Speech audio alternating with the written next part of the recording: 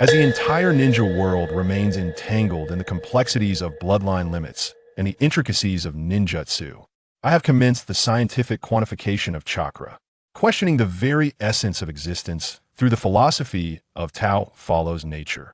I, Chinshan, have escaped from a feigned death in Kanahagakure, allied with the prodigious Hinata, and set forth to reconstruct the realm of void ninjutsu. While others rely on innate talent for their training, I depend on formulas, experiments, and the collective strength of my comrades. This is not merely a confrontation of ninjutsu. It is a crushing of ignorance through enlightenment. Witness as I meld the frigid precision of science with the fervent resolve of will, ushering in a true dawn for this ninja realm. Chapter 1. Flight through the jungle. Whoosh, whoosh, whoosh. Sunlight cascades through the vast primordial jungle, casting scattered flecks of light upon the trunks. As four indistinct silhouettes advance with a rhythmic grace, leaves, caught by the wind, spiral downwards, their descent a mere whisper amidst the cacophony of chirping insects and other wildlife, almost lost in this verdant sea.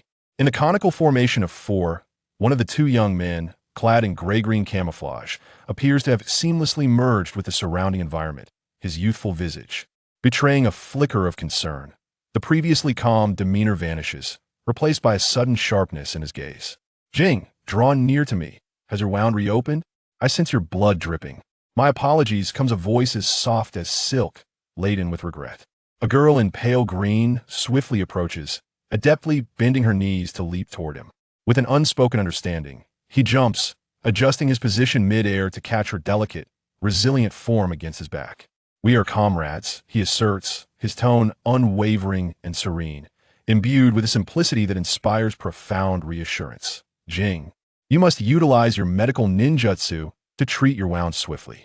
Otherwise, we may find it difficult to evade the hounds of Yunin drawn by the scent of blood. After this mission, you'll need to lose some weight. Carrying you has become quite the exertion, he continues, eliciting a momentary glimmer of light in the girl's eyes. A captivating spark. Then, the green-hued girl's healing aura trembles violently, revealing her inner turmoil. Even amidst the chaos of war, a girl remains acutely aware of her weight. Shinshan-kun, I didn't quite catch your last remark. Could you please repeat it? The tone, once sweet and soft, is now edged with determination. A good word need not be repeated. How long will this treatment take? We must hasten our departure. Despite carrying the girl upon his back, Qinshan's movements remain as light and agile as ever, akin to a leopard, deftly maneuvering around the branches that obstruct their path. Showcasing his remarkable physical prowess, Qinshan is right. We must expedite our exit and deliver the intel to the main camp, asserts a young man clad in the standard combat vest of Kanahagakure's elite. A healed scar on his right cheekbone adds an unexpected gravitas to his youthful appearance.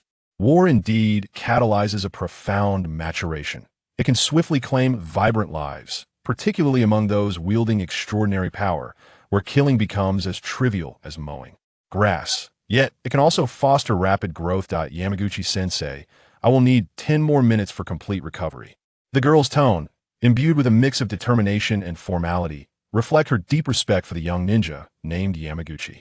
Very well. A peculiar smile flickers across Yamaguchi's face. Chinshan, assess the enemy's distance and positioning.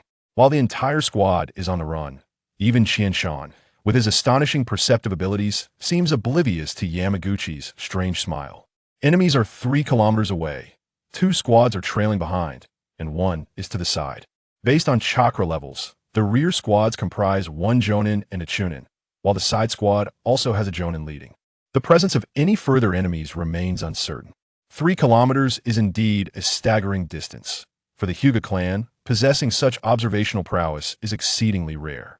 Yet, it seems unsurprising for this ethereal, confident girl from the Hyuga clan, renowned as the most gifted member since their integration into Kanagakure.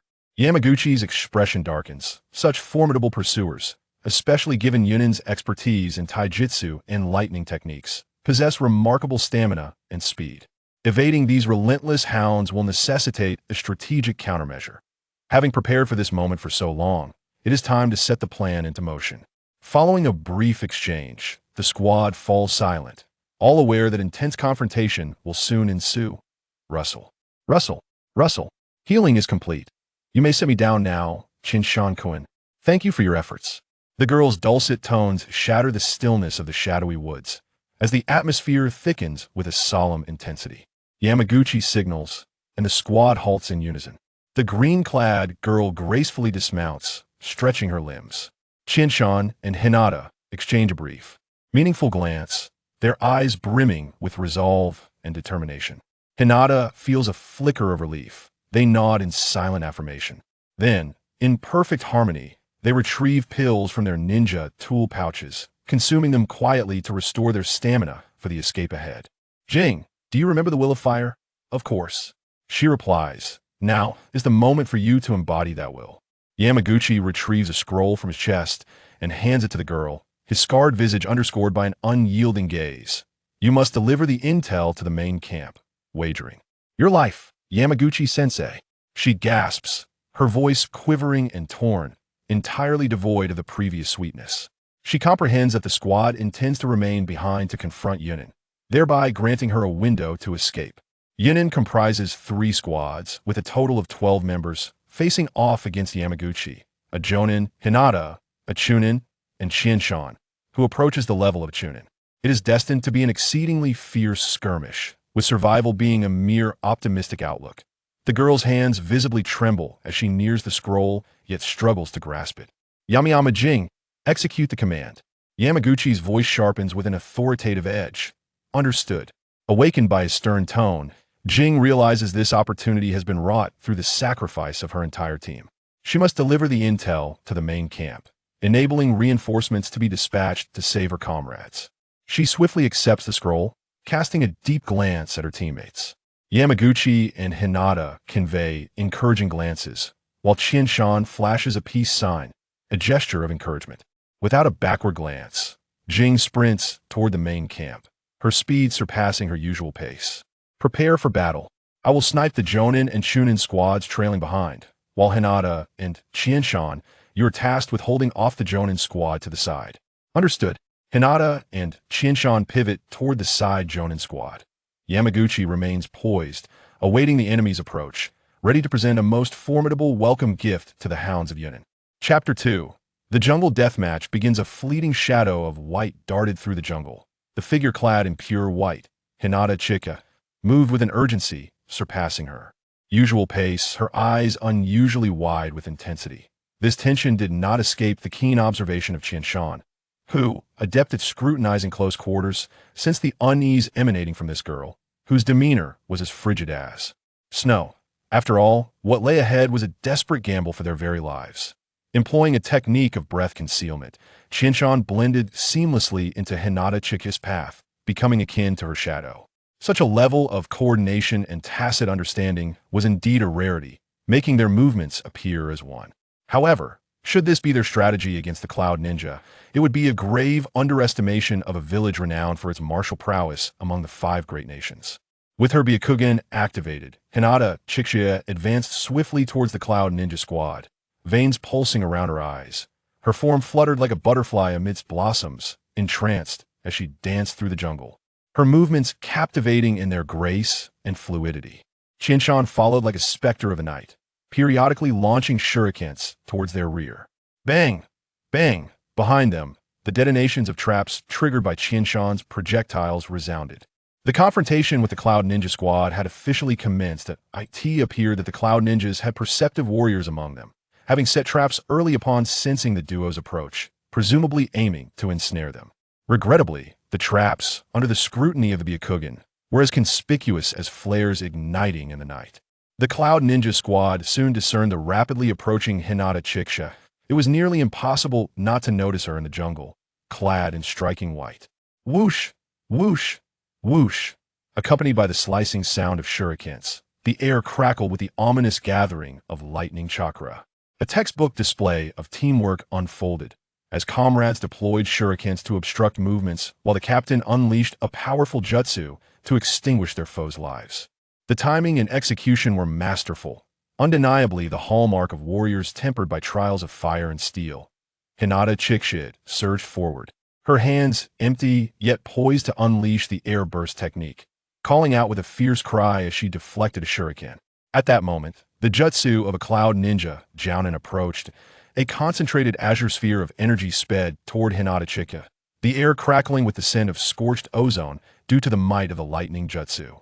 Undoubtedly, the power of this technique could reduce its target to ashes. Hinata Chica, akin to a moth drawn to a flame, charged towards three cloud ninja genin, ignoring the impending doom of the lightning sphere, exuding an aura of fierce determination, a stark contrast to her usual ethereal presence, reminiscent of a snow sprite. Swish! A concentrated beam of white sword energy emerged from the side, obliterating the lightning sphere. The blade of energy pivoted, aiming directly at the cloud ninja Jounin. Leaves fluttered to the ground, disintegrating into dust in the wake of the advancing sword light. The cloud ninja Jounin's body flickered with azure lightning, a manifestation of the secret lightning chakra mode, renowned among the 5 great ninja villages. Clang, clang, clang. Sparks erupted in the air as Qianshan and the cloud ninja Jounin clashed in a rapid exchange, both retreating momentarily, their gazes locked, breaths heavy with the exertion of their recent skirmish. Drip, drip, drip, in their exchange. One had sustained injuries. A slender gash marred Qianshan's chest, blood seeping continuously. Given this wound, Qianshan could endure perhaps 2 more strikes from the cloud ninja, Jounin, before succumbing to death in the shadowy depths of the forest. A bloodthirsty grin crept across the Jounin's lips. He had gauged the strength of this Konoha ninja. The boy was undoubtedly a prodigy of the Leaf Village, yet time was not on his side for growth. Had the boy gained another 2 years to enhance his chakra and physical prowess during their earlier bout, the Jounin would likely have fallen to the boy's remarkable swordsmanship. The Jounin's gaze unconsciously drifted to his right leg, where the fabric of his pants had been torn by the blade's wind. In that fleeting moment, his focus wavered. One opportunity, Qianshan's keen perception caught this slight flaw. With his white sword energy flaring, he concentrated it tightly on the blade. This cataclysmic strike, swift as a shooting star, surged forth, channeling Qianshan's burgeoning momentum. Having just dispatched 3 genin, Hinata Chica sensed the intensity of the energy and rushed towards Qianshan, prepared to lend her support. She understood that this was Qianshan's ultimate strike, and it would be his last. Failure would mean death. The Jounin's eyes widened in fear, astonished that this Konoha youth possessed such remarkable perception. With no time for contemplation, he unleashed a surge of electric energy, a result of overloading the lightning chakra mode, rendering him unable to fully control the wild surge. This move bore significant risk to his own body, but greatly amplified both his defense and offensive capabilities. Qianshan's sword energy collided with the Jounin's weapon. Crack. The Jounin's weapon was effortlessly severed, as Qianshan's force cleaved him in twain. Lightning chakra mode is overrated, Qianshan mused inwardly. Bang! The Jounin's wooden weapon was neatly sliced in half, the surface as smooth as a mirror. Even the finest craftsman could not achieve such perfection. It was a testament to astounding swordsmanship. A feint and a substitution jutsu transformed Qianshan from hunter to hunted in an instant. The Jounin materialized just a body length away from Qianshan, a newly drawn kunai poised to strike at the fatigued Qianshan, while Hinata Chica rushed towards him, mere body. Lengths away, in her hand, a long sword appeared as if summoned. True to her name, Hinata Chica was as cold as ice, now aiming her blade at Qianshan. She must have believed that saving Qianshan was impossible, and thus sought vengeance against the cloud ninja Jounin instead. In this frigid world, it was a solace to seek retribution on behalf of another. Qianshan closed his eyes, resigning himself to his fate, accepting the end that awaited him. Chapter 2. Death Struggle in the Jungle. A fleeting shadow of white darted through the jungle, the figure of Hinata Chica, clad in snow-white garments, moving with an unprecedented swiftness and eyes widened with an unusual intensity. This palpable tension did not escape the keen perception of Chiyama, who was adept at reading subtle cues. Recognizing the unease of this seemingly cold girl. After all, the task they were about to undertake was a life-or-death gamble, employing the art of breath concealment. Chiyama blended seamlessly into the trajectory of Hinata Chica, resembling her very shadow. Such an exceptional level of coordination and synergy was necessary to achieve this near-perfect unity. However, if this was their sole strategy against the Yunin, it was a gross underestimation of the formidable ninja village renowned as the most combative among the 5 great nations. With her Byakugan activated, Hinata Chiyuki swiftly approached the Yunin squad, her veins surging with chakra. She flitted through the foliage like a butterfly among blossoms, entranced as she danced through the jungle, altering her position with captivating grace. Chiyama, akin to a specter of the night, followed closely, occasionally unleashing shurikens towards their rear. The sounds of explosions punctuated the air, the traps detonated by his projectiles marking the commencement of their confrontation with the Yunin. It appeared that the Yunin possessed perceptive ninjas as well, having set traps in anticipation of their movements, likely hoping to ensnare them effortlessly. Unfortunately for them, these traps were as conspicuous as flares in the night, easily discernible under the penetrating gaze of Byakugan. The Yunin soon noticed the rapidly advancing figure of Hinata Chiyuki. Her striking white attire rendered her conspicuous amidst the verdant backdrop. With a whoosh, shurikens sliced through the air, accompanied by the crackling sound of thunderous chakra coalescing. The teamwork displayed was exemplary, allies sealing off escape routes with shurikens, while their leader unleashed potent ninjutsu to extinguish the lives of their foes. Their timing and execution reflected warriors seasoned by the crucible of battle. Hinata Chiyuki accelerated, her empty hands poised as she unleashed a powerful strike, shattering the incoming shurikens. At that moment, the Yunin's jutsu surged towards her, a condensed, azure sphere of lightning rapidly closing in, the air around it charged with the acrid scent of scorched atmosphere. Its might was undeniable, capable of reducing its target to cinders. Yet, like a moth drawn to flame, Hinata Chiyuki charged towards the three Yunin. Undeterred by the impending doom of the lightning sphere, exuding an aura of ferocity that starkly contrasted with her usual ethereal demeanor. A brilliant arc of white sword light cut through the air, obliterating the lightning sphere in its path. The blade then pivoted, aimed directly at the Yunin leader. Leaves fluttered to the ground, disintegrated in the wake of the advancing sword light. The Yunin leader, enveloped in a flickering blue aura of lightning, activated the legendary Cloud Ninja's chakra mode, renowned across the 5 great nations. Sparks erupted as Chiyama and the Yunin leader clashed in rapid succession, both retreating momentarily to reassess. Their heavy chests heaved, betraying the intensity of their exchange. A thin line of blood trickled from Chiyama's chest, a testament to his injuries. Given his condition, he could withstand perhaps 2 more strikes from the Yunin leader before meeting his demise in the shadowy depths of the forest. A sinister grin crept across the Yunin leader's face as he gauged Chiyama's prowess. This boy was undoubtedly a prodigious talent from Konohagakure, yet time was not on his side. Had he 2 more years to mature, Chiyama's skill would surely have bested the Yunin leader in their recent skirmish. As Chiyama caught a glimpse of the rip in his own trousers, a momentary lapse in concentration provided an opening. With keen insight, he seized the opportunity. His white sword light surged, radiating an intense aura before coalescing at the blade's edge. This earth-shattering strike, swift as a galloping steed, bore the momentum of a river flowing into the sea. Having just dispatched 3 Yunin subordinates, Hinata Chiyuki sensed the formidable energy emanating from Chiyama and rushed to his side. Aware that this was his ultimate strike, his final gambit, where failure meant death. The Yunin leader's expression morphed into one of horror as he realized the depth of Chiyama's perception. In a desperate bid, he unleashed a surge of lightning chakra, overloading his own control, enhancing both his offensive and defensive capabilities at a perilous cost to his body. Chiyama's sword light collided with the Yunin leader's weapon, effortlessly severing it. With overwhelming force, he cleaved the Yunin in 2, dismissing the potency of the lightning chakra mode in his mind. The impact resonated as the leader's wooden weapon was split cleanly, the cut as smooth as glass, a testament to Chiyama's extraordinary swordsmanship. In a swift display of cunning, the Yunin leader executed a feint followed by a substitution technique, transforming Chiyama from hunter to prey in an instant. The Yunin appeared mere feet away, wielding a kunai aimed directly at the exhausted Chiyama. At that moment, Hinata Chiyuki, unbeknownst to her, revealed a long sword in her grasp. Her demeanor was as frigid as her name suggested.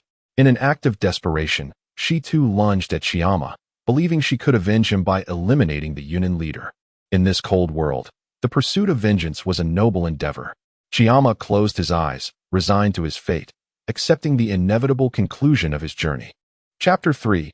Death Struggle in the Jungle. The Yunin leader's kunai and Hinata Chiyuki's sword struck simultaneously, sealing Chiyama's fate. Yet, in a twist of fate, Chiyuki's blade pierced the Yunin leader's heart, causing him to stagger backward, his vitality swiftly draining away. As her sword found its mark, the chakra it harbored obliterated the leader's life force, a serene smile gracing his fading gaze. He realized he would never return to the land of lightning. Yet he found solace in having slain a genius swordsman from Konohagakure.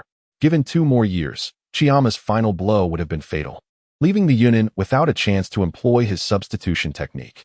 It was a pity. Had he 5 more years, Konohagakure would surely have produced a swordsman rivaling the 5 Kage. This was the Yunin leader's final thought. As Chiyama succumbed to his injuries, the shadow clone technique dissipated. A plastic bag fell to the ground, blood oozing forth from its ruptured surface. It was revealed that the Chiyama who had fought was merely his shadow clone. Having utilized a pouch of blood to deceive the Yunin leader and grant Hinata Chiyuki the opportunity for the decisive strike, the shadow clone technique, upon sustaining damage, would vanish, a fundamental aspect of the Jutsu. Thus, when Chiyama feigned injury, the Yunin leader subconsciously dismissed the possibility of a clone. Unbeknownst to him, Chiyama had successfully manipulated him with a mere bag of blood. Hinata Chiyuki, her expression devoid of emotion, swiftly managed the battlefield, evidently aware from the outset that this was Chiyama's shadow clone. Armed with Chiyama's weapon, she executed a fire release technique to erase any traces of their conflict before hastily making her way toward the direction of their instructor, determined to reach the true battlefield. "I discovered you. Come quickly. I have not set any traps." From a distance, Teacher Yamaguchi spotted 2 squads of Cloud Shinobi and called out to them loudly. The Cloud Shinobi, who had been advancing rapidly, immediately slowed down upon hearing his voice. One of the upper ninjas, tall with dark skin and a distinctive cross-shaped scar across his eyes, made a subtle gesture to his team, instructing them to inspect for traps carefully. The 2 squads of ninjas began to form a half-surround and slowly approached Teacher Yamaguchi. They halted at a distance where they could clearly see him, perched on a tree, gazing back. The 2 teams communicated swiftly with hand signals, indicating that no traps had been found, and inquired of the scarred ninja about the next course of action. The scarred ninja made a gesture, his body glowing with a brilliant blue light, indicating the lightning release chakra mode. This luminescence was far more subdued yet solid compared to the other squad's upper ninja, clearly indicating a significantly higher level of defense. The scarred ninja was evidently preparing to breach the traps with his formidable defensive capabilities, as the squad could not detect any traps. They could not allow their comrades to recklessly probe, thus he decided to act himself. With his legs slightly bent, he unleashed a powerful force and rapidly approached Teacher Yamaguchi. To his astonishment, no traps were triggered along the way. This was bad. The Leaf's upper ninja was feigning a setup to buy time. His already swift form accelerated further. As he sought to discern the truth, Teacher Yamaguchi drew a kunai, awaiting the arrival of the scarred ninja. His eyes momentarily closed, then swiftly opened, revealing blood-red pupils surrounded by 3 exquisite tomo. The scars on his right cheek added to his formidable presence. Curiously, the tomo did not rotate around his pupils. The Sharingan of the scarred ninja fixated on Teacher Yamaguchi, suddenly decelerating, averting his gaze from the upper ninja's eyes. He was from the Uchiha clan, and it was imperative not to meet his gaze. No wonder there had been no traps. It turned out to be a master from the Uchiha clan. Swiftly, the Cloud Shinobi began forming hand seals. Engaging in close combat with an Uchiha was perilous, as a mere accidental glance could lead to a Jinjutsu, resulting in their demise.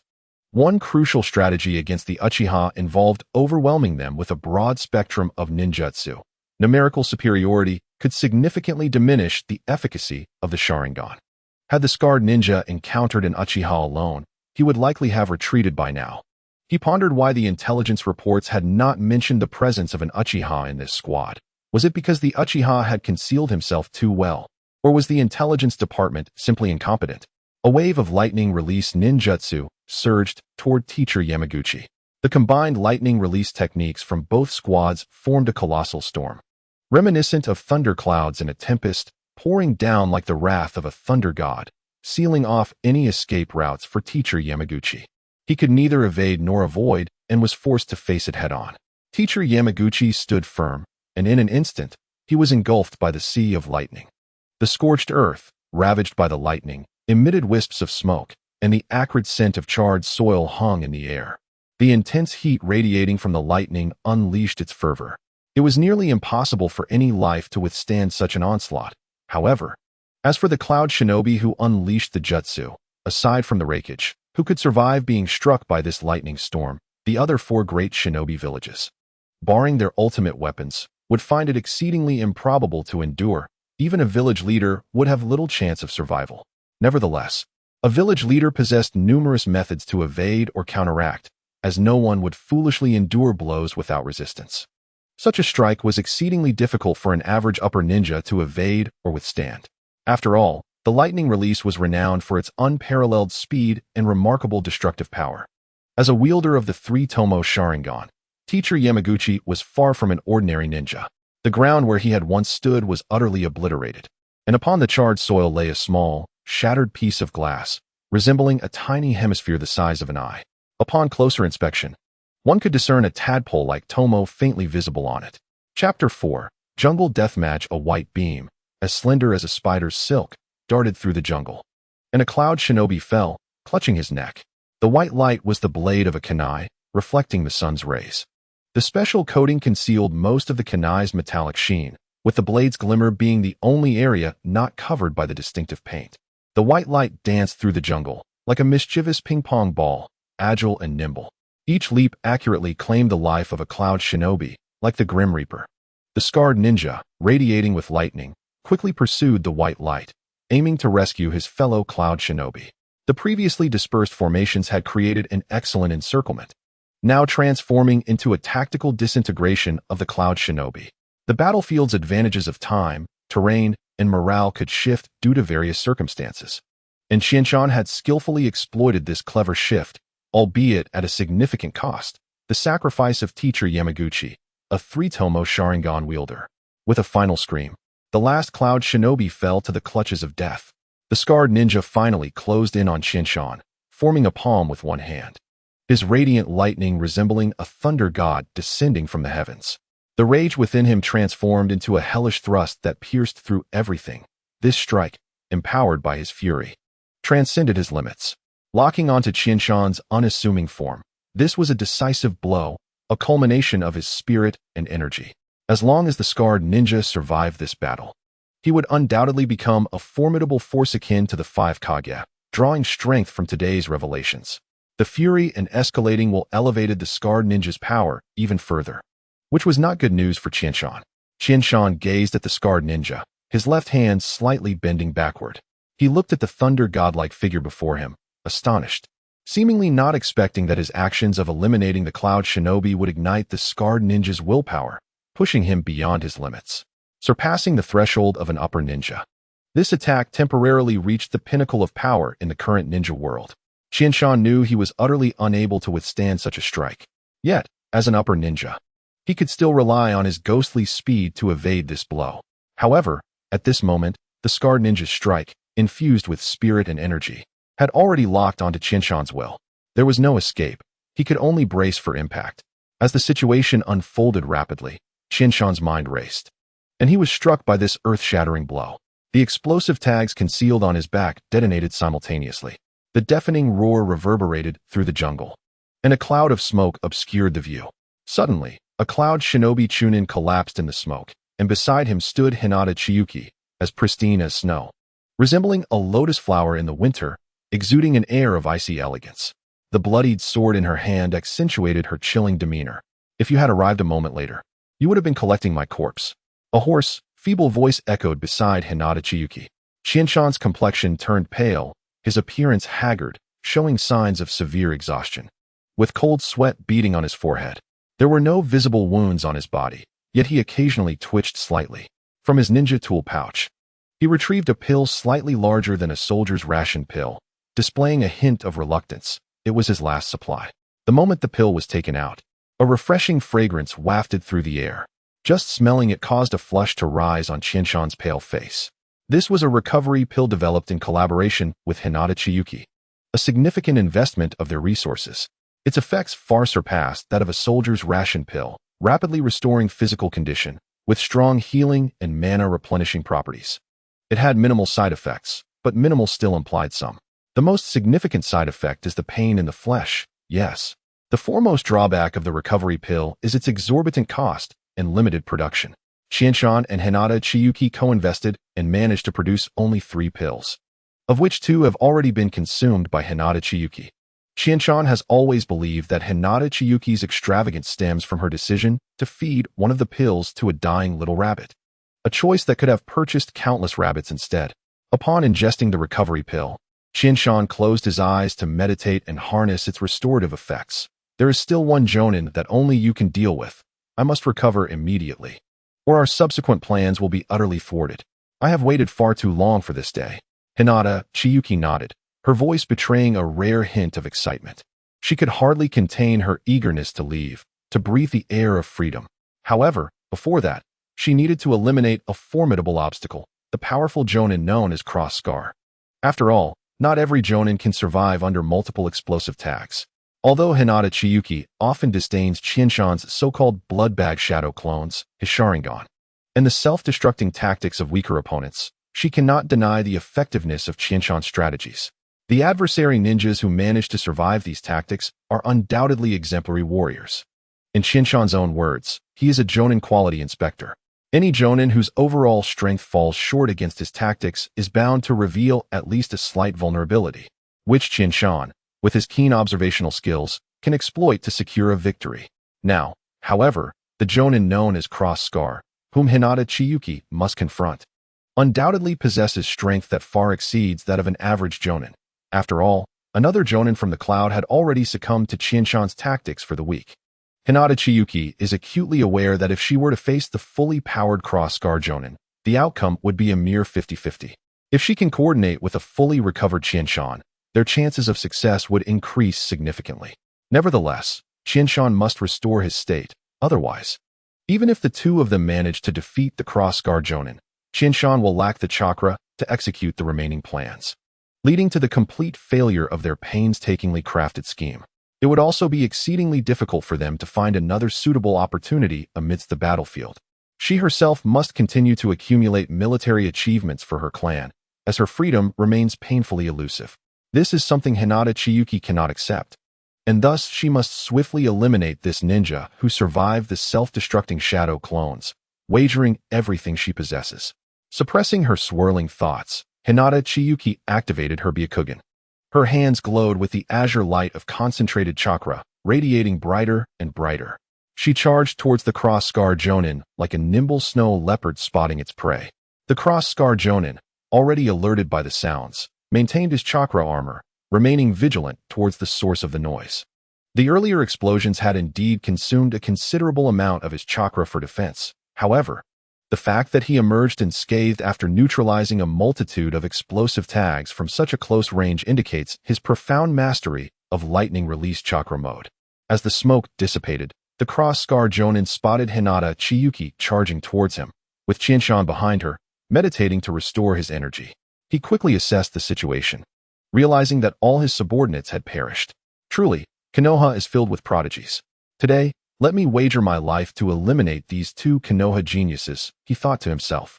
Chapter 5. The blood of Xianhuang faster. Faster. I must catch up.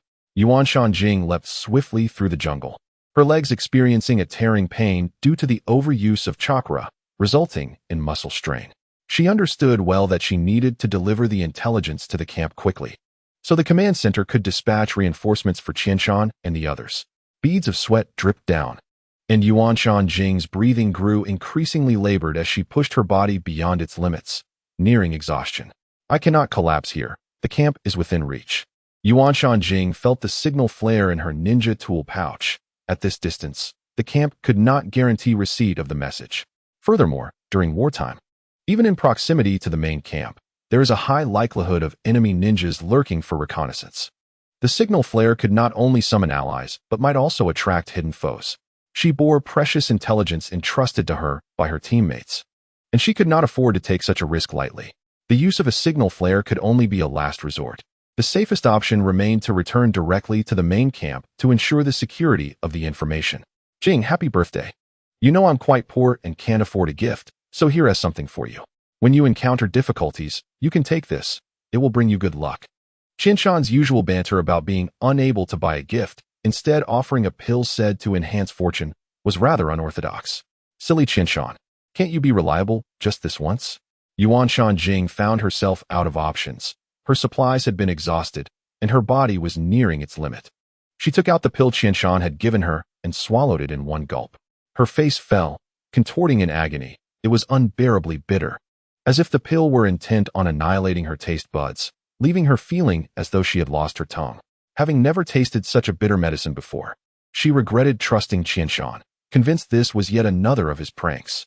Just then, her body, already at its breaking point, surged with newfound strength. A warm current began to converge within her, rapidly coalescing into a powerful force, rejuvenating her body. The pace that had been slowing down picked up once more. Despite the intolerable bitterness twisting her features, Yuan Shanjing's expression brightened. She thought to herself that Qianshan had finally proven reliable. Albeit the taste was horrifically bitter, certainly not a pill meant for consumption. Fueled by this last stroke of fortune, Yuan Shanjing accelerated further towards the main camp, finally spotting the lookout tower before her strength completely depleted. Wake up, it's time for your medicine. A sudden jolt interrupted Hinata Chiyuki's pleasant dreams. She dreamed of breaking free from the shackles of her clan, soaring as a liberated bird. She envisioned having the power to dictate her own life, to govern her own will, no longer needing to protect those so-called clan members or heed the commands of the incompetent, nor address those without merit as lord. Most importantly, she longed to remove the forehead protector that concealed a mark that had never existed on her brow. Hinata Chiyuki opened her eyes, a flickering flame casting a faint light within the dark cave, revealing a swaying figure. Do you need me to feed you the medicine? I can manage myself, she replied, slightly sitting up, her cold brow furrowing as a sharp pain shot through her chest, making it difficult to move her hands. This ordinarily simple action now felt incredibly arduous. With each movement, the pain in her chest intensified, leaving her pale lips devoid of color. Yet, she did not utter a sound of discomfort. Let me feed you after all. I don't want your wounds to reopen, and I have no second dose of white medicine to give you, Qianshan said as he administered a spoonful of medicine to Hinata Chiyuki. The wooden spoon emitted a unique, fresh scent of herbs, though it could not mask the bitter aroma of the gray-brown liquid. As it slid down her throat, the pain in her chest momentarily dissipated, only to be replaced by a tumultuous upheaval in her mouth and stomach. Straining to endure, she finally let out a sharp gasp. It was unbearably bitter. The voice of Hinata Chika resonated with a deep, elongated tone. Although Qianshan had always perceived her voice as cold and ethereal, he now sensed an undercurrent of inquiry and barely suppressed ire, as if it belonged to a completely different individual. The harsh conditions of the wilderness had hindered their search for licorice, rendering the situation somewhat bitter. However, he reassured her that the efficacy of the remedy was assured. Within 3 days, she would no longer need to consume the medicine. Qianshan felt somewhat helpless as he carried the injured Chika, unable to devote excessive time to foraging for medicinal herbs. He himself had no fondness for sweets and had not packed any in their supplies. Just endure it. It will be over soon. Open your mouth, he urged, hastily administering another few doses until he managed to feed her the entire potion before her tongue lost all sensation. Remarkably, Chika's pallid cheeks, once drained from blood loss, regained a hint of color. Qianshan pondered whether his medical skills had improved significantly, as the effects appeared almost instantaneously, rivaling even the pills he had meticulously crafted. It seemed he ought to allocate more attention to concocting soups and potions. He entirely overlooked the possibility that Chika's restored hue might be a consequence of the bitterness of his medicine. Qianshan carefully covered Hinata Chika with a blanket and presented both good and bad news, neglecting to offer her the choice of which to hear first. The good news was that they had successfully departed from Konoha and attained a temporary freedom. Upon hearing the word freedom, a glimmer of light flickered in Chika's eyes, subtle yet strikingly bright. This was a matter she had long anticipated. Yet she did not fail to catch the briefness implied in Qianshan's words. She fixed her gaze upon him, and he immediately comprehended her unspoken inquiry. As I mentioned before, I suspect the caged bird seal possesses a tracking function, meaning the main family will likely receive news of your demise and may utilize the seal to ascertain your true condition. Konoha would require at least 2 days to receive such news. Of course, if they possess undisclosed secret techniques, they might already be aware. Thus, Chika, you must remain within the confines of my barrier. Qianshan analyzed the situation, yet he refrained from divulging the bad news. Upon absorbing this information, Chika instantly realized what the unspoken bad news entailed. Qianshan's lack of confidence in his own jutsu. He feared that his barrier technique could not deceive the caged bird's tracking capabilities. Chika understood that the primary issue was the brevity of time and the scarcity of samples. Otherwise, given Qianshan's talent, she firmly believed he could devise a technique to completely neutralize the caged bird's powers. Qianshan was not among the most gifted ninjas that Chika knew, not even ranking within the top 20. However, he was undoubtedly the most inventive ninja she had encountered. He had managed to develop a technique for concealing his presence solely based on the transformation techniques taught at school, which could even deceive the Byakugan's perception. Had Qianshan not been her teammate, she might never have uncovered this secret, nor would the plan for feigned death have materialized. "I have faith in you, Qianshan," Chika declared with unwavering conviction. "Thank you." Qianshan recognized that Chika was placing her life in his hands. He understood that he could only succeed. Failure was not an option. Chapter 6. Before dawn, this was the battlefield, and it appeared that the Cloud Ninja had triumphed, having absconded with all valuable assets. A Konoha Jonin, accompanied by a support team, was conducting an assessment of the site where Qianshan and the others had fought. "We arrived a moment too late," remarked another Jonin, surveying the nearby forest, ravaged by lightning-based ninjutsu. The ground and trees were marred by scorch marks left by the intense heat of the lightning. "They are the heroes of Konoha. This was the final outcome. May they rest in peace." Listening to the report from the camp, Yuan Shan's eyes reddened, and her vision began to blur. It felt as though a massive stone weighed upon her chest, making it difficult to breathe. "Thank you," she stammered, her voice quaking with emotion. She struggled to accept the reality that her squad leader and all her comrades had perished, leaving her as the sole survivor. In the past, when she had heard stories from other ninjas, she had felt sorrowful but more so sympathetic, thinking that they should carry on the legacy of their fallen comrades. Now, faced with a similar scene and experience, Yuan Shan realized how terribly mistaken she had been. Her heart was now filled with regret and guilt. Did she truly possess the capability to inherit her comrades' aspirations? Overwhelmed with self-reproach, she pondered whether, had she trained harder and been more diligent, she might have become stronger and fought alongside them, potentially allowing Qianshan and Chika to survive, even if she could not have fought beside them. If only she had arrived at the camp sooner, the ninjas there might have been able to provide assistance more quickly, and perhaps they would have lived. Yuan Shan hugged her knees tightly, burying her head deep within her thighs as her shoulders began to tremble. The seasoned ninjas of the camp, familiar with the cycle of life and death, recognized that what Yuan Shan needed most at that moment was solitude. Silently, they turned away, leaving her to confront her sorrow alone. The weight of her memories could only be borne by herself. "Haichi, there is something you should know." A ninja from the intelligence unit handed a piece of paper to Yamashiro Haichi, who was resting. He silently admired the prowess of the Yamashiro clan's prodigious ninja. Recently, Haichi had extracted significant intelligence from enemy ninjas while serving in the intelligence unit. The demanding nature of the work had left him somewhat pale, yet his gaze was sharper and more intense, accentuated by his golden hair, giving him an almost morbidly profound aura. "Thank you," Haichi exclaimed as he accepted the note. "This cannot be. This is absolutely impossible." The paper bore the news of Qianshan's demise. As Qianshan's close friend, they had been seated next to each other at the Ninja Academy and shared a strong bond. Haichi was acutely aware of Qianshan's abilities. While his direct combat prowess may not have been formidable, his talent for concealment was unparalleled. Qianshan's technique for masking his presence was, in fact, a hidden super ninjutsu. As an exceptional sensory ninja, Haichi could not even detect Qianshan's presence when he was determined to hide, even if he was nearby. In Qianshan's words, he became one with nature, a part of it. The perception of sensory ninjutsu and vision are integral to cognition. When a perceiver can only recognize nature, they cannot detect someone who is fully concealed. If Qianshan wished to survive, he could undoubtedly evade the enemy's notice, remaining hidden even beneath their very noses until help arrived. For a sensory ninja, self-concealment was equally critical. Haichi had also sought Qianshan's guidance regarding the technique for masking presence, and Qianshan had generously shared his knowledge. However, Haichi could not fully grasp the concept of unity with nature as Qianshan described. Thus, while he could utilize the technique, he could not reach Qianshan's level.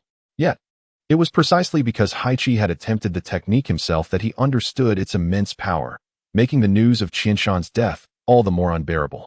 "Father," I wish to see the latest intelligence on Qianshan and his team.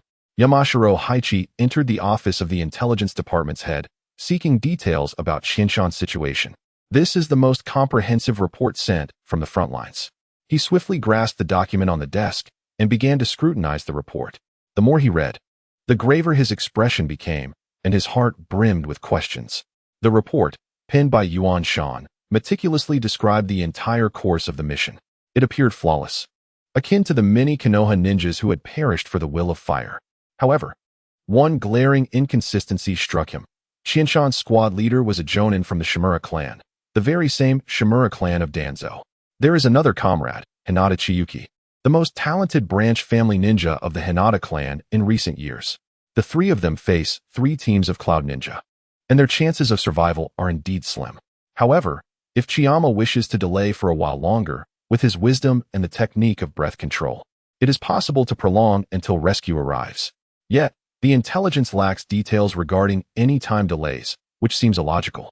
Gazing at his father, Yamanaka Haichi hesitated to speak. You noticed, didn't you? Chiyama and the others did not delay for rescue, but fought fiercely instead. This does not align with Chiyama's character. Haichi's father articulated the question lingering in his son's mind directly. This middle-aged man, having worked in the intelligence department for many years, had already mastered the nuances of information and human psychology. Indeed, father, nothing escapes your notice. They did not wish to delay. They must have lacked the opportunity. Upon hearing this, Yamanaka Haichi's doubts deepened. However, after uttering this, his father ceased to engage with him, signaling that he should return to work. As there was much intelligence yet to process, the absence of opportunity raises the question, could it be that these 3 teams of Cloud Ninja are not ordinary? For now, Yamanaka Haichi could only arrive at this conclusion. Had the Chiyama, who once discussed ninjutsu and envisioned the future with him, truly perished? Yamanaka Haichi could only suppress his sorrow temporarily and await further information from the front lines. Chapter 7. Dawn and Future in the Dim Cavern. The flickering flames danced with a delicate grace. Shadows of Chiyama shifted erratically upon the cave walls. Chiyama was inscribing strange symbols around Hinata Chiyuki's bedside, encircling the entire bed as if conducting a sinister ritual, intending to offer the unconscious Hinata Chiyuki as a sacrifice to an evil deity. A single barrier still feels somewhat precarious. After all, she has been a caged bird for many years. Over the past 2 days, I've had some new ideas. The curse seal's remote sensing relies primarily on bloodline, chakra fluctuations, and mental waves. By reinforcing this circle of seals, combined with the breath control technique, I can suppress these fluctuations to their utmost. If you cannot sense me, you will naturally succumb to death. As he inscribed the runes, he explained to the reclining Hinata Chiyuki. Chiyama's hand was remarkably steady, each stroke flowing like water, exuding a unique sense of rhythm, akin to an artist pouring his soul into a painting. Beads of sweat formed on his forehead, subtly revealing the considerable mental effort he was expending. Hinata Chiyuki noted his unwavering seriousness. In the silent cave, only the natural metronome of dripping stalactites remained, their splashes mingling with the sound of Chiyama's runes etching across the wooden bed, composing a prelude to this prolonged wait. Chiyama, there is a question I have long wished to ask you. Given that you were injured while attempting to save me, you must answer truthfully. Hinata Chiyuki tilted her delicate, serene face, her gaze fixed intently on Chiyama, who was engrossed in his notes. With an air of casual authority, she spoke nonchalantly. Chiyama continued to jot down his recent thoughts on training, glancing briefly at Hinata Chiyuki before returning his focus to his notebook. In the dimly lit cave, illuminated by flickering light, he managed to read a few words. Hypothesis of the first law of chakra. Chakra possesses duality. The remaining text was obscured by shadows, rendering it indistinct, while the dancing flames cast fleeting illumination, hinting at a quality that remained hidden from view, fully consumed by darkness. I can only ask one question, and I have the right to refuse to answer. All right, Hinata Chiyuki replied, her voice crisp and resolute. Why did you leave Konoha? Her tone bore a hint of bewilderment. Yet it felt rather ironic for a rogue ninja to pose such a question.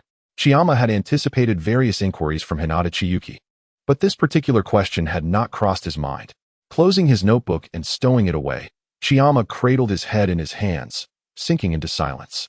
Though Hinata Chiyuki's question pertained to why Chiyama departed from Konoha, It was more about how the two of them would navigate encounters with familiar faces from their past in Konoha.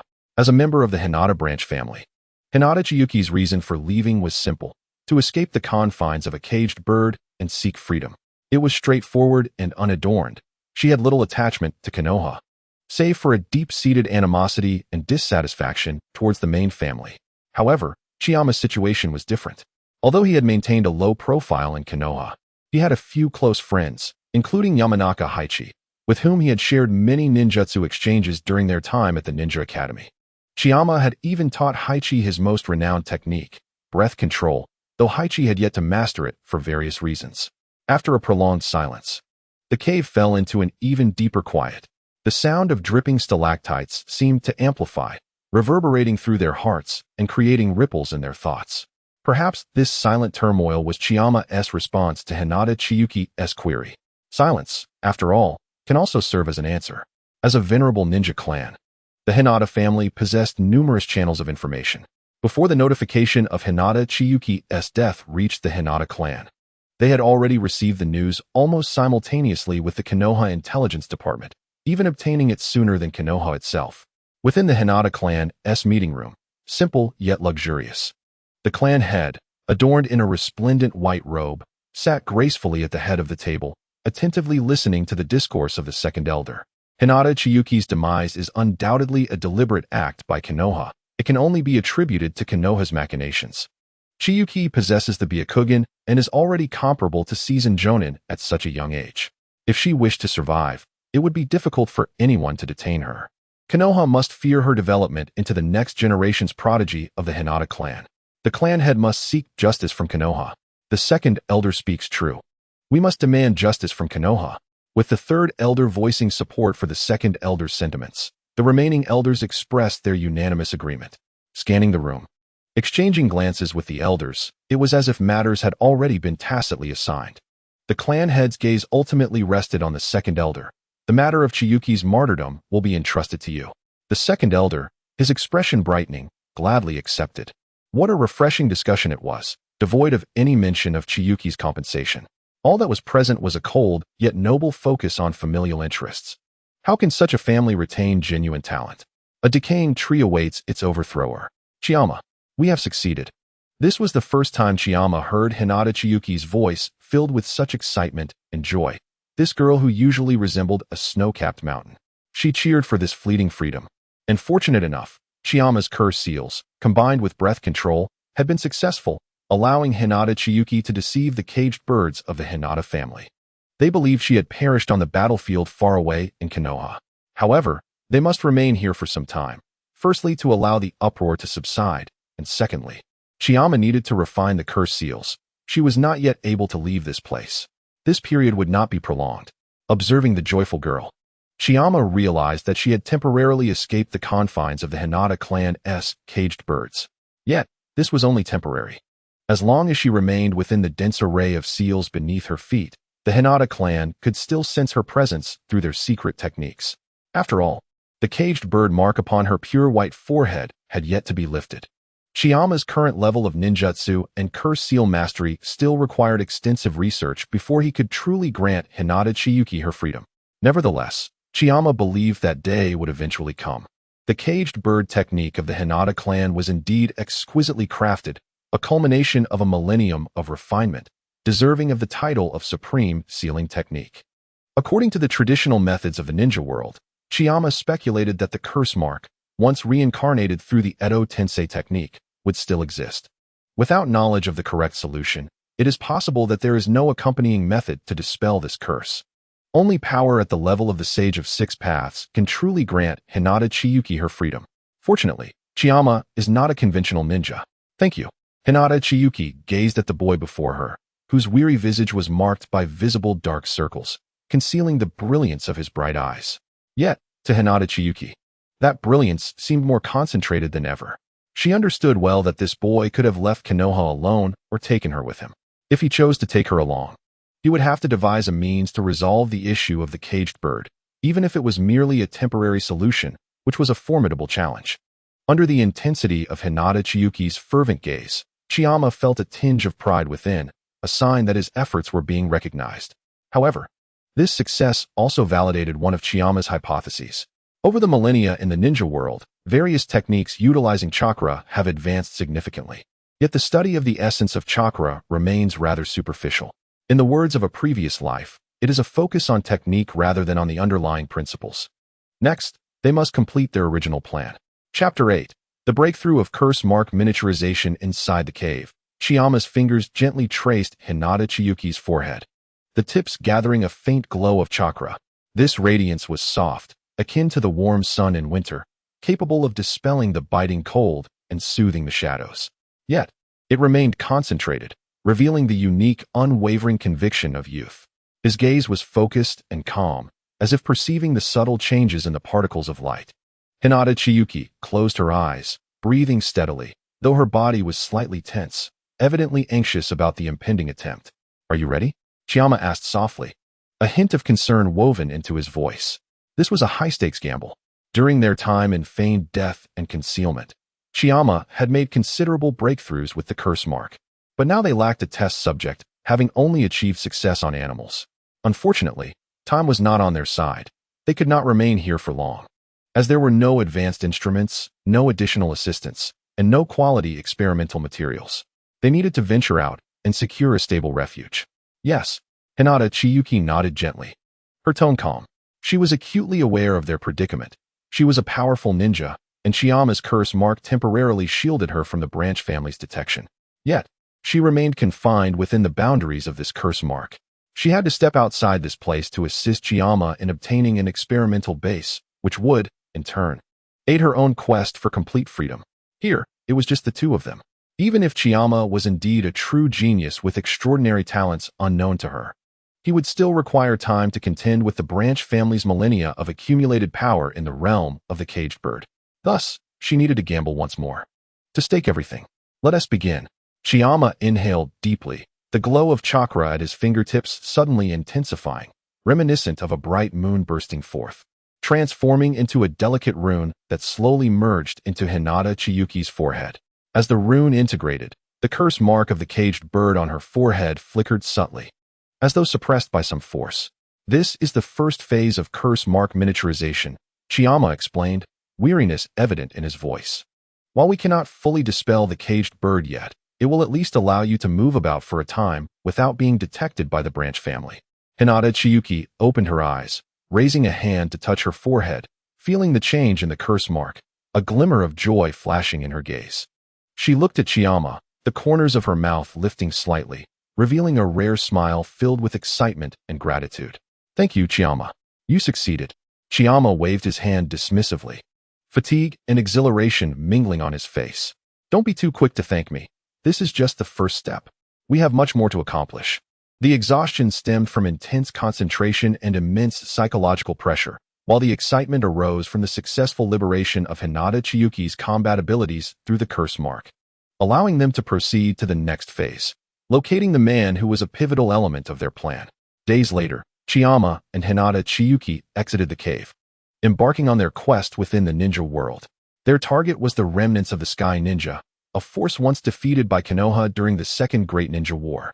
The Sky Ninja was a unique faction within the ninja technological tree, unlike other ninja villages that focused on researching secret techniques, bloodline limits, or sealing arts. The Sky Ninja primarily studied flying ninja tools, such as shuriken and sunban, dedicating their energies to the development of equipment over other pursuits. Flight was a rare ability in the ninja world, often associated with the powerful. Utilizing their tools, many ninjas could master the capability of flight with adequate training and skill. Regrettably, they did not possess the strength of Konoha.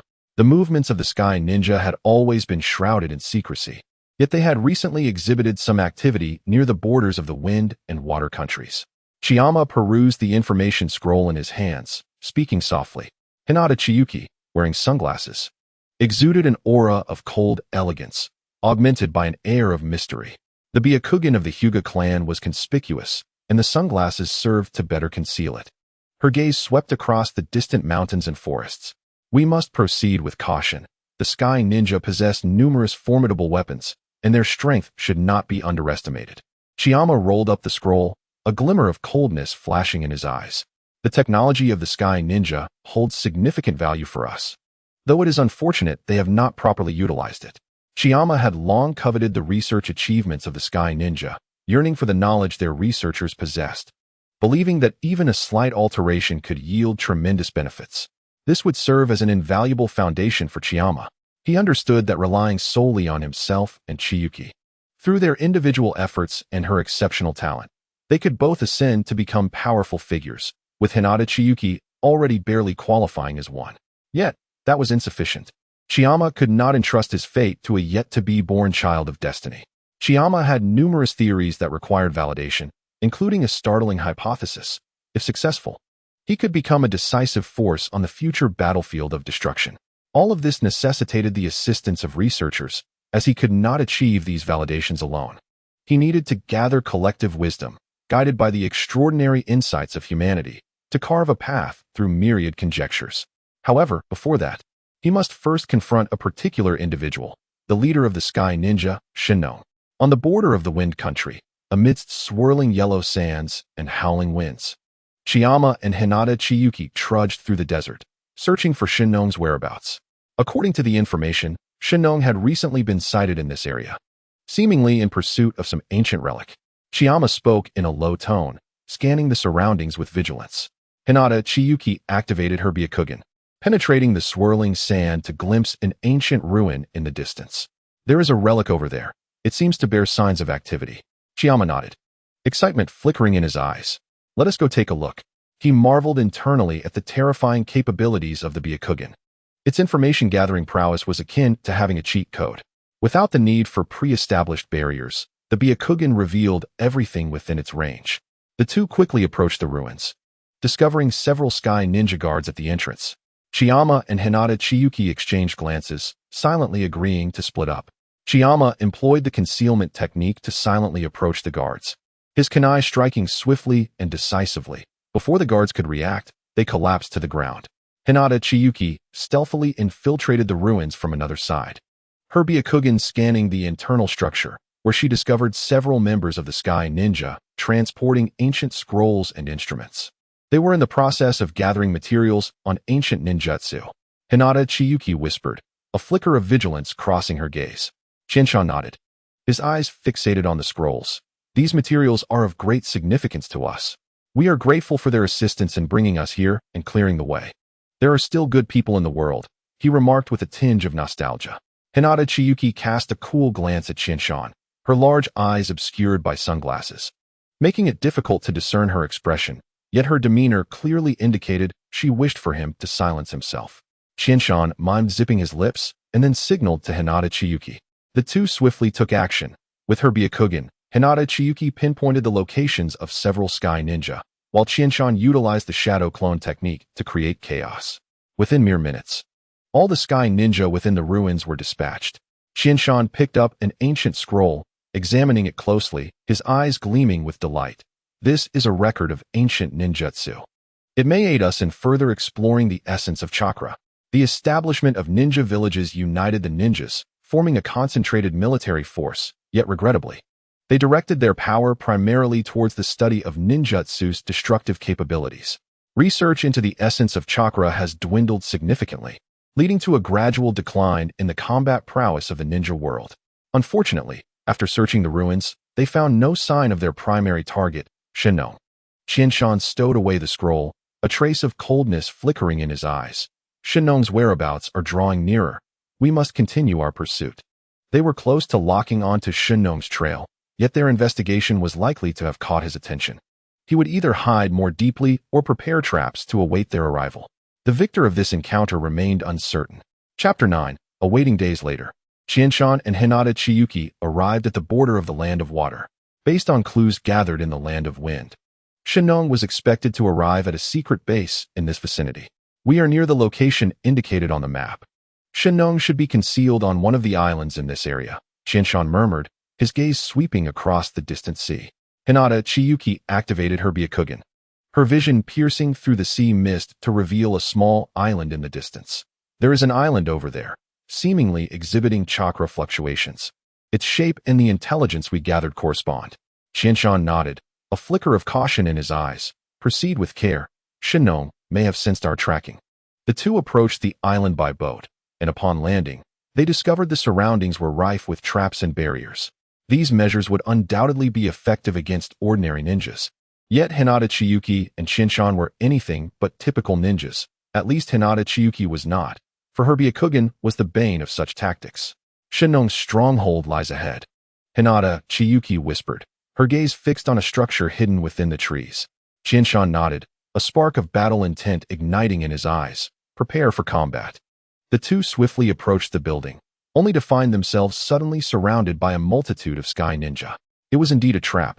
Shinshan scoffed, his short sword thrusting forward as he engaged fiercely in battle. Hinata Chiyuki's Byakugan activated, chakra coalescing in her hands as she swiftly dispatched several sky ninja with her gentle fist technique. Her movements were rapid and precise, each strike targeting the enemy's vital points. The battle raged for a brief moment. Despite the overwhelming number of sky ninja, they were swiftly subdued under the seamless coordination between Shinshan and Hinata Chiyuki. Shinnong is in the depths below, Hinata Chiyuki stated, her Byakugan revealing a hidden passage. While the Byakugan may not augment combat prowess as directly as the Sharingan, it far surpassed in terms of detection and observation. Shinshan nodded, scanning their surroundings, contemplating. He deliberately set traps to delay us and exhaust our chakra. It seems he has become aware of our pursuit. We must not underestimate any adversary. Clearly, both Chiyuki and I have been underestimated. Shinshan and Hinata Chiyuki descended deeper underground, where a substantial underground base lay concealed. This is Shinnong's stronghold, Shinshan noted, cautiously scanning the area for any signs of movement. The two stealthily infiltrated the base, silently approaching Shinnong's laboratory. Inside the laboratory, Shinnong stood before a massive machine, which emanated dark chakra, casting an aura of foreboding throughout the chamber. As if one were enveloped in a dark void, surrounded by monstrous entities poised to devour. Sensing the manifestation of this dark chakra, a manic smile crept across Shinnong's face. He had long been aware of those tracking him. Seizing the opportunity, he manipulated them to eliminate his own subordinates, harnessing the resentment and madness born from their demise to expedite the creation of the tailless beast. He was on the cusp of divinity.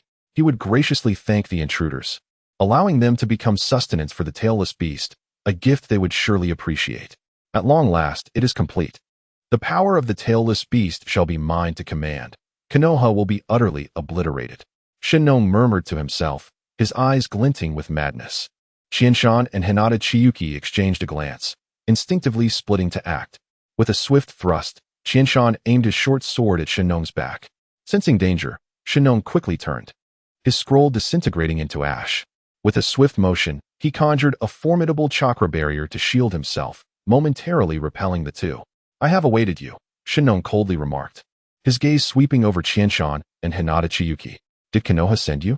The two figures, clad in gray robes, appeared unexpectedly youthful, lacking any markings of a ninja village or the distinctive headbands of rogue ninjas. Yet, their youthfulness and exceptional skill indicated they could not be mere products of a small village. Such talent was rarely cultivated in abundance. Upon contact, Shinnong discerned their remarkable synergy. Their coordinated attacks and mutual support showcased a well-established rapport. These two were undoubtedly seasoned allies, with both demonstrating refined chakra control and solid foundational skills. Particularly, the female ninja exerted considerable pressure with every assault. Given time, she could very well rival the strength of the five Kage. However, having successfully shaped the tailless beast, he was confident that these two could never pose a threat. I come to take your life, Shinshan sneered, drawing Shinnong's attention with his words while relentlessly thrusting his short sword. Shinnong's gaze flickered with disdain as the power of the tailless beast erupted, a powerful chakra shockwave forcing Shinshan and Hinata Chiyuki back once more. Sensing the tangible dark chakra, Shinshan felt an unexpected thrill. Under their relentless pursuit, Shinnong had transcended himself, completing the formation of the tailless beast ahead of schedule. The techniques accumulated by the Sky Ninja indeed possessed unique insights, validating Shinshan's hypothesis that the Sky Ninja's research on the tailless beast fundamentally revolved around the essence of chakra. Such data was invaluable to Shinshan. Behold this invincible power. Shinnong's aura intensified, his garments billowing as if caught in a tempest. Chapter 10, Awaiting, continued. The underground base's ceiling was adorned with frigid metal conduits, from which the tailless beast's chakra surged forth like an inky tide from the machine behind Shinnong, instantly flooding the entire space. This chakra coalesced into a massive black serpent-like entity, its scales shimmering with a dark purple luminescence, igniting the hollow sockets of its eyes with blazing crimson flames. Each breath it took conjured a tempest, sweeping up scattered metallic debris from the ground, as if even the air trembled in its presence. Is this the power of the Zero Tail? Qianshan squinted, his short sword trembling slightly in hand, its blade reflecting the distorted image of the Zero Tail. He swiftly glanced at Hinata Chiyuki beside him, who had already activated her Byakugan, veins pulsing at her temples. Her gaze like a blade locking onto the chakra pathways of Shinnong. The sunglasses concealing her Byakugan had been lost in the chaos of battle. The flow of chakra was erratic. Hinata Chiyuki murmured, "It is the power of hatred." Shinnong transforms negative emotions into energy, resonating with the machine. Her voice remained cold, but carried an added weight. Shinnong cackled madly as he leapt atop the Zero Tail. Hands forming seals. "You insignificant ants of Konoha dare to challenge the creation of a god?" The Zero Tail roared skyward, its serpentine tail sweeping violently.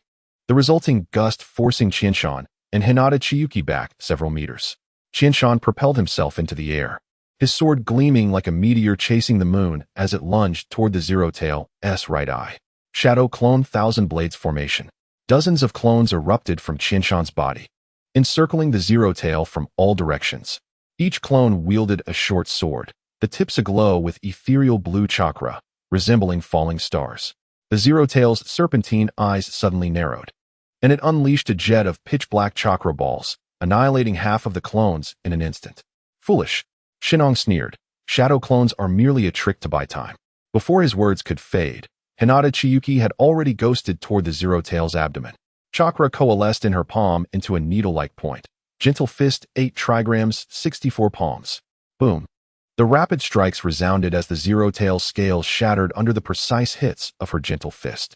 Yet, the black mist-like chakra swiftly sealed the wounds, and the Zero Tail's roar grew increasingly frenzied. Hinata Chiyuki's pupils constricted. The creature's regenerative ability exceeded expectations. "Retreat." Qianshan's voice called from behind. Without hesitation, Hinata Chiyuki withdrew, the Zero Tail's massive jaws barely grazing her clothing as it tore a deep chasm in the ground. Seizing the opportunity, Qianshan leapt atop the Zero Tail's head, his short sword driven with chakra aimed at Shinnong's brow. Clang! The metallic clash pierced the air. Shinnong's right hand manifested a layer of chakra, solidifying into a dark claw, intercepting the blow. His smile twisted like a demoness. "Your swordsmanship is commendable, but the chakra of the Zero Tail is invincible." Suddenly, the machinery beneath Shinnong roared to life. Countless metallic tentacles erupting from the ground, coiling toward the two like giant serpents. Qianshan rolled to evade the grasp of the tentacles, his sword flashing as he severed several encroaching metallic appendages, yet more tentacles surged relentlessly.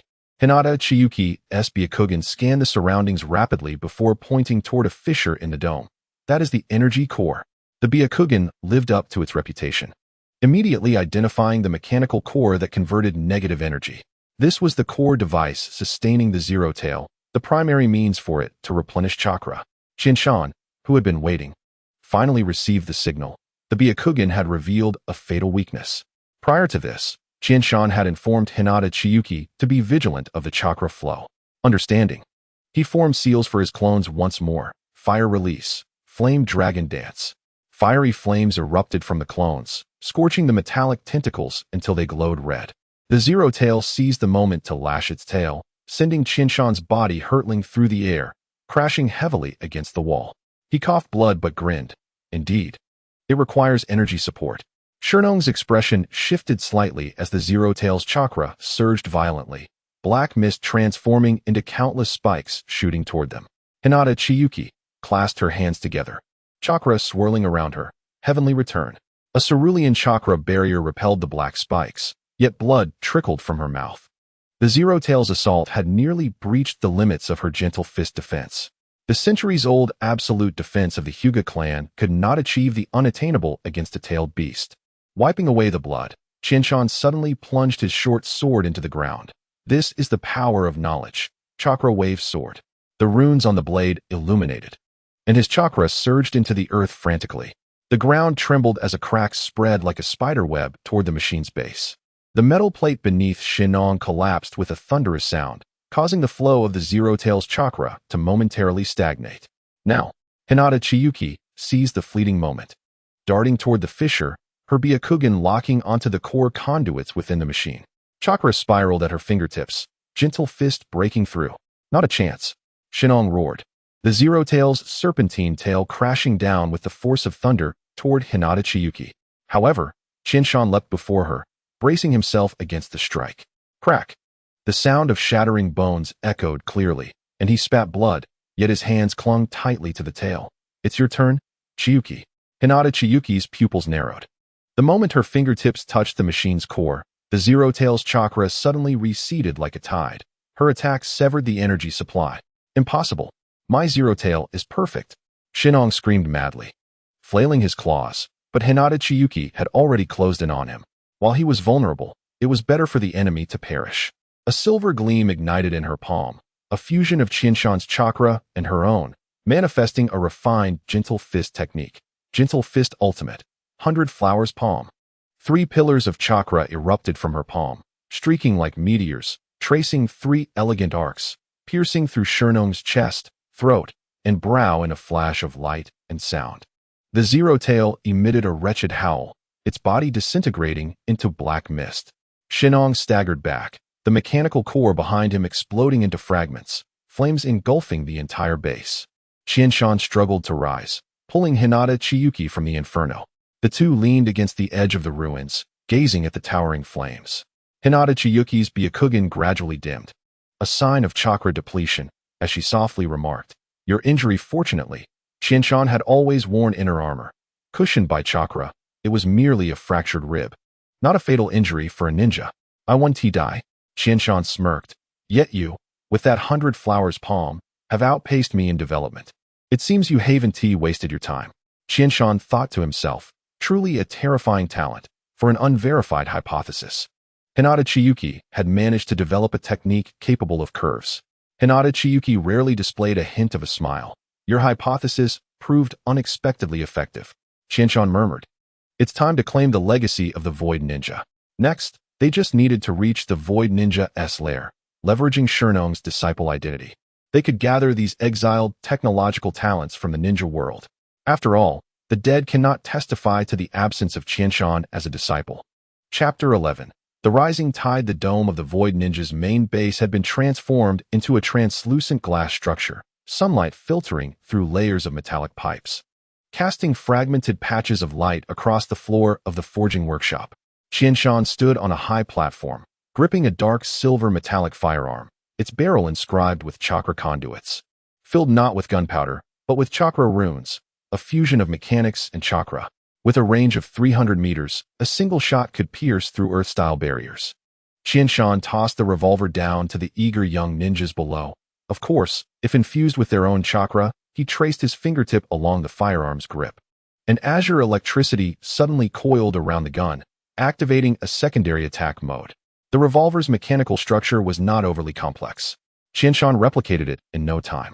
The challenge lay in merging it with chakra, transforming the revolver into a chakra weapon. He spent nearly a year mastering the nature transformation of chakra and employing sealing techniques to complete the chakra crystallization charging. He had created this epic-making revolver version 10. Thanks to the generally excellent physical condition of ninjas, otherwise, the powerful recoil would be quite difficult to manage. Next, the task was to find a way to mass-produce it. This responsibility would fall to the future of the ninja world, Qinshan mused, feeling rather old-fashioned. Once these individuals are armed, wielding chakra revolvers, and having undergone basic training, they possess the capacity to threaten even the Chunin with death. An organized assault by such a ninja squad would pose significant challenges even for seasoned jonin. Utilizing these weapons is remarkably simple. One merely needs to harness a minimal amount of chakra. In the ninja world, nearly everyone possesses chakra, yet to become a genin, one must adeptly wield fundamental ninjutsu, which necessitates a certain level of chakra quantity and manipulation. Not everyone can ascend to the rank of ninja, as there are stringent requirements for talent. The experimental field erupted in cheers. Young ninjas took turns firing, the lightning of their shots tearing blackened fissures in the targets. Hinata Chiyuki leaned against the wall with her arms crossed, her Byakugan scanning the crowd from behind her sunglasses. She could clearly perceive the chakra coursing through these young individuals, a blend of excitement and admiration starkly contrasting with the lifeless chakra flow of the time-space ninjas she had encountered a year prior. This weapon boasts a significantly greater range than shuriken. The reloading process is also far swifter. The buzz of conversation rose and fell with each gunshot. As Chiyuki descended from the platform, several youthful ninjas were so moved they teared up. Most hailed from the lower ranks of the Konin, previously relegated to serving as cannon fodder with outdated flying ninja tools, but now they were learning to operate chakra machine tools and participating in the development of new weaponry. The decentralization of power and knowledge ignited this steel fortress like wildfire. Yet, shadows always lurked behind the light. Bang! The iron door of the forge workshop was forcefully pushed open, and a bloodied young ninja staggered and fell to his knees. Rebellion in the East District warehouse. Chiyuki's pupils contracted sharply as she exchanged a glance with Hinata Chiyuki. She nodded slightly, the two silently communicating through a shared understanding, a reflection of life and death. Chiyuki felt a sense of relief. He believed in the true goodness and beauty of humanity, yet he never underestimated the greed that resides in the human heart. Some can restrain themselves, while others revel in excess. He had offered those individuals opportunities and awaited their choices, knowing that the former high-ranking officials, stripped of their privileges, would not relent easily. If they remained silent, Chiyuki would have limited recourse. After all, he couldn't push too hard without jeopardizing organizational unity. However, now that they had chosen to act, they had handed him the knife. If they were willing to sacrifice their lives for their cause, he could only reluctantly oblige them. Praising their resolve, proceed as planned. Hinata Chiyuki's voice remained cold, yet her figure transformed into a fleeting shadow as she darted towards the passage. The veins on her forehead slightly bulged as her Byakugan pierced through layers of obstacles, revealing the scene of chaos. Over 30 masked ninjas were assaulting the medical team. Chiyuki smirked, twirling the chakra revolver elegantly in his palm, saving him the trouble of target practice. Boom! The explosion sent the warehouse's iron door flying, and 5 shadowy figures burst forth through the thick smoke. The leader, a masked figure wielding a kunai embedded with wind-release runes, shouted fiercely, "What nonsense is this reform? Ninjas should decide battles with ninjutsu." The rebels behind him simultaneously formed seals, intertwining fire and wind release into a raging inferno. Hinata Chiyuki's Byakugan suddenly narrowed. The chakra flowing through these individuals was abnormally violent, indicating they had consumed enhancement drugs. With a delicate tap of her toes, she sliced through the wall of flames with the wind of her gentle fists, only to be intercepted by an earthen wall before reaching her foes. "I've been waiting for you, you lurking scoundrel." A hoarse laugh resonated from the second floor of the warehouse. The one-eyed elder, leaning on a cane, revealed himself. It was the former Grand Elder of the Konin. "Do you really think you can turn the tide with these toys?" Chiyuki suddenly displayed a mocking smile, forming a single hand seal. From the direction of the forge workshop came the mechanical roar of dozens of new flying wings slicing through the sky, as young ninjas descended armed with chakra revolvers. Their bullets intertwined to form a cerulean electric net, incapacitating the rebels' outdated ninja tools. They were the ambush Chiyuki had long prepared. The elder's single eye almost bulged with disbelief. How is this possible? These lowly peasants were only learning basic seal techniques 2 days ago. Knowledge is the true power, Chiyuki replied, lifting his hand to shatter the core mechanism with a single shot. Hinata Chiyuki's gentle fist had already penetrated the earthen wall, accurately striking the elder's pressure point. "You have mistaken strength for a mere decoration of privilege, while we..." She swept her gaze over the battle-worn faces of the young ninjas, transforming their plight into a key for changing their fate. As the last rebel was subdued, an alarm suddenly blared from the warehouse's overhead speakers. Chiyuki's expression changed. The infrared barrier in the core power room had been triggered. "Draw the tiger from the mountain." Hinata Chiyuki's Byakugan pierced through the building, revealing a hunched figure installing an explosive seal near the power furnace. The third elder's face, marred by age spots, bore a manic grin as he clutched a chakra aggregation device stolen from Chiyuki's laboratory. He intended to perish alongside them. For the first time, a tremor of uncertainty flickered in Hinata Chiyuki's voice. At this distance, even using the reversal technique would be too late. Bang! Gunshots and explosions rang out simultaneously. On the exterior wall of the power furnace, blood blossomed from the center of the third elder's forehead. Ryoko maintained her shooting stance, the barrel still smoking. She had received Chiyuki's orders long ago and had been guarding this spot. She had only aligned herself with Chiyuki 6 months prior. She had witnessed the changes in their lives, the gradually abundant dishes on the dining table, the updated weaponry in their hands, and most impressively, Chiyuki's ideals. He treated them as human beings, not mere tools.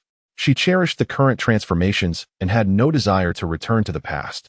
The young ninjas raised their weapons, erupting into thunderous cheers, their voices resounding through the steel fortress.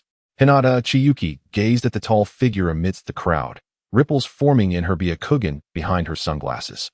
She suddenly recalled that night in the cave, beads of sweat on Chiyuki's forehead illuminated by the firelight as he meticulously inscribed seals.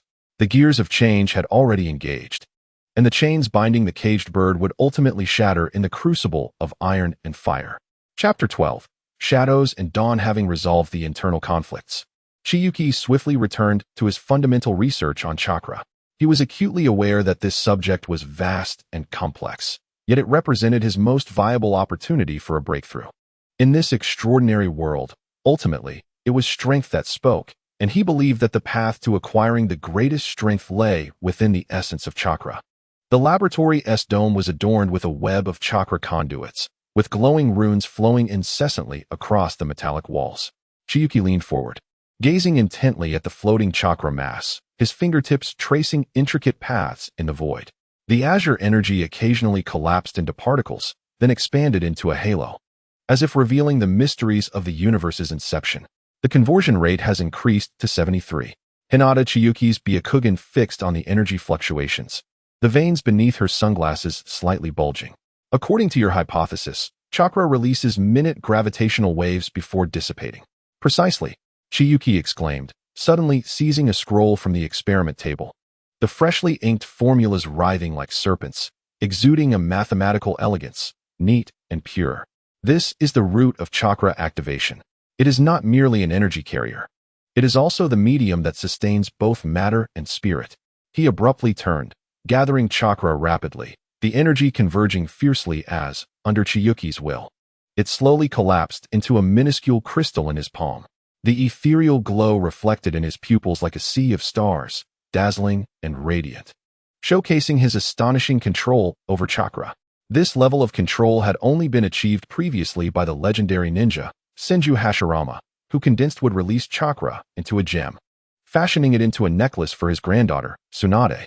Hinata Chiyuki took the crystal, her Byakugan penetrating its microscopic structure. You have re-anchored the dissipated chakra using gravitational waves. Much like capturing morning dew with a spider's web. Qianshan embedded the crystal stone into the chamber of his revolver, causing ripples to dance along the gun's surface. The energy density of this chakra crystal far surpassed that of the elemental chakra. Outside the window, the thunderous roar of steam machinery echoed. Through the bulletproof glass, one could observe the newly established pharmaceutical workshop processing raw materials. Workers clad in gray uniforms operated chakra furnaces, grinding the crystals into a pale blue powder. At the end of the assembly line, vials bearing the emblem of dawn were being packed into crates adorned with various ninja village insignias. The chakra revolver in Qianshan's hands buzzed with the resonating chakra within the chamber, as if struggling to contain the powerful chakra resonance. It was time to notify Ryozi to initiate the web-weaving plan and reveal to the ninja world just how sharp knowledge could be. Outside the glass dome, storm clouds began to gather. When the first bolt of lightning struck, it illuminated the freshly painted slogan on the factory wall, with truth as the blade. Shatter the millennium's barriers. Upon receiving Qianshan's orders, Ryozi swiftly set her plans into motion. She assembled 5 teams, preparing to journey to the capital of the land of Earth. Disguised as merchants, they were not merely pretending. Her mission was indeed to conduct business in the land of Earth. The war in the ninja world had yet to subside, and the most crucial commodities on the battlefield remained weapons and medicine. The importance of weapons was self-evident, as superior weaponry could enhance a military's combat effectiveness.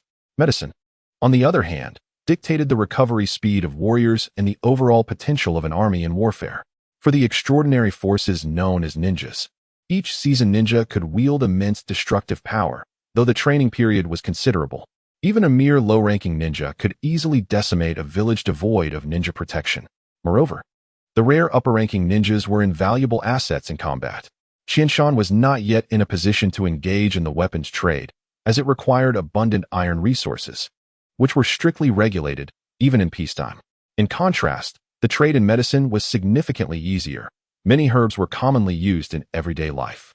Qianshan intended to sell not ordinary healing salves, but a restorative potion he had recently developed, a chakra recovery agent.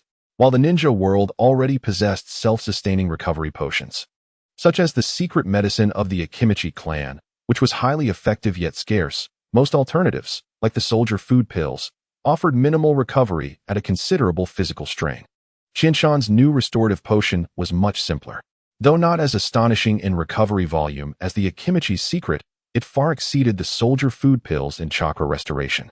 Its effects were gentle, with minimal side effects, allowing for multiple doses during combat. In addition to chakra recovery, the restorative potion possessed trace healing abilities, albeit not as immediate as medical ninjutsu, but still beneficial. Compared to existing similar medicines, it was a substantial leap forward. The capital of the Land of Earth appeared more solemn than before, with heightened vigilance due to the ongoing war, though not overly strict. As the relationship between the Rock Village and the Land of Earth was essentially one of employment, ninja skirmishes rarely reached the capital. This peculiar warfare was unique to the ninja world. The movements of Ryozi and her team did not attract much attention in a capital city. How could a mere dozen individuals raise alarms? After securing a place to stay, Ryozi dispatched her team to gather intelligence and seek suitable agents. Grey Earth, a noble's illegitimate son, was a common enough sight in noble circles, lacking a family name. While he could not bear the honor of his family's surname, his father had shown him affection by providing him with a pharmaceutical business. Grey Earth was fiercely ambitious, not for himself, but for his mother. He understood that if he excelled, his mother could enjoy a better life within the estate. Fortune had not entirely forsaken him. Through years of perseverance and keen insight, Grey Earth had expanded his pharmaceutical business, gaining a share in the military procurement of the Rock Village, thereby improving his mother's circumstances. Yet, he yearned for more. Feeling a sense of discontent within, he could endure the scornful gazes and disparaging remarks about his lineage, but he could not accept it. This was an indomitable spirit from the depths of his soul. As Ryozi reviewed the gathered information, several profiles of pharmaceutical merchants came into view. Grey Earth's profile may not have been the most impressive, yet upon reading his introduction and brief history, Ryozi felt that this illegitimate son could be of greater assistance to Lord Qianshan's mission. She resolved to make contact with Grey Earth, considering him as a potential agent in the Land of Earth, and instructed her subordinates to deliver a letter of introduction. Lord Grey Earth, the steward announced as he entered. Bowing respectfully, Grey Earth was reviewing the quarterly business documents. He was of average height and slender build, yet possessed striking features inherited from his mother. His most notable trait was his pair of eyes, filled with the weight of worldly experience, yet still glimmering with untamed spirit. "What is it?" His voice was deep and resonant, instilling a sense of trust. "There is a merchant group called Dawn Commerce that wishes to visit you regarding a business proposition." The steward replied, "Dawn Commerce? I have not heard of this guild before. There is no such guild in the Land of Earth, is there?" "Indeed. They claim to be from outside the region, seeking to expand into the Land of Earth.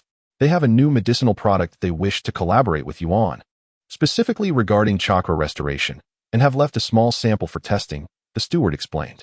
"Take the sample for testing and provide a detailed effectiveness report." "Understood, my lord." The steward bowed and exited. Chapter 13. Wings of Dawn. Grey Earth's fingers unconsciously traced the rim of a crystal cup, the amber liquid within glimmering softly in the candlelight. The experimental report presented by the steward lay open on the table, the ink still drying, its contents stinging his eyes. The chakra recovery efficiency is 37 times that of soldier food pills. In addition to chakra recovery, there are trace healing effects equivalent to a quarter of the healing effects of the healing palm technique. Side effects are minimal discomfort, with noticeable exhaustion after 3 consecutive uses within a short time frame, leading to a state of extreme weakness. This was undoubtedly a revolutionary medicine, with sufficient quantities. It could entirely alter the dynamics of the battlefield, drastically reversing the strategic situation for the Rock Village. It was also a significant stepping stone for Grey Earth's ascendance. "My lord, The samples have been distributed to 3 underground clinics for testing, and the results are consistent, the steward added quietly. The Rock Village has also expressed interest in long-term procurement. Grey Earth was not surprised that the Rock Village had caught wind of this development. As one of the 5 great ninja villages, the Rock Village had the most intelligence operatives in the land of Earth, followed closely by Konoha. Given the remarkable efficacy of the medicine, the possibility of information leakage at various testing stages was high. If the Rock Village did not know about this, Grey Earth would find it odd.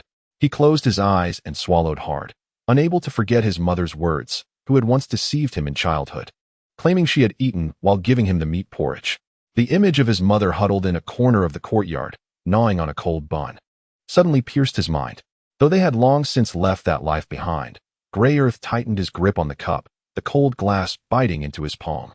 He had to seize this opportunity. Succeeding in this matter would significantly elevate his status and identity. He hoped his mother could feel proud of him. "Prepare the carriage. We are heading to the West Inn," he declared, rising abruptly, the black robes sweeping up the candlelight, mirroring his excited heart. "Tell the people from Dawn Commerce that I will personally inspect the goods." Ryozi sat in the tea house on the second floor of the inn, her fingertips lightly tapping the table. Outside, a gentle rain fell, and the distinctive red sandstone walls of the land of Earth glowed with a blood-like hue in the downpour. As the sound of a cart rolling over the cobblestone path echoed, she discreetly slipped a chakra crystal into her sleeve. Lord Xianshan had once stated that the essence of negotiation lies not in leverage, but in instilling in the opponent the belief that you could overturn the table at any moment. "Mr. Jutsu, it is an honor to meet you," Liangzi remarked, rising to bow. Her voice, cold as steel, betrayed her decisive nature while maintaining impeccable decorum. "It seems our morning dew has met your satisfaction?" Jutsu's gaze traversed the bodyguards beside him, who exchanged a prearranged subtle expression, causing Jutsu's pupils to constrict. The danger posed by this woman exceeded expectations. She exhibited a remarkable chakra response, her strength rivaling that of a seasoned jonin. Furthermore, the potion she held was the key to uprooting the entire military supply market in the land of Earth. Suppressing the tumult of his heart, he donned the customary merchant's courteous smile. "Miss Liangzi, you jest. Collaboration requires a thorough examination of quality." 10 vials of azure potion were arranged upon the tea table, and Jutsu gestured for the accompanying apothecary to step forward. The liquid in the glass tubes shimmered with starlight upon the infusion of chakra, prompting the apothecary to gasp in astonishment. "The purity surpasses that of the sample." Liangzi extended 3 fingers, indicating her terms. "We shall supply 500 vials monthly, payment upon delivery. Only cash or chakra metal transactions are accepted." Jutsu's fingertips trembled slightly. The Warmad faction of a Wagakure would swallow a price double that amount to enhance their combat capabilities. Yet, he feigned a sigh, shaking his head. 300,000 Rio per vial is exorbitant, especially with the current pressing war situation. Is it not the land of lightning that faces dire straits? Liangzi leaned in slightly, whispering a series of numbers into Jutsu's ear. His expression shifted dramatically, reflecting the sudden revelation. Last month, he had illicitly transported 2 carts of hemostatic herbs to Youngakure, and she had just disclosed their task number from the black market. As the teacup clattered to the ground, Jutsu felt cold sweat trickling down his neck. This woman had unearthed smuggling routes even a Wagakure could not trace. A sudden smile graced her lips. "Today we shall sign the contract. But I wish to add a clause. I desire to become your exclusive agent in the land of Earth." In the depths of his study late at night, Jutsu secured the contract in a hidden compartment. Moonlight streamed through the stained glass window, casting shadows across his uncertain visage. The Dawn Trading Company was indeed shrouded in mystery. The lack of information was perplexing. A young woman like Liangzi, possessing Jonin-level strength at such a tender age, could not possibly be an obscure figure. Jutsu could never have anticipated that Liangzi possessed the chakra crystal, a unique means to disrupt perception, to issue bounties in the black market. He caressed the Dawn emblem on the potion bottle, whispering to the ninja cloaked in shadow, "Uncover the forces behind this trading company, and ensure that the wandering ninja destined for an untimely demise is assigned the task." Jutsu's curiosity about the power behind the Dawn Trading Company was piqued. Yet he was not a fool. He understood the necessity of distancing himself from such matters. In the task hall of a Wagakure, a one-eyed ninja donned in a straw hat accepted the scroll. The ink of the latest task posted in the commission column had yet to dry, B-rank investigation task. Track the source of the Dawn Trading Company's goods. With a deadline of 30 days. The figures in the reward column prompted gasps from those nearby. The one-eyed ninja licked his cracked lips as a kunai engraved with cloud patterns slipped from his sleeve, a trophy from a fallen leaf ninja last year. Interesting. He rasped with a low chuckle, the scars on his face obscured by the shadow of his hat. As the rain intensified, the torches on the city walls of the land of Earth flickered in the wind, resembling fireflies struggling against the storm before its onslaught. Jutsu stood on the second-floor corridor of the apothecary workshop, gazing down at the industrious workers on the assembly line. The pale blue liquid flowed through the glass tubes, akin to a luminescent stream. He caught a droplet that splashed down, feeling a subtle chakra fluctuation on his fingertip. Such craftsmanship was beyond the grasp of ordinary merchants. What progress has been made in the analysis of the potion? Are we approaching the possibility of replication? While acting as a middleman was lucrative, possessing such an exceptional morning dew would undoubtedly be ideal. Lord Jutsu, we have roughly identified the primary components of the potion. They are similar to the main materials of the military provisions pill. However, in our preparations, the current effects can only reach a maximum of 115 of the military provisions pill's efficacy, far from the potency of the morning dew. A researcher clad in a lab coat, glasses perched on his nose, handed Jutsu a report, his astonishment evident at the new potion provided by Jutsu.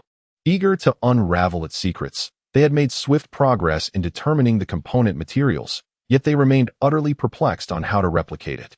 After numerous attempts, producing a potion equivalent to 115 of the military provisions pill had been their best experimental result. It was clear that the task would not be simple. Jutsu approached it with a mindset of cautious experimentation. The individuals from the Dawn Trading Company were not simpletons. Such a cash cow would not be easily deciphered. They would have to reverse engineer the components. All right, everyone, thank you for your hard work. This research can continue gradually. Please take a 3-day break to relax. Jutsu granted the researchers a respite, recognizing their value as precious assets who should not be overworked. Chapter 14. The critical point. Liangzi established the agency channels for the Dawn Trading Company across the 5 great nations, while Qinshan was equally industrious, diligently advancing the research into the essence of chakra. The metallic pipes of the laboratory dome emitted a faint hum, the chakra conduits weaving a web that trembled in the ethereal blue light. Qinshan embedded the final rune chip into the observation device, sweat dripping from his chin onto the metallic surface, sparking faintly. He gazed at the chakra cluster suspended within the energy field, his pupils reflecting the starlight emitted during the collapse of particles. Conversion rate, 813. Dissipation time reduced by 15 seconds. Hinata Chiketsu's Byakugan pierced through layers of energy waves, her sunglasses sliding down her nose unnoticed. Her slender fingers swiftly recorded notes in the experimental log, the sound of pen on paper mingling with the hum of machinery, resonating clearly in the silent laboratory. The Byakugan's insight proved unexpectedly beneficial for this chakra research. The Otsutsuki bloodline granted her observational prowess surpassing that of an optical microscope, allowing her to focus at will. Hinata Chiketsu noted that with the recent intensive usage of her Byakugan, her visual acuity had significantly improved compared to before, and her overall strength had seen a slight enhancement. For a ninja of her caliber, even the smallest progress was noteworthy. Suddenly, the chakra cluster within the energy field trembled violently, its ethereal blue glow shifting to a deep crimson. Qinshan's pupils constricted, his hands forming seals in rapid succession. Anchor the chakra force field. The rune chip illuminated brilliantly, the collapsing chakra forcibly solidifying into a rhomboid crystal just before its annihilation. Hinata Chiketsu's gentle fist swept across the experimental table, triggering the emergency stop mechanism, which blared a piercing alarm.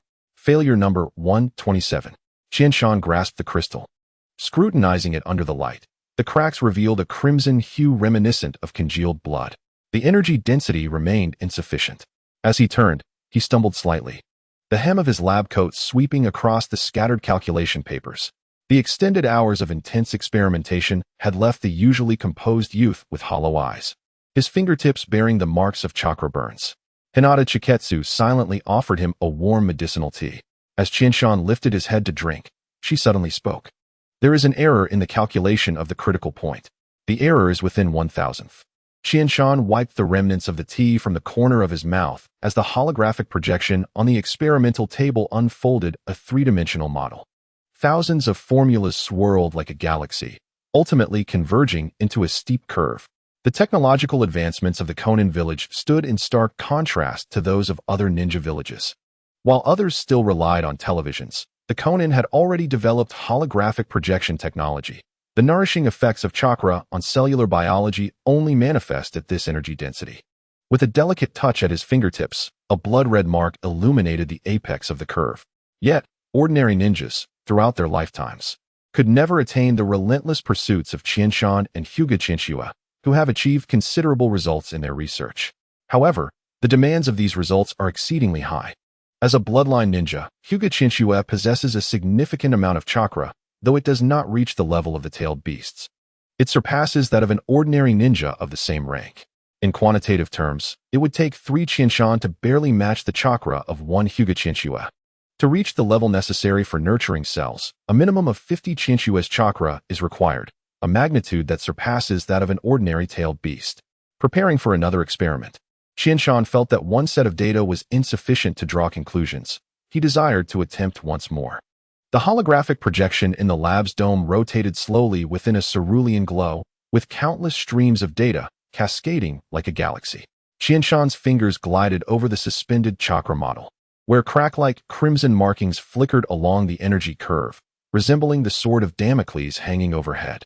Hyuga Qianshue's Byakugan pierced through layers of runes, clearly observing the tremors of particles within the chakra mass, energies that were meant to nourish cells but now exhibited a collapse effect due to excessive compression. The path of quantitative change proved unfeasible. Qianshan slammed the experimental log onto the table, the still wet ink of the equations scattered in disarray. Even if all the chakra of the 9 tails were infused into a body, the nurturing effect would merely reach the threshold of critical point. Moreover, chakra not originating from one's own body might lack adequate resonance with the physical form, necessitating a geometric increase in quantity.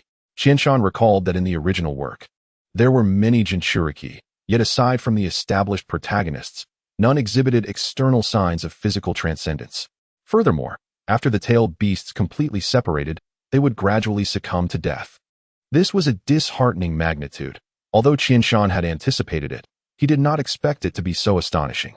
He knew that the Uzumaki clan possessed a jutsu called the In sealing technique, capable of storing chakra within the body to maintain youthfulness. Tsunade and the first Hokage's wife mastered this technique. Naturally, Qianshan did not possess such advanced ninjutsu during his time in Konoha. He speculated that the principle of this technique likely utilized similar mechanisms, and with such a vast amount of chakra sealed within, the nurturing effects on cells should be rather limited. Qianshan's vision was to allow chakra to directly nourish cells without the hindrance of sealing techniques. Such nurturing effects would undoubtedly be remarkable. However, how to achieve that level of chakra remained a monumental challenge. Ninjas typically maintain only a small reserve of usable chakra for emergency jutsu, extracting larger amounts only in battle. It is not that ninjas do not wish to retain substantial chakra at all times, but rather that chakra, as a form of energy, tends to dissipate. The more chakra one extracts, the greater the loss. Without techniques like In sealing or being a Jinchuriki, ninjas would not retain large quantities of chakra, as it would be a colossal waste. The technique Qianshan developed, breath consolidation, effectively contained his fluctuations, yet he could not maintain a significant amount of chakra within his body long term. He firmly believed that excessive chakra usage severely depletes vitality. It is a strain on the body. His control over chakra was exceptional, and his usage of it was notably frugal, perhaps too frugal. This allowed him to utilize techniques like the Rasengan, which demanded robust chakra control, yet he seldom employed it, deeming it too extravagant. This, of course, was also related to his limited capacity for full exertion. Thus, in past battles, Qianshan predominantly relied on swordsmanship and physical techniques, scarcely utilizing ninjutsu. Now, the research findings demanded an astronomical quantity of chakra for realization, leaving Qianshan at a loss. He was aware of a miraculous substance in the ninja world known as Hero's Water, which purportedly could exponentially enhance chakra, yet those who consumed it were said to perish. His memories of this plotline were scant, and he was reluctant to gamble with his life. Nevertheless, he was also unwilling to abandon hope easily. He harbored another hypothesis. If a critical quantity of chakra could nourish cells, might there also be a critical quality of chakra? In the original work, the Sage of Six Paths, Madara, could resurrect himself upon acquiring the powers of the sage. Logically, both quantity and quality should possess critical thresholds. While Qianshan currently lacked effective means to explore the critical point of quantity, he had numerous ideas regarding the critical point of quality. Hyuga Qinshue had long noted that his chakra was unusually refined. During their training sessions, 1 unit of Qianshan's chakra often yielded effects equivalent to 3 units of Qianshue's. Qianshue had always found this curious. Qianshan speculated that this might be linked to his soul, as chakra is a fusion of physical and spiritual energies.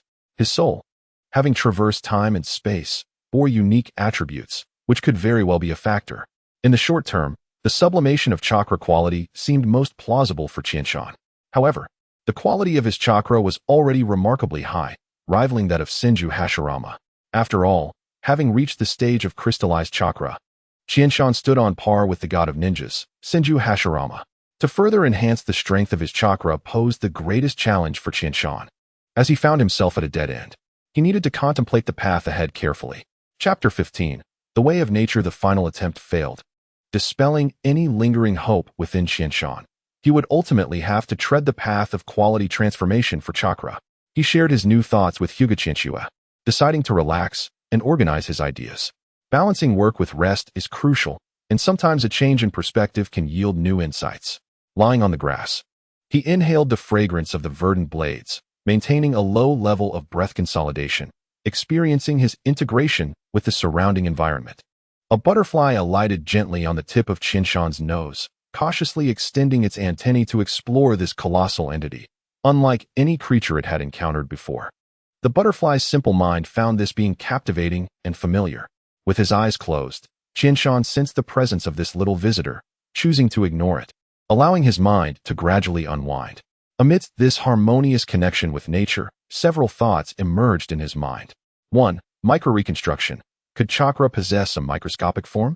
Chakra is formed from the amalgamation of physical and spiritual energies, yet neither Qianshan nor Hyuga Qianshue have ever actively intervened in the synthesis process. The combination occurs naturally as long as physical and mental stamina are adequate. However, what if one were to control the proportions of these two energies? Might there be new transformations in chakra? The original work mentions sage chakra, which is said to incorporate natural energy into the blend of physical and spiritual energies. Qianshan had fantasized about being a genius capable of sensing natural energy, but unfortunately, he could not yet perceive it. Even if he could, he would hesitate to absorb it, as improper absorption of natural energy in the original narrative could turn one to stone. 2. Spiritual purification. The physical and spiritual energies construct chakra. Would enhancing the quality of these energies lead to a transformation in the quality of the synthesized chakra? Qianshan's body had not yet reached its limits, but he was acutely aware that his physical potential, developing naturally, could never surpass that of Hyuga Qianshue, who possessed the rare Otsutsuki bloodline. Qianshan had already confirmed in his experiments that this body bore no other bloodlines. However, the spirit of Qianshan is distinct. Qianshan can continue to purify his spiritual energy, and he seeks ways to acquire the legendary Jutsu of Konohagakure. 3. Chakra resonance. During the exploration of the essence of chakra, Hinata Qianshue once mentioned that the Byakugan observed the gathered chakra emitting external energy radiation, which appeared as ripples reminiscent of water waves. Qianshan speculated that this ripple phenomenon indicates the possible existence of a microscopic shockwave within chakra. If he could unify this oscillation, allowing chakra to resonate, it should enhance the energy variation of the chakra radiation and lower the threshold of its critical point. 4. Qianshan felt different inspirations bursting forth within his mind. As the fog of uncertainty seemed to disperse like a gentle breeze, a phrase gradually surfaced in his thoughts. Man follows the earth follows heaven. Heaven follows the Tao, and the Tao follows nature. Ultimately, everything must return to the observation of the world. Qianshan relished this feeling. How could he easily give up on such a mysterious world filled with countless possibilities?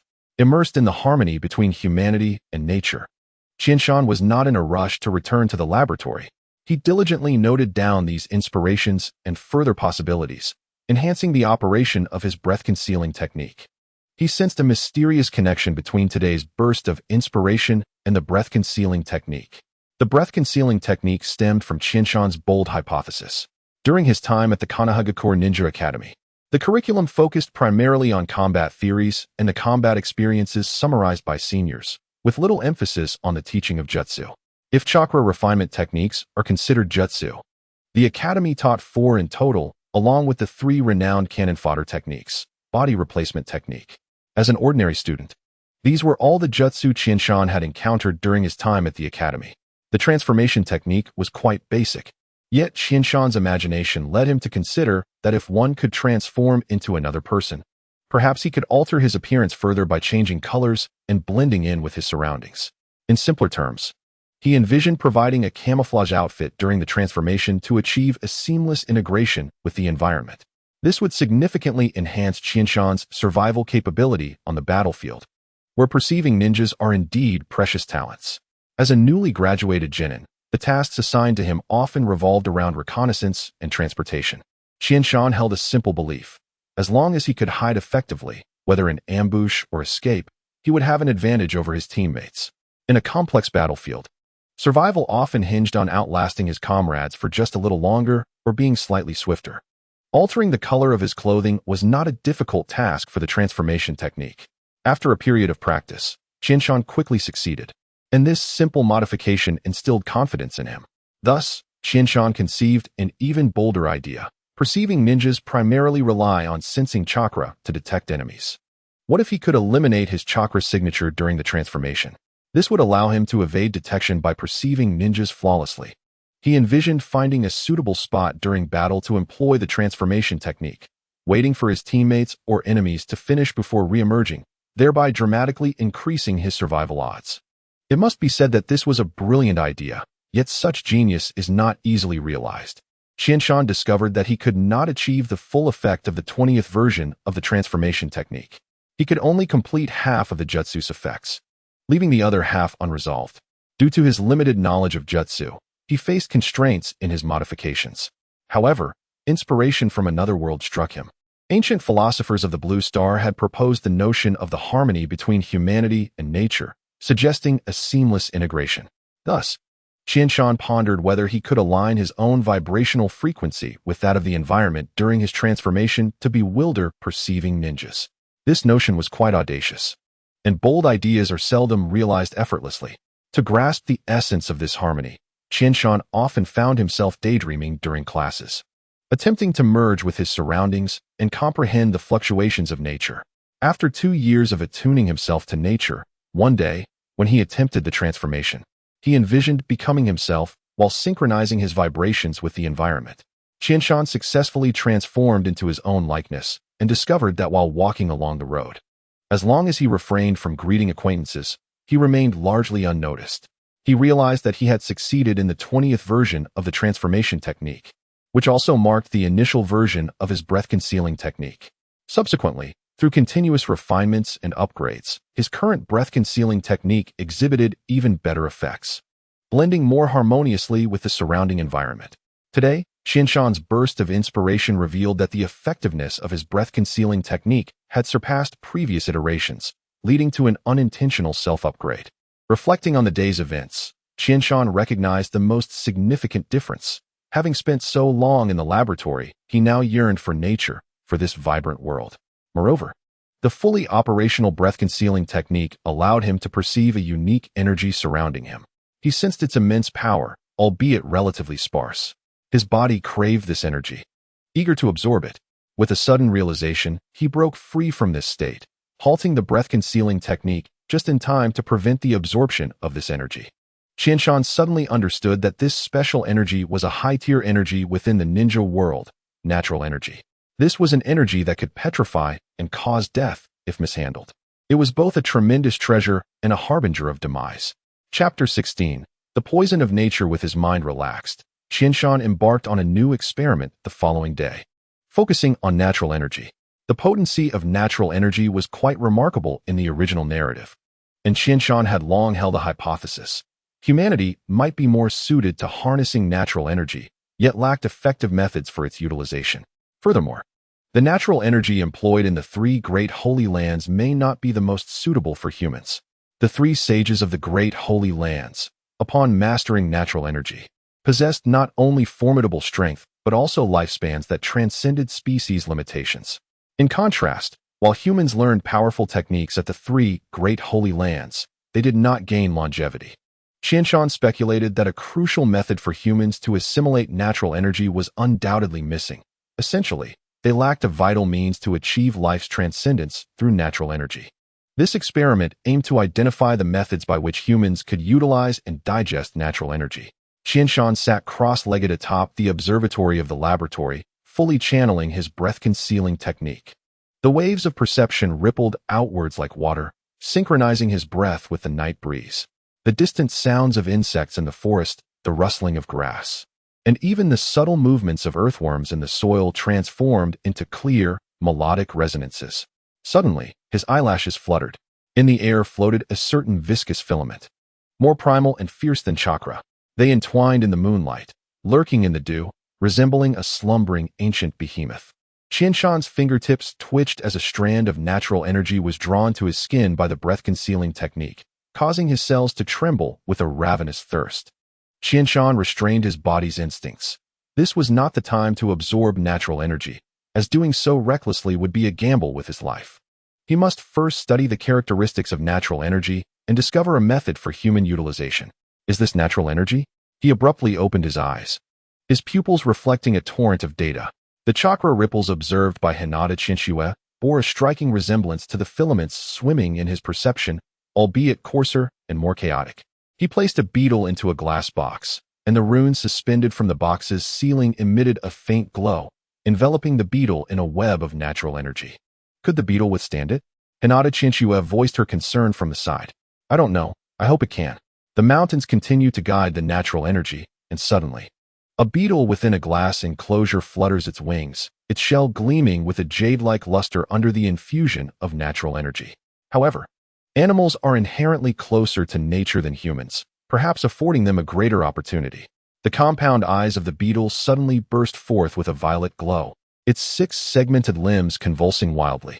Under the watchful gaze of the two observers, its wings disintegrate into stone fragments, its body stiffening inch by inch until it transforms into a lifelike statue.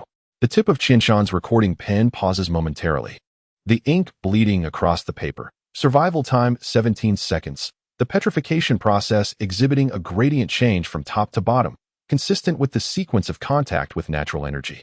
Hinata Koyuki crossed her arms, remarking with a teasing tone, "You are more cautious than I anticipated. I thought you would absorb the natural energy first. Science demands experimentation, and truth requires practice, yet life is singular." Qianshan opened the second cage, revealing a gray rabbit with ruby-like eyes reflecting a matrix of runes. This specimen, labeled 002, Snow Rabbit, Adult, was fixed upon the surgical table, chakra conduits piercing its spine. As Qianshan activated the apparatus, Koyuki's Byakugan clearly observed invisible waves interfering with the gray rabbit's chakra, its chakra meridians suddenly twisting into a bizarre spiral. This intangible wave, observable only through other energy reactions in the current Byakugan, was likely the natural energy Qianshan described. Convinced that insects were too feeble, providing scant information, Qianshan surmised that enhancing the strength of experimental subjects might yield different results. A sudden shriek shattered the silence.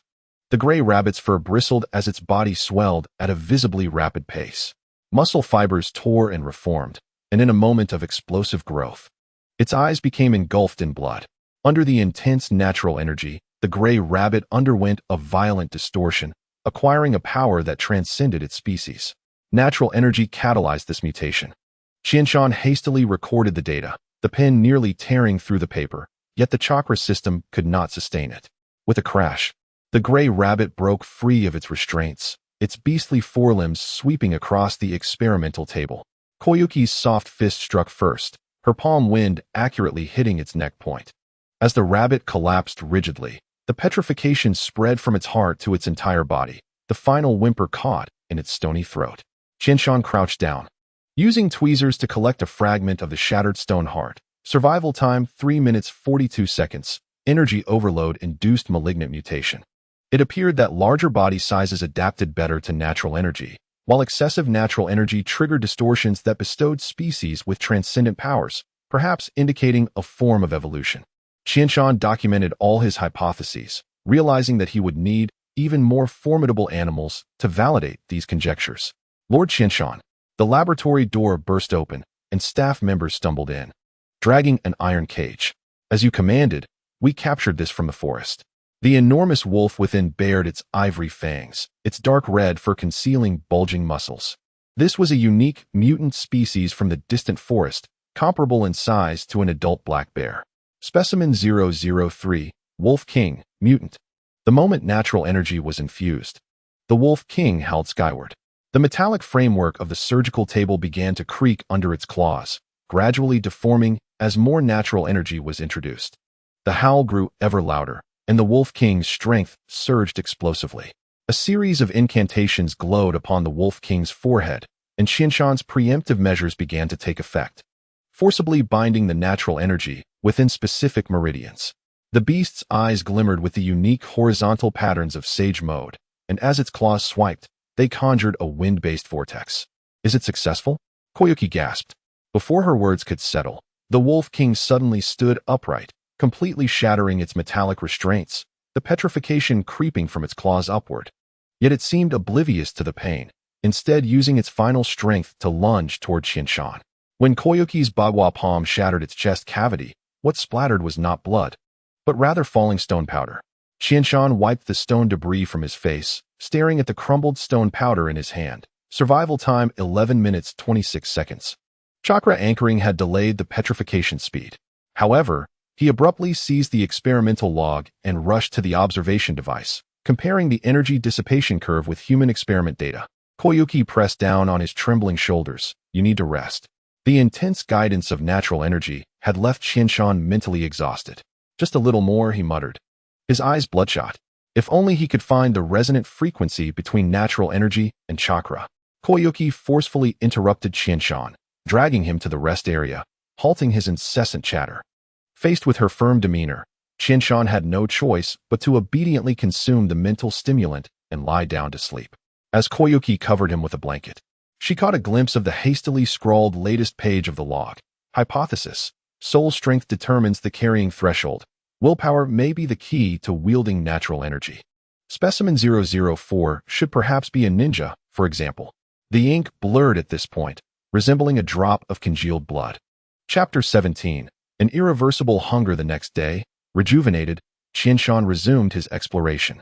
The filtering glass of the laboratory's dome refracted sunlight into a gentle golden cascade, and the energy monitoring screen pulsated with fluorescence in Qianshan's pupils.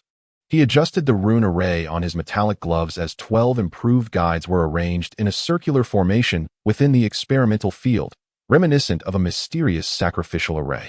The concentration remained constant at 0.3, with an energy dissipation rate below 0.05. Koyuki's voice trembled with excitement, her recording board reflecting the brightness in her eyes.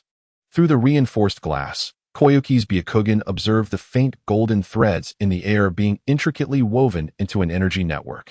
This was their construction of a natural energy cage to assist the Byakugan in observing natural energy phenomena more effectively. The principle was simple. By enhancing the invisible light in the experimental area, any fluctuations in natural energy would disturb the light particles, enabling Koyuki to observe changes in natural energy through these disturbances. Specimen 004. Wild boar, adult male. The dull thud of the wild boar's tusks against the iron cage abruptly ceased. The moment Qianshan activated the energy absorption technique and directed natural energy into it. This ferocious beast suddenly curled up like a cub, its moist nose pressed tightly against the energy output. The monitoring screen displayed a sharp rise in chakra activity, with the cell division rate curve nearly breaking through the holographic projection. It was actively converting energy. Koyuki gripped her recording pen tightly, the tip tracing excited zigzags on the paper. The wild boar's bristles shimmered with a pearlescent glow, its muscle fibers undulating beneath the skin as if some ancient bloodline was awakening. As Koyuki's Byakugan detected the first petrified cell, she instructed Qianshan to decisively cut off the energy. The wild boar suddenly surged, slamming into the iron cage, the alloy bars twisting into an abstract sculpture beneath its tusks. Koyuki inhaled sharply. The petrification of its skin has not ceased. The free energy is spontaneously permeating. Once the natural energy lost its guidance, it surged into the wild boar's body with even greater ferocity, akin to thousands of swallows finding their home, rushing into a single nest. Koyuki witnessed an astonishing sight. The faint golden threads in the air were wildly rushing into the wild boar through its expanding pores. When the petrification reached its heart, the 400-pound body collapsed with a thud, its forelegs remaining poised as if still clawing at the energy input, as though in its final moments. It was still chasing the shadow of evolution. Cell memory effect. Shinshan's voice echoed through the laboratory as he shattered the petrified toe bone of the wild boar. The honeycomb structure within the fragments shimmered under the microscope, these energy pores resembling capillaries, proving that the organism actively reconstructs its body to accommodate natural energy. Subject 005. The brown bear, hibernating individual. The observation window of the low-temperature chamber was encrusted with frost, while 6 chakra crystals on the bear's collar radiated a celestial glow. As natural energy surged in, the vital signs displayed on the monitoring screen fluctuated violently. The core body temperature soared from 5 to 41 degrees. The technician's voice rose sharply. The bear's substantial layer of fat churned like molten lava, and its atrophied muscles visibly swelled with newfound vigor. Shinshan excitedly pointed at the holographic projection. It is converting energy through its hibernation metabolic mechanism. At this moment, Hinata Chiyuki preemptively halted the energy infusion before the bear could begin petrification. In that fleeting instant when the energy supply was cut off, the 3-meter-tall behemoth rose upright. Hinata Chiyuki's bagua palm erupted against its chest, scattering ice crystals. Yet the bear relentlessly continued to draw upon natural chakra. The influx of energy intensified, and soon the bear's paws began to petrify. The chakra collar around its neck emitted a brilliant azure light as chakra flowed into the bear, vying for control over its body against the encroaching natural energy. However, faced with the overwhelming tide of natural energy, the bear succumbed to its inevitable fate of petrification. 22 minutes and 17 seconds. The recorder's voice trembled, indicating a notable increase in data, suggesting that a significant amount of chakra could effectively suppress the erosion of natural energy. The team gazed at the colossal creature, now transformed into a roaring statue, its drooping azure crystals shimmering under the moonlight, as if holding ancient keys. The external chakra device had effectively mitigated the petrification process, allowing the subject to endure for over 20 minutes for the first time. This experiment marked a qualitative leap. Subject 006. The war elephant, beast of the shinobi. Several tons of the colossal elephant entered the testing ground.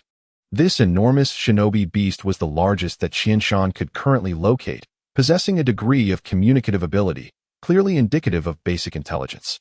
This experiment, conducted externally, posed a significant risk. If the elephant erupted into a frenzy, based on previous experimental data, the amplification of natural energy could increase its strength by several times, potentially obliterating the laboratory. Shinshan's team swiftly connected the experimental data sensors to the elephant. Chiyuki, if the war elephant enters a berserk state, you need not intervene. Just observe the energy fluctuations within it from a distance, especially in the brain area. With the task assigned to Hinata Chiyuki, the recording personnel were instructed to maintain their distance. Shinshan quickly entered the zone, beginning to guide natural energy into the war elephant's body. He soon severed the connection, and to his astonishment, the assimilation of natural energy with the war elephant accelerated dramatically after the disconnection. The speed was alarming, and Shinshan instinctively wished for the natural energy to decelerate. Miraculously, while maintaining the breath control technique, he managed a secondary manipulation of the natural energy, slowing its influx into the war elephant. As this occurred, the elephant began to show signs of transformation, its enormous eyes filled with blood vessels, and its trunk anxiously stirred up dust, with its agitation increasing. Through Hinata Chiyuki's Byakugan, she noted that while no part of the elephant's body had begun to petrify, the chakra within its brain was circulating relatively normally. However, with the continued influx of natural energy, it was quickly overwhelmed, descending into chaos, an indication of impending loss of control. Shinshan, the war elephant is on the verge of losing control. Be cautious. Heeding Hinata Chiyuki's warning, Shinshan refrained from retreating immediately. He had a hypothesis to test, having successfully executed a secondary manipulation of natural energy while in a state of breath control. He wondered if he could halt the energy's entry into the war elephant. Acting on impulse, Qianshan fully engaged the breath control technique, enhancing his perception of the natural energy. His own body's instinct surged, desperately yearning to absorb the natural energy. It took immense effort for him to rein in this instinct. After which he aimed to sever the connection between the war elephant and the natural energy. From a distance, Hinata Chiyuki observed Qianshan's actions, sensing his intent. She quickly moved closer to provide support. As Qianshan exerted control, the encroachment of natural energy upon the war elephant began to slow, yet the connection remained unbroken. Qianshan detected a vague spiritual energy interfering with his manipulation. Suddenly, he felt a dizzying wave wash over him, and his breath control faltered. In that instant, the war elephant, free from Qianshan's interference, spiraled into chaos. Its eyes blazed crimson, and its forelimbs reared high. Having disengaged from breath control, Qianshan became the primary target of the war elephant's wrath. Its colossal limbs descended upon him with devastating force, capable of obliterating everything in their path. Emitting a thunderous sonic boom even before landing, Qianshan attempted to evade this terrifying strike, but soon realized he had miscalculated. The earlier manipulation of natural chakra had drained him considerably. His body felt as if burdened by immense weight, moving with excruciating slowness, akin to a turtle's crawl. At this pace, evasion was impossible. Boom, boom, boom. A series of resounding impacts reverberated, shaking the earth beneath them. The war elephant relentlessly pounded the ground, accompanied by booming sounds and swirling dust. Amidst the rising clouds of dirt, a slender figure darted past, escaping the war elephant's assault. This delicate silhouette, carrying a stunned young man, was none other than Qianshan himself, whose composure had faltered in the face of danger. It was Hinata Chiyuki who, having observed Qianshan's predicament from afar, instinctively sensed his intentions and rushed to his aid at the critical moment, saving him. "How long will you lie there?" Qianshan blurted out, awkwardly thanking her while trying to mask his embarrassment. In his hurried attempts to conceal his awkwardness, he failed to notice Chiyuki's flushed earlobes. The close contact had left her feeling somewhat unaccustomed to such proximity. Half an hour later, as the dust settled, the war elephant lay motionless, transformed into a stone statue, resting quietly in the massive pit it had created. Unfortunately, this experiment had also ended in failure. Chapter 18. The weight of the soul. As the data from animal experiments accumulated, Qianshan gleaned significant insights regarding natural chakra, uncovering the crucial element of utilizing natural energy, the strength of the soul's will. Recognizing the importance of this intelligence, Qianshan understood that animal experiments alone were insufficient for mastering natural energy. He was compelled to venture into the forbidden realms of research. The laboratory's dome was entwined with vine-like energy conduits, as pale golden natural energy swirled like morning mist within the glass chamber.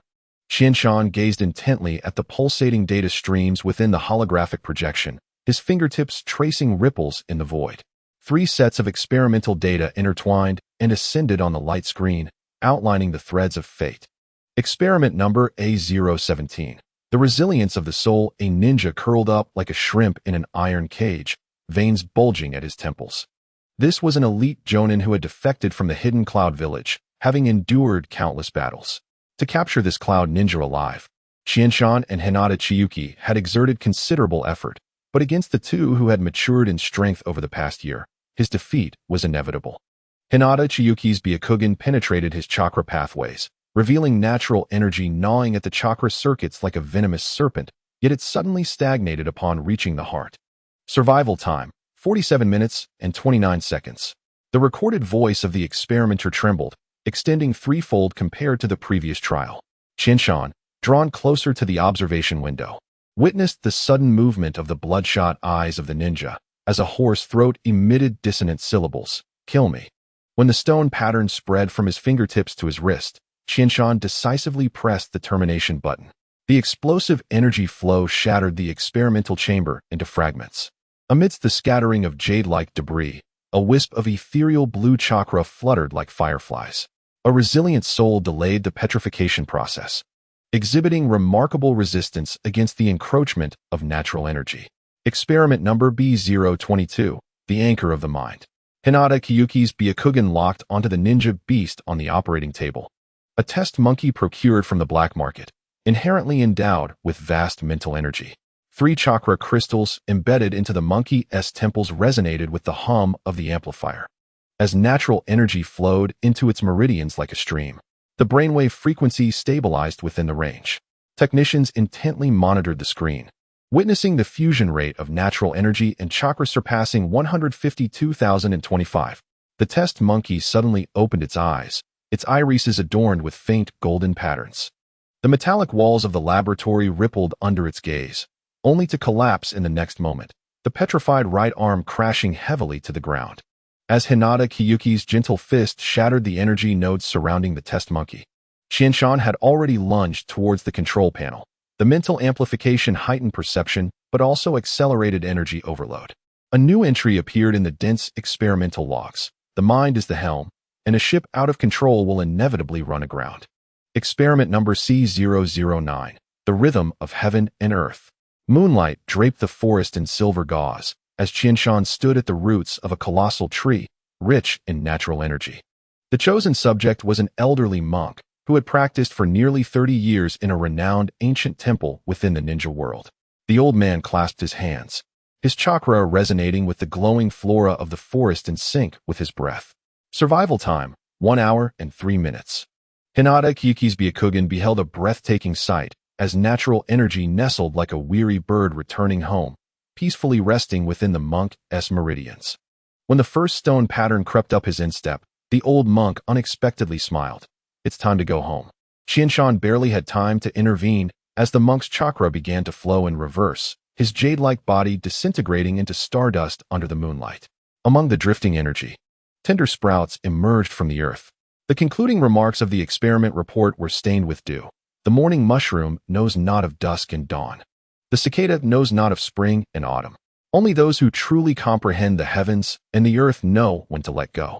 When the morning light penetrated the laboratory's bulletproof glass, Qianshan slumped in the midst of a sea of data. 3 holographic screens floated around him, experimental footage rotating like a carousel. Hinata Kyuki entered, witnessing the floor littered with chaotic formulas, all ultimately pointing towards 3 blood-red characters: human, heart, heaven. These 3 elements represented the potent chakra energy, resilient will of the soul, and the final resonance with nature. None could be omitted. This was what Qianshan deduced as the 3 essential components for humanity's utilization of natural energy. You have validated the hypothesis. She kicked aside an energy crystal, yet could not locate the test subject. Qianshan raised a trembling hand, his fingertips still stained with jade fragments. The finest material has always been here. He pointed to his heart, recalling the soul that had traversed through time and space, the spirit that had developed the breath-concealing technique, and then a thunderclap erupted outside the window, rain pummeling the base's walls. Suddenly, Hinata Kyuki pressed down on his shoulder, her Byakugan revealing a startling transformation. The natural energy surrounding Qianshan was spontaneously converging, slowly and orderly entering his body. You have already begun experimenting on yourself. This was not a question. Qianshan tugged at the corner of his mouth, and the laboratory trembled violently. The cultivation pods exploded in succession, all jade fragments soaring into the air, forming a brilliant halo behind him. Hinata Kyuki heard the resonance of heaven and earth. It was the ancient verse sung by chakra and natural energy together. Chapter 19, The Weight of the Soul, continued. Suddenly, the runic wires in the laboratory erupted with blinding electricity, and the halo behind Qianshan collapsed into a vortex. Hinata Kyuki's Byakugan clearly observed the wandering natural energy being drawn by some gravitational force, morphing into countless golden threads penetrating Qianshan's skin. His chakra meridians shone brightly like molten lava for an instant, only to be stained pale like jade in the next moment. Qianshan. Hinata Kyuki's gentle fist struck towards the energy vortex, but was rebuffed, causing her hand to split. Qianshan slowly turned around, his pupils shimmering with a radiant brilliance akin to a faint golden spiral pattern. Stay back. This is my tribulation. At the moment natural energy surged in, Qianshan felt as if he had been thrown into the core of a star.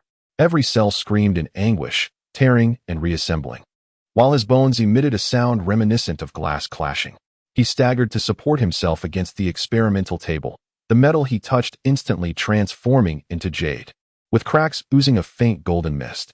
Soul strength meets standard, chakra anchoring system overload. Qianshan hoarsely urged Hinata Kyuki to record the data. Her Byakugan pierced through his chest, revealing the heart encased in a jade-like membrane, an evolutionary response from the cells to resist petrification. U1T lasts 3 minutes. Hinata Kyuki's palm glowed with gentle fist chakra. Let me disperse the energy nodes. Wait. Qianshan suddenly seized a runic crystal from the table and plunged it forcefully into his left arm. Blood mingled with natural energy, forming a bizarre purple mist that crystallized into runes in the air. This was Qianshan's contingency plan. Runes generated through the breath-concealing technique to guide natural energy. With formidable willpower, Qianshan overcame his body's yearning for external natural energy, employing the breath-concealing runes to forcibly cut off the continuous influx of external natural energy. This was the most critical step in Qianshan's self-experiment. In his current state, he could not contend with the overwhelming external natural energy. By severing the source, he aimed to allow only a minimal amount of natural energy to enter his body, believing he could tame it. However, despite successfully halting the influx, the amount of natural energy he had previously absorbed greatly exceeded his expectations. Qianshan had not anticipated the terrifying craving his body had for natural energy. After its introduction, he nearly succumbed to his primal desires.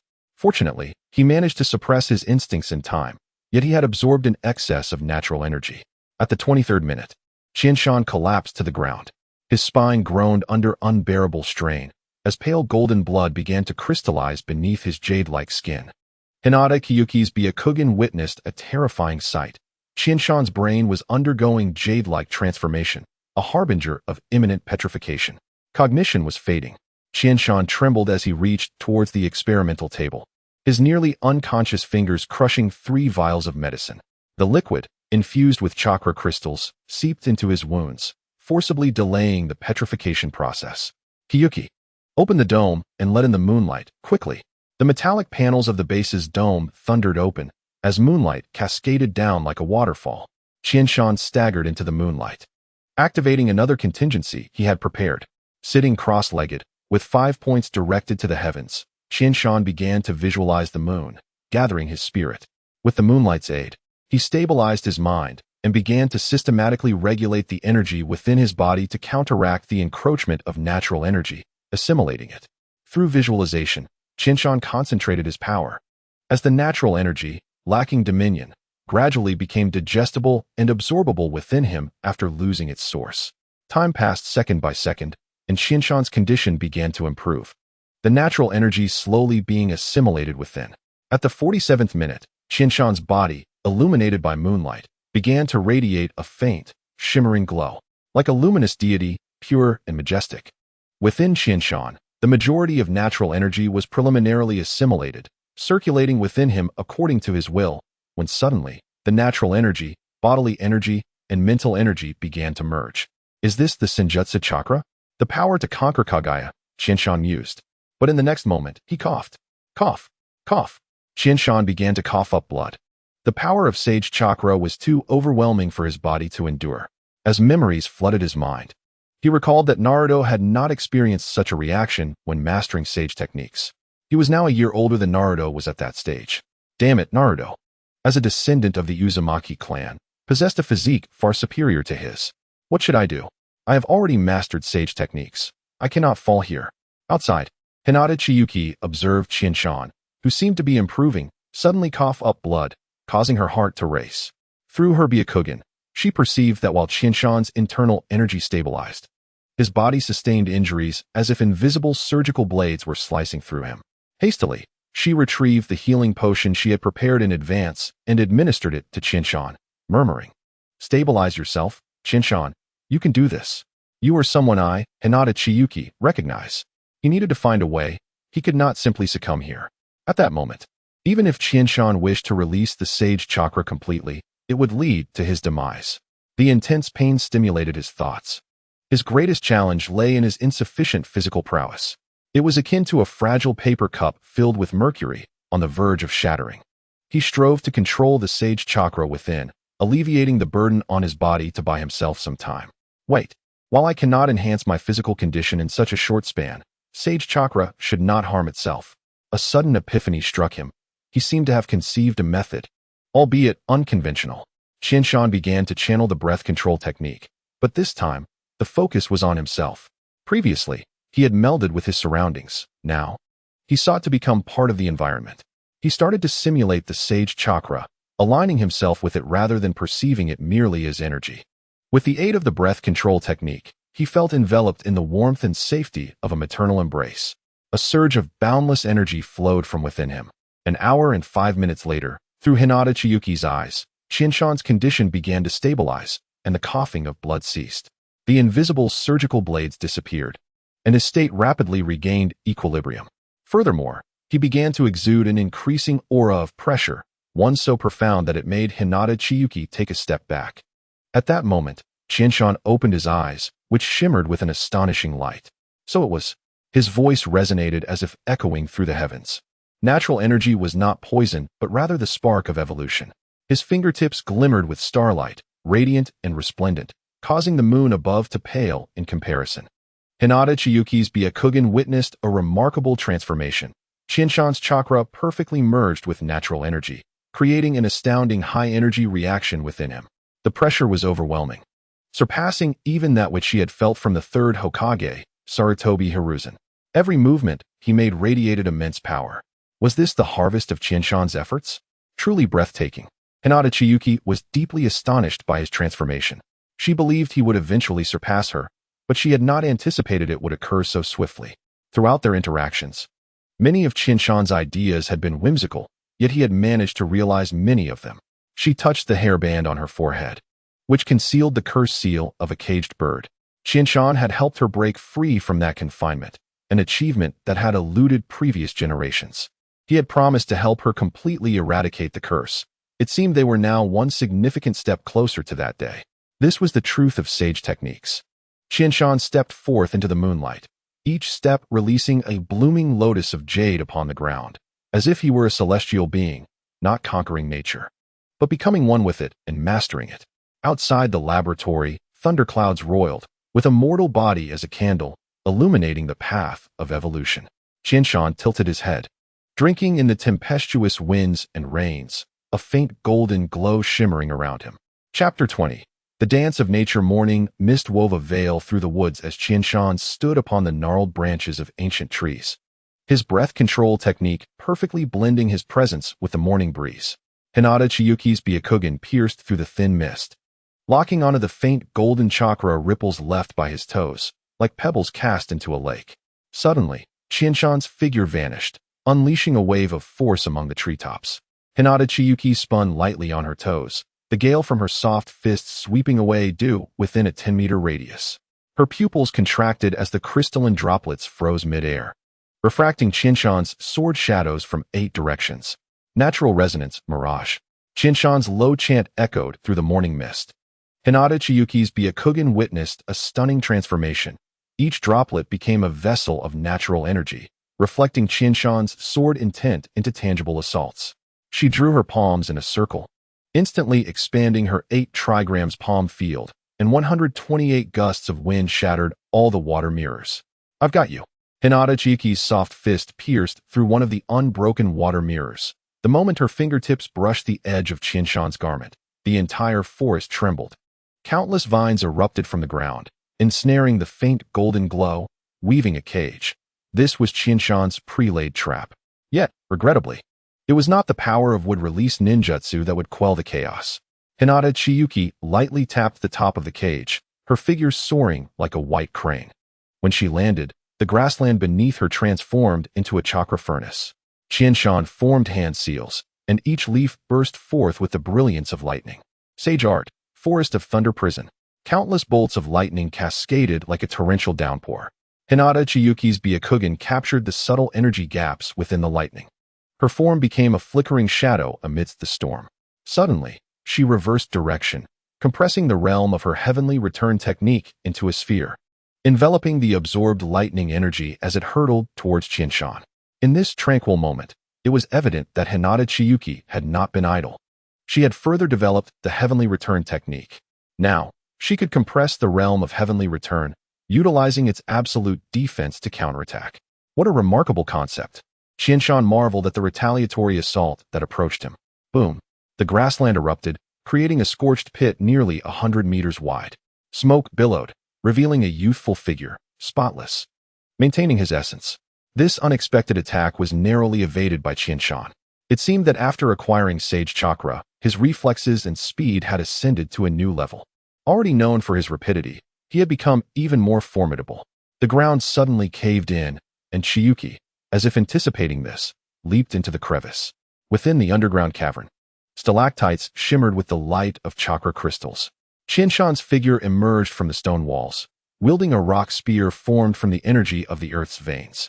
Once again, Qianshan employed his favorite assault strategy, diverting attention with shadow clones while executing an ambush from below. He truly embodied the essence of cunning. Sage Art, Earth Dragon Spear. As the rock spear shot forth, the entire cavernous passage twisted to life. Hinata Chiyuki's Byakugan detected the flow of earth vein energy with a precise strike. She targeted a critical node. The collapsing rock layers suddenly solidified, allowing her to leverage the force as she spun, her toes shattering the stalactites into a downpour of chakra projectiles. Clang, clang.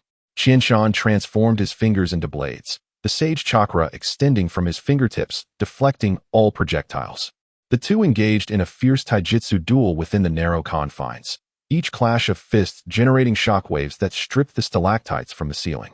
Qianshan had always prioritized taijutsu, swordsmanship, and cunning tactics, while Hinata Chiyuki, the most exceptional Hyuga ninja of her generation, had innovated within the long-standing legacy of gentle fist techniques.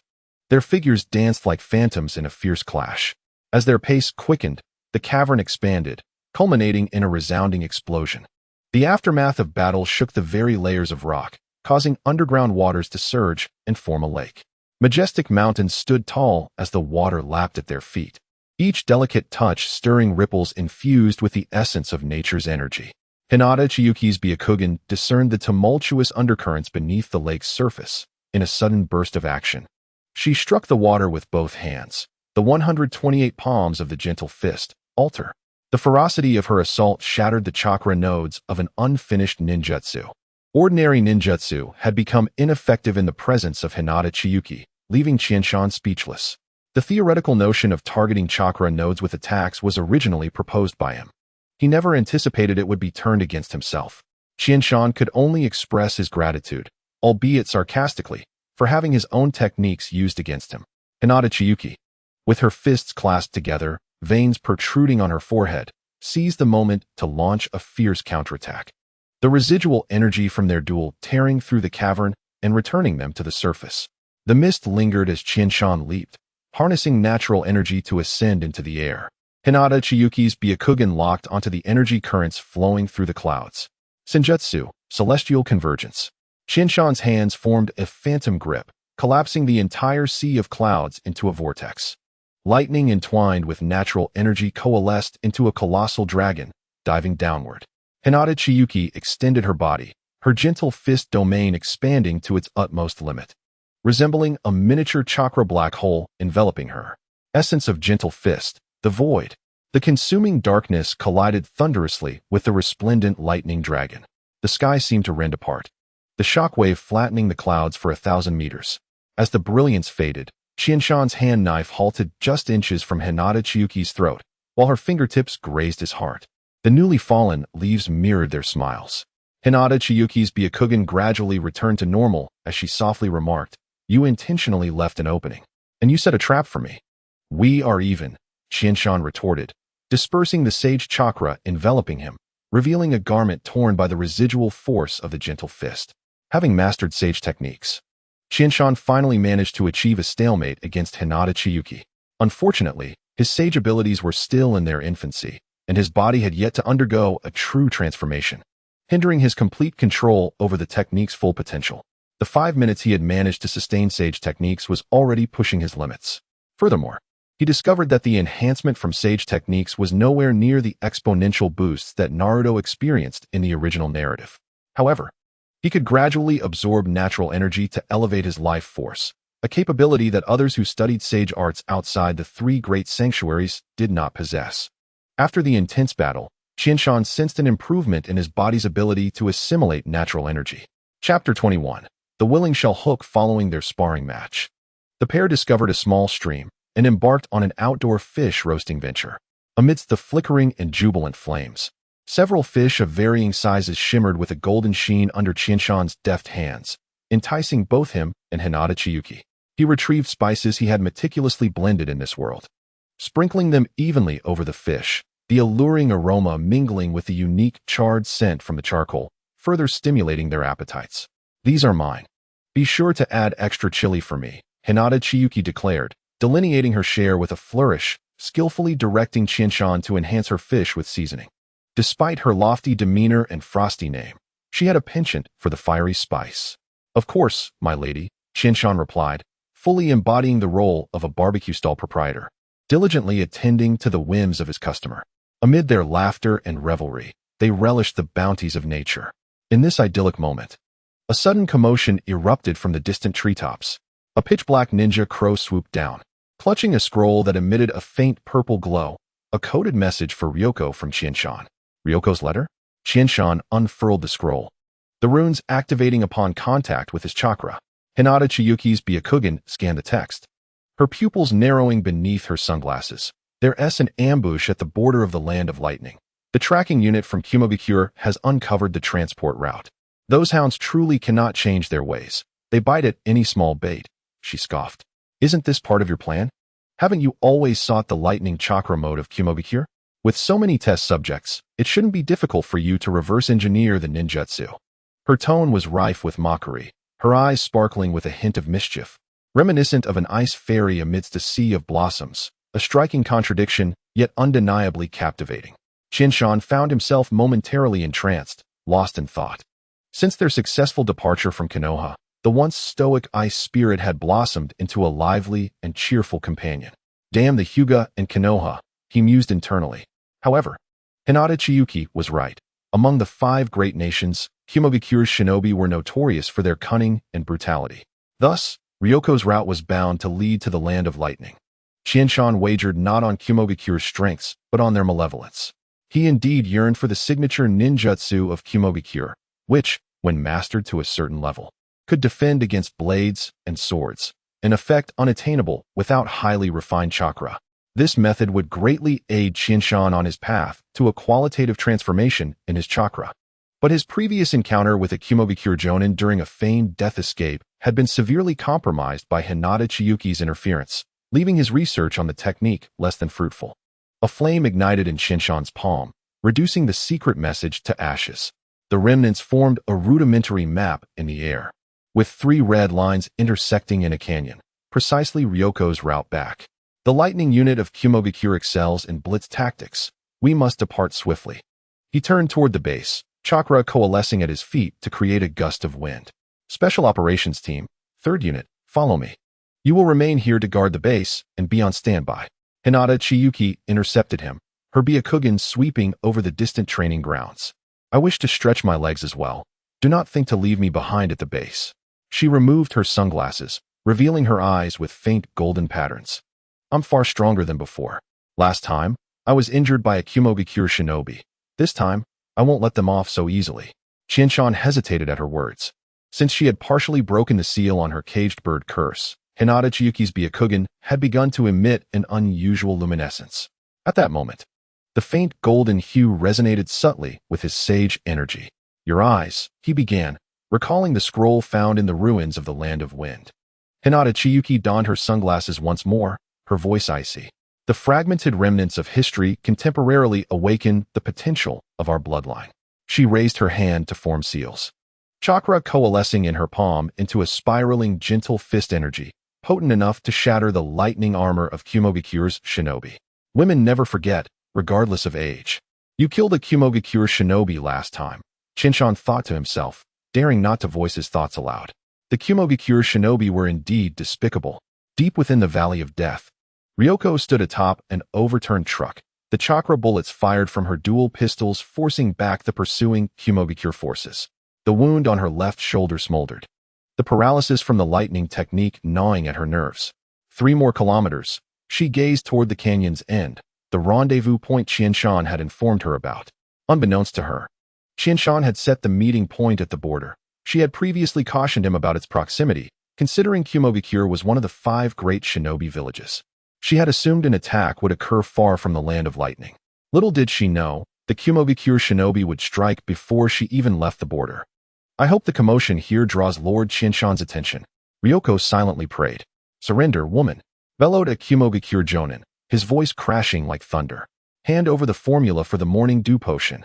He swung his blade, and a lightning-like force cleaved through the earth. Ryoko rolled to evade. The ground where she had stood now scorched. The formula?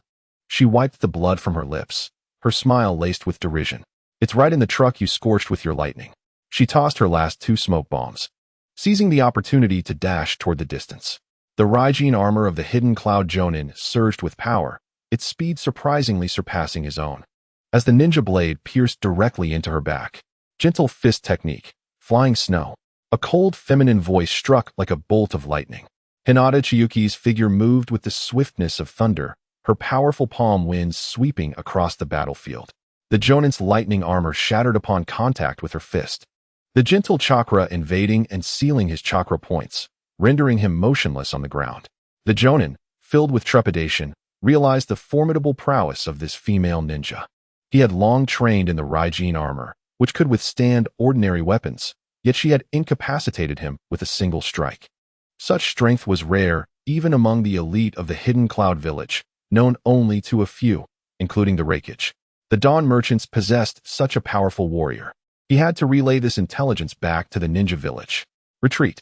Quickly, he commanded, his voice torn with desperation. If even one person could escape, the information could be conveyed, but it was already too late. A figure emerged from the distance, the silhouette of Chiyuki materializing, with a long-cultivated sage chakra in his hand, forming a spear of light that pierced through the heavens. Sage art, star-piercing. The moment the spear struck the ground, a chain reaction of explosions triggered by natural energy engulfed the entire hidden cloud force. As the dust settled, only Hinata Chiyuki remained, holding the unconscious jonin, whose mind contained crucial intelligence. From her hiding place, Ryozi stepped out, gazing at the multitude of corpses, marveling at the extraordinary battle prowess of the 2 adults. Lord Chiyuki, this is our harvest. Ryozi produced a backpack filled with storage scrolls. The entirety of the profits from selling morning dew converted into these scrolls and their contained resources. Of the 5 squads, only 2 remained, caught off guard by the advance of the cloud ninjas. Chiyuki accepted the backpack from Ryozi. Well done, everyone. Clean up the battlefield. Then return home. His commands were succinct and decisive. They could discuss the remaining matters later. The surviving members swiftly set to work, disposing of the bodies before hastening back to their base. In the medical room of the base, the acrid scent of disinfectant hung in the air. Ryozi's left shoulder was wrapped in a blood-soaked bandage as Chiyuki tended to her wounds. His method of winning hearts might be simple, yet it proved remarkably effective. In the ninja world, where they were often treated as mere tools, such compassion was rare. Chiyuki could feel the shift in the gazes of Ryozi and the other 6 ninjas. Their previous awe had transformed into respect.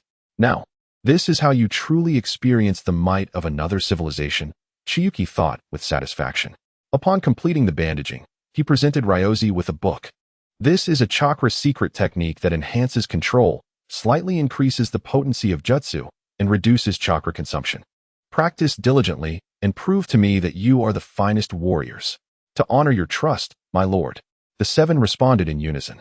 Chiyuki seized the moment, offering further words of encouragement that ignited their fighting spirit. He understood the profound meaning behind the saying, a warrior dies for one who truly understands him. After reassuring the injured and arranging for compensation for the fallen, Chiyuki swiftly made his way to the laboratory. Grateful for the contributions from the Hidden Cloud Village, he now had ample materials to trace back the Raijin chakra model. The long-term overload of Raijin chakra came with a cost. Hinata Chiyuki's Byakugan penetrated the muscle tissue of a fallen cloud ninja, revealing minute burns on the organs. Yet the cellular vitality was significantly higher than that of an average person. She concentrated chakra at a slightly withered chakra node, identifying traces of high-intensity Raijin chakra erosion, indicating a chakra point. The Hidden Cloud's training methods and physical conditioning were indeed unique. Chiyuki delicately lifted a skin sample gleaming with a brass sheen. She instructed Ryozi to observe the chakra traces through her Byakugan. Under this perspective, spirals of chakra densely populated the cell membranes. Raijin did not merely cover the surface. As she rotated the slide, azure lightning refracted between the crystalline facets, forming a honeycomb structure that dispersed impact throughout the body. A remarkably sophisticated technique. A nearby technician could not resist leaning closer to the observation window. So, the Raijin chakra model essentially transforms the body into a lightning rod. More accurately, it serves as a human capacitor, Chiyuki remarked, sketching an energy flow model in the experimental log. The Cloud Ninjas, through specialized training, allowed their cells to temporarily store high-pressure chakra. However, during overload, he pointed to the charred fingertips of the corpse. These cells act like fuses, melting away. In the stillness of the late-night laboratory, only the hum of instruments broke the silence. Chiyuki immersed the corpse in a specially formulated solution, the pale violet liquid bubbling as it activated the remnants of chakra. As the surface of the corpse revealed a constellation of blue light points, intricate three-dimensional chakra meridians emerged. Chiyuki marked the areas of dense light on the holographic projection. The first observation highlighted high-frequency chakra vibrations. In the projection, the blue light points representing chakra suddenly trembled violently, simulating the distinctive crackling sound of Raijin. When the vibration frequency surpassed a critical threshold, the chakra entered an excited state. He recalled the peak speed of the Jonin's attack during the ambush, which corresponded precisely to this unique vibration frequency. Suddenly, Hinata Chiyuki reached into the projection, her fingers hovering over a specific energy node. The second aspect is cellular activity catalysis. The distribution of these light spots aligns perfectly with the direction of muscle fibers, indicating that they utilize Raijin chakra to execute micro-level cellular electric shocks. As if to validate her hypothesis, the corpse submerged in the solution began to twitch.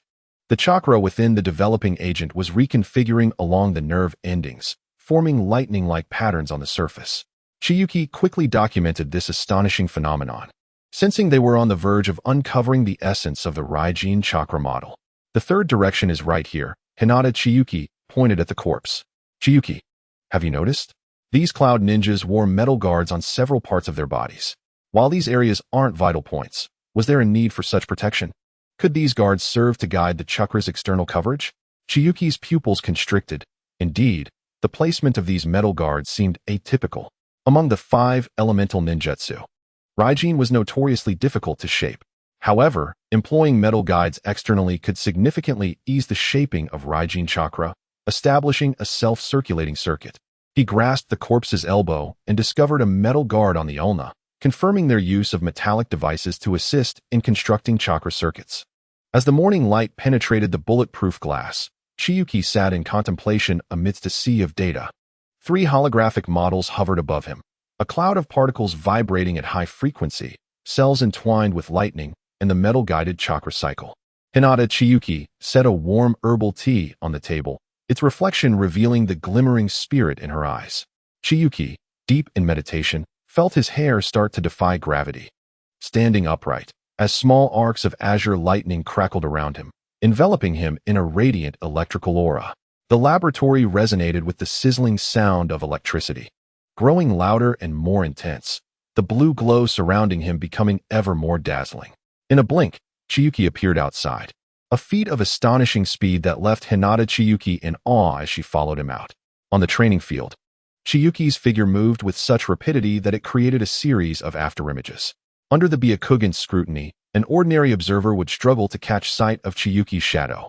After a flurry of swift movements, he halted at the edge of the training ground, closing his eyes to absorb the experience. Indeed, the signature jutsu of the Cloud Ninjas exhibited exceptional qualities, yet Chiyuki had not successfully deduced the unique chakra refinement technique at the core of the Raijin chakra model. Only the techniques to stimulate cells and enhance speed have been restored. Moreover, Qianshan discovered that by leveraging his exceptional chakra control, he could meticulously refine the manipulation of lightning chakra, allowing him to utilize this ninjutsu for extended periods. Without Qianshan's unique skills, one would require extraordinary talent to sustain this ninjutsu long-term. Otherwise, it would inevitably harm the body and impede potential. However, Given the ephemeral nature of a ninja's profession, many individuals do not even have the opportunity to realize their potential. In the original work, it is likely that Chinchua perished during a mission with her talent. Had she reached her physical peak without my influence, she would have been a formidable kunoichi, rivaling Tsunade from the original narrative. Qianshan silently lamented this reality. Sensing the approach of Hinata Chinchua, Qianshan opened his eyes. Regrettably, I could not restore the core's secret art of chakra refinement. Nevertheless, this temporary speed enhancement technique is quite intriguing, and by reducing its power, daily low-level usage should still slightly temper the body. However, such effects necessitate exceptional chakra control. You might give it a try. Hinata Chinchua's eyes sparkled beneath her sunglasses. This technique was indeed significant for her. Being a ninja skilled in taijutsu, enhancements to her physical capabilities would directly enhance her strength. Thus, the two engaged in discussion within the arena. During their exchange, Hinata Chinchua proposed an improvement, incorporating a cyclical flow of water attribute chakra into the lightning release chakra mode to enhance the ninjutsu's efficacy and mitigate negative effects. Chapter 23. The synergy of lightning and water. Both were action-oriented individuals, eager to implement their ideas. In the laboratory, models of lightning and water attribute chakra slowly rotated. Qianshan inserted the final rune crystal chip into the experiment table, intertwining azure and light cyan energy flows into a double helix structure within the metallic grooves. Hinata Chinchua's Byakugan penetrated the energy field, allowing her to observe the microscopic collisions and repulsions of the two chakra types. With a frequency difference of 13 and a phase shift of 22 degrees, she tapped the conflict nodes in the projection, indicating a need to readjust the energy anchor points positions. From a compatibility perspective, the theoretical foundation for their combination appeared highly feasible. Wiping the sweat from his forehead, Qianshan noted the singe marks on his lab coat, remnants of a recent attribute conflict that nearly destroyed the entire observation apparatus. The fusion of these two attributes ventured into the realm of rare abilities within the ninja world, known as bloodline limits. Lacking a bloodline limit himself, Qianshan was aware that Hinata Chinchua's bloodline limit pertained to ocular techniques, and both possessed limited knowledge in this area. Although Qianshan was familiar with several bloodline limits, such as the magnetic release of Sunagakure, the ice release of Kirigakure, and the dust release of Awagakure, he only knew of their attribute combinations. Specific details were confidential to each ninja village. Even if complete records existed, not all villagers could master such bloodlines, relying solely on hereditary transmission. He grasped a teapot and took a large gulp of cool tea. The icy liquid soothing the burn in his throat. Try relocating the water release anchor to the dorsal side of the lightning release meridians, using the principle of mirror reflection to buffer the impact. The group organized their thoughts and continued experimenting. Qianshan began to reminisce about the talented ninjas from the original narrative who had conducted research. Over these days, in addition to research, he had to allocate a shadow clone to handle some developmental administrative tasks. Although the ranks of the Konin were currently few, numerous issues required attention. Moreover, Qianshan had implemented several reforms within the Konin, and the personnel often faced difficulties during execution, necessitating his decision-making. He hoped that his subordinates would soon become self-sufficient. This time, Ryoko's mission had been executed flawlessly, and after a few more trials, he could confidently entrust her with matters concerning the Dawn Trade Association. Meanwhile, on the side of the Cloud Ninja, after waiting patiently, several days had passed beyond the expected return time for the dispatched personnel, and they finally recognized that the ninja team sent to intercept the Dawn Trade Association had encountered problems. As the reconnaissance team searched along the route, they discovered some indelible traces of battle in the Valley of Death near the borders of the Land of Lightning. Following the traces yielded no further signs of the Dawn Trade Association. Although the Cloud Ninja clan was vast and brimming with elite forces, the ongoing Ninja World War had left them short-handed on the battlefield. This loss of leads had to be temporarily set aside, arranging informants to keep a close watch on the capital of the Land of Lightning, hoping to catch another glimpse of the Dawn Trade Association. The complexity of combining lightning and water attributes far exceeded everyone's expectations. The retrospection of the lightning release chakra mode took Qianshan and his team only a few days. Yet the combination of lightning and water release chakra modes took over a month. Ryoko and the others had already embarked on their second supply run. A few days ago, news reached them that trade in the Land of Fire's capital was proceeding smoothly. the local agents expressed a desire to increase supply volume. After consulting with Qianshan, Ryoko sold the share from the Land of Lightning to the Land of Fire, temporarily shelving the sales plan for the Land of Lightning. Qianshan felt gratified by Ryoko's smooth progress. Research on this side had also yielded certain results. Qianshan gazed at the projection depicting the black representation of lightning release and the blue representation of water release, intertwined to form a human chakra flow diagram. He felt a tingle at the back of his neck. The intricate chakra pathways required simultaneous control of both chakra types. Through their collective efforts, the dual attribute chakra mode had been successfully developed. However, the daunting learning curve felt like an SSS-level challenge. He pondered if surrendering to failure might have been preferable. Controlling two chakra types simultaneously, with differing pathways that could not interfere or make contact, was a monumental task. The thought that, despite high chakra control, the effectiveness of this ninjutsu could only be enhanced by a mere 30 over the lightning release chakra mode left Qianshan utterly disheartened. The cost-benefit ratio seemed exceedingly low. Fortunately, during their research, they also developed another secret technique, a standalone water release chakra mode. This discovery offered a modicum of consolation. While the water release chakra mode did not stimulate cell activation as effectively as the lightning release, it provided roughly 20 of the speed enhancement. The defensive capabilities suffered due to the absence of the critical chakra refinement secret art, but its endurance far surpassed that of the lightning release. The water release chakra mode required minimal chakra expenditure, allowing high-ranking ninjas to maintain it throughout battle. Furthermore, it could effectively heal hidden injuries, albeit slowly. Qianshan anticipated that it would require prolonged maintenance to yield significant results. Most importantly, the learning difficulty of this version of the water release chakra mode was quite low.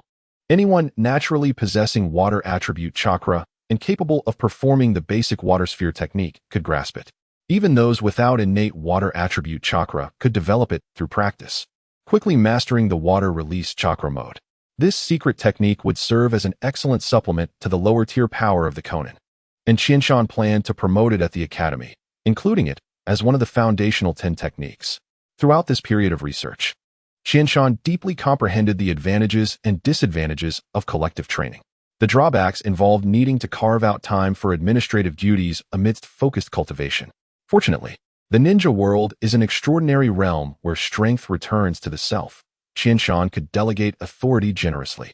As long as Qianshan maintained his formidable power, he could trust others to act autonomously, ensuring he guided the overarching direction.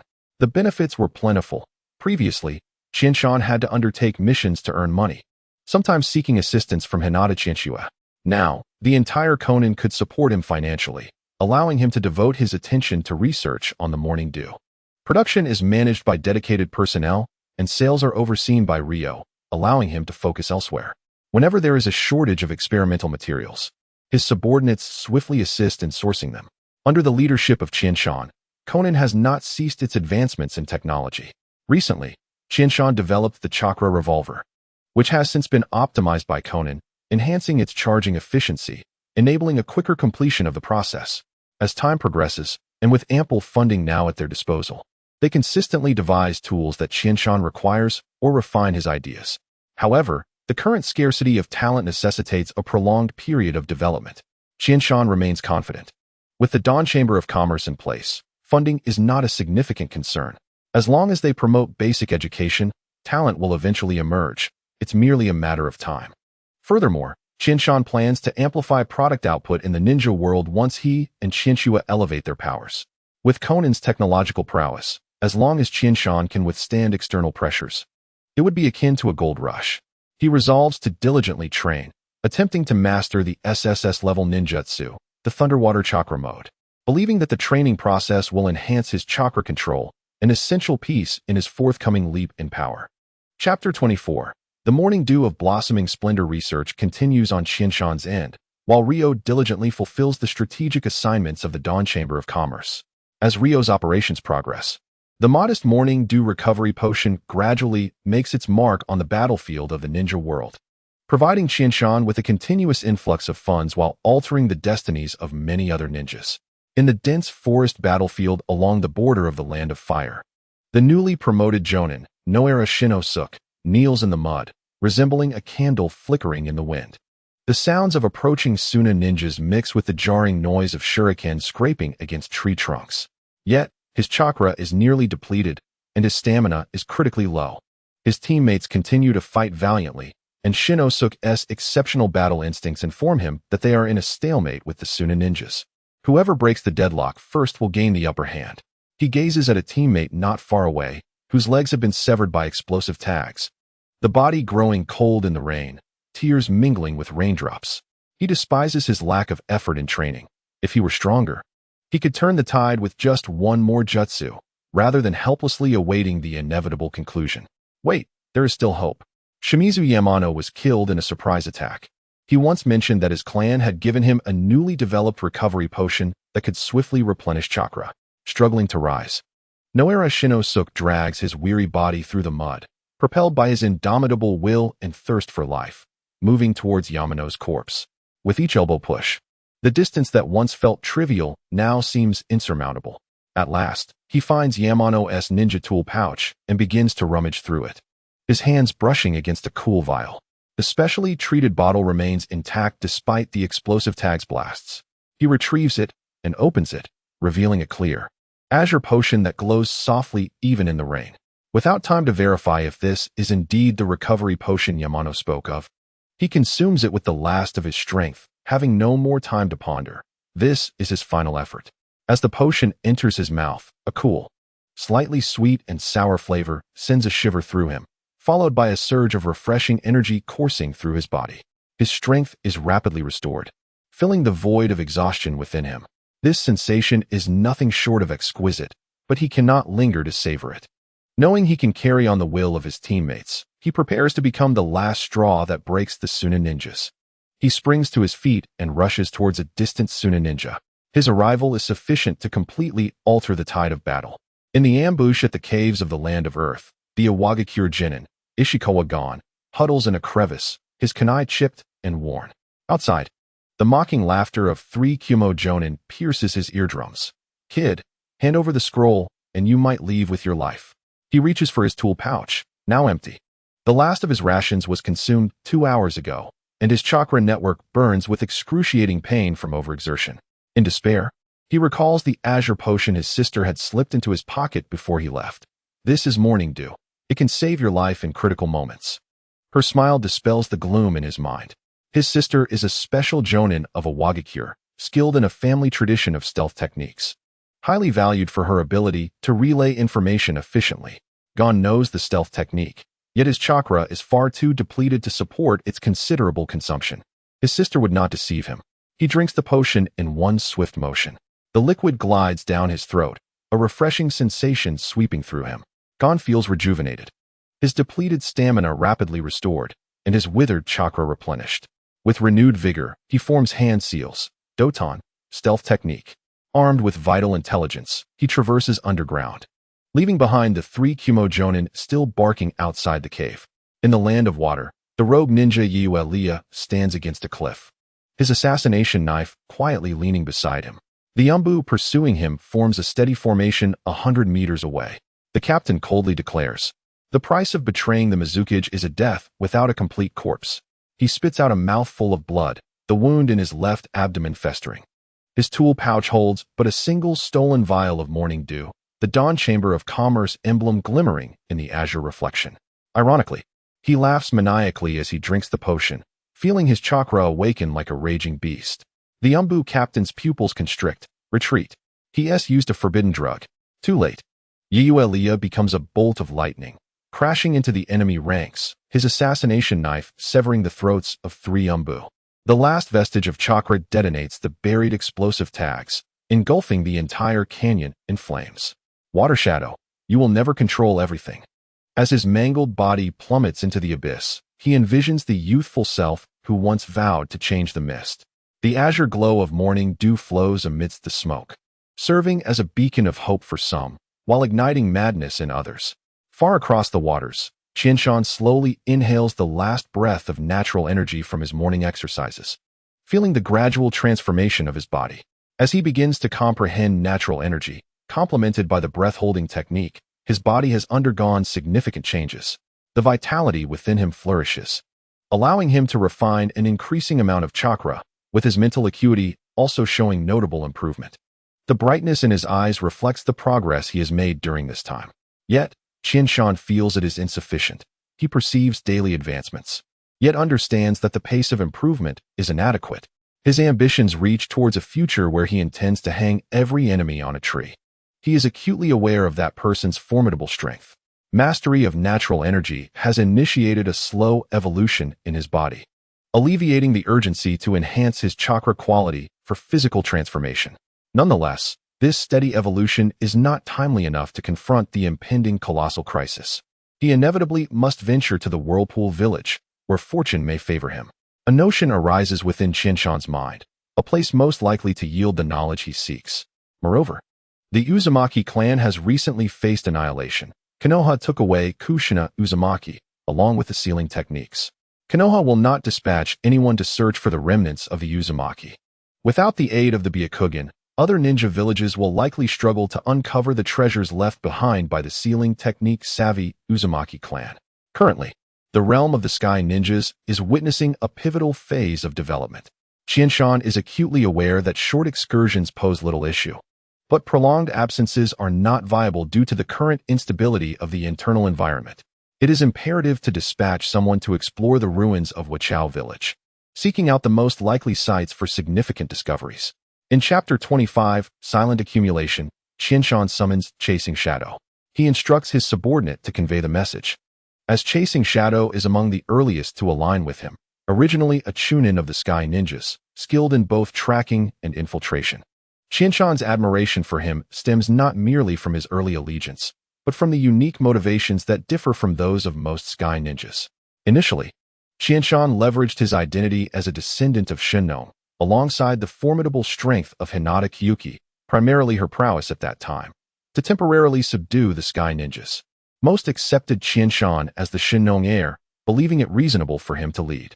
A minority, however, harbored doubts about his identity, fearing the duo's immense power. Some of these skeptics have been skillfully eliminated by Qianshan over the past year, while others, adept at self-preservation, have continued their previous lives. Chasing Shadow represents a distinct category. Though he questions Qianshan's identity as the Shinno heir, he neither joins the rebellion nor feigns ignorance. He continuously tests Qianshan's true relationship with Shinno while observing the changes Qianshan brings to the Sky Ninjas and analyzing his intentions. Ultimately, Chasing Shadow, unable to contain his curiosity, seizes an opportunity to inquire about Qianshan's goals. Qianshan, however, does not answer his question. Instead, he assigns him a task: to reside in a village near the capital of the Land of Fire for a week.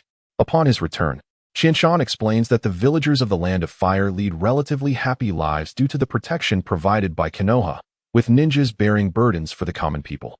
He then asks Chasing Shadow if he is willing to safeguard the lives of the Sky Ninjas, to become their sword, and to bear the weight of responsibility. Such an impressive display is seldom seen among ninjas. Even Orochimaru, the seductive sorcerer, typically employs flattery to garner loyalty. Qianshan's approach, though not particularly sophisticated by the standards of another world, is a significant strategic maneuver in the ninja realm. Consequently, Chasing Shadow pledges his loyalty to Qianshan. Esteemed Lord Qianshan, a young man clad in gray-green camouflage vest enters with a salute. He stands tall, with resolute eyes, and a voice that resonates powerfully.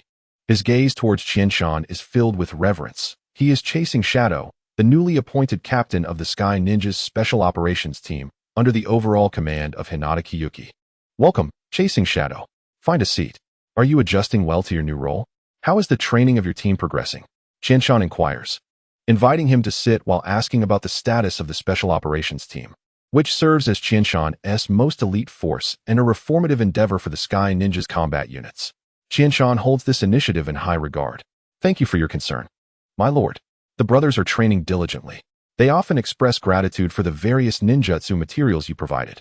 However, they have yet to receive a mission, and everyone is eager to put their training to the test in real combat. Chasing Shadow replies with a smile, sharing his team's aspirations and recounting various training incidents. As Qianshan listens to the updates, he also inquires about the specifics of their training progress and the mastery of ninjutsu among different squads, formulating new plans for the reform of the Sky Ninja system in his mind. Excellent. It appears you all are training with great dedication. Qianshan expresses his satisfaction, feeling pleased with the trial of his special operations unit. Real combat is indeed crucial. You should select a small team to form a rapid reconnaissance unit to investigate Wuchao village. Identify potential locations that may harbor treasures left by the Uzumaki clan. If you encounter any protective seals, do not attempt to breach them lightly. Ensure you have proper cover and return with intelligence. This is not a combat mission. Upon hearing Qianshan's directive, Chasing Shadow feels a slight pang of disappointment, though he does not voice it. Instead, he swiftly assures, I will guarantee the completion of the task. However, Qianshan notices the flicker of disappointment in Chasing Shadow's demeanor. The seals left behind in Wuchao village are of immense importance to the village's development. The Research Institute is currently developing high-powered chakra weapons, and they believe advanced sealing techniques may significantly aid their efforts. Moreover, Wuchao village is in close proximity to the Land of Water, which might covet its sealing techniques. Thus, encounters with their ninjas are plausible. Qianshan subtly reminds Chasing Shadow of this. Upon hearing about the Research Institute's advancements in high-powered chakra weapons, Chasing Shadow's eyes gleam with excitement. Lord Qianshan, will this batch of weapons be first allocated to the Special Operations Team? The chakra revolvers issued by the Institute have already been fully equipped by the team, becoming a favorite due to their lightweight, long range, and convenient supply. Yet, who could refuse even greater firepower? Your performance on this mission will determine that. Chasing Shadow's response is imbued with a newfound earnestness. Upon returning to the training base of the Special Operations Team, he gathers his squad, outlines the mission requirements, and begins selecting personnel. Naturally, he must accompany them as captain, feeling an obligation to oversee the team's inaugural mission. He is determined to keep a close watch on this group of recruits, even if he secretly longs to escape the confines of duty. There's no need to bring a sensory ninja. I can fulfill that role. We must take along a ninja proficient in sealing techniques, and one skilled in wind techniques, as we may encounter mist ninjas, whose assassination methods can be quite troublesome. It would also be ideal to include a ninja adept in earth techniques, creating a perfect four-person team. With a clear plan in mind, Chasing Shadow quickly finalizes his selections, after arranging for the vice captain to remain and oversee training. Soothing the feelings of those not chosen, and establishing the time and place for departure, the team disperses to procure mission supplies. Honestly, I could undertake this task as well. Hinata Kiyuki interjects after Chasing Shadow departs. The courtyard poses no obstruction for her. Having mastered the art of instant movement, she can appear anywhere. Moreover, with my Byakugan, I can scout far more efficiently than they can. Qianshan is well aware that Kiyuki is indeed better suited for this mission. However, her status as a caged bird has not been lifted. It merely shields her from external disturbances. Should she operate independently without Qianshan present, any disruption in his protective measures could lead to her exposure, and under the curse of the caged bird, there would be no chance of survival. This truth is not something Qianshan can directly convey to Kiyuki. He possesses the emotional intelligence to navigate such matters. Thus, he replies, Chasing Shadow surpasses even 10 of his peers in reconnaissance. However, the laboratory is currently at a critical juncture that requires your assistance. Compared to the mission to Wuchao village, your contributions here are of greater significance. Upon hearing this, a radiant smile spreads across Hinata Kiyuki's face. A warm sensation envelopes her heart, inexplicably filling her with joy. Chapter 26. Special Operations Team. As the morning mist lingers, the forest is alive with the melodious chirping of birds. Chasing Shadow crouches atop a tree, adjusting his forehead protector, his gray-green camouflage almost melding with the tree trunk. Behind him, a rustling sound announces the arrival of Lingyue, a girl carrying sealing scrolls, who swings over on a vine, her hair tips glistening with dew. The wind-style ninja, Qinglan, drifts down like a falling leaf, the wind chime patterns on his waist pouch jingling softly. Lastly, there is Yentaro, an expert in earth techniques, whose robust frame causes the branches to tremble, startling a few early rising sparrows. Yentaro, your movements are too loud, Qinglan admonishes, steadying the swaying branch with a frown directed at his companion. Such habits can easily expose our position. My apologies, my apologies. Yentaro scratched his spiky hair with a sheepish grin, the giant iron shovel clanging against the tree trunk behind him. In a moment of excitement, I assured that I would never do that again. The fingertips of Chasing Shadow glimmered with a faint chakra light. revealing a rudimentary map of our route. According to the intelligence provided by Lord Qianshan, the ruins of Wuchao village lay 50 miles to the southeast, within reach today. We had spent the last 3 days traversing land routes around the Thunderwater border, and even navigated through underground waterways to reach our destination. Everyone should take a moment to recuperate. Suddenly, Sujetsu pulled out a sealing scroll and shook it, 3 metallic spheres rolling into her palm. Before our departure, I had pilfered some useful items from the research institute. Qinglan picked up one of the spheres for inspection, its surface adorned with spiral grooves, a new type of smoke bomb, an improved chakra disruptor. Sujetsu proudly lifted her chin, explaining that once activated, it could release high-frequency vibrations that would disturb an enemy's chakra, causing their chakra control to falter, leading to potential failures in jutsu execution. Unfortunately, it was merely a prototype, and its efficacy remained unstable. It was said to be ineffective against those with exceptionally strong chakra control. Yentaro took the sphere and weighed it in his hand. If only it could be paired with my newly developed Earth-style ninjutsu, the Earth Bullet. Stop! Chasing Shadow interjected, preventing the two from delving into unapproved weapon modifications during the mission. He spoke, yet tucked the sphere into a hidden compartment in his ninja tool pouch. Recalling Lord Qianshan's words, the Special Operations Team must learn to adapt flexibly. As we crossed the border, a light rain began to fall. Qinglan formed hand seals to summon a cyclone barrier, causing raindrops to arc gracefully above our heads. It was a rather unique ninjutsu, designed by Qianshan, with minimal energy consumption. However, it significantly enhanced chakra control training, serving as an elevated technique for the Special Operations Team. This ninjutsu was particularly timely. The rain could hinder our progress, slowing our reaction times in case of ambush. Yentaro couldn't help but reach for his waist. If only I had brought the chakra crossbow I tested the other day. The piercing power of its bolts was indeed remarkable. Qinglan recalled the 3 layers of steel plates pierced during the training session, but the loading speed was too slow. I hope the Research Institute has made new progress. The current weapons feel somewhat underwhelming. Yentaro fondled his chakra revolver, a compact, lightweight weapon with decent range, far superior to kunai, but its power was lacking, ineffective against defensive ninjutsu. Chasing Shadow suddenly raised his hand, signaling silence. A faint crackling sound emanated from a pile of decaying leaves. An explosion tag had been triggered.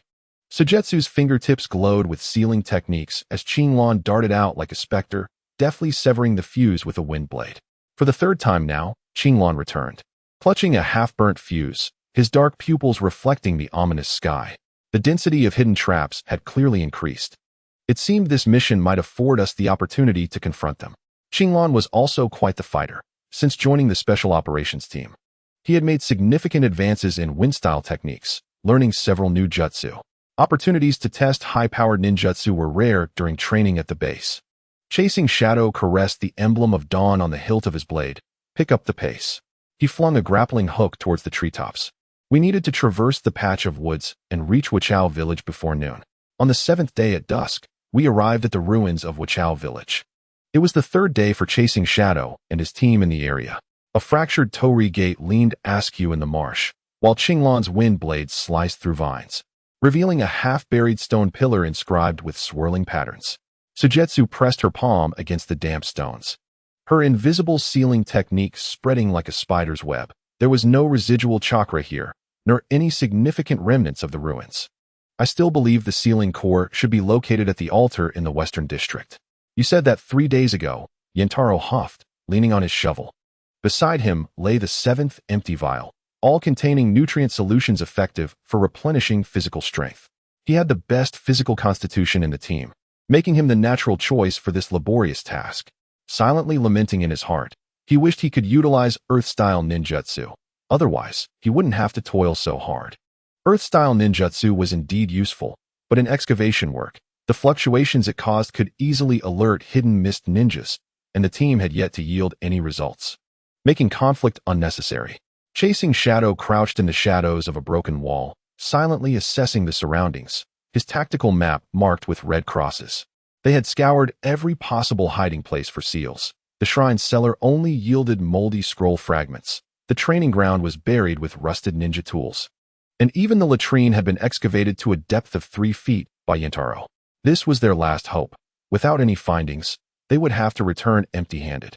The ninja villages had truly cleaned this place out. Chasing Shadow sighed inwardly, realizing that this mission might not yield any favorable intelligence for Lord Qianshan. Fall back. Just as he was stowing the map, Sujetsu suddenly grasped his wrist. Her pupils flickered with rare urgency. Give me 2 more hours. The arrangement of the altar's tiles corresponds to a variation of the 4-symbol seal.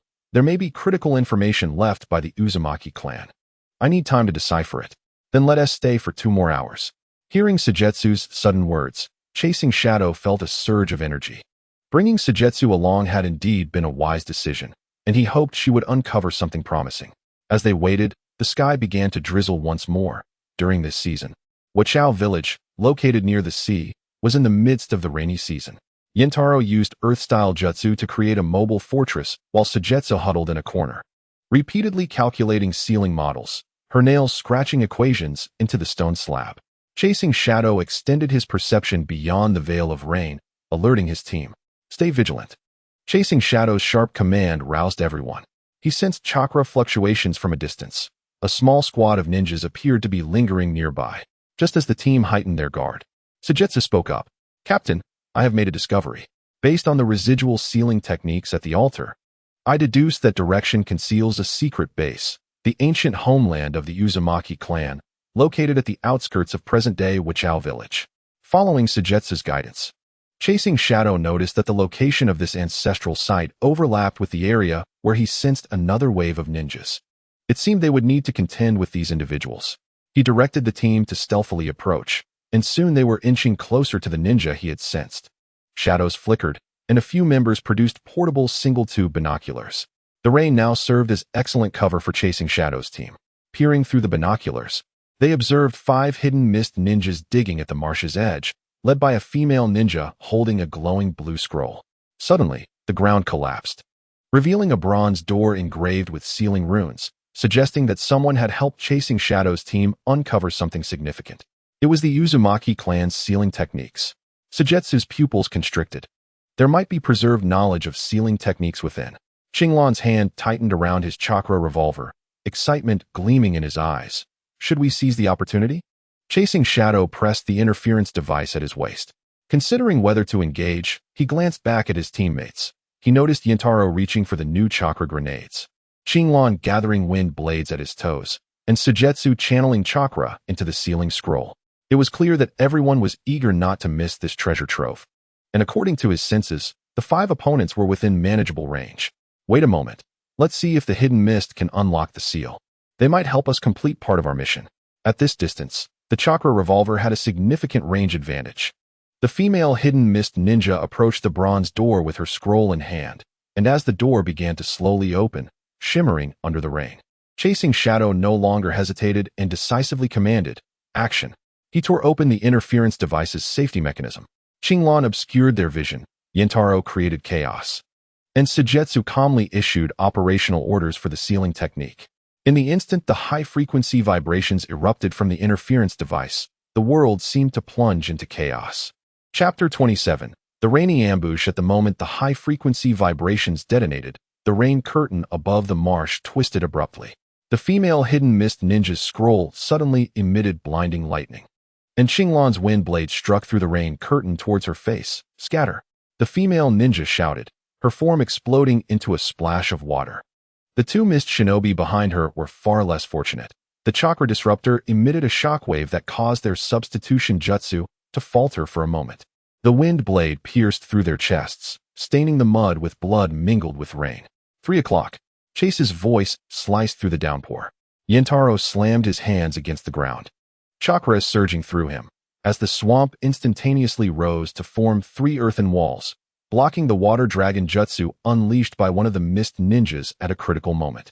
The clash of mud and rushing water erupted, and amidst the splattering mud, 3 poisoned shuriken flashed with cold light, piercing the water curtain, but were deflected off course by the whirlwind conjured by Qinglan before they could reach Chase. Saryu. Chase hurled a grappling hook towards the bronze door. Saryu had already unraveled the sealing scroll, and dozens of talismans fluttered like white butterflies, weaving a web of light in the rain. Behold my might. Sealing techniques can indeed be utilized in battle. Saryu's sealing technique resonated perfectly with the swirling patterns on the bronze door.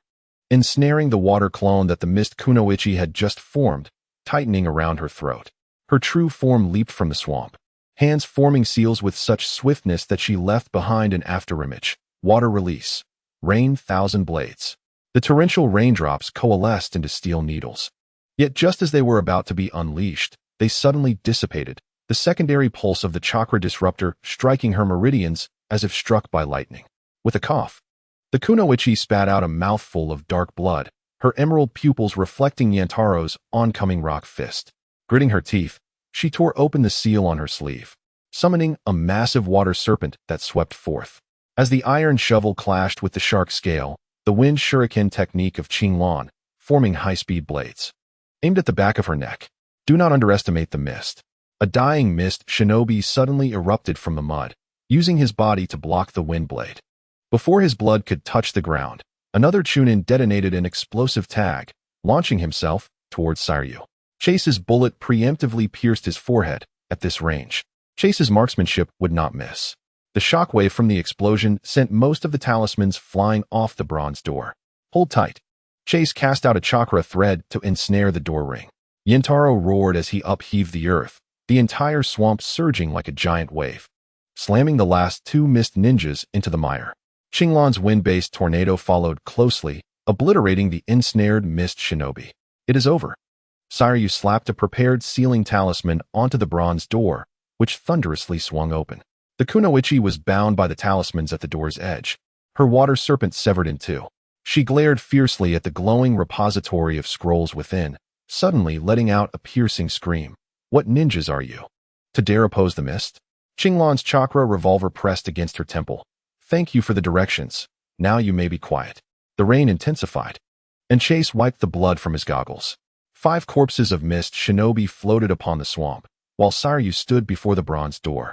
The dim light of the scroll repository illuminating her trembling fingertips, the long-lost sealing techniques of the Uzumaki clan emanating a faint ink scent in the damp air.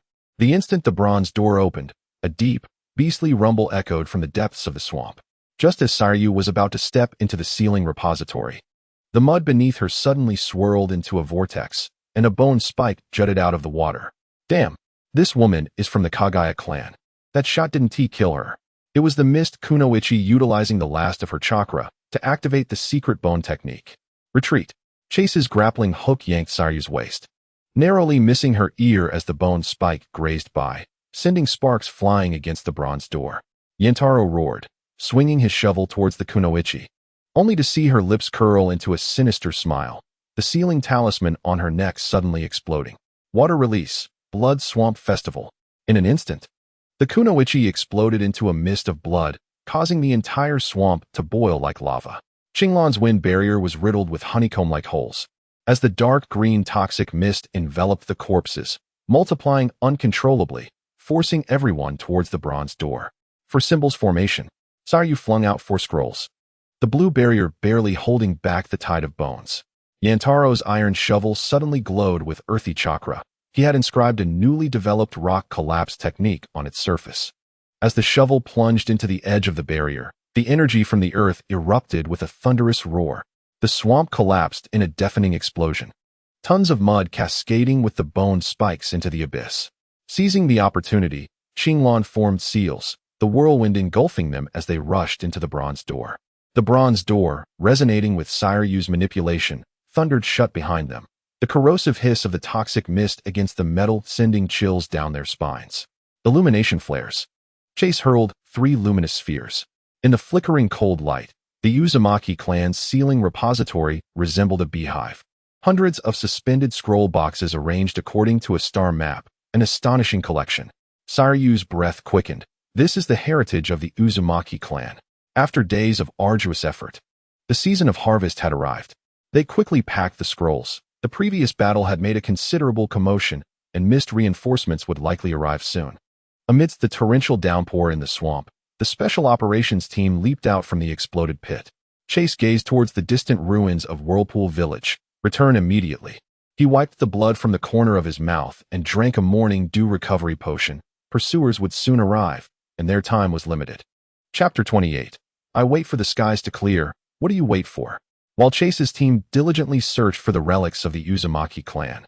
Qianshan was not idle either. Daily training was indispensable, and the exploration of Chakra's essence had not ceased. Qianshan lay on the observation platform, clad only in shorts. Throughout his brief ninja career, his body bore scars left by enemies, particularly on his arms.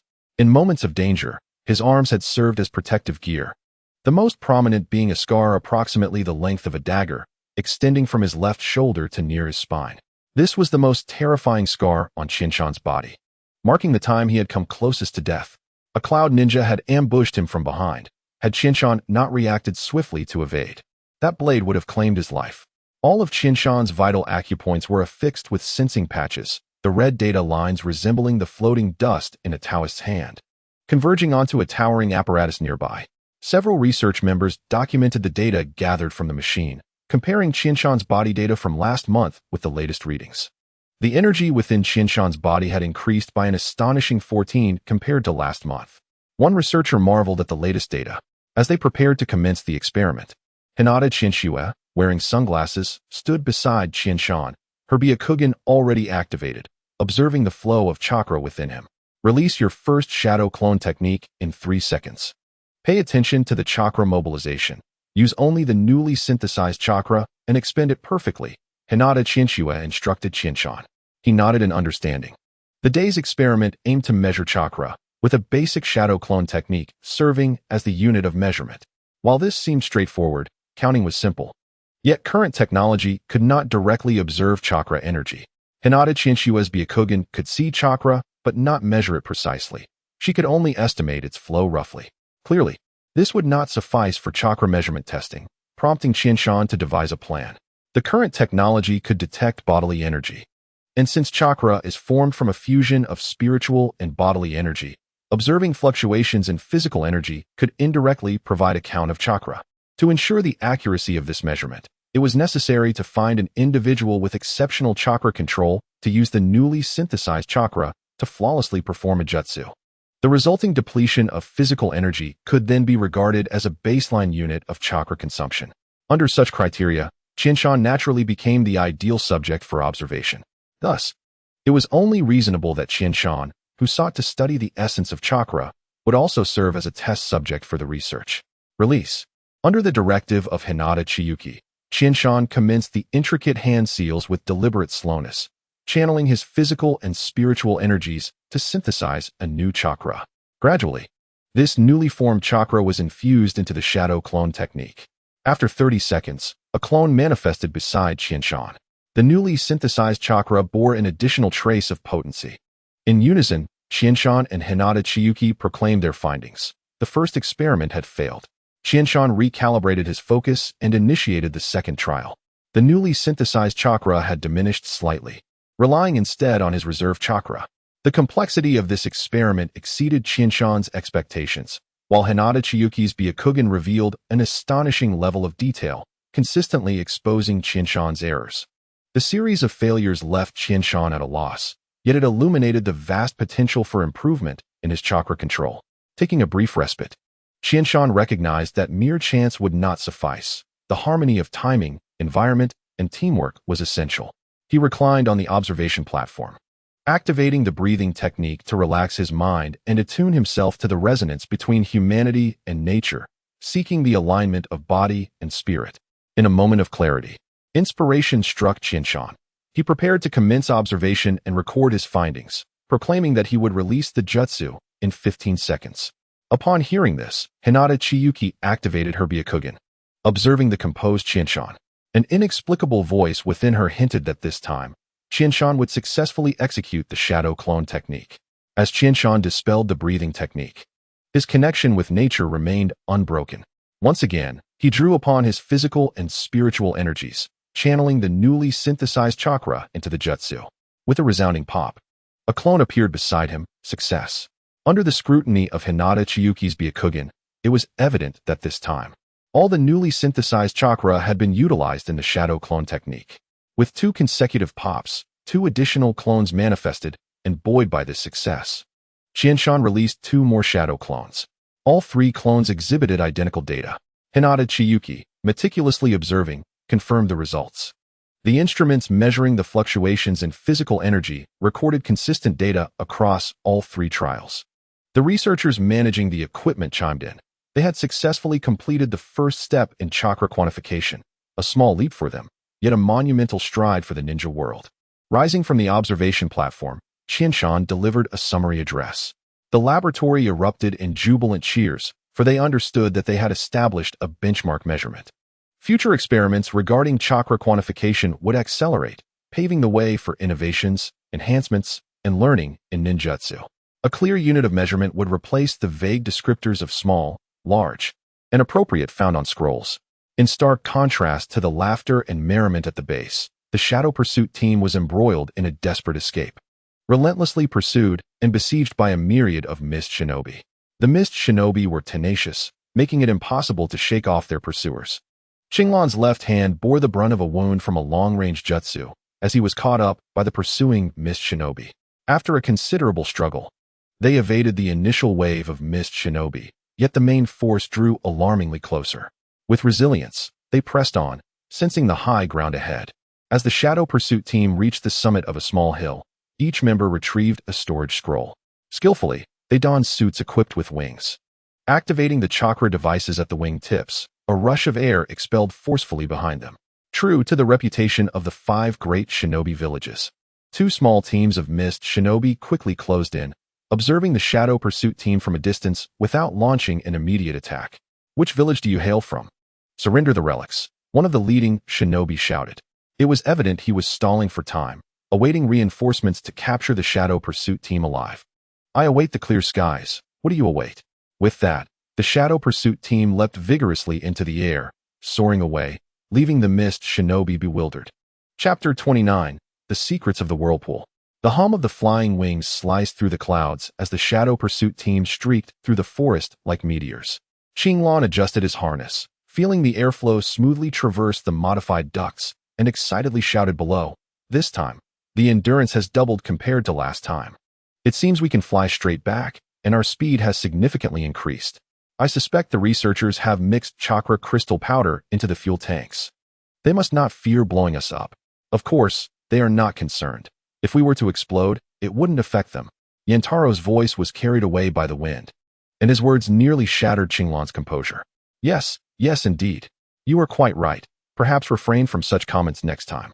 Observing his teammates' banter, Pursuit couldn't help but join in. Do not get lost in conversation. Focus on flying, and ensure to document every detail of the journey. The Research Institute only conducted short-range tests. For this fully loaded long-distance flight, we must submit an experience report upon our return. Strangely enough, the researchers seemed quite considerate about our user experience. Yantaro, oblivious to the implications of Pursuit's remarks, continued to chatter. Noticing Yantaro's lack of awareness, Qinglan felt compelled to remind him of the importance of flight safety. "Captain, does this flying device have an emergency protection mechanism?" As an astute ninja, Qinglan quickly grasped the crux of the issue and urgently inquired about the vital concern. "I forgot to ask," Pursuit replied with a mischievous grin. "You cannot be serious, Captain. You are truly putting us at risk." Qinglan responded dramatically, feigning anxiety. Their light-hearted exchanges elicited laughter from the onlooking audience. Lingyue, who was quietly enjoying the spectacle. Her voice was as melodious as her name, reminiscent of the bells hanging in the moonlight.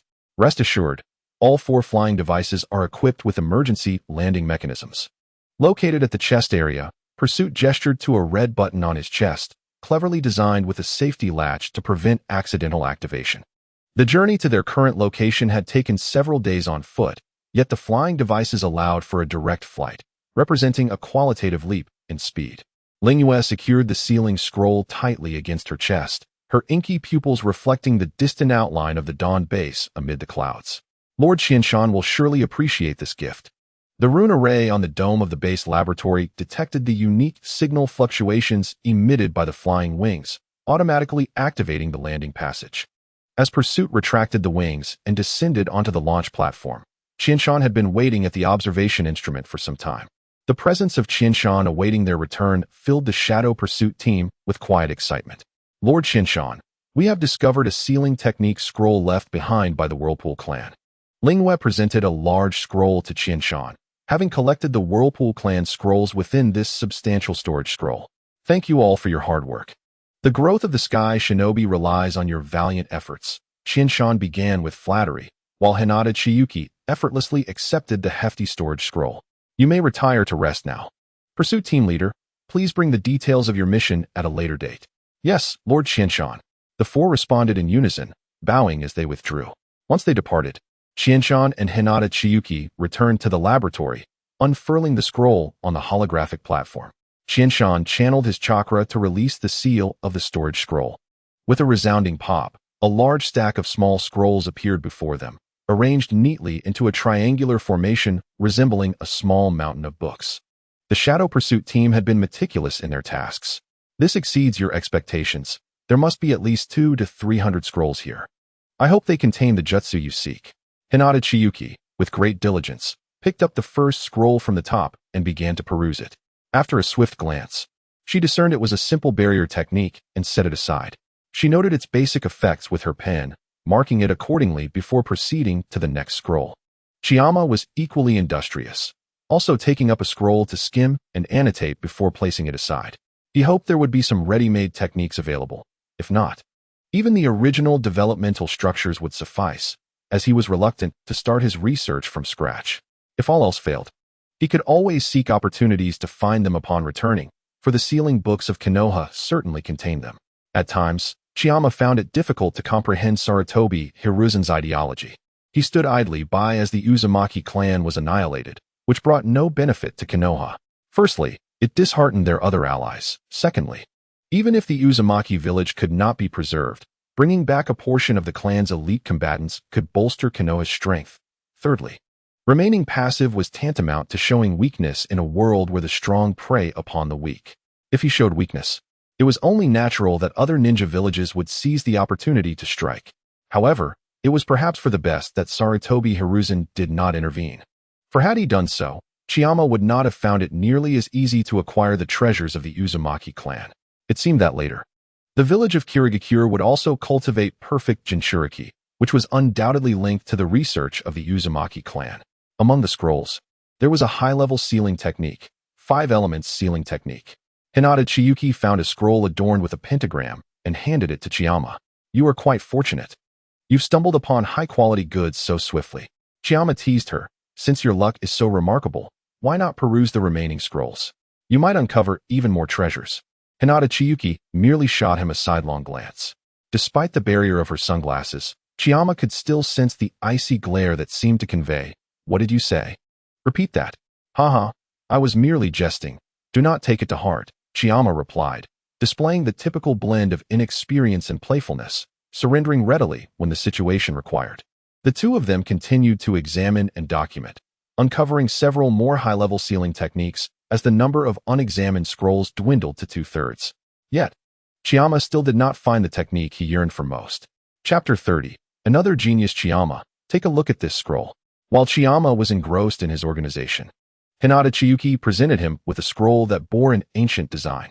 In addition to the unique Uzumaki clan emblem, the scroll's outer edge was lined with a dark red border, slightly faded in places, revealing the parchment's beige base. Its appearance suggested that this scroll had a considerable history. Upon receiving the scroll, Chiyama read the account of an Uzumaki clansman. As time has passed, the number of clan members awakening their bloodline has significantly dwindled.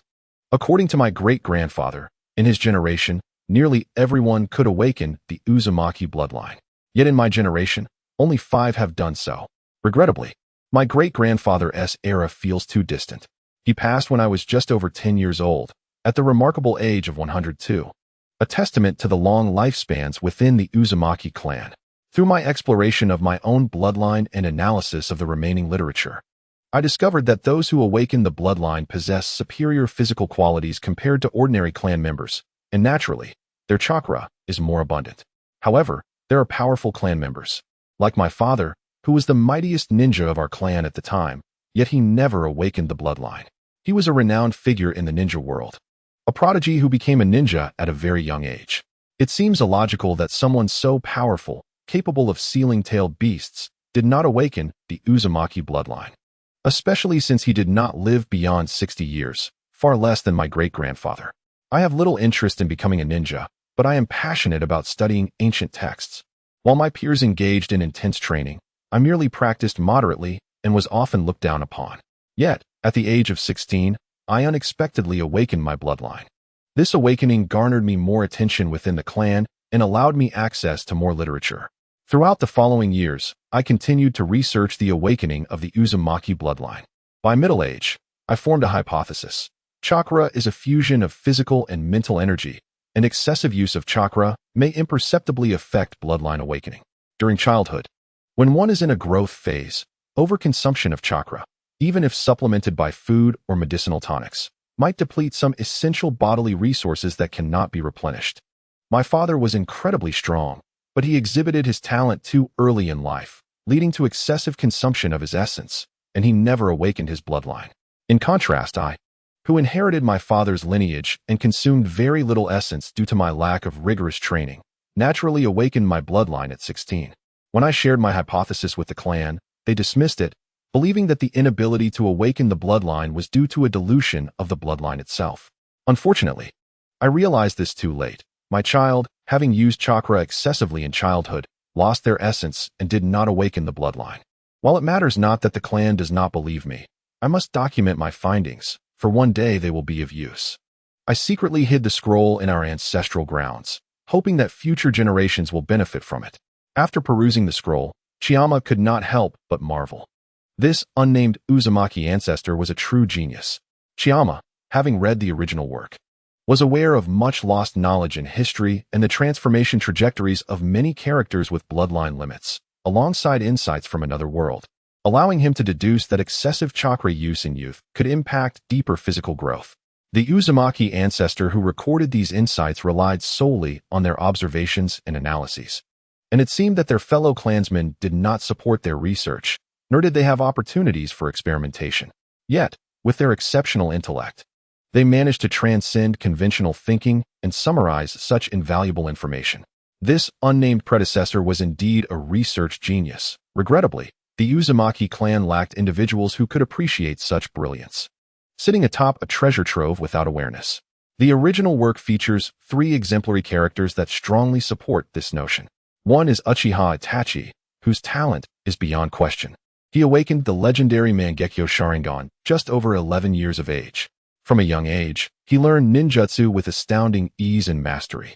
Under the deep expectations of his father, he engaged with chakra early on, underwent intense training, and ultimately succumbed to a bloodline illness before reaching middle age, arguably dying from his ailment rather than at the hands of his brother. The second character is Kenshiki, the most gifted ninja of the Kagaya clan, who awakened the Shikatsumiyaku at a young age. In battle against Orochimaru, he overused his bloodline and ultimately succumbed to a bloodline disease, much like Uchiha Itachi, perishing in combat. The final case presents a stark contrast to the previous 2, that of Uchiha Obito. Obito was always at the bottom of his class, often late and sleeping during lessons. He engaged in minimal training, contrasting sharply with Uchiha Itachi's rigorous regimen. It is evident that Obito consumed very little chakra in his youth, preserving his essence. He often wore protective goggles and applied eye drops, making his ninja persona somewhat abstract. The result was that upon awakening, he manifested the double Tomo Sharingan, second only to the triple Tomo of the Sage of Six Paths. After witnessing his beloved perish at the hands of a friend, he swiftly evolved from the double Tomo to the Mangekyo Sharingan. Chiyama pondered whether there were any scrolls resembling this one in appearance. The insights of the ancestor who penned this scroll aligned perfectly with one of his hypotheses, prompting him to request Hinata Chiyuki's assistance in seeking further information. Is this why you have always been frugal with your chakra, using it only when necessary? And why, after becoming acquainted with me, you encouraged me to minimize my chakra utilization? Hinata Chiyuki inquired, voicing a long-held thought. Indeed, you should have sensed it as well. Your Byakugan now likely surpasses the perceptiveness of even the clan head. Indeed, during this period, my insight into the Byakugan has significantly improved compared to my time in Konoha. Is it possible that my Byakugan can continue to evolve? It feels as though it has yet to reach its limit. Hinata Chiyuki's words startled Chishan. Could it be that Hinata Chiyuki is on the verge of awakening the Rinnegan? Being familiar with the original work, Chishan understood that the Byakugan is capable of further evolution. However, given Hinata Chiyuki's current state, she should not be able to bear the burden of the Rinnegan, a power that rivals the legendary eye. It is likely that such potent bloodlines require a robust physique to support them. Perhaps, once you accumulate sufficient chakra and reach a critical point, the evolution of your body may catalyze the further evolution of your Byakugan. Chishan directly addressed Hinata Chiyuki's inquiry with his vision for her future enhancement. I do not possess a matching scroll. After inspecting his own collection, Chishan found no similar scrolls. It appears that this particular elder from the Uzumaki clan has left behind only this solitary scroll, which is indeed a pity. This lamentation reflects a hero's appreciation for another hero, and the yearning of a false genius for a true one. Chishan is acutely aware of his own limitations. He has merely gathered enough information to arrive at the same theoretical conjecture.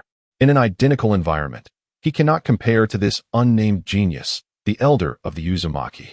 Chapter 31. A pearl from the vast sea. Chishan mechanically rifled through the few yellowed scrolls, his fingertips coated in layers of ancient dust. Leaning against the laboratory table, Hinata Chiyuki's Byakugan had regained its usual hue after enduring continuous high-intensity examinations, yet even her ocular prowess could not conceal her fatigue. The twilight filtering through the window elongated their shadows, resembling two candles on the verge of extinguishing. Both had long since lost their initial vigor. The later scrolls revealed an increasing number of modified sealing techniques. To put it simply, a single four-symbol seal had multiple versions, each showcasing the diverse intellectual focuses of the Uzumaki clan. Regrettably, although this knowledge is significant, it is not what Chishan and the others currently require. The modified version of the four-symbol seal pertains to barrier techniques. Chishan casually tossed the scroll into a corner, the parchment rolling across the metallic floor with a dull thud. Several other modified versions of the four symbols technique had already been discarded here. This marked Chishan's seventh repetition of the same action, even the ink stains on his sleeves resembling a failed totem. It seems this opportunity is becoming increasingly elusive. Chishan's gaze swept over the last few, most ordinary and tattered scrolls, presuming that the remaining documents must be of little consequence. Important sealing techniques, even those found in older scrolls, usually bore distinctive adornments. Suddenly, Hinata Chiyuki grasped his somewhat numb wrist. Her fingertips still glimmered with a faint blue light from the sealing technique, remnants of her recent forceful interpretation of the damaged scroll. There are still 3 left. Her voice, typically cool, now carried a hint of hoarseness. Removing her sunglasses, her snow-white pupils reflected the last 3 scrolls, gnawed by insects, akin to observing the final 3 extinguished explosive tags. Chishan forced a smile that was more painful than a frown. Indeed, there is still a chance, albeit a slim one. He seized the leftmost scroll, the brittle snap of the sealing not echoing sharply in the silence. As the faded medical talisman's basic characters came into view, Chishan could only smile wryly, internally mocking himself. It seems I am not destined to be the favored one. Wait. Hinata Chiyuki's gentle fist chakra suddenly enveloped the second scroll, her usually steady voice cracking slightly. Her Byakugan activated once more, the meridians beneath her pale skin flashing like lightning. I think I have found something. Chishan abruptly turned, his knee knocking over an entire row of reagent bottles. The purple crystal solution flowed chaotically across the floor, yet he remained oblivious. Hinata Chiyuki was now examining this seemingly unremarkable scroll. When the words "in sealing" emerged from the dust, Chishan's breath hitched. He saw Hinata Chiyuki's snow-white eyelashes fluttering, reminiscent of butterfly wings struggling against the cold wind. Her fingertips hovered 3 inches above the scroll, a rare moment of hesitation, as if she were about to touch fragile morning dew. Let me. Chishan's voice sounded hoarse, almost foreign to him. He took the scroll and unfurled it, the dense script accompanied by a 3-dimensional meridian diagram suffusing the entire laboratory with a mysterious purple hue. After a swift scan of the information, Chishan was certain this was the sealing technique they desperately sought.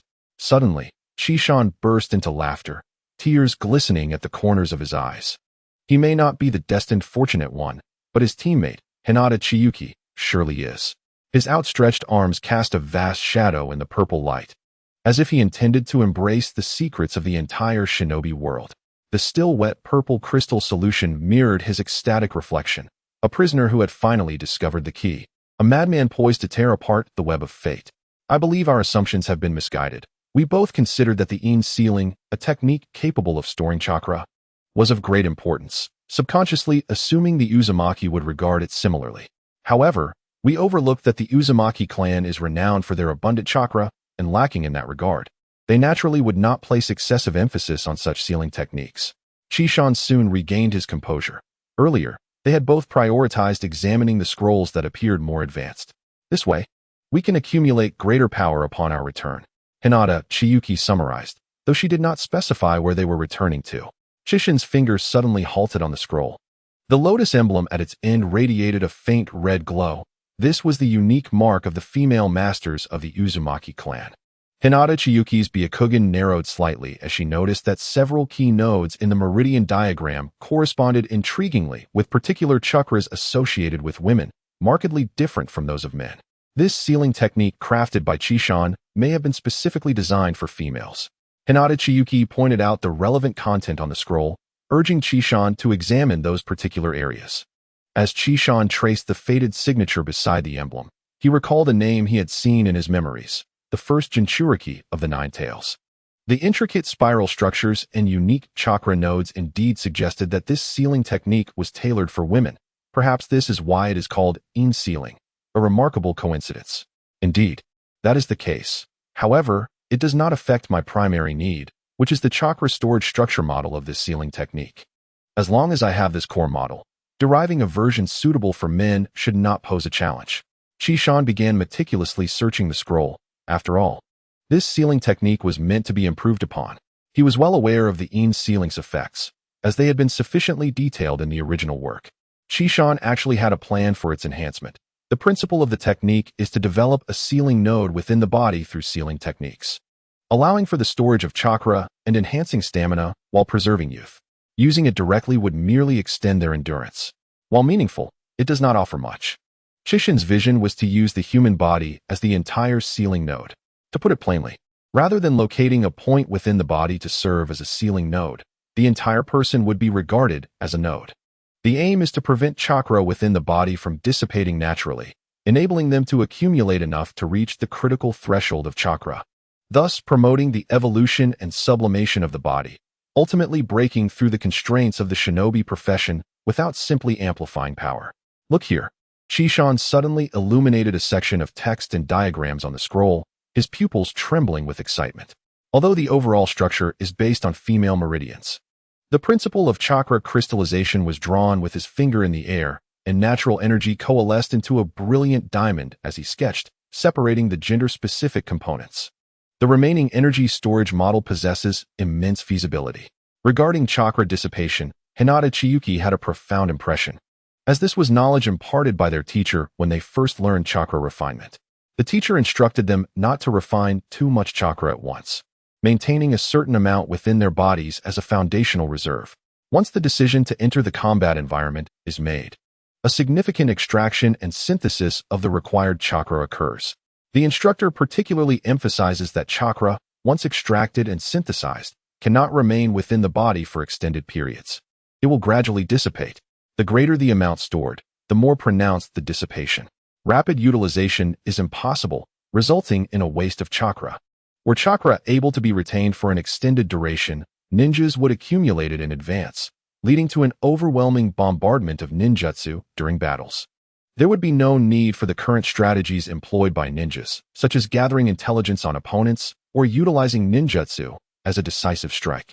For the vast majority of ninjas in the ninja world, the quantity of chakra is insufficient, naturally leading to no excess being squandered through dissipation. Thus, Hinata Chiyuki has consistently utilized chakra in this manner, merely increasing her baseline retention as her total amount rises. Furthermore, Hinata Chiyuki recalls a time when Chiyama shared his conjectures regarding this matter. He speculated that the inability of chakra to remain in the body for long could be due to a few reasons. Firstly, the high reactivity of chakra allows it to transform into material forms, such as water release and earth release ninjutsu, as well as energy forms like fire release and lightning release ninjutsu. With such high reactivity, it cannot remain stable for long. Secondly, chakra is a form of advanced energy for the human body, which does not possess a strong adaptability to such energy. Consequently, ninjas easily ended the era of warriors. Yet their bodies cannot harbor this energy. Thirdly, the structural instability of chakra energy arises from its synthesis of bodily and spiritual energies. The combination of the two does not achieve the stability of a triangular structure, and thus the balance among essence, energy, and spirit is not attained. Naturally, it cannot remain stable within the body for an extended period. While Hinata Chiyuki comprehends the first 2 points, she finds it difficult to grasp the third regarding essence, energy, and spirit. She had inquired about it with Chiyama, but his response was that it stemmed from an ancient text, and her limited reading made her ignorance understandable. This left Hinata Chiyuki somewhat speechless. Regaining her focus, she glanced at the area Chiyama had indicated, her large eyes blinking innocently. It is quite normal for someone with limited reading experience to not understand this. I'm so tired. I need to sleep now. Chiyama, you should rest early as well. With that, Hinata Chiyuki turned and walked away, yawning widely as she did so. This left Chiyama amidst a chaotic array of scrolls. As he struggled to recall whether he had misspoken earlier, little did he realize that the error was indeed his, not in the present but in the past, as an unseen boomerang elegantly traversed through time. Given the current state, it was indeed not suitable to continue the research any further. Leaving a note on how to handle the scrolls for the researchers coming in the next day, Chiyama also returned to rest. Chapter 32. The Last Drop of Blood. Under Chiyama's guidance, the Void Ninja silently transformed, accumulating strength, while in other corners of the ninja world, the iron-blooded war songs were on the verge of expending their last drop of blood. Even the mighty 5 great nations would gradually weaken under prolonged blood loss. In the Wind Country Desert Outpost, the medical ninja Chiyo of Sunagakure lifted the tense curtain, and a wave of heat mixed with sand rushed in. She glanced down at the moldy rations in her hand, her knuckles white from the pressure. Injured comrades lay scattered throughout the camp, some gnawing on cactus spines out of hunger, blood trickling from the corners of their mouths. This was all that remained. She broke the rations into pieces, distributing them to the wounded. A young ninja curled up in a corner, his abdomen wrapped in blood-soaked bandages. Yet he still offered his portion of food to a comrade lying unconscious beside him. Chiyo turned her head away, her nails digging deeply into her palm. She could save the injured, but could not fill their stomachs. She knew that Sunagakure's logistical support had faltered, as that lightning-quick man from Konoha had been ambushing their supply teams. If this continued, Sunagakure would have no choice but to end this unwinnable war. At the front line of the Fire Country's dense forest, grip the kunai tightly. If you can't stabilize your chakra, how can you be a ninja? The Jonin Sarutobi Retsu shouted, gripping Kotaro's collar in anger. The 9-year-old child trembled, dropping the kunai with a clatter. Just last night, he had been playing ninja games at the village entrance. Today, he was thrust onto the battlefield. Enough. Aoi Yamanaka silently picked up the kunai and placed it back in the boy's hand, her palm covering his cold fingers. Surviving was more important than anything else. She noticed the amulet sewn into the boy's sleeve, the stitches clearly made by his mother's hand. It was evident that even those unable to wield weapons were being sent to the front lines. It seemed the village truly lacked personnel. Konoha had already lost far too much in this war, and without reinforcements, how much longer could the conflict continue? At the Earth Country's cave outpost, the veteran Iwagakure ninja Oya Kurwashi buried his comrade's forehead protector in a shell crater, the metal glimmering under the moonlight. 3 days prior, the newly 18-year-old Ishikawa had proudly showcased the scarf knitted by his fiancée. Now, the dark red fabric wrapped around Oya Kurwashi's wrist was the last token of the boy before he took his final breath. The 43rd, he carved a new mark into the rock face, inscribing a tilted slogan of victory beside it. A trembling recruit approached. Senpai, can we really win? Oya Kurwashi gazed toward the brightly lit camp of Kumogakure across the way. We should be able to, he murmured, adding another log to the fire. By the flickering light, Oya Kurwashi began to write a letter, the charcoal pencil scratching against the parchment. If my son sees this, wait until the cherry blossoms bloom again. Suddenly, an explosion echoed from outside the cave, and the letter was swept into the flames by the shockwave. He stared blankly at the ashes of the words, as if he could see his wife's smiling face at the moment their son was born. Enemy attack. Prepare for battle, the captain shouted, kicking over a water jug. Kurwashi silently slung the scroll over his shoulder and grabbed his weapon. Behind him, the trembling recruit asked, Senpai, will we survive? He looked at the dripping mud from the cave's ceiling and answered, my son is nearly a month old. At the medical camp of the Lightning Country, the medical ninja Yazuki Hikari's hands were drenched in blood. The last batch of medical supplies would run out in 3 days. His comrade on the stretcher had a chest torn open by wind release, but there was no anesthetic available. He could only extract the shattered bones while urging, "Hold on. It will be over soon." The comrade suddenly grasped his wrist, his pupils dilating. "Hikari, I want to go home," before succumbing to unconsciousness. Hikari had witnessed too many such scenes over the past few days, yet he felt helpless. He could not conjure more medicine. Blood-stained bandages piled up like a small mountain. And Yuzuki Hikari numbly repeated the motions of bandaging. The last vial of hemostatic agent at the bottom of the medical kit felt warm in his grasp before he finally pressed it into the hands of a 14-year-old girl with a severed leg. The same age as his sister.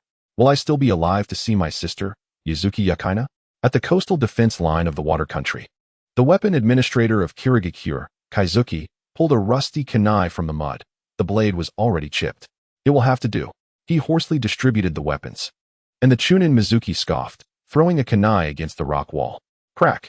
The tip shattered and flew off, leaving a cut on his cheek. Is this the equipment for elite forces?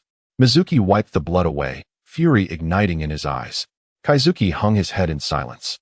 A letter from his wife concealed in his sleeve. "Daddy, when will you come home?" He could not answer Mizuki's question, nor could he respond to his daughter's inquiry. The high-intensity warfare had led to various issues among the 5 ninja villages, as it appeared they could no longer sustain this brutal massacre. The long-awaited dawn of peace seemed poised to return to the ninja world. Chapter 33. The beginning of Don Chiyama pushed open the intricately carved wooden door of his office, and the morning light streamed through the floor-to-ceiling window, casting a soft golden hue over the ebony desk. His fingertips grazed the corner of the desk, where the new emblem of the Void Ninja, a bird in flight encircled by gears and scrolls, was etched. This was a totem he had designed in collaboration with Hinata Chiyuki. Outside the window, the sounds of the training ground echoed, the hum of chakra-driven machinery intertwining, resembling a prelude to a new world. It was rare for Chiyama to come to work without using shadow clones. Today, he wanted to hear the work reports and observe the progress made over the past 6 months. "Lord Chiyama, Takeuchi Shigeru is awaiting you in the council hall," reported the secretary ninja, adorned with a metallic forehead protector, bowing respectfully. The character for Void embroidered on his sleeve shimmered with silver threads in the light. The mountains bowed in reverence as his gaze swept across the power map affixed to the wall. The territories of the 5 great nations were meticulously marked with crimson ink, revealing a complex web of trade routes. Most striking was the azure line winding from the land of wind to the land of iron, representing the newly established transportation route for the Chakra Crystal Mine by the Dawn Merchants Association. He reached out to adjust the marker flag at the border of the land of fire, the pole clattering with a crisp sound. Though Qianshan possessed extraordinary control over chakra, allowing him to crystallize it, his subordinates currently lacked such capabilities and would struggle to acquire them in the near term. Furthermore, Qianshan did not have an abundance of chakra to squander.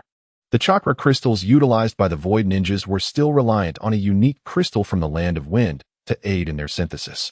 The holographic projector in the council chamber hummed to life under the deft touch of Takeuchi Shuji, gradually unfolding a 3-dimensional depiction of the livelihoods within the Void Ninja base. The bespectacled official adjusted his glasses. Takeuchi Shuji was of a balanced physique, his short hair lending him a sharp and competent appearance, his demeanor serious and dignified. He began with the section on public welfare. "According to your stage development theory, we have successfully completed the 3rd phase of the housing project." The image transitioned to the residential area, showcasing a series of honeycomb-like, composite material homes lined up in order. Qianshan noted that nearly every household had installed the solar water heaters he had previously suggested, shimmering with a ghostly blue hue in the rain. "The solar water heaters you mentioned were developed by the Research Institute 6 months ago, and the engineering department completed initial improvements 2 months prior," Takeuchi Shuji continued, pulling up a data stream. "Our administrative office has introduced this solar water heater as an interest-free loan project, and residents have shown considerable interest in this energy-efficient product that provides convenient access to hot water. It now covers approximately 80% of households." "Indeed. What is the internal selling price of this water heater?" Qianshan inquired.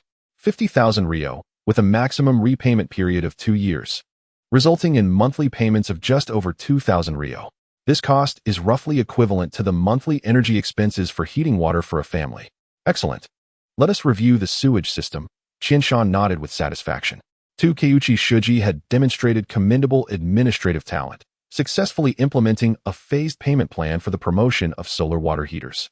This autonomy was something Qianshan appreciated, allowing him to relax. The scene abruptly shifted underground, where a pale green liquid flowed through a labyrinth of pipes. The sewage treatment system's coverage had reached 89%, and combined with the medical team's developed purification spores, Takuchi Shuji paused. Last week, an elderly woman personally delivered a hand-knitted talisman, stating it was her granddaughter's project from school. She wished to present it to you, Lord Qianshan, as a token of gratitude for providing her granddaughter with the opportunity to attend school. Takuchi Shuji produced a crooked talisman, placing it on the desk. Qianshan ran his fingers over the talisman, woven from harvested vines, its back clumsily embroidered with words of protection for him. He suddenly interrupted the report. How is the optimization of the roads for the third phase project progressing? Just about to report, Takuchi Shuji switched to the architectural structure diagram. With the new materials utilizing earth release solidification techniques, the foundation and soil strength have improved by 34% compared to previous standards. This strength is entirely sufficient to meet the road optimization requirements for the entire base. However, we currently lack sufficient earth release ninjas in the administrative department, resulting in a significant personnel gap for large-scale construction. Inform the Research Institute. I wish to see the improvement plan tomorrow. As for the personnel issue, Shuji, draft a construction plan detailing how many more people are needed and the time required. Submit it, and I shall arrange for Qianxue to draw personnel from the Special Operations Team for support. Qianshan's fingers danced swiftly over the holographic keyboard, syncing notes to his personal terminal. Hinata Qianxue had once humorously remarked that his office system, which combined sealing techniques, resembled a spider's web. At that moment, hundreds of glowing data lines flickered in response to his actions. As the three-dimensional projection shifted to the headquarters of the Dawn Merchants Association, Qianshan unconsciously straightened his back.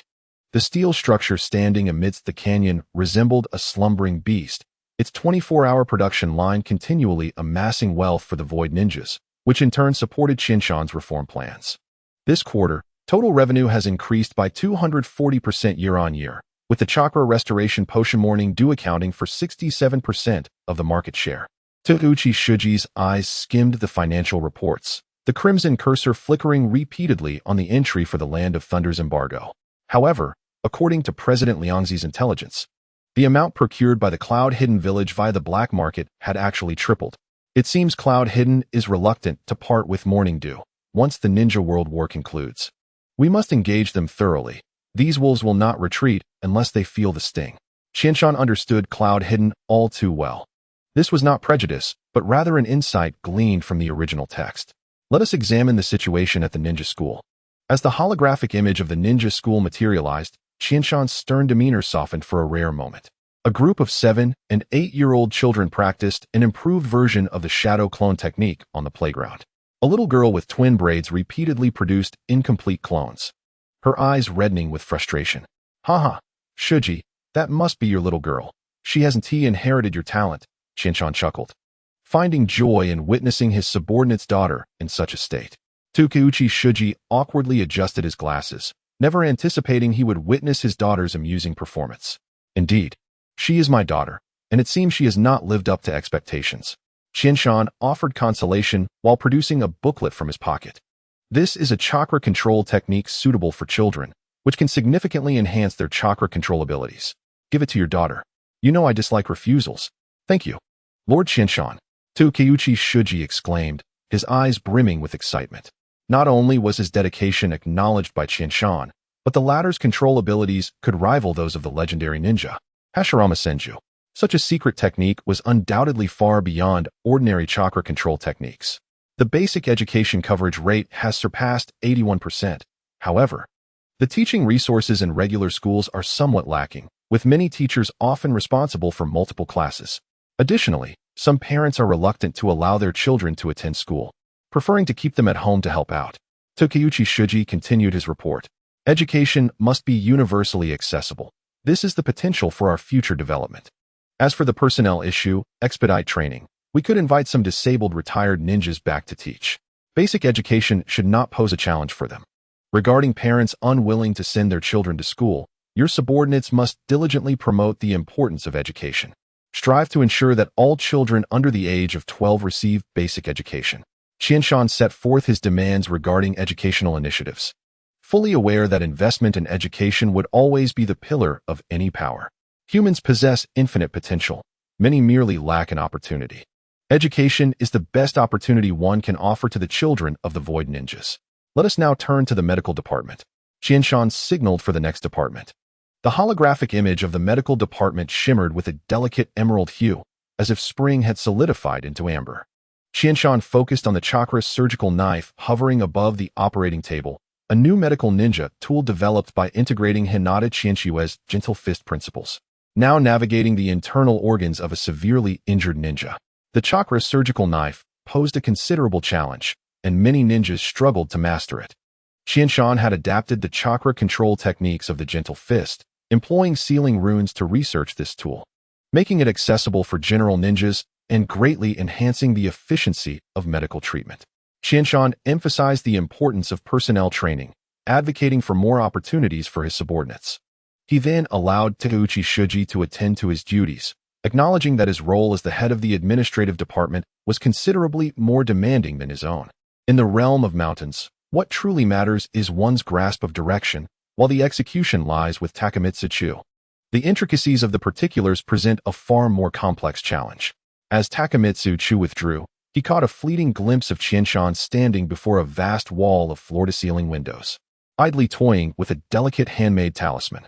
In the distance, the new chakra firearms on the training grounds discharged in a nocturnal trial, their azure beams slicing through the night sky, reminiscent of the young Hinata Qianshua, who once carved a bloody path through the jungles of the Land of Lightning while bearing grievous wounds, ever resolute in his pursuit.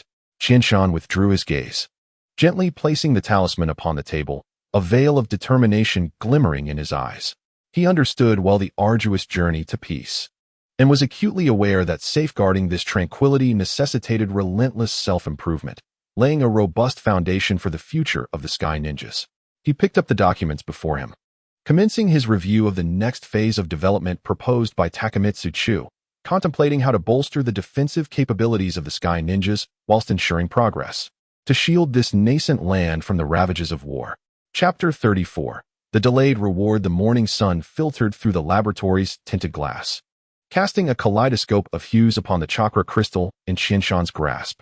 He gently set down the tweezers, the faint glimmer of the runes on his fingertips resonating with the mechanical hum outside. Qianshan paused his work. The morning's research session had reached a conclusion. Has the Shadow Pursuit team arrived? He inquired of his assistant nearby. They just sent word. They will arrive in 5 minutes. Very well, have them brought in directly. Please allow them to enter. As Qianshan extinguished the projection, the metallic door slid open with a soft hiss. The 4 members of the Shadow Pursuit team entered the laboratory in unison. Qinglan's forehead protector was skewed amidst his tousled hair, and the sound of Yantaro's shovel clinking against his back resonated softly. Lingyue remained as elegantly composed as ever, while the stance of the Shadow Pursuit members stood straight as a spear, poised as if ready to be unleashed at any moment. The task completion rate is S rank. Qianshan tapped his fingers lightly on the desk, and 4 metal medals embossed with the Sky Ninja insignia rose from a hidden compartment. The data you have brought back possesses significant research value and will greatly assist in the future development of the Sky Ninjas. I extend my gratitude on behalf of everyone for your contributions. The 4 members had come to see Qianshan, each harboring a sense of speculation. The entire team had gathered, most likely for rewards, although they were uncertain of the nature of those rewards. Upon hearing Qianshan's words, their eyes brightened with anticipation, fully aware that he was about to dispense accolades. Shadow Pursuit, Qianshan called out, addressing the team leader by name. Yes, Lord Qianshan, your perception ability is remarkably exceptional, and your combat style is comprehensive, with hardly any evident weaknesses. Qianshan began with an overall assessment of Shadow Pursuit. There are 2 potential paths for your rewards. The first is to further enhance your perception abilities. The second is to elevate your overall capabilities. It is up to you to decide which direction to pursue. Lord Qianshan, could you elaborate on these 2 paths? Shadow Pursuit did not make an immediate choice, opting instead for a detailed inquiry. The first path focuses on strengthening your perception abilities. I possess a secret technique known as the breath concealment technique. Mastering this technique will allow you to better conceal yourself and amplify your resonance with nature, thereby broadening your perceptive abilities. However, the difficulty of learning this technique is exceedingly high. Thus far, I have imparted it to many, yet none have succeeded in mastering it. Moreover, delving deeply into this technique is said to lay the groundwork for accessing legendary sage arts. As Qianshan spoke, he gathered a strand of exquisitely refined sage chakra, showcasing it to all. The mere sensation of this limited sage energy caused a wave of trepidation, a primal instinct among ninjas attuned to danger. As they marveled at this formidable power, they were deeply moved by Qianshan's magnanimity. Such potent strength was something he readily shared with all. In the past, Shenong had never taught such advanced ninjutsu, and once again, Qianshan's selfless spirit left a profound impact on the 4 members of the Shadow Pursuit team. The second path is the Lightning Release Chakra Activation Technique, a secret art evolved from the Cloud-Hidden Lightning Release Chakra model. By utilizing this technique once a day, you can gradually enhance your physical capabilities. However, it requires long-term commitment. Without 2 to 3 years of persistence, progress will not be readily apparent. This technique can also be employed alongside the Lightning Release Chakra model and is relatively easy to master, requiring only Lightning Attribute Chakra. Qianshan continued to elaborate on the second path. After listening to Qianshan's descriptions, Shadow Pursuit did not respond immediately, instead immersing himself in contemplation. Qianshan remained silent, allowing time for reflection. Both paths offered by Lord Qianshan are well suited to me. It is indeed a difficult decision, Shadow Pursuit pondered, glancing at his teammates. One offers boundless future potential, but carries the risk of being unlearnable. The other, whilst also promising, allows for immediate combat readiness when paired with the Lightning Release Chakra model, a technique renowned throughout the ninja world. After a prolonged silence, Shadow Pursuit posed a final question. Lord Qianshan, if I opt for the second path, may I exchange it for the first once I have accumulated enough merits? Qianshan smiled, affirming his understanding of Shadow Pursuit's thoughts. Then I shall choose the second option. From a drawer, Qianshan retrieved a pre-prepared scroll and handed it to Shadow Pursuit. Should you encounter difficulties while learning, feel free to consult me at the administrative center. At times, I may be too occupied in the laboratory to assist. Having secured the scroll, Shadow Pursuit stepped aside, awaiting his teammates to receive their rewards. Qinglan, Qianshan called, addressing the next individual. Your speed and reaction capabilities are quite remarkable among your peers, and you wield wind-release ninjutsu with notable dexterity. Your awareness of battlefield dynamics is also commendable. However, your shortcomings are apparent when faced with defensively adept adversaries. You lack the decisive ability to strike them down in one fell swoop. Indeed, Lord Qianshan, Qinglan replied as he stood forward. I have 2 paths to offer you as well. The first is to enhance your ambush capabilities by customizing a powerful ninja tool tailored for your use, enabling you to strike swiftly before your enemies can react. The second is to impart to you an advanced offensive ninjutsu, the Spiraling Sphere. Qianshan formed a rapidly spinning azure chakra sphere in his left hand, the whirling orb generating gusts of wind that sent the garments of those present fluttering. With his right hand, he produced a kunai and struck it against the left hand's ninjutsu, witnessing the kunai being effortlessly devoured by the azure sphere, leaving only a heap of fine powder in its wake. Observing the effects of this ninjutsu, the onlookers were left in a state of astonishment. Such a technique, requiring no hand seals, possessed tremendous power. Qinglan, in particular, swiftly beamed with excitement at the remnants of the kunai strewn about. Lord Qianshan, I choose the second option. Without hesitation, Qinglan made his decision, feeling as though this ninjutsu had been custom-tailored for him. The absence of hand seals meant that he could strike swiftly while in motion. How exhilarating! Qinglan looked at Qianshan with eager anticipation, his gaze imploring. Please hand me the ninjutsu scroll. Qianshan did not keep him waiting, promptly retrieving the scroll and presenting it to Qinglan. Upon receiving the scroll, Qinglan was overwhelmed with excitement. Clutching it tightly in his hands, striving to contain his elation, he was fervently eager to master this formidable ninjutsu. Had it not been for the context, he would have already unfurled the scroll to begin his study.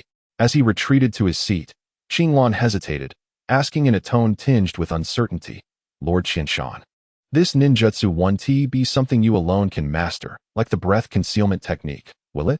Caught up in his excitement, he had neglected to inquire about the learning difficulty, fearing that this powerful technique might prove equally challenging to grasp. If he were unable to learn it, it would spell disaster. Rest assured, the spiraling sphere has been deconstructed into 3 stages to lower the learning difficulty. Qinglan, you can learn it step by step. Focus. And it should pose no significant challenge for you.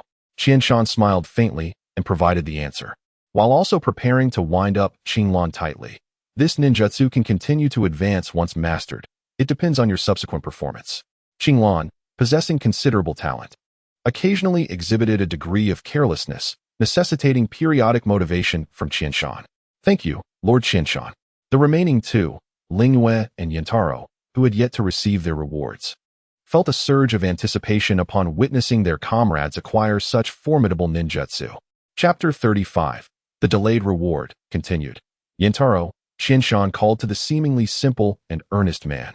Your Earth-style ninjutsu, combined with your specially crafted chakra shovel, exhibits remarkable effectiveness in restraining enemies, creating advantageous terrain, and providing defense. In collaboration with teammates, you serve as an exceptionally reliable bulwark.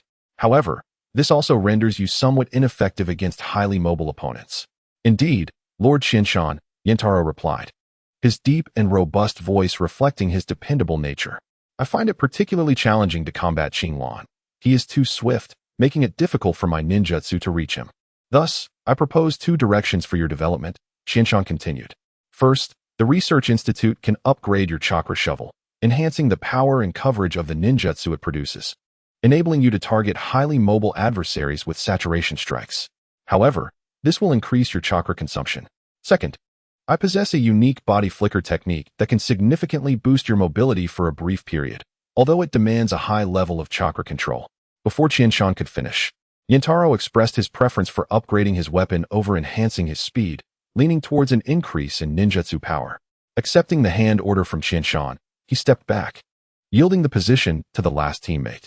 He would naturally have personnel assist him in upgrading his chakra shovel at the Research Institute. The Research Institute had made substantial discoveries daily after acquiring the sealing techniques of the Uzumaki clan and supplementary research materials brought back by the Shadow Chaser team. The personnel at the Institute had developed quite mature plans and designs for the fusion of tools and ninjutsu. Conversely, Qianshan had recently encountered difficulties in his research on sealing techniques, causing him some distress. Lingyue, he observed the composed woman before him. Your situation is somewhat unique. As a ninja specializing in sealing techniques, you previously functioned primarily as a logistical ninja. With your talent and the support of the Research Institute, you have inscribed sealing techniques onto scrolls for immediate combat. This represents an entirely new combat system for ninjas, which you must continue to explore. At this juncture, Qianshan paused. The inclusion of sealing ninjas in frontline combat units is a bolder experiment than the current proposal by Tsunade of Konoha to integrate medical ninjas into frontline teams.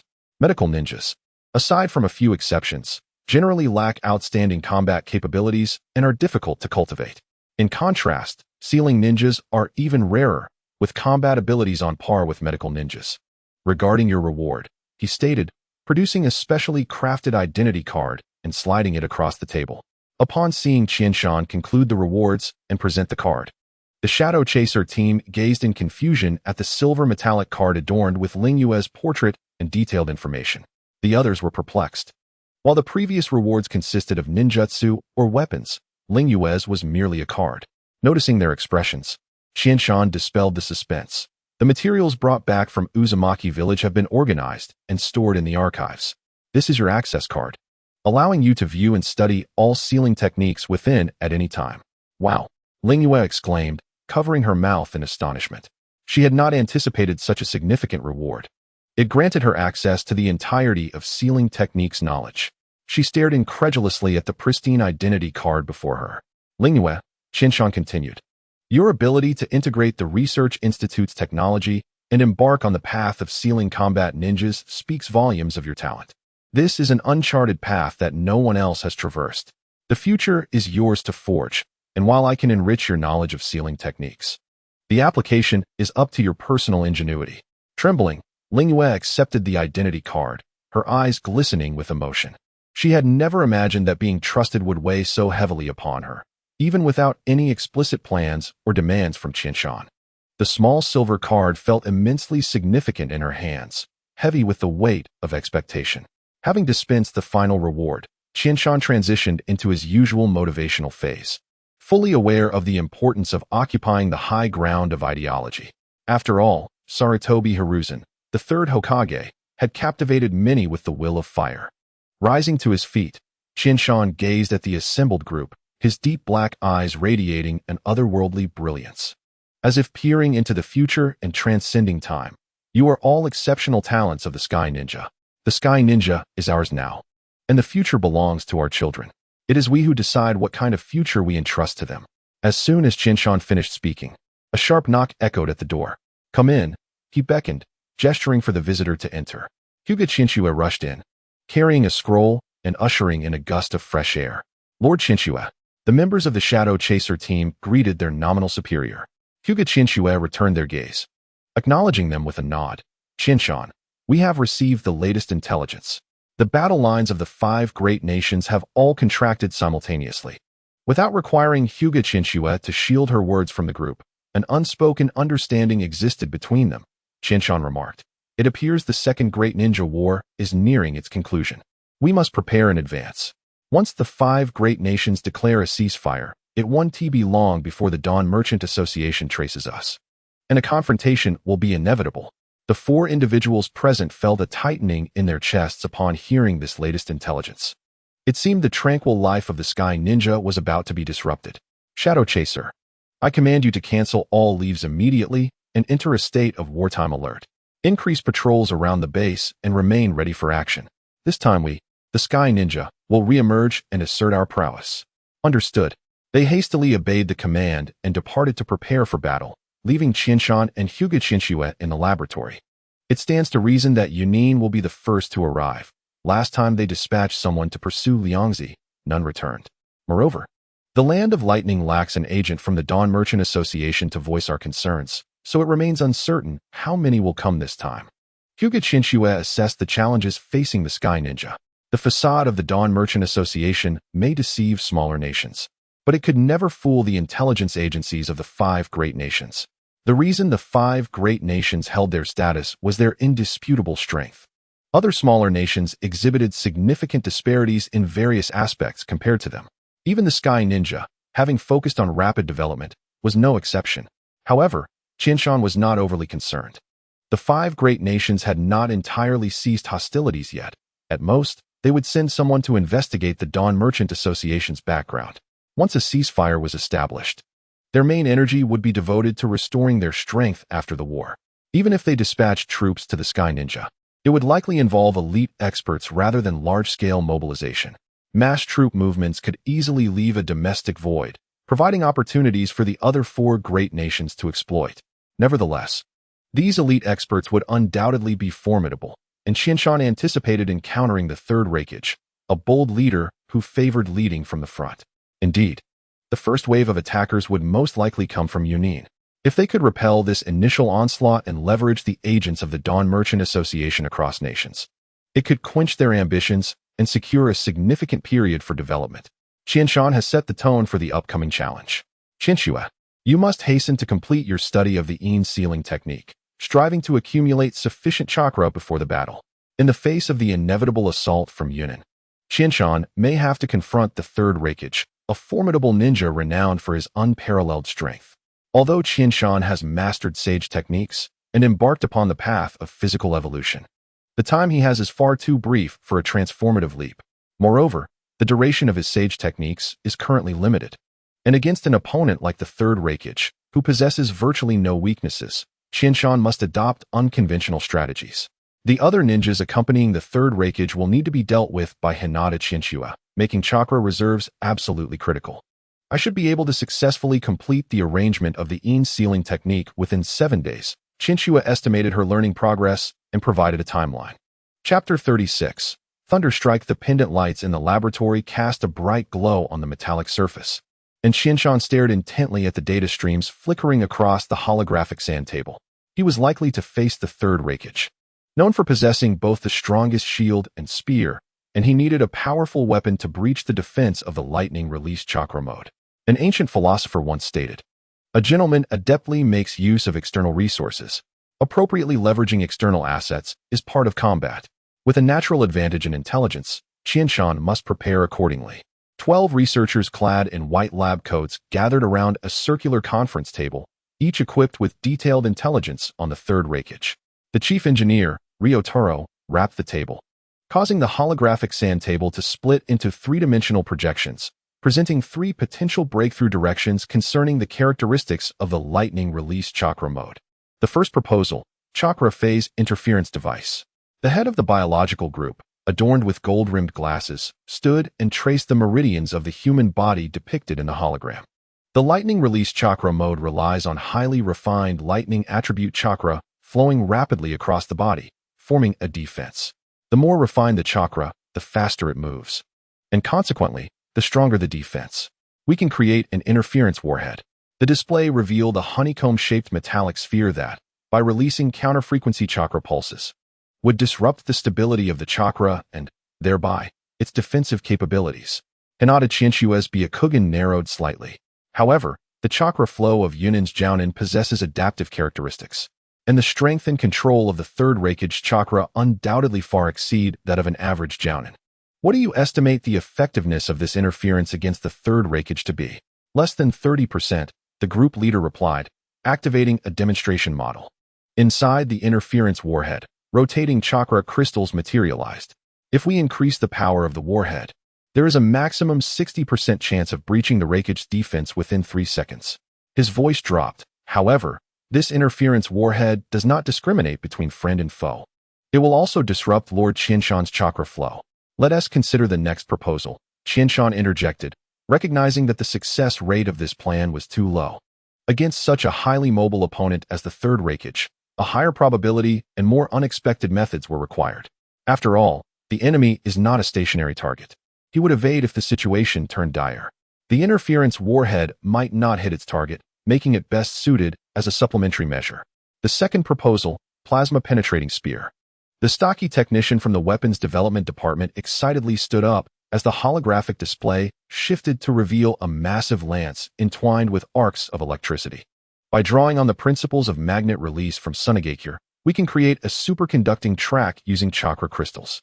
When the lightning attribute chakra accelerates in a spiral manner, the image showed the spear piercing through 5 layers of composite armor, molten metal dripping like lava. It not only possesses formidable penetrating power, but can also generate a plasma jet of 12,000.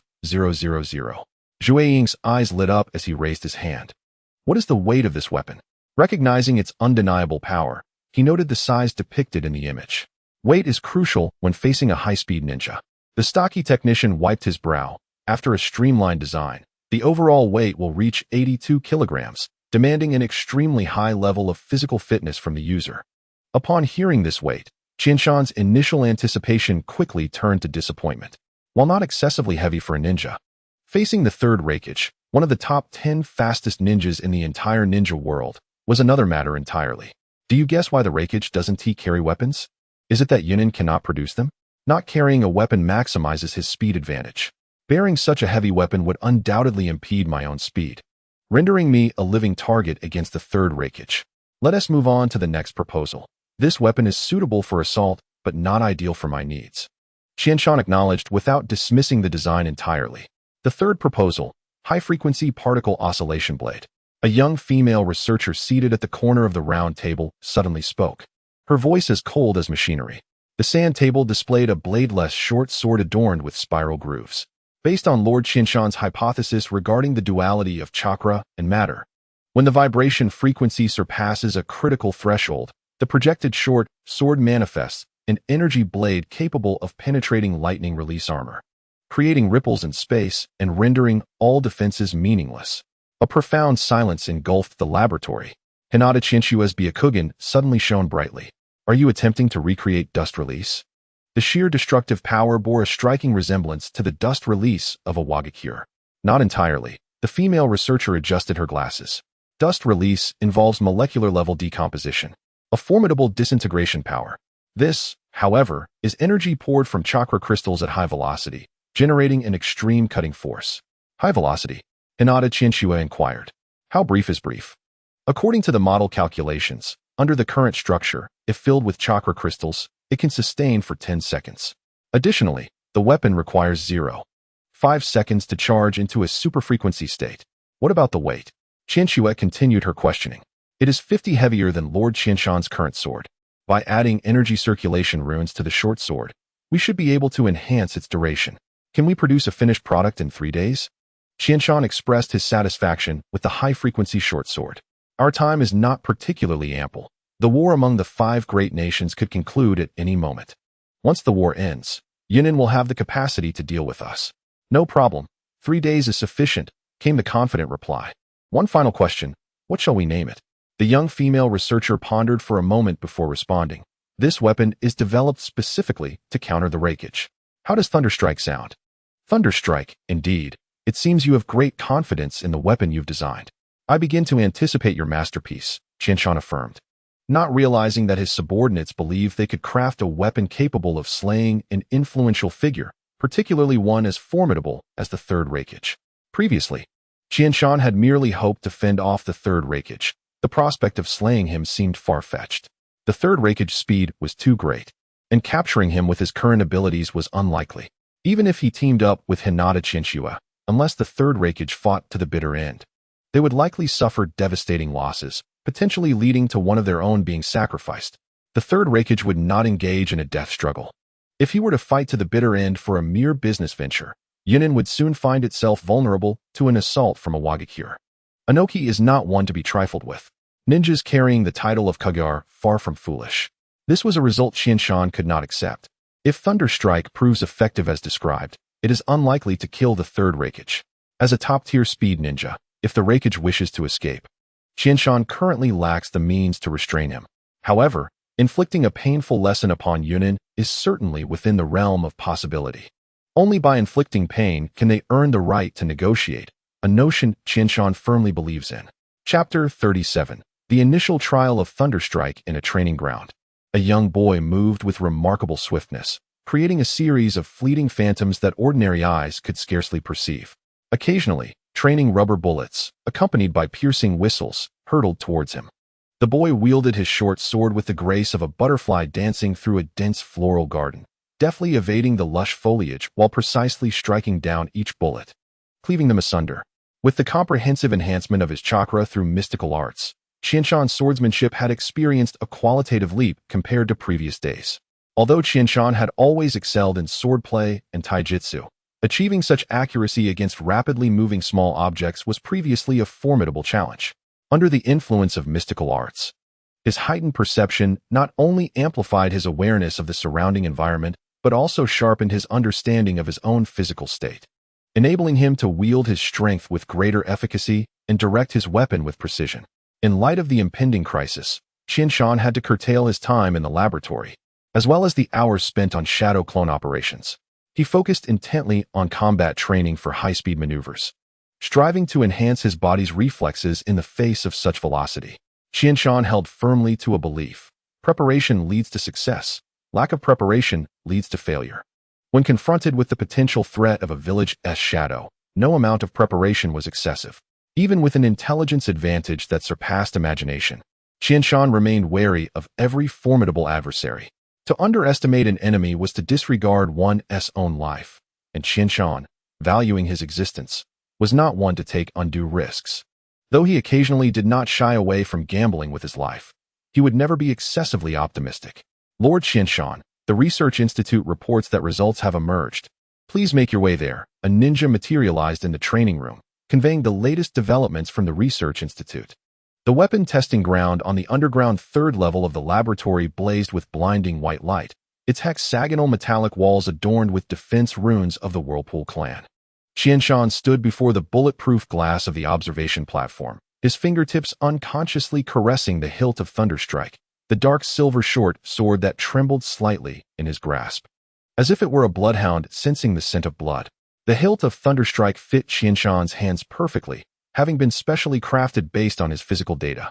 The sword was marginally heavier than his usual blade, exuding a palpable sense of weight. Lord Qianshan, during the completion of Thunderstrike, we have made new modifications. One enhancement is the power tier, where chakra input can activate the first level. In this state, Thunderstrike initiates an energy cycle without forming an energy blade, allowing it to be sustained for an extended period.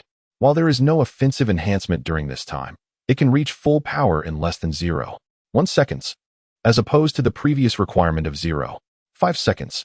The second tier is 50 power, which maintains the energy blade state at its minimum capacity, with a duration of 3 minutes. The third tier is full power, with a runtime that has increased from the initial 10 seconds to 20 seconds once the energy cycle is engaged. Ryotaro, the chief engineer of the Research Institute, elaborated on the foundational capabilities of Thunderstrike. The female researcher who had previously proposed the design was his disciple, Nanako Baiwi. As for the destructive potential, that would be tested in subsequent experiments. Indeed, achieving such design and completion within such a brief time frame is commendable. I now look forward to the testing performance of Thunderstrike, Qianshan remarked. The researchers surrounding him visibly brightened with joy and excitement upon receiving his approval. Qianshan was not one to withhold praise. Expressing recognition of others' efforts in moderation effectively boosts their motivation. Do not inquire how Qianshan knew this. In a previous life, his employer employed such strategies to enhance work enthusiasm. Lord Qianshan, the testing items are all set and can commence at any moment. Baiwi Nanako, clad in a long white coat that obscured her form, paired with her rimless glasses and sapphire-like eyes, exuded an ethereal beauty akin to a maiden playing the lute beneath a laurel tree. Her poise and appearance were not inferior to Hinata Chiyuki, Qianshan's icy companion, and being slightly older, she radiated a more mature charm. Let us begin. Qianshan did not linger on the appreciation of her beauty and promptly issued the command to commence testing. The first test involved a high-intensity barrier. Ryotaro's voice echoed through the chakra transmission tube within the arena, employing the 4 purple flames formation. 4 stone pillars, inscribed with incantations, gradually rose at the center of the arena, a pale purple energy membrane pulsating rhythmically as if breathing. This soon formed a rectangular pale purple barrier that fully protected a fragment of star-fallen steel within the pillars. This defensive barrier was also a treasure from the Whirlpool clan, renowned in the ninja world for its exceptional defensive capabilities. For Jonin could deploy it to restrain an enemy of shadow-level strength. It was said that the power of 4 shadow-level individuals working in unison could significantly escalate its might, effortlessly withstanding consecutive attacks from tailed beast bombs. Qianshan exchanged a knowing glance with Hinata Chiyuki, who understood his intent and gracefully stepped forward, positioning herself 10 paces from the barrier. The sunglasses had become an essential disguise for Hinata Chiyuki, and today she eschewed her usual white attire for a loose pale blue sports outfit, further enhancing her cold and noble aura. With her feet shoulder-width apart and fists clenched, Hinata Chiyuki focused her energy, rapidly condensing it into waves that swirled around her, causing her blue sportswear to ripple like ocean waves. The currents of air she generated brushed against the observers behind her, bringing a faint yet palpable sense of lethality. As her chakra continued to coalesce, the pale blue chakra around her right fist became increasingly solidified. A sight familiar to the researchers who knew this powerful ninja was often by Qianshan's side. The commotion intensified, and the personnel at the Research Institute were well acquainted with this sunglasses-clad girl, instinctively finding safe zones to shield themselves. 8 extremes break. With a spirited shout, Hinata Chiyuki unleashed her punch like a flash of lightning. The blue imprint surged forth like a dragon emerging from the sea, shattering the void and generating an immense roar as the force of her punch detonated the air. The once stable barrier of the 4 purple flames formation rippled violently, the incantations inscribed on the internal pillars glowing brilliantly, clearly amplifying energy output. As energy continued to feed into the formation, the punch's momentum waned after its initial explosion, ultimately dissipating in a stalemate with the barrier, which gradually stabilized, reverting to its initial calm state. Observing the effects of Hinata Chiyuki's strike, Qianshan marveled internally, realizing that just one more hit would suffice to shatter this barrier, which was reputed to restrain shadow-level adversaries. Some individuals possessed a talent gap akin to chasms when compared to ordinary people, and without a doubt, Hinata Chiyuki was one of those individuals. He had merely shared with her the theoretical principles of martial arts from another world, many of which were mere hearsay, and yet she had, through these fragmented theories distinct from the ninja world, integrated them with her clan's centuries-old gentle fist, achieving a transcendence in her martial arts and forging her own path. It was precisely through this synthesis of martial arts that Hinata Chiyuki had, at such a tender age, unified her learning and successfully entered a new domain. Despite her youth, which might result in a lack of experience compared to older, seasoned warriors, she still possessed ample room for growth. The most formidable aspect was that the ninja world harbored numerous talents akin to Hinata Chiyuki. From the legendary duo of Konoha who quelled chaos in the past to the master of forbidden techniques, Senju Tobarama, and the prodigious Minato Namikaze, along with the newly born Kakashi Hitaki and the future Itachi Uchiha. These ninja talents are indeed the paragons of their era. However, they are constrained by the rigid framework of the ninja world, each bearing various limitations. Yet, Hinata Chiyuki, by the side of Qinshan, has unknowingly absorbed insights and philosophies from another realm. Furthermore, she has witnessed countless possibilities during the transformation of the Konin, an invaluable and intangible wealth. Qinshan eagerly anticipates how this teammate, who does not appear in the original narrative, will bring about change in the ninja world. As the energy of the four purple flames formation is replenished and stabilizes, the long-awaited moment for Qinshan to strike has finally arrived. Channeling chakra into the Legia. The crystalline chakra on the sword's blade glimmers faintly, activating the overall runes of Legia and entering a heightened state. Without excessive adjustments, Qinshan guides the chakra crystal to amplify the energy output, propelling Legia directly into its third stage, with the blade of the short sword radiating a dazzling brilliance. Naturally, testing must begin with extreme output. The second stage can be assessed later. Through Hinata Chiyuki's Byakugan perspective, Qinshan's sword blade is formed from an immense compression of chakra, resonating at super frequencies to create a cutting edge. This resembles a line of condensed chakra, its luminous energy causing even the Byakugan's heightened vision to squint. The radiance seems to carry an invisible killing intent, naturally endowed with the ability to obliterate all. The Legia emits a high-frequency buzz as Qinshan's figure flickers like a phantom. With minimal movement, he thrusts the sword, and at the moment it makes contact with the barrier, the soft four purple flames formation shatters with a sound reminiscent of breaking glass. Qinshan maintains his momentum, the sword tip piercing directly towards the starfall steel shield protected within the barrier. To his surprise, there is no anticipated metallic clash. As the edge of Legia penetrates the shield's surface, it emits a sound akin to hot water meeting snow. Hinata Chiyuki, gripping the edge of the observation platform, tightens her hold. The structure of the starfall steel is disintegrating. Her Byakugan clearly reveals that this super-dense alloy collapses upon contact with Legia. The sheer might of this weapon astounds all present. Chapter 38. A promising future. The individual most astonished by the destructive power of Legia is none other than its wielder, Qinshan. He had anticipated the weapon's potential, considering it might exceed his expectations, but he never imagined it would surpass them to such a degree. The recent attack did not require him to summon additional chakra. It was merely a straightforward thrust from his daily training. Yet this ordinary action not only breached a layer of the four purple flames formation, but also pierced through a starfall steel shield. It is crucial to note that the recent punch delivered by Hinata Chiyuki did not represent her strongest technique. Yet, among the current ninja ranks, excluding Qinshan, no ninja could withstand such a blow head-on. The ordinary strike of Legia, however, demonstrated destructive capabilities far exceeding that punch. Ninjas of Hinata Chiyuki's caliber are scarce throughout the ninja world. Those like her are invaluable high-level combatants, honed through rigorous training.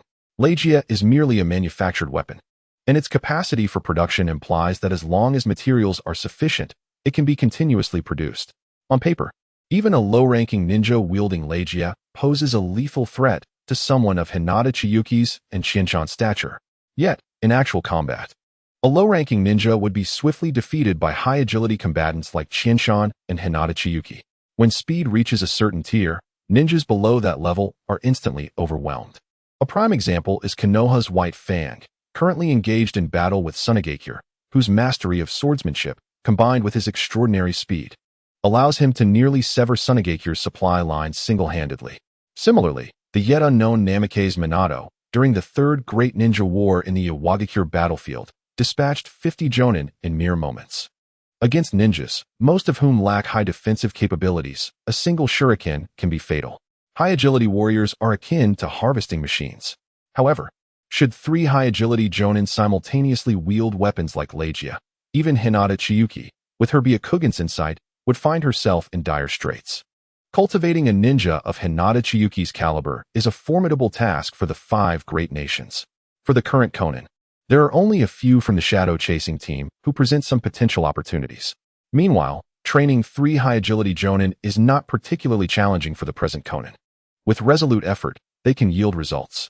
Equipping them with Legia would significantly alleviate the Konin's heavy reliance on Qianshan and Hinata Chiyuki for high-end combat power. Ceasing the activation of Legia, Qianshan lightly flicks his left hand's fingers, producing a clear, ringing sound that reverberates throughout the venue, drawing everyone back from their stupor and refocusing their attention on him.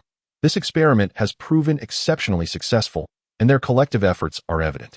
The bonus for this month will be doubled, and a 2-day paid leave is granted. Thank you, Lord Qianshan. After a brief silence, Ryotaro leads the cheers. Soon, the testing ground is enveloped in a celebratory atmosphere. Qianshan does not linger, taking Legia and Hinata Chiyuki away, leaving the space to the jubilant researchers. He instructs Ryotaro to finish the wrap-up and seek him out, for Qianshan has new research tasks to assign. Along the way, Qianshan notices Hinata Chiyuki's attention fixated on Legia. He offers it to her. Chiyuki, do you have any questions? Receiving the weapon with both hands, Hinata Chiyuki closely examines its internal structure with her Byakugan. Did we truly develop this weapon? When did these individuals become so formidable? Her tone is filled with astonishment and confusion. She knows that the research institute established by Qianshan has indeed explored some intriguing weaponry. To her, the modified chakra revolvers and flying wings are merely interesting, posing no real threat, akin to her previous assertions that some of Qianshan's combat strategies were the tactics of the weak. However, the power of Legia has genuinely garnered her respect. Its astonishing destructiveness surpasses even her most powerful trump card. In her eyes, the individuals who created Legia are not particularly remarkable, some even weaker than a low-ranking ninja. Ha! Qianshan laughs heartily. I've long told you not to underestimate human creativity. Many individuals only require an opportunity and a possibility. When combined, such people can produce astonishing intellectual achievements. The greatest strength of humanity lies in wisdom, not brute force. Yet, in this war-torn era, wisdom lacks a nurturing environment for survival. The individuals at the Research Institute are undoubtedly endowed with remarkable research talents. Given a stable environment and proper guidance, I am confident they will develop even more extraordinary innovations. Your words have ignited some anticipation within me. Hinata Chiyuki smiles. A rarity for her. Indeed, her excitement is not for the Research Institute, but for Qianshan's aspirations, as he is the architect of the institute. As a teammate, no one understands better than Hinata Chiyuki how Qianshan, an otherwise unremarkable ninja, has gradually ascended from being inferior to her to his current status. He has shattered countless impossibilities, embodying an unwavering resolve and belief in transforming the impossible into reality. Chapter 39. Simplifying Legia. After leaving the Research Institute, Hinata Chiyuki returns directly to her training chamber, as her practice of the Een sealing technique is entering a critical phase. Only a few final sealing nodes remain to be constructed on her forehead before the ultimate seal is complete. Qianshan directly went to the office to await Liang Taro for a discussion regarding the forthcoming tasks. However, he did not remain idle. He commenced his training in the Thunderwater Chakra mode within the office. This practice had been ongoing for some time, albeit with sluggish progress. While managing 2 types of elemental chakra within his body was not overly challenging for Qianshan. The true difficulty lay in the fact that the pathways of these 2 chakra types overlapped in numerous areas, yet he had to prevent them from colliding. The limited space for energy circulation within his body meant that ensuring these 2 energies did not interfere with each other significantly increased the complexity of the task. The Thunderwater Chakra mode, while not as potent as Sage techniques in enhancing strength, provided Qianshan with notable improvements in chakra control. Once docile, his chakra now surged with a natural fluidity. Previously, his chakra resembled an elite soldier, striking precisely where directed. Now, it felt like an integral part of his being, responding seamlessly to his thoughts. The metallic walls of the office flickered with intermittent flashes of lightning, reflecting the intertwining patterns of azure and pale green chakra that adorned Qianshan's bare torso. He sat cross-legged, eyes closed, with his heart directed towards the heavens. As the ferocity of the thunder chakra and the gentleness of the water chakra coursed through his meridians, moving in parallel, yet incompatible paths. At times, The thunder chakra ignited delicate sparks that danced upon his skin. As he entered a densely packed region of meridians, beads of cold sweat formed on his forehead, and the fingers of his hand formed a trembling seal. Within him, the deep blue particles representing thunder chakra chased the light green particles of water chakra in a spiral trajectory, narrowly missing each other due to phase misalignment. This was the most perilous stage of the thunder-water chakra mode. Should they collide? Even if Qianshan managed to control merely a strand of chakra from each, it would inflict harm upon his body. Yet, he felt as though he were submerged in the depths of the ocean, acutely aware of the state of each cell. The overwhelming stimulation from the thunder chakra clashed with the restorative effects of the water chakra. Suddenly, a point in his left shoulder erupted with sparks, and the uncontrolled thunder chakra surged towards his heart like a wild stallion. Focus! Qianshan's eyes snapped open, and his pupils gleamed with faint golden lines. Natural energy surged from all directions, forming a miniature vortex at his chest that forcibly anchored the rampaging thunder chakra. This was an emergency measure he had recently devised, utilizing natural energy as a buffer to harmonize the conflicting attributes. Without this technique, Qianshan would have hesitated to practice such a hazardous ninjutsu, especially in the face of an impending attack. A single flaw could be magnified infinitely against a formidable opponent like the third Reikage. Sweat dripped from his chin as Qianshan gradually reined in his energy, the radiant lightning and mist dissipating around him. Though he was sufficiently cautious, a momentary lapse could lead to a mistake. At that moment, a knock echoed through the room. "Come in." Qianshan donned his lab coat, the residual lightning from his fingertips scorching small holes in the sleeves. Liang Taro entered, his face alight with joy, likely still basking in the celebrations with colleagues. He carried a folder containing several reports and a notebook, the core material list for the Raijin weapon. Liang Taro spread the report across the desk, the ink emanating a faint fragrance. The majority of the weapon's body was forged from chakra metal, with the remaining components consisting of various specialized metallic materials. The report detailed the primary materials for the Raijin and outlined the forging structure and material ratios for each part. As Qianshan perused the report, his gaze seemed to freeze upon the paper. He had anticipated the materials required for crafting the Raijin. Such destructive power could not be achieved with ordinary substances. However, he was astonished to find that, amidst the multitude of rare materials, chakra metal was the most economical component. Gazing at the Raijin displayed on the weapon rack, Qianshan felt a pang in his heart. It was as if he had squandered 20 Asuma Sarutobi. It was well known that one Asuma could fetch 30 million in the black market. Indeed, no matter the realm, cutting-edge research was always the most financially draining. Had it not been for the flourishing business of the Dawn Consortium, Konoha Ninja would not have such abundant resources at their disposal. Money spent was not money lost. It merely transformed into another form of companionship. Qianshan could only console himself with this thought. Was this year's budget for the Research Institute insufficient? Considering the terrifying consumption of the Raijin, Qianshan felt compelled to voice his concern. "Lord Qianshan, the budget for the Research Institute remains quite ample. If there are no other large-scale projects, this year's budget is sufficient." Liang Taro's response caught Qianshan off guard. Upon noticing the slight confusion in Qianshan's expression, Liang Taro quickly grasped the underlying question. The rare materials utilized in the Raijin's development were resources accumulated by Konoha Ninja over the years, without impacting the current year's budget for the Research Institute. Hearing this, Qianshan finally understood that Konoha Ninja had, as a faction, amassed a stockpile of chakra metal and other resources in the past. After taking over Konoha Ninja, Qianshan had allocated these resources to the Research Institute for development. Surprisingly, 2 years had passed, and they had yet to exhaust their supply. While the Raijin's power was undeniably exceptional, such destructive capability was unnecessary for dealing with the majority of ninjas. If feasible, Qianshan wished to equip elite ninjas with similarly effective gear. He proposed a long-term task for the Research Institute to reduce the Raijin's destructive power and reconstruct its design using more common metals, thereby minimizing production costs. If all elite ninjas could be armed with weapons akin to the Raijin, they would possess a significant advantage against any ninja village.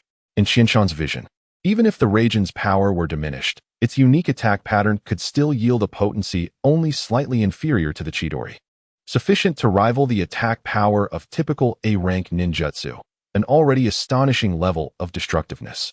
Do you have confidence in completing this task? Rest assured, Lord Qianshan. The Research Institute will not disappoint you. Even if you fail, I would not be disheartened. However, should you succeed, you would significantly reduce casualties among Konoha ninja. You would be the saviors of heroes. Yes, Liang Taro's response was imbued with an unusual conviction. Chapter 40. Thorns in a Cage Elsewhere. After parting ways with Qianshan, Hinata Chiyuki entered her training chamber, intent on swiftly mastering the Yin seal. She was acutely aware of Konoha Ninja's precarious position alongside Qianshan. The 5 great nations could potentially cease hostilities at any moment. They were no longer capable of sustaining war. Once a truce was established, the intelligence networks of the 5 great nations could uncover the Konoha ninjas' ties to the Dawn Consortium within mere days. At most, it would take no longer than a month. Konoha Ninja served as the best disguise for the two of them, as well as their backup plan for advancing to a higher level of power. Although Chiyuki had not experienced significant power growth here, she had made strides in her understanding of chakra's critical thresholds through Konoha Ninja's research. During the less than 2 years with Konoha Ninja, Qianshan had rapidly caught up to her combat prowess through his studies of natural energy, underscoring the importance of this place. Both of them needed ample strength to confront the impending crisis. The stone walls of the quiet chamber were etched with faint golden, swirling incantations. Hinata Chiyuki sat cross-legged in the center of the ceiling array, a recent breakthrough from the laboratory designed to reduce interference and enhance the user's heightened perception, thereby aiding in her training. She formed intricate hand seals, and chakra flowed into her brow like a silvery stream, attempting to construct the final sealing node in her cerebral cortex. As the chakra slowly infused, she failed to notice the caged bird seal on her forehead glowing dimly in the shadows. Boom. After 2 consecutive failures, Hinata Chiyuki faced yet another setback on her 3rd attempt. This time, she approached the task with utmost caution and intense focus, yet during her attempt, her chakra suddenly trembled violently. Her Byakugan flared to life, revealing that the meridians near her frontal lobe were ensnared by invisible chains, and the sealing runes that should have unfurled twisted into a bizarre spiral. She bit her tongue hard, the taste of blood igniting her nerves, barely maintaining the stability of her chakra. With the aid of the formation in the training room, Hinata Chiyuki managed to prevent her chakra from spiraling out of control.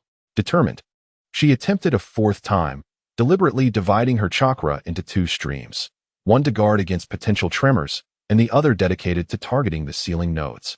Fine beads of sweat trickled down her forehead, splattering on the stone surface and igniting tiny sparks of chakra. Just as the sealing runes were on the verge of taking shape, a sharp pain suddenly pierced her forehead, akin to a steel needle piercing her nervous system. Hinata Chiyuki stumbled and fell, yet again thwarted. On her 5th attempt, she altered her strategy, first constructing the sealing model externally before gradually permeating it into her cerebral cortex. The air in the quiet room warped due to the violent fluctuations of chakra, and the inscriptions on the stone walls glowed like an inverted starry sky. As the final rune was about to close, she suddenly heard a faint buzzing in her ears. It was the unique mental vibration of the caged bird seal, slithering along her chakra pathway like a venomous snake, inching toward the sealing node. Not on my watch. She summoned all her mental energy, conjuring a chakra blade in her mind, and struck fiercely at that wave of disturbance. The intense mental impact caused her vision to darken, yet it also allowed the sealing runes to barely close by 2/3. However, in the next moment, the caged bird seal unleashed a more potent backlash, overwhelming her mental defenses like a crashing tide. Hinata Chiyuki fell heavily to the ground, blood trickling from the corner of her mouth. She stared at the flickering inscriptions on the ceiling, feeling a sense of defeat for the first time. She had never anticipated that the caged bird seal could be so tyrannical, creating such substantial obstruction in her endeavor to construct a sealing node. Qianshan, noticing her pale complexion, quickly rushed to her side, assisting her to sit. Let me take a look. He activated his heightened sensory abilities, probing her chakra pathways. When his perception reached her frontal lobe, his pupils constricted. The chakra circuits there were marred by intricate black patterns, remnants of the caged bird seal's activation. It is the interference of the seal. Qianshan's voice was grave. Although I have temporarily disrupted the caged bird's external positioning waves, causing the Hyuga clan to lose their sense of your caged bird, making them believe you are dead, the caged bird still exists. While you construct the sealing node, it instinctively obstructs the connection between your brain and chakra. Hinata Chiyuki gazed into Qianshan's eyes, which reflected regret, and suddenly smiled. It's all right. At least we have identified the problem. She lightly traced the seal on her forehead with her fingertip, contemplating, perhaps this is fate. Qianshan abruptly grasped her hand. Fate? No. Fate is meant to be broken. He summoned a holographic projection detailing analysis on the caged bird. In truth, I have never ceased my research on the caged bird. Over the years, you are certainly not the first from the Hyuga clan to seek to unravel its mystery. However, no one has succeeded thus far, which ironically presents us with a breakthrough. Those who yearn for freedom will make countless attempts, and the fact that none have succeeded indicates that the vast majority of methods available in the ninja world are likely ineffective. From this, I deduced a hypothesis. The caged bird seal utilizes a power that transcends ordinary chakra. This power possesses such a high energy level that it renders most existing methods in the ninja world impotent against breaking the seal. Are you suggesting Senjutsu? As she observed the analysis on the holographic projection, Hinata Chiyuki articulated a notion of a high-energy power. Indeed, even if it is not Senjutsu, it is a force akin to it, surpassing ordinary chakra. My current mastery of Senjutsu is insufficient, but as time progresses, I will inevitably acquire a power equivalent to that of the caged bird seal on you. At that point, I will be able to lift your caged bird seal. What Qianshan did not disclose was his suspicion that the source of the caged bird's power was either the reincarnation eye or the brother of the sage of six paths, Otsutsuki Hamura. If that were the case, Senjutsu might still fall short in breaking the caged bird seal. A higher level of power would be necessary. Nevertheless, even if that proved true, Qianshan had an alternative plan in mind. Thank you, Qianshan. Hinata Chiyuki tightened her grip on his hand. She was not one to easily succumb to fate. Chapter 41. Plan Adjustment in the Depths of the Night. The laboratory buzzed with the flickering holographic projections of strategic deployment diagrams for the empty ninja forces. After escorting Hinata Chiyuki back to rest, Qianshan returned to his work. The injuries Hinata Chiyuki sustained from her failed attempt at the Yin seal necessitated adjustments to their original plan. The initial strategy was relatively straightforward. Qianshan would confront the third Reikage, while Hinata Chiyuki would leverage the vast chakra stored in her Yin seal to launch widespread ninjutsu assaults against the elite forces of the Cloud Village. Under her leadership, the Special Operations Team would be more than capable of suppressing the Cloud Ninja. This synergy of Hinata Chiyuki's formidable combat prowess and the sustained power of the Yin seal would minimize losses for the empty ninja forces. In a world dominated by extraordinary power, a single strong individual could turn the tide of battle. Yet, even this original plan hinged on a gamble that the Cloud Village would only send the third Reikage as their sole powerful combatant. The Two Tails and Eight Tails Jinchuriki would not participate in the conflict. Qianshan analyzed that the Jinchuriki would be reluctant to leave their village, and the Cloud Village would need to retain sufficient strength for defense. Given the Reikage's obstinate pride, he might consider it an overreaction to personally engage against the empty ninja. The absence of Hinata Chiyuki as a trump card compelled Qianshan to rely on the empty ninja forces as the mainstay, with Hinata Chiyuki in a supporting role. In this scenario, facing the elite forces of the five great nations, the empty ninja forces could suffer significant losses. Currently, the empty ninja's population was not substantial, and excessive losses would pose a considerable challenge for subsequent reinforcements. An even greater concern was that severe losses could undermine Qianshan's leadership over the empty ninja. Regarding power, Qianshan was indifferent. In a world devoid of the extraordinary, power was indeed a temptation difficult for men to resist. However, in an extraordinary world, it was the extraordinary that held permanence. Yet, both Qianshan and Hinata Chiyuki's advancement along the path of the extraordinary still required the collective efforts of the empty ninja.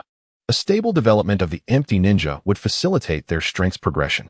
Just as Qianshan pondered how to utilize the existing forces to minimize casualties among the empty ninja, Takanaka Shoji entered the room, appearing weary and disheveled, as if he had been hastily roused from sleep. Sit. Qianshan gestured for Takanaka Shoji to examine the deployment diagram of the empty ninja forces.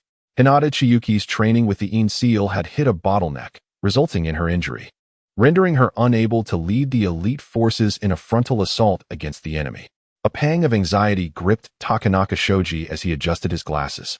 Quickly scanning the deployment diagram, he swiftly composed himself. How is Lady Chiyuki's current condition? Having witnessed Hinata Chiyuki's prowess firsthand, He understood the weight her presence bore on the battlefield, capable of turning the tides of battle. If Lady Chiyuki is unable to engage, we will require many more personnel to compensate for such a disparity. She has just fallen asleep. Her injuries are not severe, and with a few days of rest, she will recover. However, she cannot complete her seal in the short term, meaning she cannot exert sustained pressure on the cloud forces. Qianshan paused. Acknowledging the implications of this means our ninja forces will have to confront the might of the Cloud Village directly, presenting them with a monumental challenge. Upon hearing that Hyuga Chiyuki could recover before the battle, though she had lost the chakra supply from the seal and could not sustain large-scale suppression, Takeuchi Shuji's expression brightened. Lord Chiyama, I have delightful news to share with you. I had initially planned to report to you at the administrative center tomorrow. Chiyama's spirit jolted at the mention of good news. He was well aware of Takeuchi Shuji's character, steady, adaptable, and most importantly, a man of great ideals who aspired to elevate the Sky Shinobi to the status of one of the 5 great nations. Takeuchi's declaration of good news must certainly be related to the upcoming counteroffensive. Given the current timeline, the good news could only pertain to the progress on that front. And Chiyama immediately voiced his thoughts. Has there been news from the Engineering Institute? I presume the chakra rifle has completed its mass production design, correct? Haha, nothing escapes your keen insight. Takeuchi responded with a smile, confirming Chiyama's deduction. The message received from the Engineering Institute this afternoon indicated that the chakra rifle, which had been redesigned by the Research Institute, had completed its mass production design and was inquiring how many units to produce in the first batch.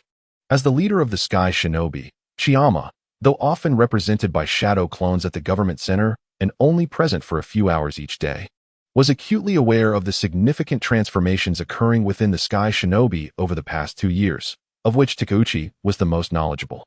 As the executor of most governmental orders, Takeuchi had witnessed the Sky Shinobi's evolution from stagnation to renewal, fully cognizant of the remarkable wisdom possessed by this young leader.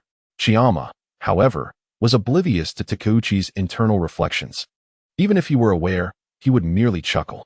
Chiyama understood that the wisdom he displayed was not inherently his own. He was merely following the teachings of sages from another realm. These sages were the true embodiments of wisdom. He was simply blending the extraordinary powers of ninjas within the ninja world. Very well, let them produce 500 units in the first batch, and the faster the better. We must aim to complete production before the impending attack from the Cloud Hidden. Chiyama paused, adding, ensure that the engineering team works in shifts. And once this period is over, grant them a break. Bonuses must be distributed properly. I will ensure that our ninja forces quickly familiarize themselves with the new weaponry, while you must oversee the logistical support. The chakra rifle was developed by the Sky Shinobi Research Institute based on the chakra revolver. Compared to the chakra revolver, the chakra rifle boasted a longer range, higher precision, and greater power.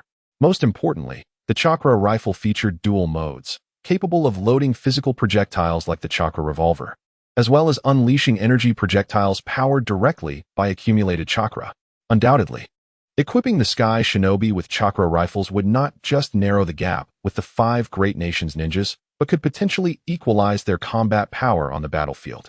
In large-scale confrontations, the rapid-fire capability of the chakra rifle could create a significant advantage. Indeed, Lord Chiyama, you can entrust the logistics to me. I will ensure the mission is accomplished.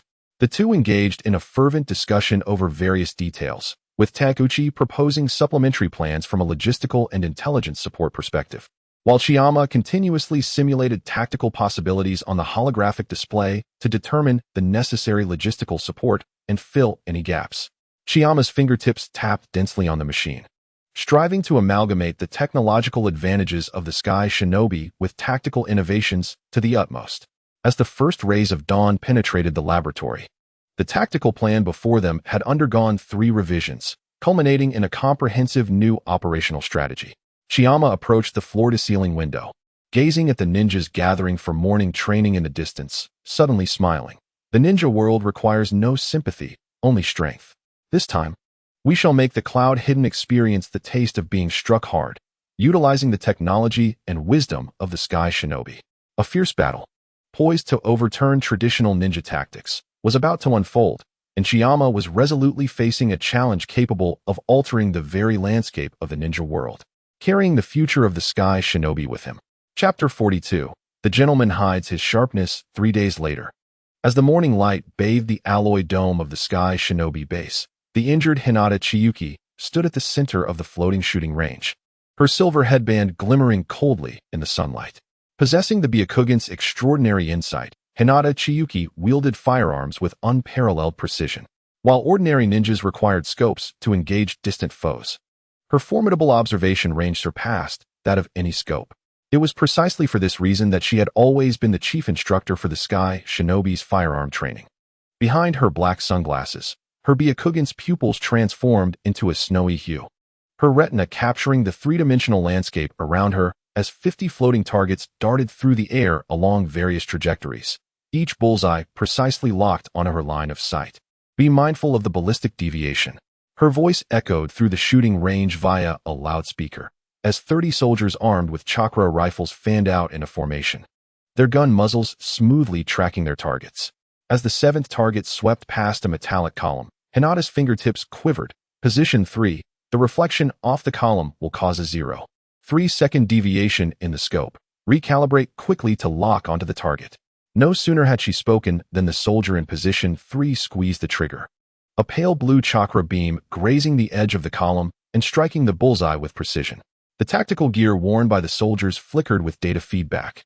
These specially designed combat suits from the Engineering Institute could synchronize information in real time. Though currently limited to short-range transmission, long distances rendered them unable to connect remotely. Lord Chiyuki, the second squad is ready. A lower ninja, donning mechanical goggles, knelt on one knee, the rifle sling pressing tightly against his shoulder. Hinata Chiyuki nodded in acknowledgement. Outside the shooting range, Chiyama stood shoulder to shoulder with Tsukikage.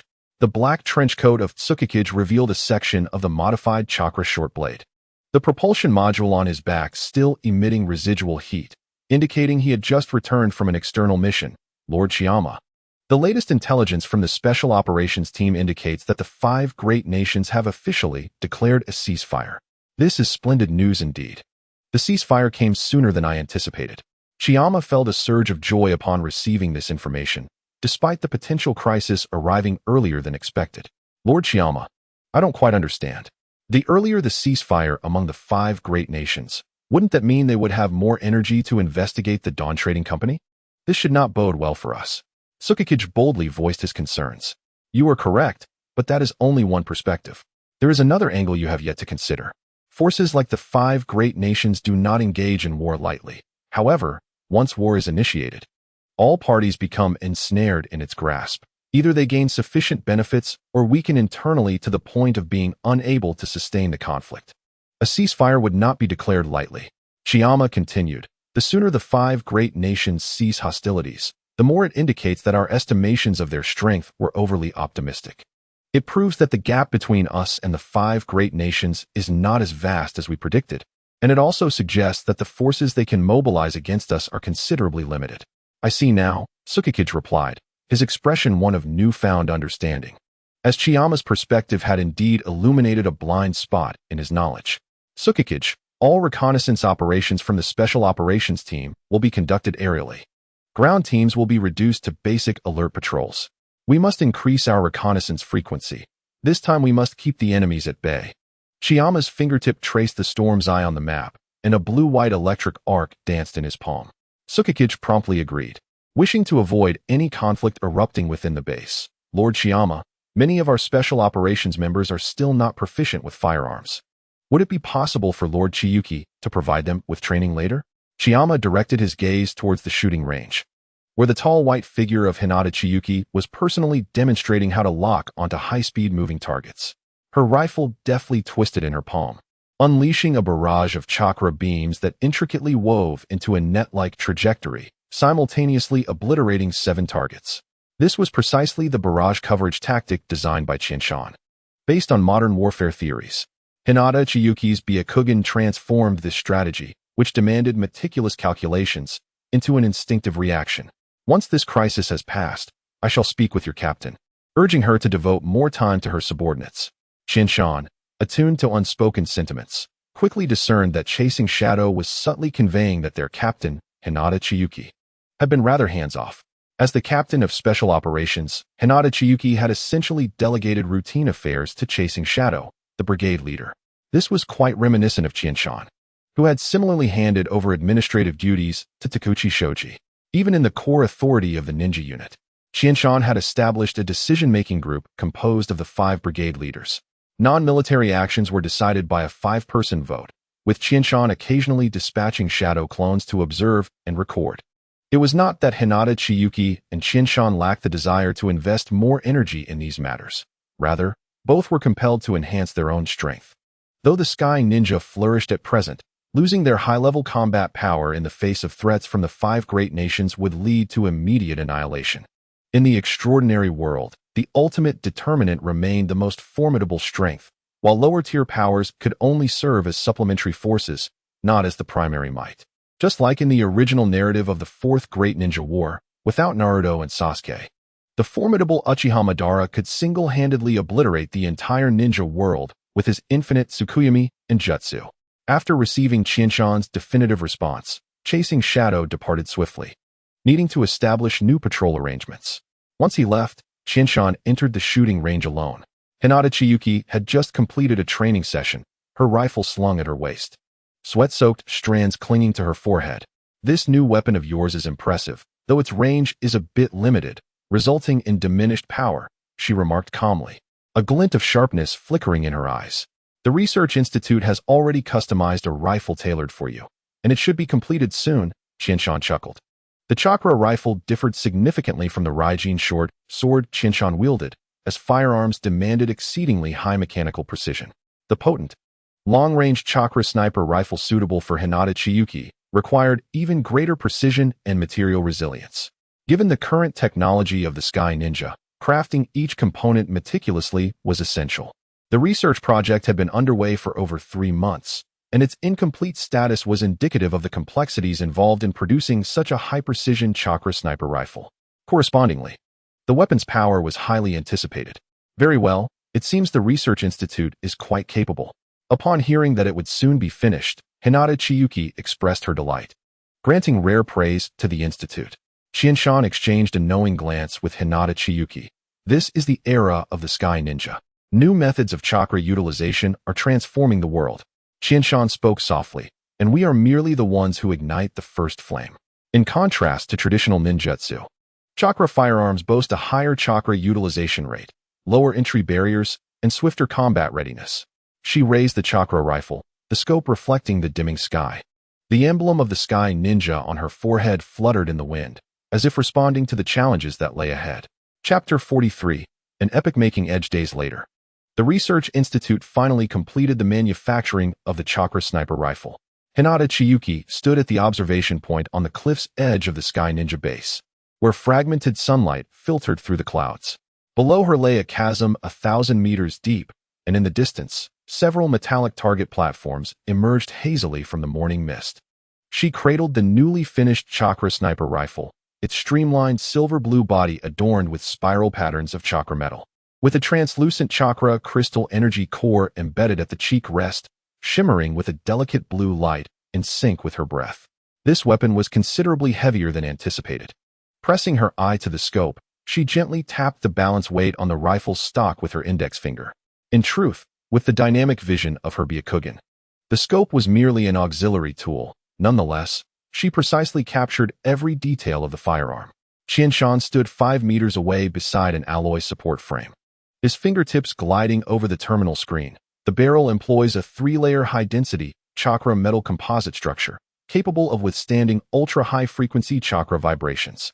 The core module is a pure chakra crystal condensed from chakra, a product of 2 months of meticulous effort. The theoretical range, he suddenly smiled, but for you, the range should be determined by the maximum observation distance of your Byakugan. This chakra sniper rifle utilized far fewer chakra metals than Qianshan's Raijin sword. Yet its value far surpassed that of the latter, as even the size of a soybean chakra crystal from the first Hokage could be deemed a rare treasure. In contrast, the energy core of this sniper rifle was a pure chakra crystal of the size of an egg, incomparable to the ordinary chakra charging crystal products typically employed by the Sky Ninja. This crystal was forged over 2 months after Qianshan mastered sage techniques and gained chakra control surpassing that of the first Hokage. He had once speculated that detonating this crystal would unleash destructive power rivaling that of a tailed beast bomb. Hinata Chiyuki adjusted her breathing, her pupils narrowing into snow-white vertical lines beneath her sunglasses. At a distance of 1,000 meters. Target platform number 1, a 3-meter-high alloy target, moved laterally at a speed of 5 meters per second. Kneeling on one knee, the rifle's bipod silently embedded into the rock crevice. Her fingertips swiftly inputting 3 sets of calibration parameters on the side keys of the rifle, not relying on the scope, but directly locking onto the target's trajectory with her Byakugan. The moment she squeezed the trigger, the barrel emitted a high-frequency hum. A silver-blue beam, slender and more concentrated than a typical chakra beam, sliced through the air, with the sound of its sonic boom reaching the cliff half a second later. The alloy target a kilometer away bore a fist-sized molten crater, its edges marked by crystallized patterns from vaporized metal, even revealing the internal stress conduction lines of the metal disrupted by the energy of the beam. There was almost no deviation in the trajectory. Impressive, she murmured, her finger gliding over the cooling vents on the stock, sensing no heat dissipation for the moment. It appeared that the energy utilization metrics were remarkably high, yet the energy output fluctuations of the core module, before she could finish her thought. The speed of target platform number 2 abruptly increased to 10 meters per second. She rotated her wrist slightly, firing the second beam, which nearly grazed the first bullet hole before penetrating the target's center, launching the entire alloy target into the air. Qianshan raised his hand, signaling for the terminal screen to display target platform number 3, which was now encased in 3 layers of composite armor. The outer layer was composed of conventional high-density alloys. The middle layer sandwiched 5 centimeters of chakra-absorbing resin, while the innermost layer consisted of malleable liquid metal. This specially designed armor for testing could simulate the composite effects of the top defensive ninjutsu from the 5 great nations. Hinata Chiyuki rose, slightly elevating the rifle's muzzle, as a ballistic calculation grid seemed to automatically generate within her field of vision at a distance of 2,000 meters. The target remained stationary, and she could discern the arrangement gaps within the armor's resin, a testament to the unique microscopic analytical abilities of the Byakugan. The blue light of the chakra core intensified. The chakra metal patterns on the barrel began to flow, as if alive, absorbing the chakra that overflowed from her palm. For this strike, Hinata Chiyuki channeled even more chakra. When the beam struck, the outer alloy vaporized instantly. The middle resin erupted in blinding white smoke under extreme heat, and the inner liquid metal surged into a boiling silver wave due to the energy impact. As the smoke dissipated, a 30-centimeter diameter entry hole appeared at the center of the 3-layer armor, its edges exhibiting spiral energy burn marks, a result of the molecular structure damage caused by the chakra beam during penetration. Qianshan mused that the third Raikage would likely struggle against such an attack. Yet one would need to fire a shot at him to ascertain the outcome. He hoped the Raikage would not perish from a single shot. The weapon's power exceeded expectations by 15. The voice of Qianshan carried a note of satisfaction, as the absorption efficiency of the resin layer was subdued by the pulse frequency of the core module, indicating that the parameters for the oscillation wave had been calibrated correctly. The ultimate testing target was the number 5 target platform suspended at the center of the rift, adorned with a 2-meter diameter hemispherical energy shield that shimmered with a water ripple-like blue glow. This was an upgraded version of the water prison ninjutsu simulated by the Research Institute, capable of refracting chakra attacks and rebounding shocks. Hinata Chiyuki narrowed her eyes. Within her Byakugan's field of vision, the energy flow of the shield appeared as clear as transparent veins, completing a cycle of energy reconstruction in an exceedingly brief span. Such a purely energy-based defense surely possessed remarkable resistance against attacks. Suddenly, she set down her rifle and pressed her fingertip against the side of the gun 7 times, causing the chakra core to emit a resonant hum. The focusing device at the barrel's tip gradually unfolded, transforming the originally slender ray into a thickness akin to that of a needle, enveloped in a dense arc of lightning chakra. This was a penetration mode specially designed for her by Qianshan, compressing the chakra beam to its utmost limits and leveraging the destructive properties of lightning chakra to tear through the energy barrier. 3 o'clock, energy node in a cyclic flow. Qianshan's reminder had scarcely faded when Hinata Chiyuki pulled the trigger. The silver-blue ray streaked across the rift like a meteor, and upon contact with the shield, the electric arc suddenly expanded into an umbrella-like ripple. The surface of the hemispherical shield initially manifested a spiderweb-like pattern of golden cracks. which soon gave way to a catastrophic collapse at the next energy cycle node. The residual force of the ray continued unabated, creating a half-meter deep crater in the granite target behind it, where the internal quartz crystals melted into a dazzling glass-like pattern under the intense heat. Hinata Chiyuki rose, her fingertips brushing over the chakra metal patterns on the barrel, feeling a slight warmth, an indication of the thermal phenomenon caused by energy overclocking. At a distance of 3,000 meters, the water prison was breached. She turned to Qianshan, her snow-colored pupils glimmering behind her sunglasses. If fired from a high-altitude dive, the effective range could potentially exceed 5,000 meters, provided the stability of the core module's power supply was improved by another 20. Qianshan nodded, the real-time testing data displayed on the terminal screen corroborating her assessment. Energy conversion rate at 92, with penetration depth increasing linearly with distance rather than exhibiting exponential decay. This meant that while the reconnaissance ninjas from the 5 great nations believed themselves to be safe a kilometer away, Hinata Chiyuki's sniper ray could already pierce through their protective gear and chakra shields, claiming their lives. Synced the testing data with the Engineering Institute. Hinata Chiyuki slung the rifle across her back, her gaze sweeping over the distant target platform, still warm from the recent test. Let us name it Silver Blue. Qianshan chuckled softly, watching her return with a proud posture. The silver blue sniper rifle gleamed coldly in the sunlight, much like this Hinata clan member, whose Byakugan served as her eyes and whose will served as her blade, reserved yet resolute. Perhaps this was a shared trait that bound him and Hinata Chiyuki together on their journey. Chapter 44. Rising to the surface, the Sky Ninjas were actively preparing for battle, while the temporarily stilled 5 great nations began to exert their efforts in tracing the origins of the Dawn Commerce. Efficient restorative agents like Morning Dew and the other newly launched pharmaceuticals from the Dawn Commerce were considered high-value assets that could enhance the foundations of the 5 great nations. Despite each nation striving to replicate the formula for Morning Dew, the expediency of directly seizing another's accomplishments was undeniable. For the 5 great nations, this ninja world was one of mutual gain and loss. During wartime, the primary focus was on confronting the enemy. However, with the cessation of hostilities, the 5 great nations unanimously commenced investigations into the Dawn Commerce, eager to seize this advantage for themselves. Among them, the Hidden Cloud Village was particularly zealous, as they sought to take advantage of the situation to undermine Ryoko and others.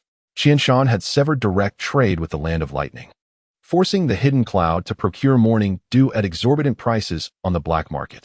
Every transaction with the Dawn Commerce was carefully masked by Ryoko, with medications exchanged solely through sealed scrolls and agents, facilitating the escape of Dawn Commerce members. Such clandestine operations effectively obstructed the investigations of various nations. However, they soon abandoned the pursuit of personnel and instead focused on tracing the medicinal materials. A significant batch of unidentified medicinal trades was locked onto, a volume of trade too substantial to be conducted through sealing scrolls. Eventually, they successfully pinpointed the destination of the materials to a remote border area of the ninja world, where only a small village had previously existed. Before long, intelligence regarding the Dawn Commerce was laid before the shadows of each village. The Sky Ninjas behind the Dawn Commerce were directly uncovered by the various nations, thanks to the barrier techniques bestowed by the Uzumaki clan. Spies from other nations had yet to infiltrate the new Sky Ninja base. Just as these spies were approaching, Qianshan had also detected their presence. He realized that the Sky Ninjas had been thoroughly exposed, and it was merely a matter of time before one would step forward. Qianshan had considerable faith in the Third Raikage, confident that he would be the first to respond. However, in the eyes of the other nations, this small village posed insufficient threat, and while discussions on how to handle the Sky Ninjas were ongoing, the Third Raikage soon led a formidable team of elite ninjas into action. Such commotion could not escape the notice of the other 4 nations. The greed and arrogance of the Third Raikage did not betray Qianshan's trust. With the Third Raikage's mobilization, the previously quiet ninja world erupted into activity once more, as the other 4 villages dispatched their elite teams to seize any opportunities presented by the impending downfall of the Sky Ninjas. No one believed that the smaller nations had any capacity to resist against a powerhouse like the Third Raikage. The only outcome for the Sky Ninjas was annihilation. At this juncture, Qianshan had already led the Sky Ninja forces to a gorge, flanked by towering peaks and sheer cliffs. a crucial passage for entering and exiting the Sky Ninjas. This place, known as the One-Line Sky, required utmost caution for any flying ninja tools attempting to soar above. Rather than stationed within the gorge, Qianshan prepared to confront the third raikage outside it with a substantial contingent of ninjas, while Hinata Chiyuki, accompanied by 4 other teams, had already established defensive fortifications within the gorge for support. Upon learning that the third raikage had brought only a single team of ninjas, Qianshan discerned that he had vastly underestimated the Sky Ninjas. Had the Sky Ninjas relied solely on the original Shernan, without Qianshan and Hinata Chiyuki, the numbers the third raikage commanded would have been more than sufficient. Yet, reality offered no such assumptions, since the third raikage had come with such a limited force. Qianshan's original battle plans became unnecessary. Qianshan could now engage the third raikage freely, knowing that Hinata Chiyuki would ensure the safety of the single team of Hidden Cloud Ninjas. On the third day after the Hidden Cloud's departure, under the blazing midday sun, heat waves rose from the gorge. The footsteps of the Hidden Cloud forces reverberated through the ground, the clash of armor mingling with the sound of metal grinding, akin to a dormant giant beast slowly advancing. Perception ninjas crouched beside the third raikage, relaying reports. A large team of ninjas is stationed outside the gorge. At least 4 teams are lying in ambush within, along with fluctuations in the barrier. Beneath the third raikage's headband, his crimson pupils narrowed slightly, and his bronze muscles glimmered with a metallic sheen under the sunlight.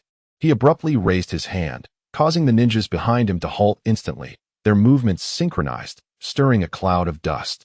The tension in the air was palpable, almost tangible.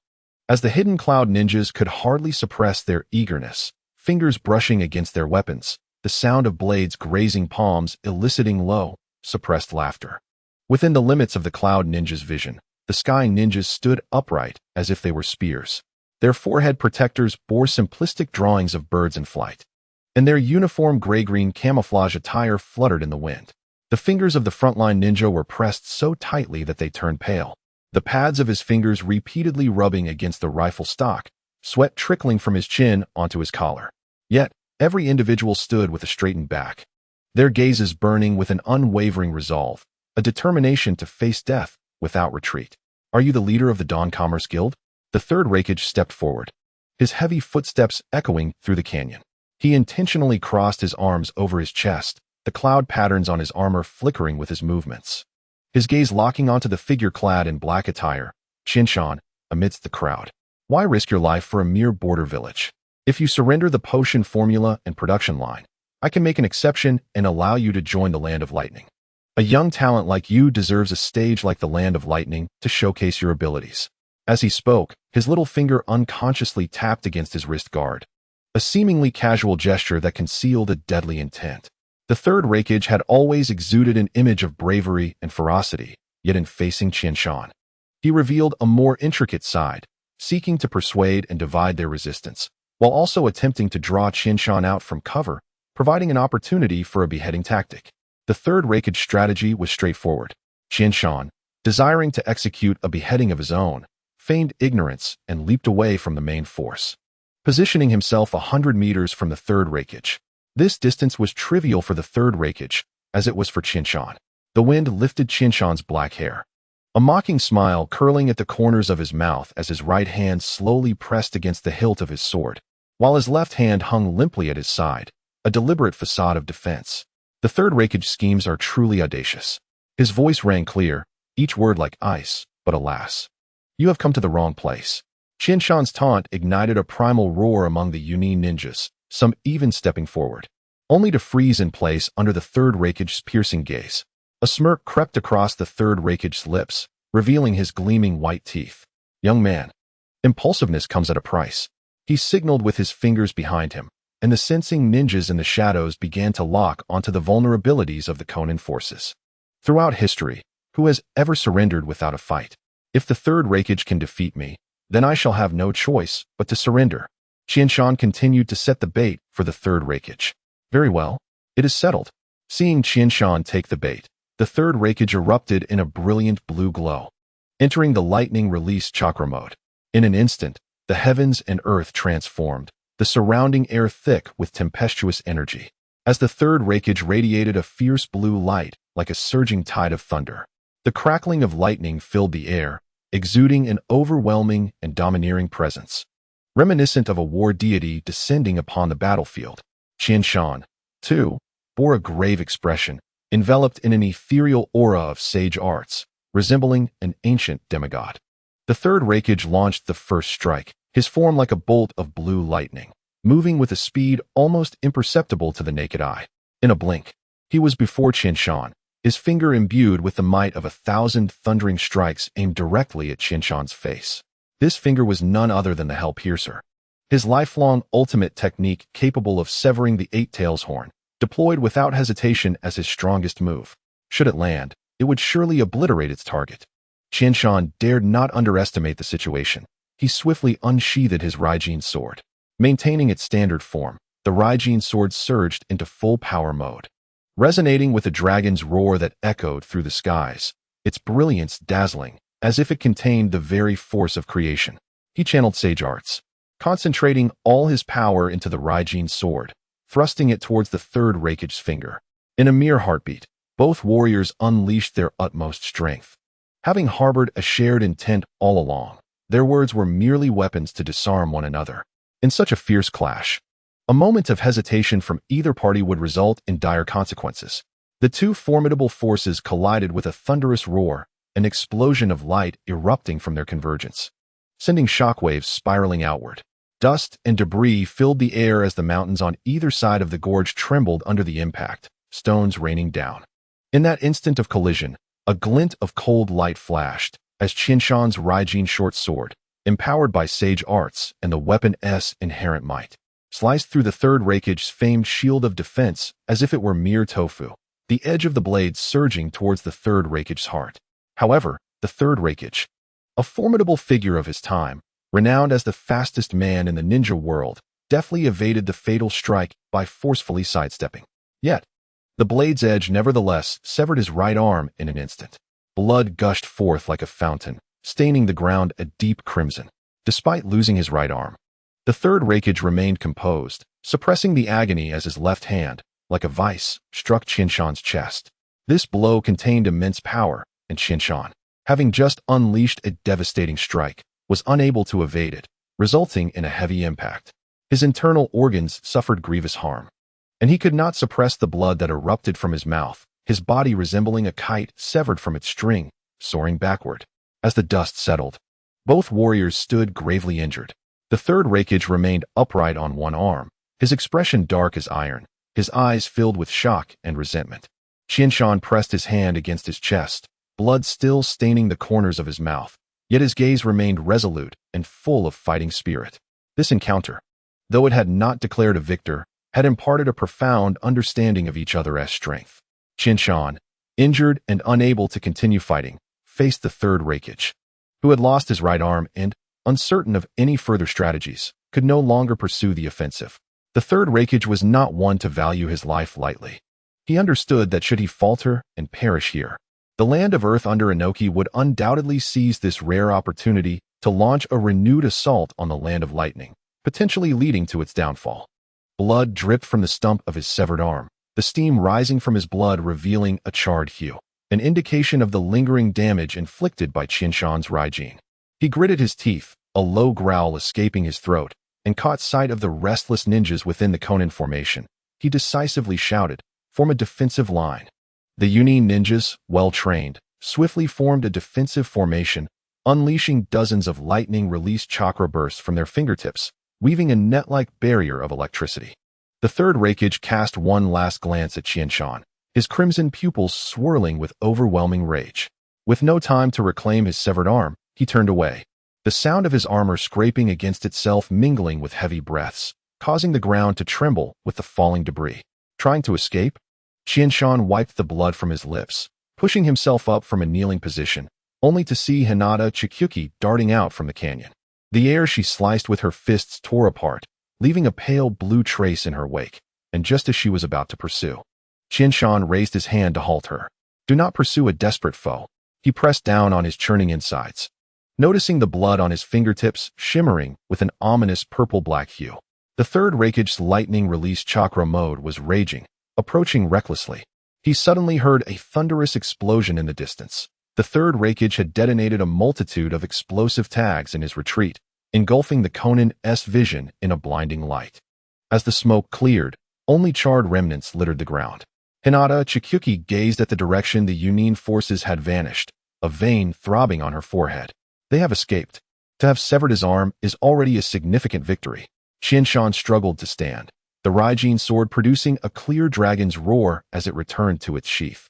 The Land of Lightning would not dare to act again in the short term, yet he looked down at his bloodied palms, his insides feeling as if scorched by lightning.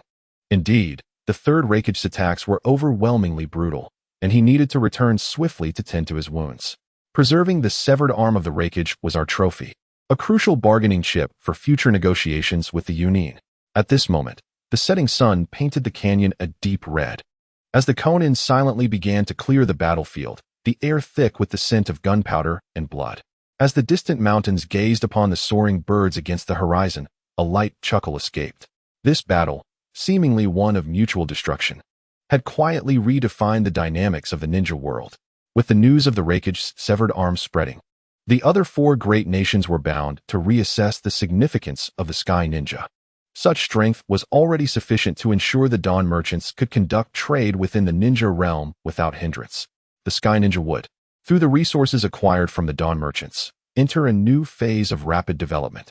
Meanwhile, he and Hyuga Chiyuki had finally established a firm foothold amidst the chaos, laying a genuine foundation for future ambitions. The ninja world was not solely about conflict. It also encompassed human relationships and social intricacies. Through this battle, Qianshan had proven the Sky Ninja's prowess in combat, thus securing a place in the realm of human affairs. Chapter 46. Movements from all sides. The report of the Reikage's severed arm, carried by the iron claws of the ninja eagle, tore through the morning mist of various ninja villages. As the blood-red wax seals were gradually broken in the councils of the 5 great nations, the chessboard of the ninja world became increasingly populated with pieces of varied colors. In the office of the Hokage in Konoha village, the third Hokage, Sarutobi Hiruzen, struck his pipe against the oak table thrice, the wax seal glimmering dark red under candlelight, reminiscent of the droplets of blood that had splattered upon the severed arm of the Reikage.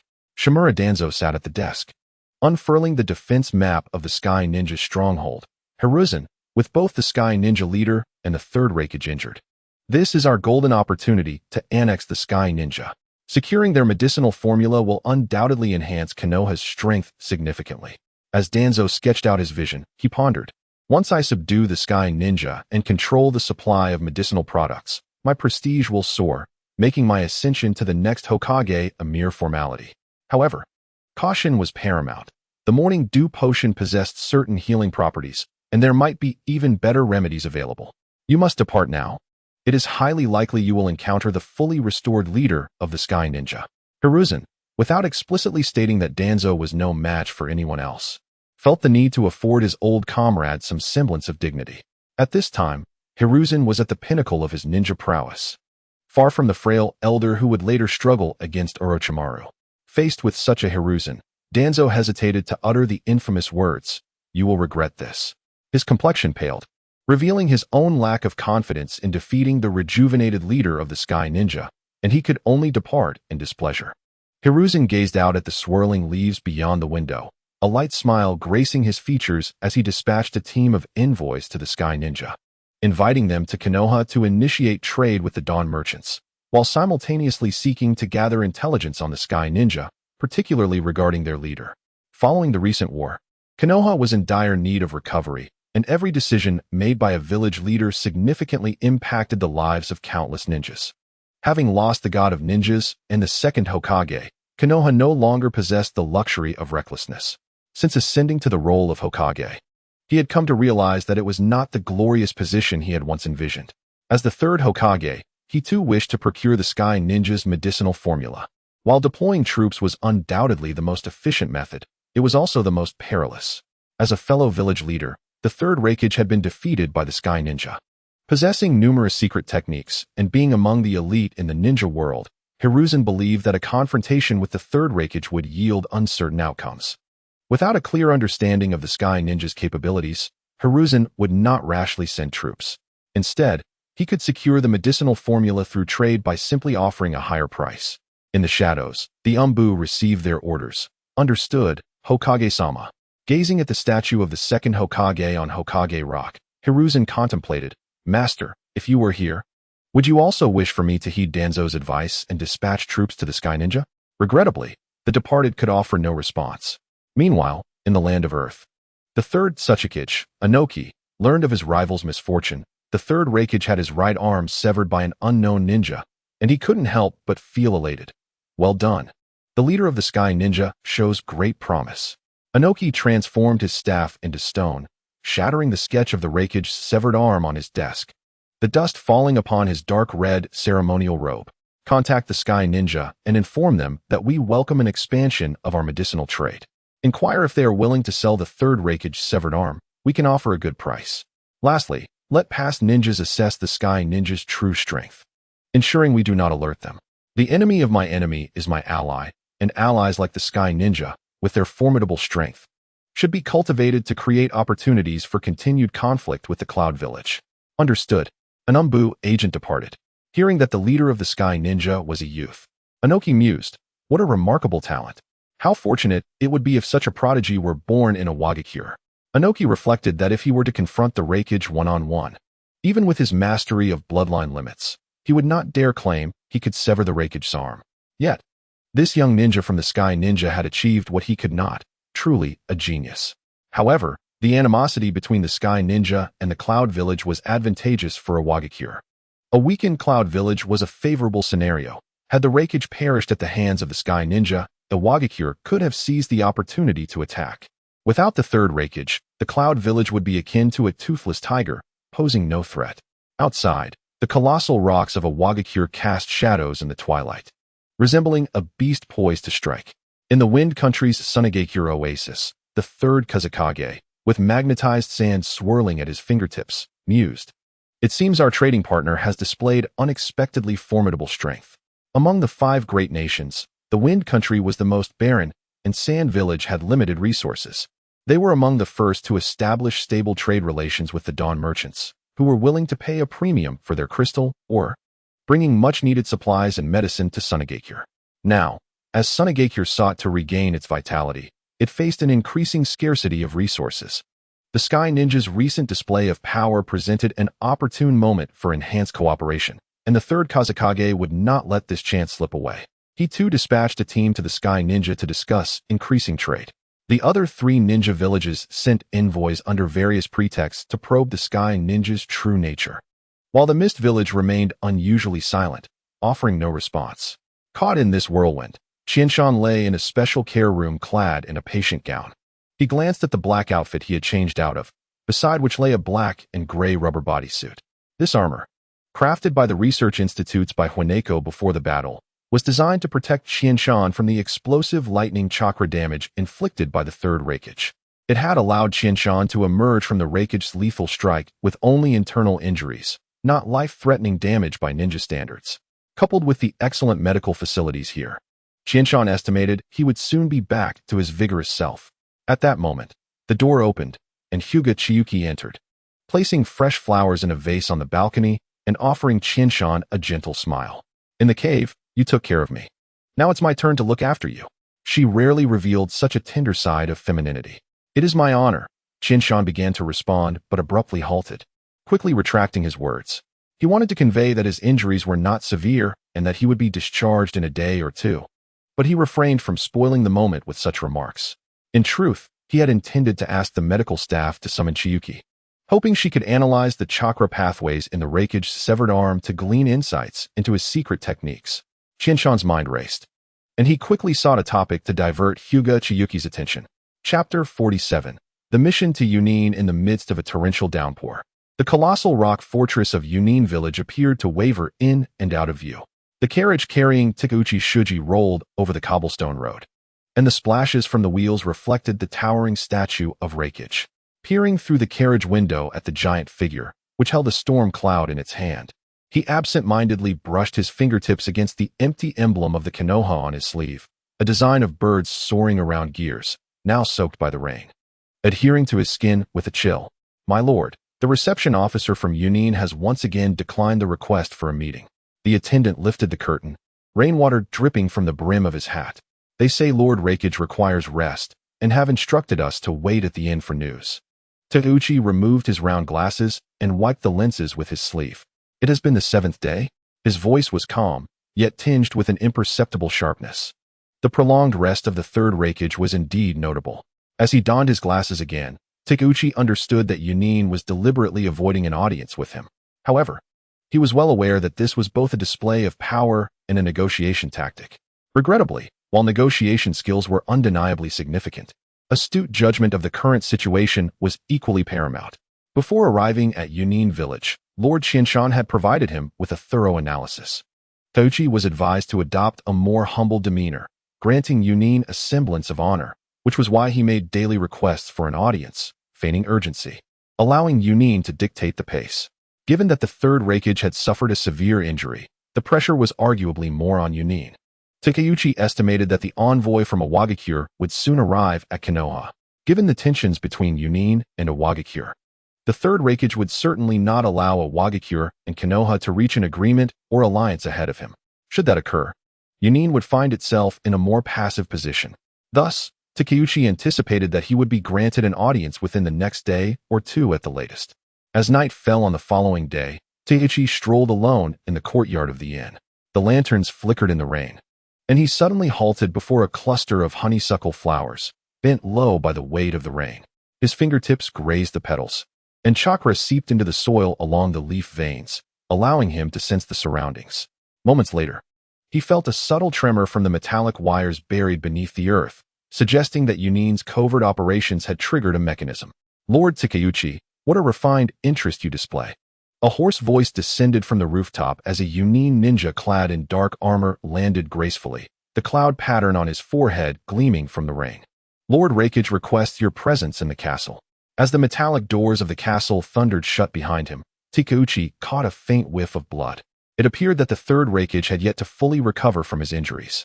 In the center of the conference hall, numerous figures were gathered, several bore flushed faces, and beads of sweat lingered on their foreheads, indicating that a heated discussion had recently taken place. The 3rd Raikage sat imposingly on a high platform, his lone arm concealed beneath a voluminous ceremonial robe, obscuring any signs of recovery. It was well known that he preferred not to wear such robes, and today's attire likely served to hide his injuries. This suggested that Yunin's medical capabilities were merely average, as they could not yet perform miraculous feats such as reattachment of severed limbs. The crimson hue of the Raikage's pupils glinted coldly in the light. State your purpose. Envoy of Konoha, the Raikage's voice struck like a hammer upon an anvil. Takeuchi bowed respectfully, his gaze sweeping across the assembled Yunin elite.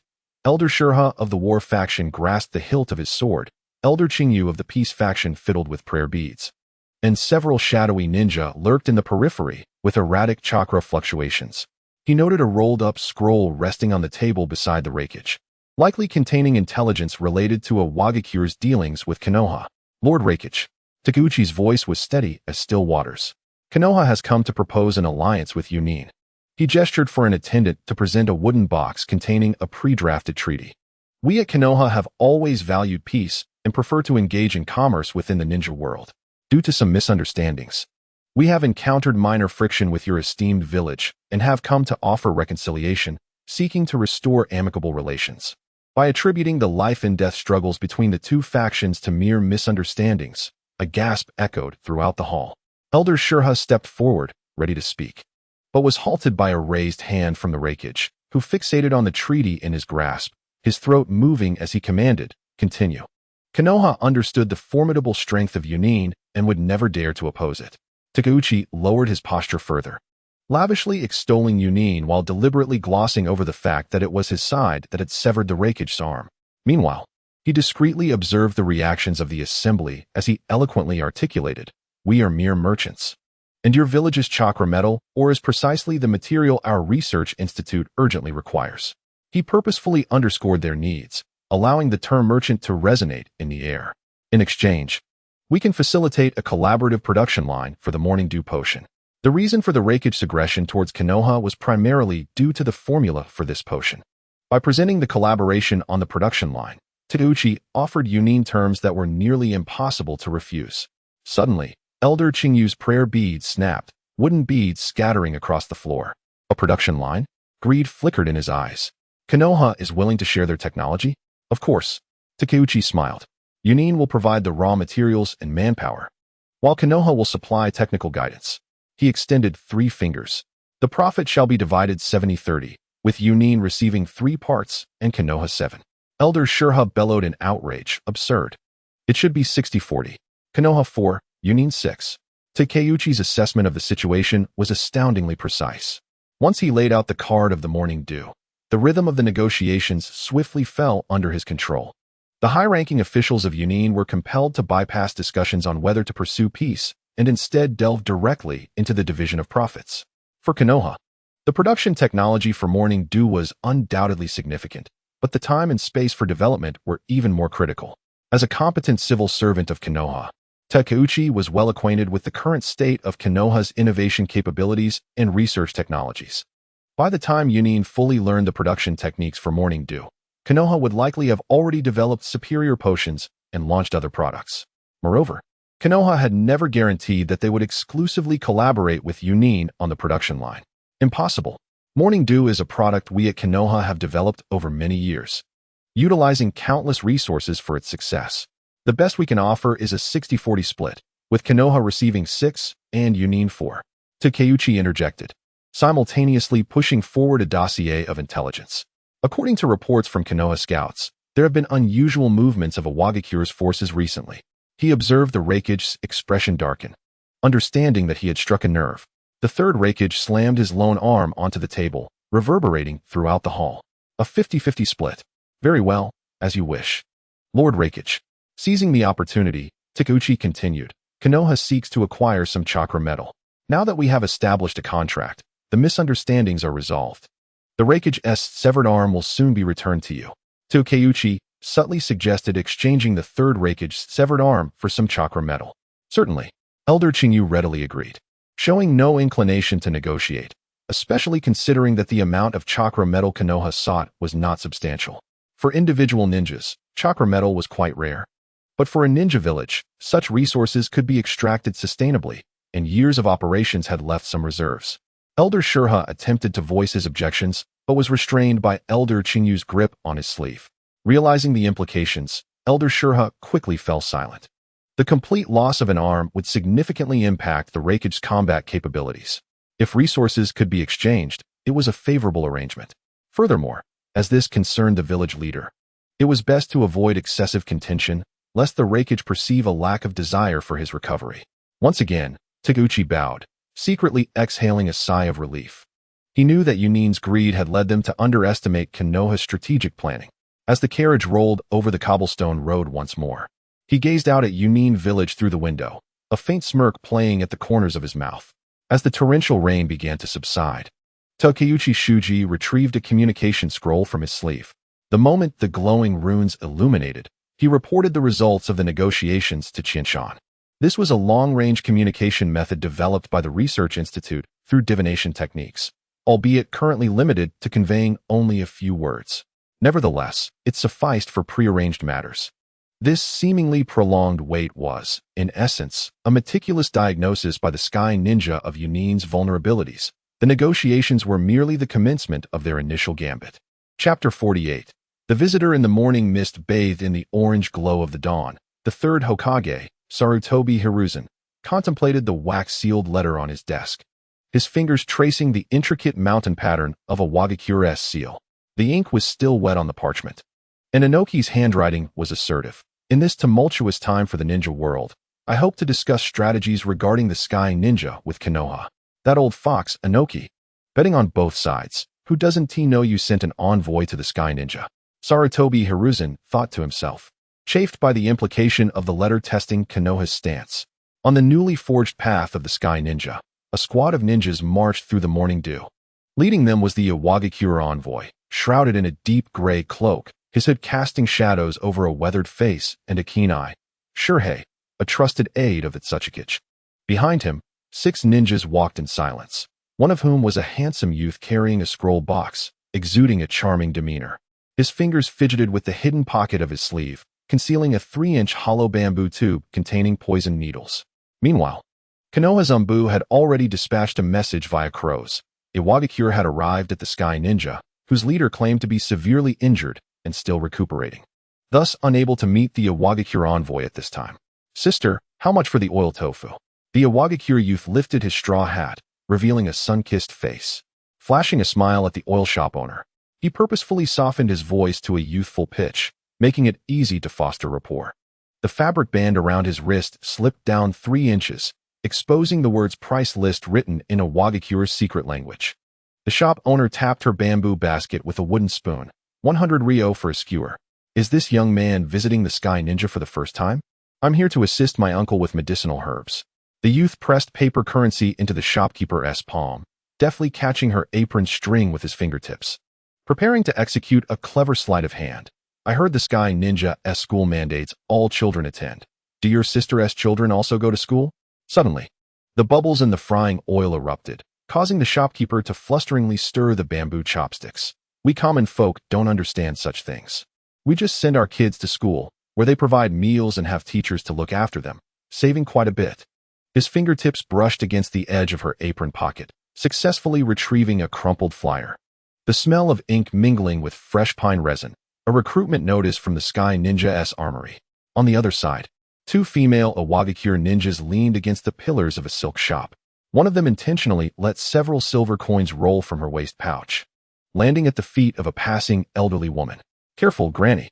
As they helped the old woman collect her coins, the 2 sweet-talking girls easily gained her trust, casually extracting bits of daily intelligence about the Sky Ninja. "The Sand Village's merchant convoy has visited 3 times last month."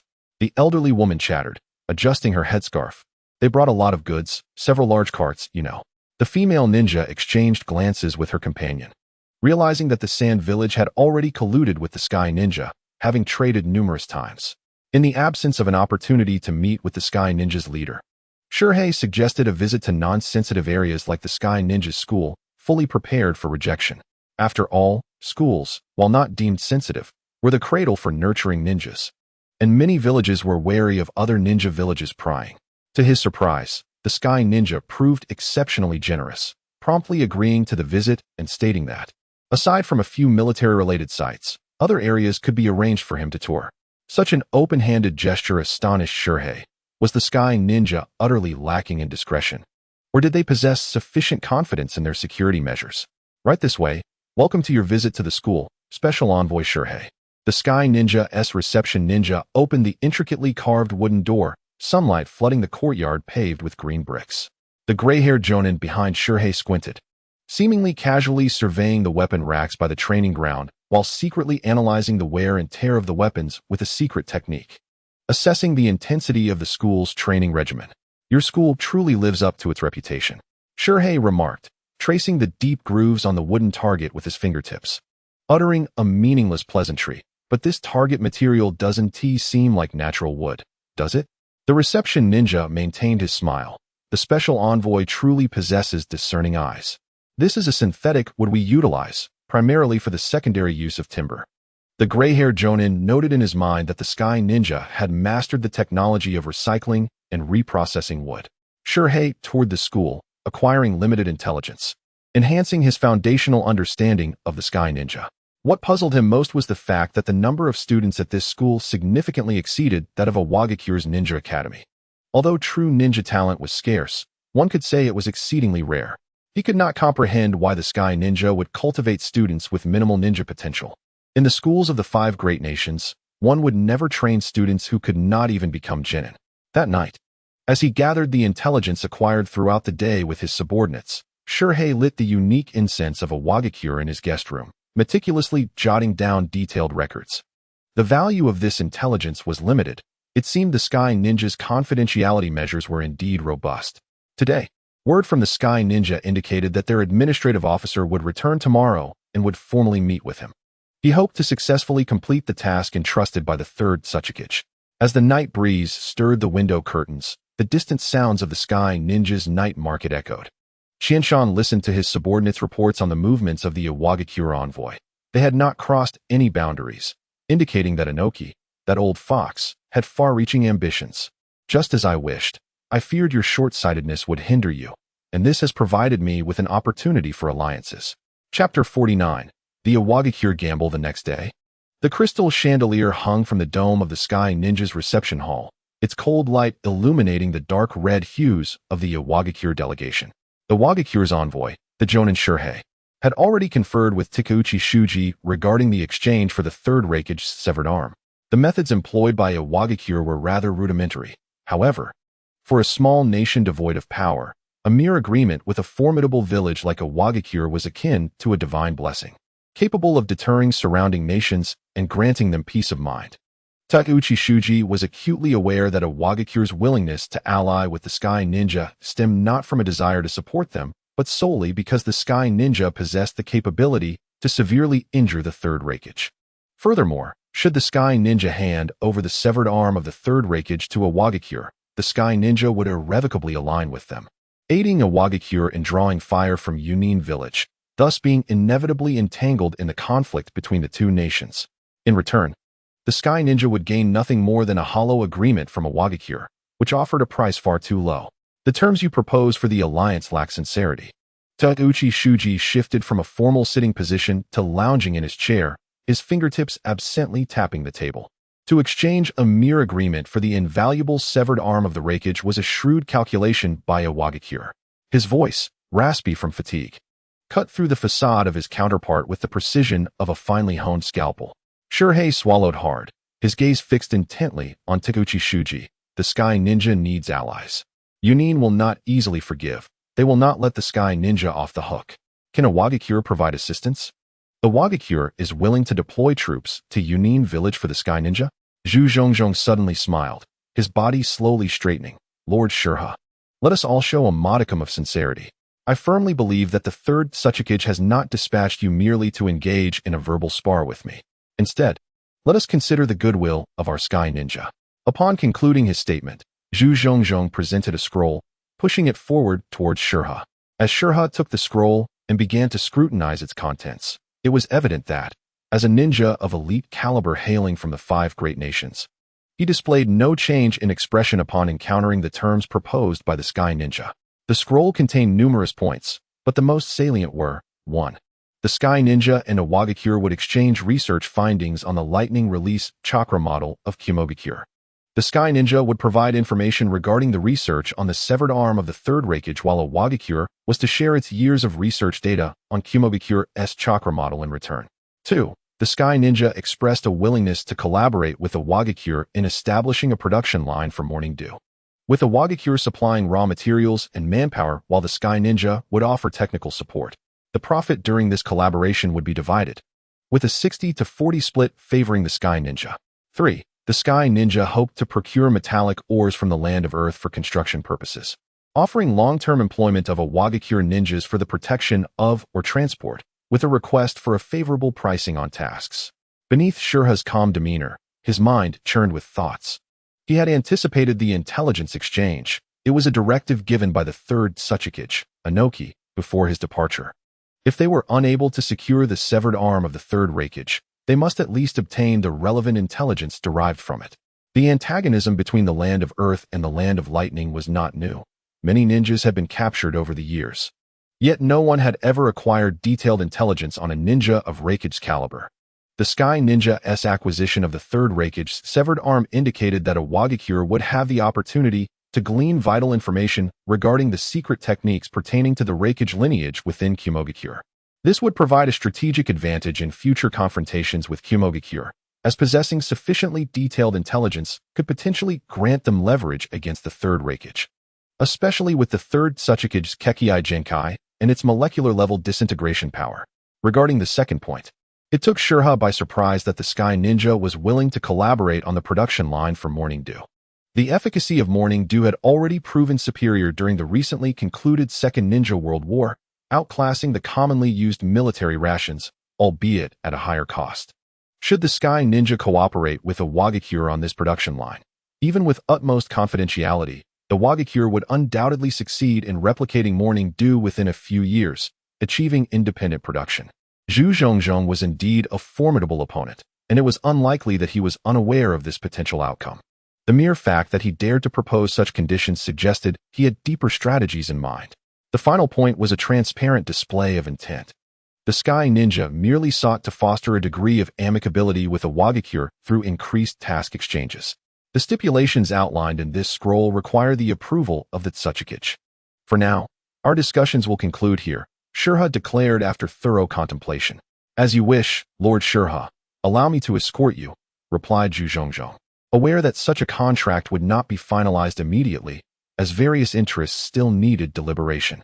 However, he was confident that a Wagakure would not refuse, and any negotiations would likely revolve around profit shares and task costs. Upon returning to the relay station, Shurha meticulously documented the details of today's discussions and the new agreement in ciphered text.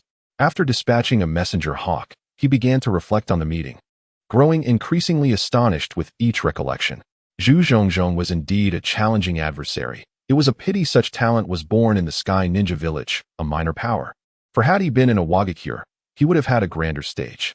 Meanwhile, Zhu Zhongzhong was engaged in discussions with various ninja villages to expand the market for the Sky Ninja.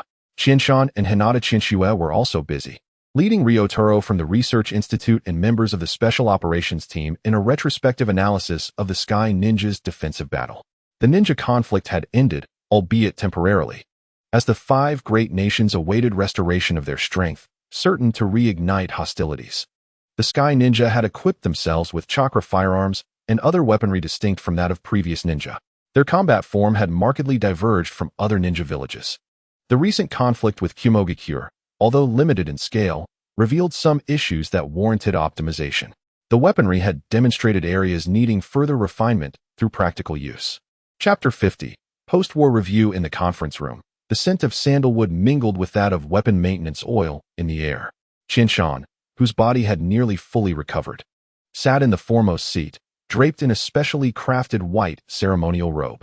The robe bore no inscriptions apart from a delicate embroidery of the Sky Ninja emblem woven with white thread. Under the bright, gentle lighting, the cloud embroidery occasionally shimmered, complementing Qinshan's slightly pale complexion, rendering him appear even more delicate than usual.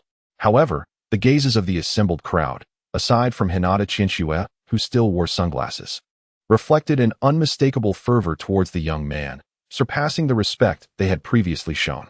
It should be noted that this young man, at the tender age of 20, had single-handedly repelled the village heads of the 5 great nations.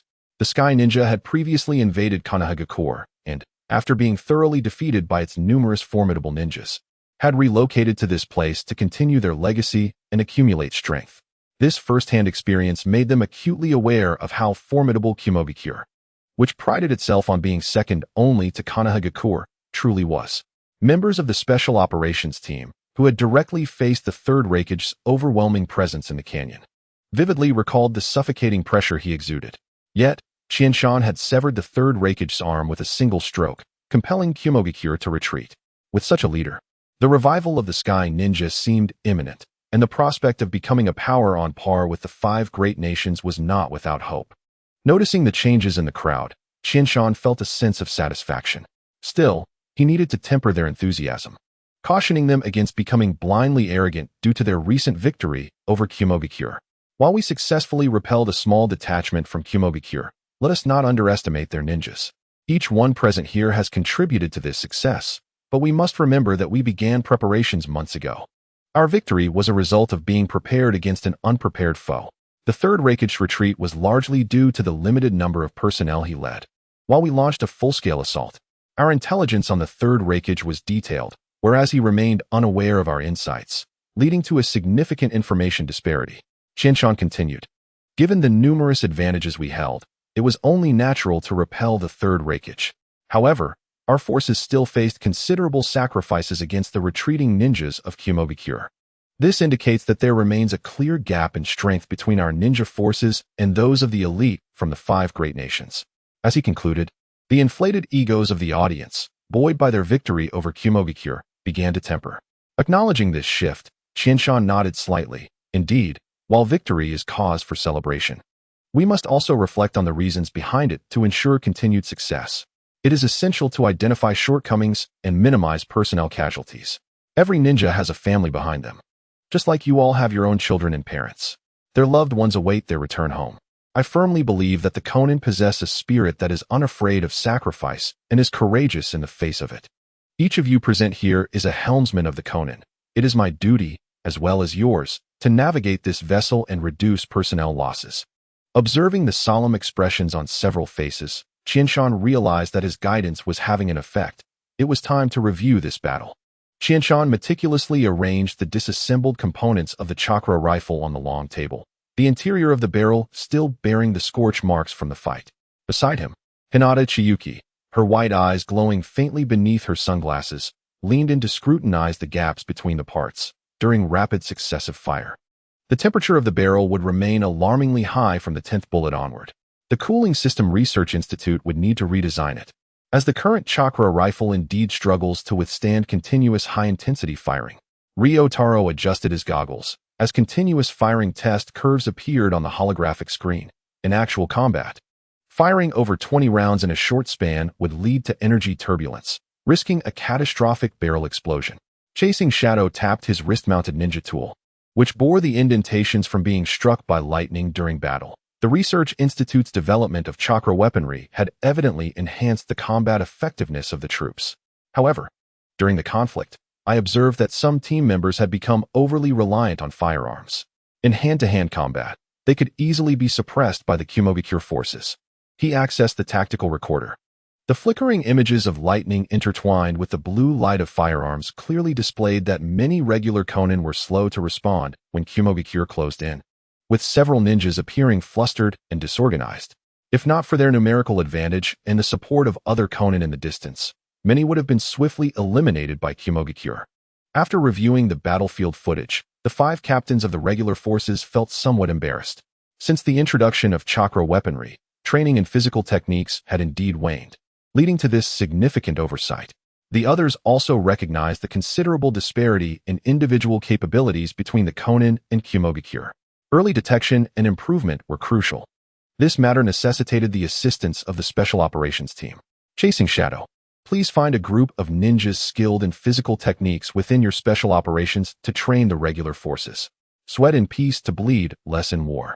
Qianshan subtly reminded the group. Yes, we will certainly intensify our training. Chasing Shadow and the 5 captains promptly agreed. Without thorough analysis, one would not realize how many shortcomings the Konin exposed during this battle. The meeting lasted from morning until afternoon, with each department head gaining valuable insights. They all expressed intentions to implement regular work reviews within their respective departments to enhance efficiency. By the time the meeting concluded, the evening twilight had fully enveloped the clouds outside.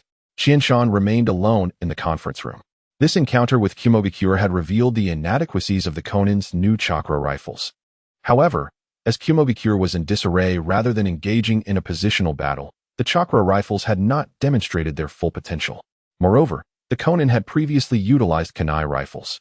The new chakra rifles were still insufficient to attract the attention of other ninja villages. Hinata Chiyuki and her sniper rifle had no opportunity to showcase their capabilities this time, preserving a trump card. Yet, Qianshan's own strength had been thoroughly exposed. Should another ninja village attack the Konin, they would undoubtedly target him specifically.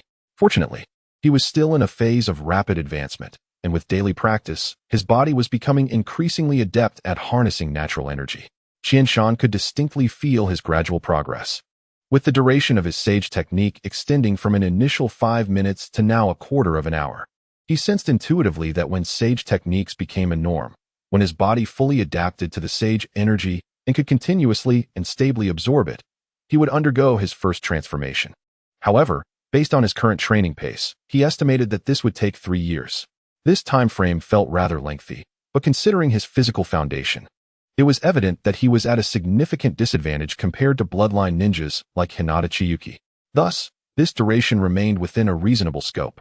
Additionally, during his recent days of rest in the hospital ward, Qianshan had conceived a bold hypothesis regarding improvements to the Yin seal. Yet, presently, he lacked the time to put it into practice.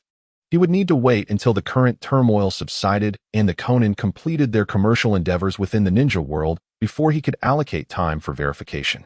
For now, he merely communicated his thoughts to the laboratory, hoping they could make some progress independent of himself and Hinata Chiyuki. Chapter 51.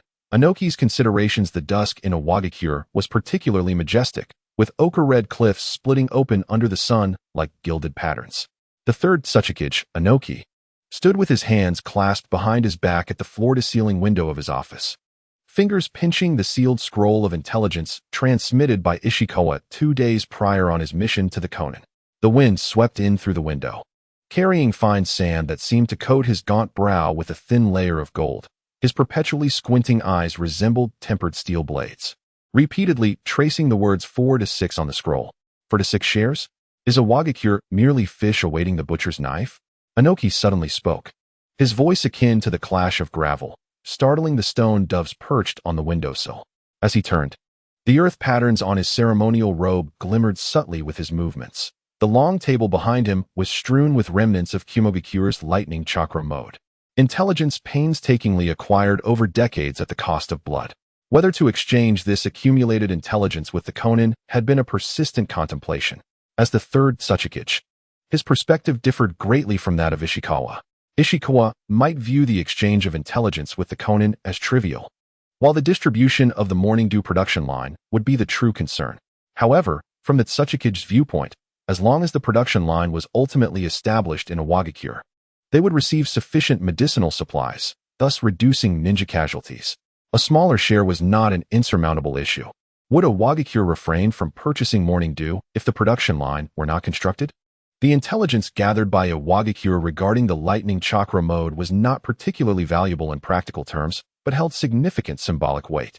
This intelligence had been painstakingly inscribed by the lives and blood of their predecessors. Would those sacrificed ancestors have differing opinions on exchanging such intelligence? Inoki found himself deeply conflicted.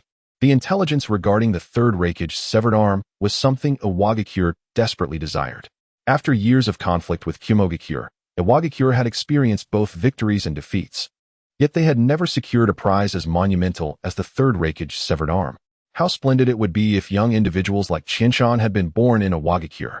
Though he was still in the prime of his life, having taken on several apprentices and fathered a capable son, it was regrettable that this generation in a wagakure had not learned dust release techniques.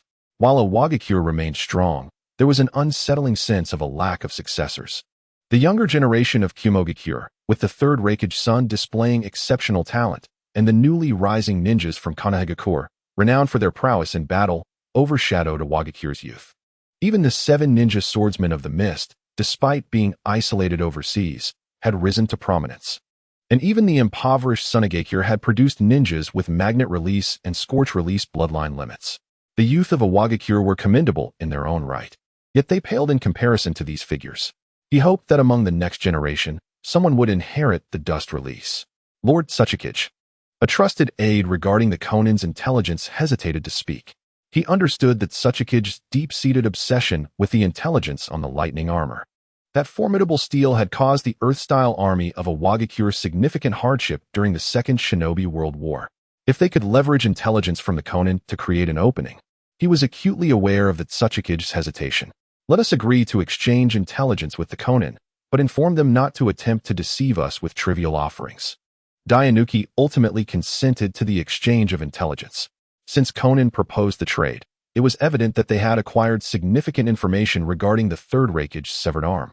This was crucial for the forthcoming confrontations with a wagakure, and Daisuke believed that, like himself, his predecessors wished for fewer casualties among their comrades on the battlefield. His fingers traced the words production line cooperation on the scroll, pondering Konin's cunning strategy, which suggested that they could manipulate technology to compel them to shield against the threats from Kumogakure. The formula for Morning Dew was worth more than its weight in gold. Having saved numerous Iwagakure shinobi during the Second Shinobi World War, the third Raikage's assault on Konin was driven by the desire to obtain this very formula. At this moment, Konin's unusual willingness to share the production line appeared to Daisuke as if they were voluntarily handing over the key to their treasury to a wagakure. However, Konin, having successfully repelled the third Raikage, did not seem like an easy adversary. The cooperation on the production line appeared to be a means for Konin to draw Kumogakure's animosity towards a wagakure. Daisuke suddenly made a decisive move, causing the scroll to emit a crisp sound in his palm. He instructed Ishikawa that the profit share could be adjusted to 50-50, but the production line must be established within a wagakure's territory. Moreover, Dayanuki's murky gaze turned towards the crimson sky outside, commanding the village's alchemists to exhaust all means to reverse engineer the formula for morning dew. As his trusted aide departed, he heard a faint rustling behind him. Turning around, he found Dayanuki engrossed in the map of the shinobi world, his finger drawing a circle around the land of sky, as if he intended to excise that minuscule territory from the map. 3 days later, the crystal chandelier in Conan's reception hall remained as chilling as frost. When Takuchi Shoji opened Iwagakure's reply, his fingers lingered on the words regarding the 50-50 profit share, a knowing smile gracing his lips. Little did Dayanuki know, this was all a ruse to buy time, for Conan was preparing to establish a morning dew production line in collaboration with all the 5 great nations. Informing Iwagakure of the agreed-upon profit share adjustment, Takuchi handed the reply to a nearby shinobi, his gaze falling upon the newly arrived samples of metallic or from the land of earth on the table, noting that the production line could indeed be constructed within Iwagakure. As dusk deepened, a shinobi hawk flapped its wings, soaring over Iwagakure's skies. Dayanuki opened the reply, and beneath the acknowledgement of the 50-50 profit share, he spotted a line of small print. The production line would commence in 3 days, and he hoped Iwagakure would honor the pact to jointly defend against Kumogakure. The Tsuchikage. Dayanuki suddenly erupted into laughter, rattling the glass of the windows on his desk. Conan's actions were remarkably swift, and he understood their underlying intentions. Placing the production line under Iwagakure's watchful eye served as both a hostage and bait, compelling Iwagakure to weigh the decision of aiding Conan during Kumogakure's retaliation. How intriguing, Dayanuki mused, his fingertips brushing against the faintly visible chakra patterns along the edge of the scroll. These were Iwagakure's unique encryption techniques, concealing within the seemingly ordinary paper 3 critical weaknesses of the lightning armor. This was indeed information that Iwagakure had yet to grasp, revealing Conan's substantial capabilities. The third Tsuchikage narrowed his eyes, envisioning the next clash between Iwagakure and Kumogakure, where Doton would blossom into a magnificent death flower at the vulnerabilities of the lightning armor. Meanwhile, 1,000 miles away in Kumogakure, the third Reikage severed arm was being nurtured back to vitality within a hidden chamber, preparing for the reattachment of his lost limb. Chapter 52. The storm subsides after Conan reached an accord with Iwagakure. Takuchi Shoji swiftly secured similar terms with Konohagakure and Sunagakure regarding the morning dew production line. As the various shinobi villages busied themselves with the construction of their respective lines, the third Reikage's tumultuous affairs gradually subsided. The shinobi world had genuinely entered a period of tranquility following the Second Great War. At long last, Chiyama found the time to return to his laboratory, continuing his research on the improvement of Yin sealing. Since acquiring the Yin sealing technique, Chiyama aimed to expand its function from a mere sealing node, which confined chakra, to a method that utilized the entire human body as a sealing node. His goal was to accumulate chakra and achieve a qualitative transformation in chakra capacity. This objective remained unfulfilled, representing Chiyama's most significant research challenge thus far, surpassing even the difficulties he faced in exploring the use of natural energy. Nonetheless, Chiyama firmly believed that reaching the critical point of chakra quantity and quality would lead to a metamorphosis within the body, resulting in a substantial leap in power. This hypothesis stemmed from the original narrative, where the progenitor of chakra, Kagaya Otsutsuki, consumed the chakra fruit from the god tree, gaining the ability to harness a bloodline limit. Initially, she possessed only the Byakugan, but after consuming the chakra fruit teeming with abundant chakra essence, she acquired a bloodline limit, awakened the Rinnegan, and attained an almost immortal state, seemingly only capable of being sealed away. The 3 great ocular techniques, Rinnegan, Byakugan, and Sharingan, transmitted through her bloodline. The most significant transformation occurred after Kagaya consumed the chakra fruit. Notably, Chiyama was unaware of the uncharted characteristics of the chakra fruit. However, one certainty remained. It contained an immense reservoir of chakra. At a minimum, it supported the notion that an abundance of chakra was a vital condition for transformation. Furthermore, following Uchiha Madara's revival, he lost his left arm during a battle before gathering all 9-tailed beasts and had to reattach it using Zetsu's arm. Yet, after obtaining the chakra of the 9-tailed beasts, he seemingly gained the ability to regenerate his severed limb. Even after being struck down by Might Guy, who had opened the 8th gate, Madara managed to gradually restore his body. The key distinction was that Madara had acquired the vast chakra of the Ten Tails. And aside from the unknown special powers of the Ten Tails, the primary difference lay in the sheer volume of chakra. These observations served as evidence for Chiyama's theories regarding the transformative potential of chakra quantity. In contrast, the evidence for the qualitative transformation of chakra could be seen in Naruto and Sasuke. After receiving the yang power bestowed by Sage of Six Paths, Naruto was able to restore Kakashi's lost eye and save Might Guy, who had opened the eighth gate. Sasuke, upon obtaining the Yin power, awakened a Rinnegan with six Tomo. The Sage of Six Paths, in a spiritual state, lacked a physical form and had lost the Ten Tails, making it improbable for him to possess an abundance of chakra. Thus, the powers he imparted to Naruto and Sasuke likely consisted of exceptionally high-quality yang and yin chakra. It is highly plausible that this power, not cultivated by either of them, led to their decline in strength and incomplete metamorphosis after depleting that bestowed chakra. Simultaneously, Chiyama speculated that since the vast chakra they received was not their own, it resembled the concept of external elixirs spoken of in legends. Consequently, Kagaya's Ten Tails could be seized by her son, the Sage of Six Paths, while the Ten Tails gathered by Madara became the vessel for Kagaya's escape from her seal. From any perspective, possessing such world-destroying power as a top-tier formidable being would imply that such strength could not be easily taken away. In theory, a powerful individual would possess greater control over their abilities. Otherwise, they would be the first to suffer from the devastation wrought by that very power. It was based on these hypotheses that Chiyama had refrained from pursuing the paths taken by previous transmigrators, such as implanting Hashirama's cells, merging with the Sharingan, or becoming a Jinchuriki, all of which demanded excessive external dependencies. Chiyama firmly believed that in the quest for power, one should heed the words of the sage. A gentleman utilizes tools wisely. The essence of power must be explored continually through rational application of tools. Through relentless study, I have seized the opportunity to harness natural energy. During this continuous practice, Qianshan discovered that sage chakra not only exists at a higher energy level compared to ordinary chakra, but also exhibits greater stability. Each day, Qianshan absorbs natural energy to synthesize sage chakra, if not fully utilized on the same day. The residual amount the following day is significantly greater than that of ordinary chakra synthesized from physical energy. Regrettably, Qianshan's body is not yet capable of accommodating large quantities of sage chakra.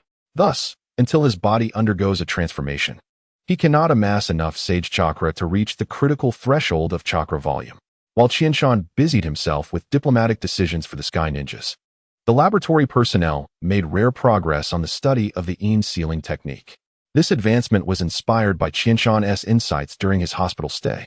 Confined to his hospital room, he felt a sense of enforced isolation and suddenly realized that the essence of improving the Yin sealing technique was to contain chakra within the body, preventing its dissipation.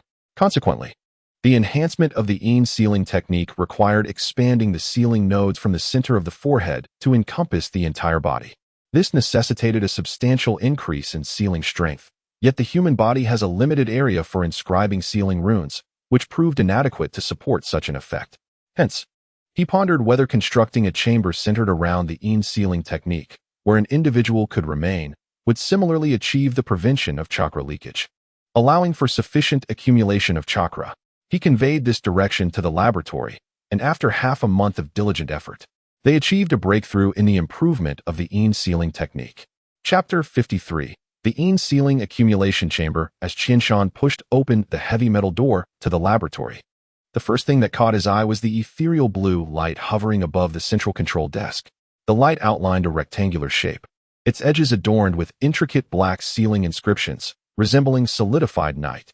As he approached, he discovered that it was a sealed chamber crafted from a special alloy. A metallic box reminiscent of a coffin, approximately 3 meters long and 1 meter wide, ample enough to accommodate an adult ninja. Its surface was polished to a mirror finish, yet the corners retained the rugged marks of forging, with a dark silver sheen subtly glimmering like obsidian. "Is this the new device you have developed?" Qianshan inquired calmly, though curiosity sparkled in his eyes.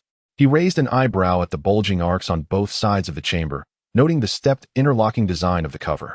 While 3 crystal pillars extended from each corner at the base, their interiors flowing with faint golden chakra, akin to the veins of a mechanical life form. "Indeed, Lord Qianshan," We refer to it as the Yin Sealing Accumulation Chamber, replied the project researcher, Hueli, adjusting her round-framed glasses. A partially unrolled scroll protruded from her lab coat pocket, its edges still stained with fresh sealing ink, indicating she had been engaged in rune etching not long before. Hueli gently tapped the chamber's surface, and immediately, a spiderweb-like pattern of black inscriptions emerged. Half a month ago, inspired by your new approach, we were all astounded. After completing the theoretical design in 3 days, we proceeded to construction, culminating in today's completion. Excellent. Please elaborate on the Yin Sealing Accumulation Chamber, Qianshan requested, tapping the coffin-like sealing chamber. Contemplating its sturdiness compared to a regular coffin. The exterior is forged from an alloy infused with a small amount of chakra metal, while the inner layer is embedded with Yin sealing rune plates, each 3 centimeters thick.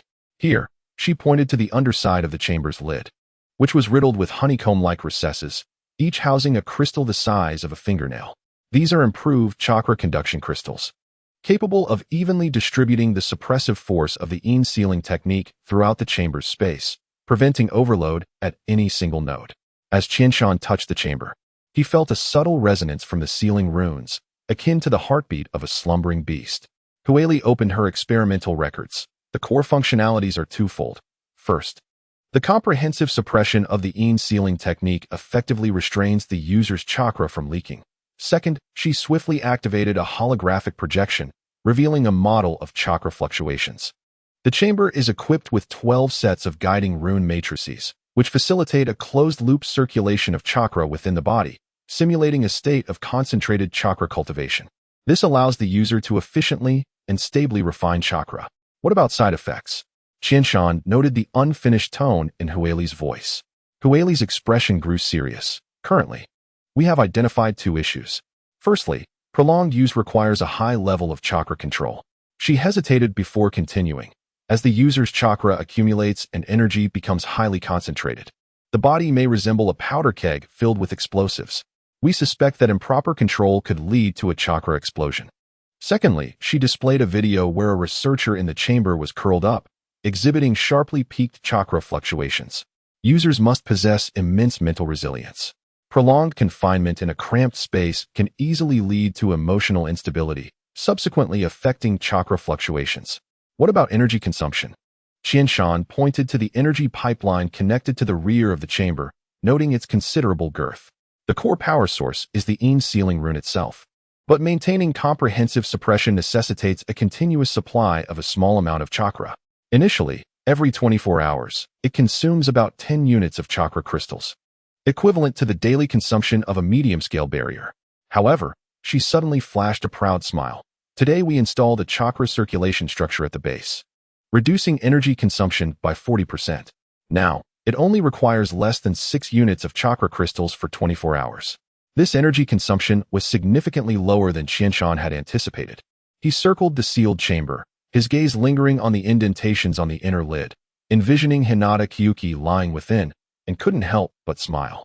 It seemed that the first to utilize the Yin sealing accumulation chamber would likely be Hinata Kyuki.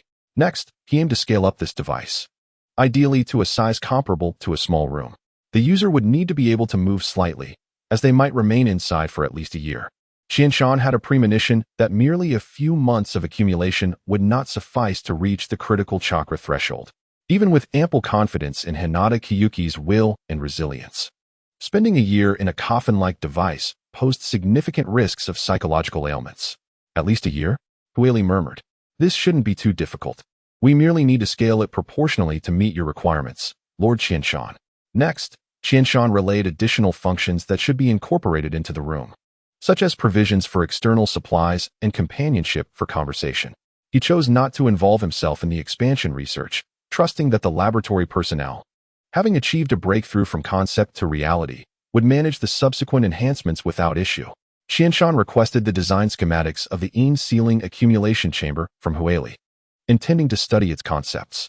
Upon leaving the laboratory, he informed Hueli that Hinata Kyuki would arrive the following day to utilize the Yin sealing accumulation chamber, urging them to prepare for the experiment in advance.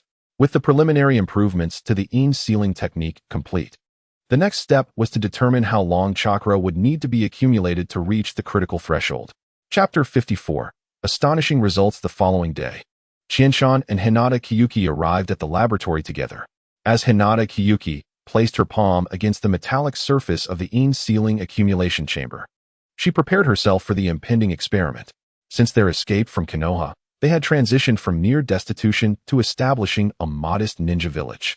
Not long ago, they successfully repelled an attack from the Hidden Cloud Village, severely injuring the third Reikage, and now they have made progress in the refinement of the Yin sealing chamber.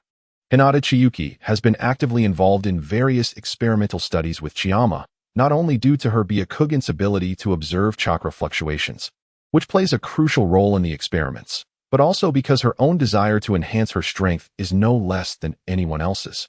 Through these experiments, she has made significant advancements in her abilities. Had she remained in Konoha, diligently training, her progress would not have been as substantial as it is now. The Hinata clan does not possess the same resources as Chiyama, who has access to a plethora of ninjutsu and rare medicinal supplies. Along with ongoing research into the essence of chakra, he also has customized chakra weapons, resources that are unattainable in Konoha. Ever since Chiyama mastered Sage Mode, Chiyuki has observed his continual improvement almost daily. She is a proud individual. During their time in Konoha, while Chiyama's unrefined strategies could initially catch many Chunin off guard, he often required help from her or a supervising jonin when faced with higher-ranked shinobi. Hinata Chiyuki frequently played the role of protector, while Chiyama was the one being protected. However, now that she has not yet mastered Sage Mode, she feels a sense of stagnation. Whether in physical techniques, gentle fist, or chakra, she is nearing her limits. Although she can still progress, her rate of improvement pales in comparison to Chiyama's. Gradually, she seems to have become the one needing protection, with Chiyama taking on the role of the protector. Deep down, she struggles to accept this reversal of roles. Nevertheless, the Yin sealing chamber presents an opportunity for her breakthrough. Without hesitation, she opened the chamber lid, and as she did, a rush of air filled with a faint scent of ozone enveloped her. She glanced at Chiyama, who, noticing her gaze, offered a reassuring smile while dressed in a white lab coat. Unexpectedly, she responded with a roll of her eyes. Then, with determination, Hinata Chiyuki lay down in the Yin sealing chamber, not giving Chiyama a chance to inquire further. As the lid closed with a soft click, she heard her own breath echoing in the confined space. For the first time in such a tranquil and enclosed environment, even a formidable ninja like Hinata Chiyuki felt a twinge of anxiety. Clenching her fists and sensing that her strength had not diminished, she gradually relaxed and steadied her breath. At that moment, a mechanical voice emanated from within the chamber. "Can you hear me? The chamber is equipped with a communication system. You may respond directly." Loud and clear, she replied. "The Yin sealing chamber has commenced normal operations. You are required to remain inside for a full 3 hours. From this moment, begin refining your chakra, ensuring that you only extract surplus bodily energy without depleting your cellular energy. Complete the extraction within 1 minute." Chiyama's voice was clear. "Once you finish refining, for the next 3 hours, refrain from actively using chakra. I will initiate Sage Mode to continuously monitor your chakra fluctuations." Since Hinata Chiyuki would be unable to use her chakra during this period, she could not observe her own chakra changes with her Byakugan. Thus, Chiyama would employ Sage Mode's heightened perception as the observer of data. Although he was currently limited in his capacity to output Sage Chakra due to physical constraints, this level of perception would still consume minimal energy. He could easily sustain this for 3 hours, though the mental toll of such detailed perception would be significant. "I will remain here by your side, Chiyuki. If you experience any discomfort, do not hesitate to inform me or exit immediately. Do not push yourself." "Understood. I will begin refining my chakra now." Chiyama placed his hand on the chamber lid, focusing intently on sensing Hinata Chiyuki's chakra. He soon detected her chakra rapidly accumulating within her, quickly reaching a peak before stabilizing. "I have completed the chakra extraction," she promptly confirmed. "Now, I will fully concentrate on sensing your chakra fluctuations." The laboratory fell into a hushed silence, with only the sound of the Yin sealing chamber operating continuously. 5 minutes later, Hueli gently tugged at Chiyama's lab coat. This was the prearranged signal to record Hinata Chiyuki's total chakra reduction every 5 minutes to assess the effectiveness of the Yin sealing chamber in preventing chakra dissipation. Chiyama swiftly provided a figure, less than 1/10,000th. This was the smallest measurable change he could ascertain regarding chakra fluctuations. In reality, Chiyuki's chakra reduction was far less than that, but the amount was too minuscule for him to quantify. Inside the chamber, Hinata Chiyuki remained silent, attentively listening to Chiyama's reports every 5 minutes. She understood that he needed to maintain intense concentration to perceive such subtle fluctuations in chakra. Thus, she remained quiet, facilitating Chiyama's testing. An hour passed, and his reports continued to indicate less than 1/10,000th. It seemed that the effectiveness of the Yin sealing chamber in preventing chakra dissipation surpassed everyone's expectations, and soon, the 3 hours elapsed. As the lid of the Yin sealing chamber lifted slowly, Hinata Chiyuki sat up, rubbing the back of her neck. The gentle breeze from the chamber's circulation system carried a hint of mint, yet it could not dispel the weariness etched upon her brow. 3 hours of relative stillness had caused her muscles to stiffen slightly. As she flexed her wrists, she heard Chiyama advising Hueli. First, measure body fat percentage and muscle fiber density. Remember to conduct a cellular activity scan using medical ninjutsu. Hueli pushed the data terminal closer, and the holographic screen displayed a flowing stream of soft blue data. Hinata Chiyuki glanced at her chakra level curve, which should have shown a gradual decline, but was instead almost perfectly flat, with the final value resting at 99,987. She tapped the screen. Chakra dissipation is less than 2/10,000ths? I am equally astonished. A dissipation of less than 2/10,000ths over 3 hours is remarkable. Chiyama removed his eye mask, which had been used to eliminate visual distractions and enhance focus. Beneath it, his eyes bore signs of fatigue, the result of 3 hours of intense concentration. A loss of 0.0013 in 3 hours, he suddenly halted, his fingers rhythmically tapping on the control panel. Hueli looked up sharply. If the current rate continues, it would take 2 years and 11 days to fully reach the critical chakra threshold. Chiyama's voice carried a metallic coldness. The laboratory fell into an abrupt silence, with only the hum of the ventilation system punctuating the air. Hinata Chiyuki could hear her heartbeat thundering in her ears. She suddenly recalled the 3 hours spent within the chamber, realizing it would take 2 years to accumulate sufficient chakra. A dryness crept into her throat. I can endure, she blurted out, her white eyes glinting coldly under the lights. After enduring for over a decade, 2 years is nothing. Chiyama understood the deeper meaning behind her words. Since her childhood, Hinata Chiyuki had been bound by the caged bird seal imposed by the Hyuga clan, stripped of her freedom. Only after fleeing Konoha and arriving at the Sky Ninja did she begin to experience true liberty. For Hinata Chiyuki, her yearning for strength was intrinsically tied to the desire to one day break free from the caged bird seal, to live openly beneath the sky.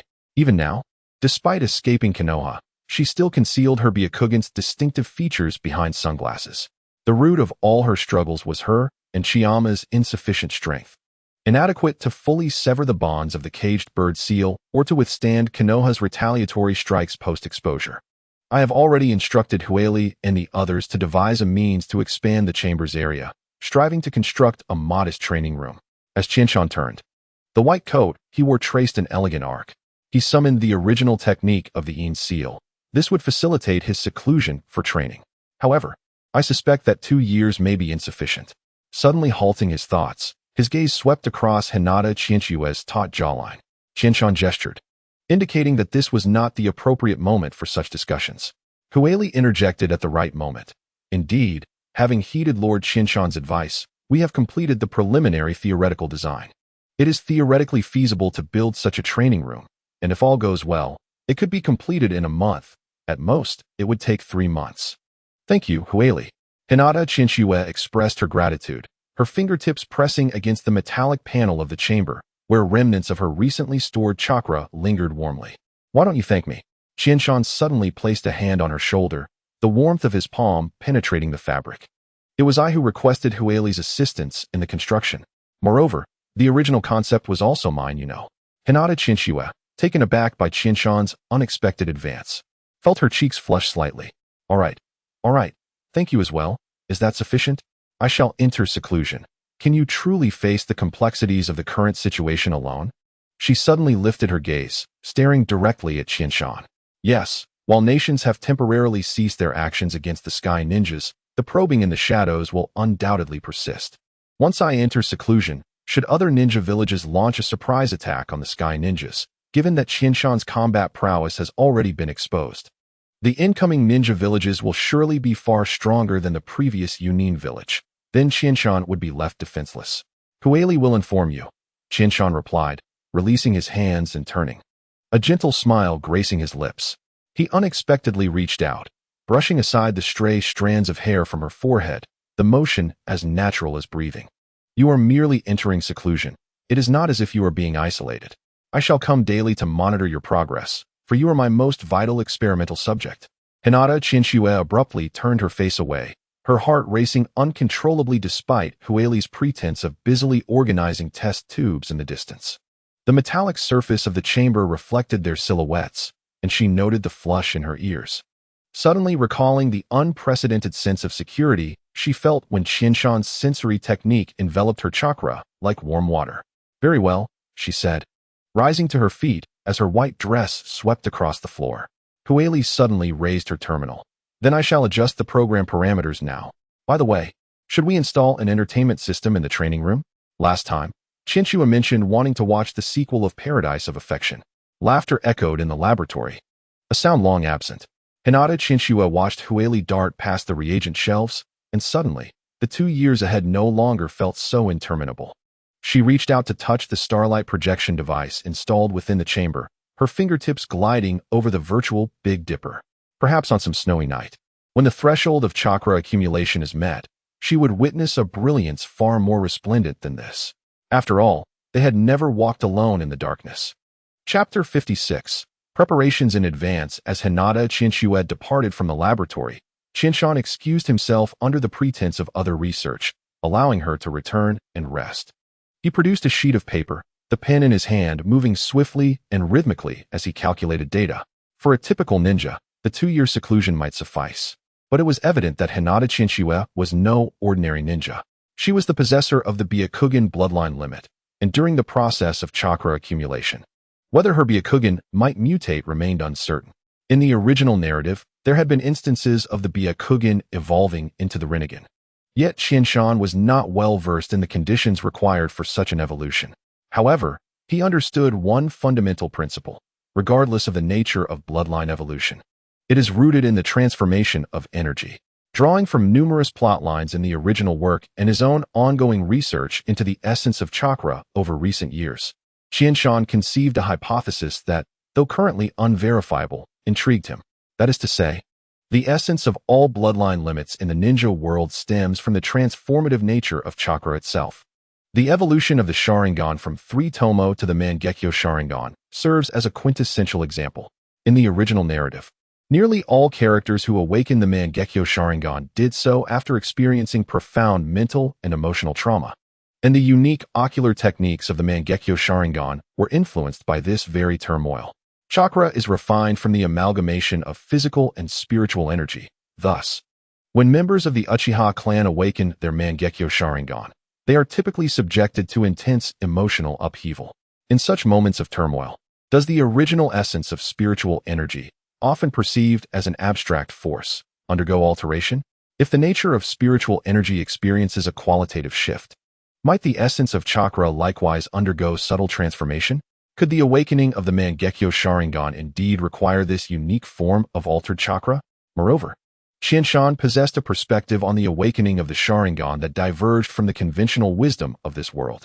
The Uchiha clan's awakening of the Sharingan commonly follows the loss of significant individuals, leading Senju Tobarama to deem the Uchiha clan as cursed, necessitating loss to awaken their ocular power. However, Qianshan posited that the awakening of the Sharingan might actually require a rarefied form of chakra, one that remains unrecognized within the ninja world. The lineage of the Sharingan traces back to Kagaya Otsutsuki, who awakened the Rinnegan after consuming the chakra fruit, indicating the remarkable essence of this bloodline. Thus, it stands to reason that the awakening of the Sharingan similarly demands a high-quality chakra to match its extraordinary nature. Even after centuries of evolution, the Uchiha clan's bloodline has gradually thinned, and the essence inherited has continuously diminished. The initial awakening of the Sharingan remains a formidable challenge for Uchiha ninjas, serving as a powerful testament to this principle. A quintessential example from the original narrative is Uchiha Madara's belief that Uchiha Obito possessed exceptional potential for awakening the Mangekyo Sharingan. due to his compassionate and emotionally rich nature. Witnessing the death of his beloved under the hands of a dear friend, Obito's Sharingan instantly evolved from two Tomo to the Mangekyo Sharingan, an unprecedented leap. Qianshan believed that the most significant change in this transformation was Obito's abrupt shift from a person filled with love for the world to one consumed by hatred for it. Love can empower individuals with boundless strength, and hatred too can bestow immense power. In the instantaneous shift between these two extremes, Obito's spiritual force underwent a profound elevation, culminating in a qualitative transformation that facilitated the awakening of his Mangekyo Sharingan. Moreover, the Sharingan is capable of evolving into the Rinnegan, as evidenced by Uchiha Madara's awakening of the Rinnegan following his acquisition of Senju Hashirama's cells.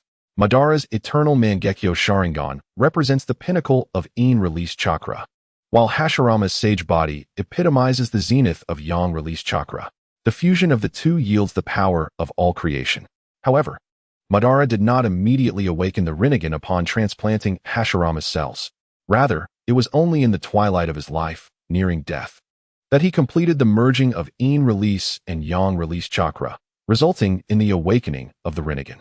This further corroborates the notion that the awakening of a bloodline limit is inextricably linked to the qualitative transformation of chakra.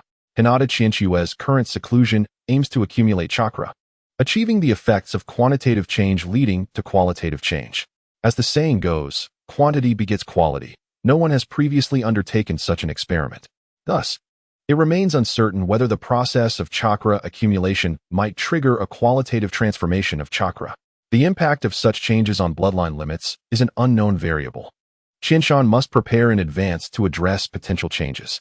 He is currently working on two contingency plans, one of which involves researching a nourishing medicinal cuisine. In regard to the effects of this medicinal cuisine, Qianshan's aspiration is that it can be consumed long-term, effectively replenishing the body's energy and providing nourishing benefits. This would significantly enhance the surplus energy generated in Hinata Chiyuki's body during her seclusion, thereby increasing the efficiency of chakra refinement and reducing the duration of her retreat. This seclusion aims to accumulate chakra rather than depleting her physical resources. Hence, the newly refined chakra each day will stem from the surplus body energy. Otherwise, a 2-year period would be unnecessarily prolonged.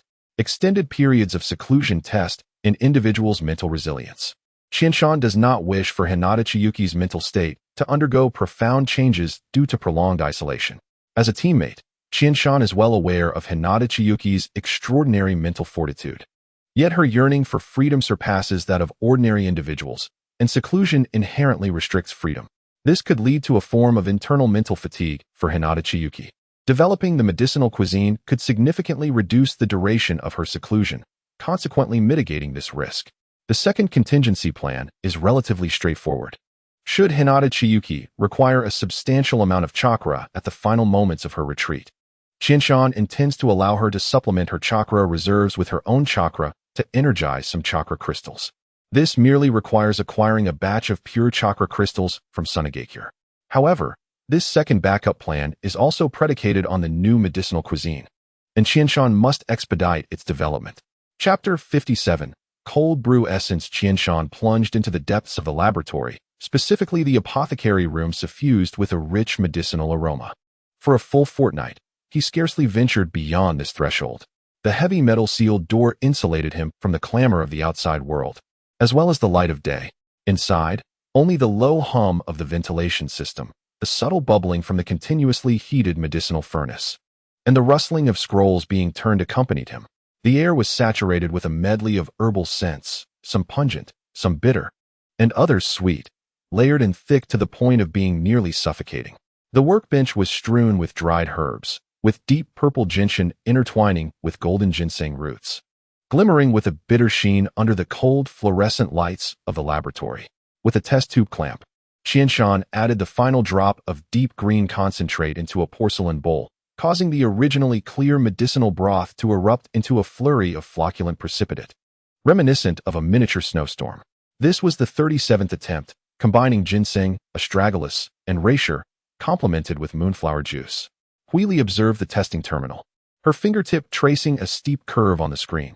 Chakra activity had increased by 12, yet body temperature soared by 32. and the metabolic load on liver cells exceeded the safety threshold. Qianshan rubbed his temples, remnants of the previous experiment's charred residue still lingering in the glass beaker. Since proposing the medicinal cuisine plan, he had practically lived in the laboratory, his lab coat stained with varying shades of herbal residues, resembling a spilled palette of colors. Initially, he adhered to traditional dietary therapy principles, focusing on herbs that replenish vitality, yet overlooked the unique responses of a ninja's physique to medicinal properties. The medicinal cuisine suitable for ordinary ninjas proved ineffective for a practitioner of Hinata Chiyuki's caliber. Perhaps a shift towards cooling herbs could stimulate the medicinal properties?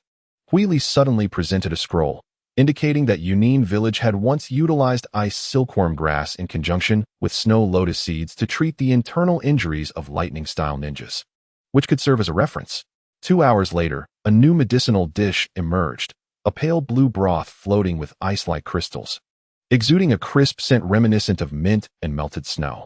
Test subjects, after consuming it, were instructed to sit in meditation for half an hour. Yet the chakra perception map revealed strange gray patches, indicative of mental energy disarray. Chakra condensing efficiency plummeted by 7, and brainwave frequencies were abnormal. Frowning at the holographic projection, Qianshan noted that the calming effects of the snow lotus suppressed mental energy activity, rendering Hinata Chiyuki's already limited mental state during her seclusion increasingly precarious. After yet another adjustment of the herbal ratio, Qianshan continued his experiments, the dark circles under his eyes betraying his exhaustion, while blood vessels crisscrossed his sclera. His chin was adorned with a scruffy stubble, yet his eyes radiated an astonishing brilliance, marked by an almost obsessive focus as he fixated on the rows of crucibles and furnaces before him. Each vessel churned with liquids of varying hues and viscosities, steam wafting in the air, reflecting his weary yet relentless visage.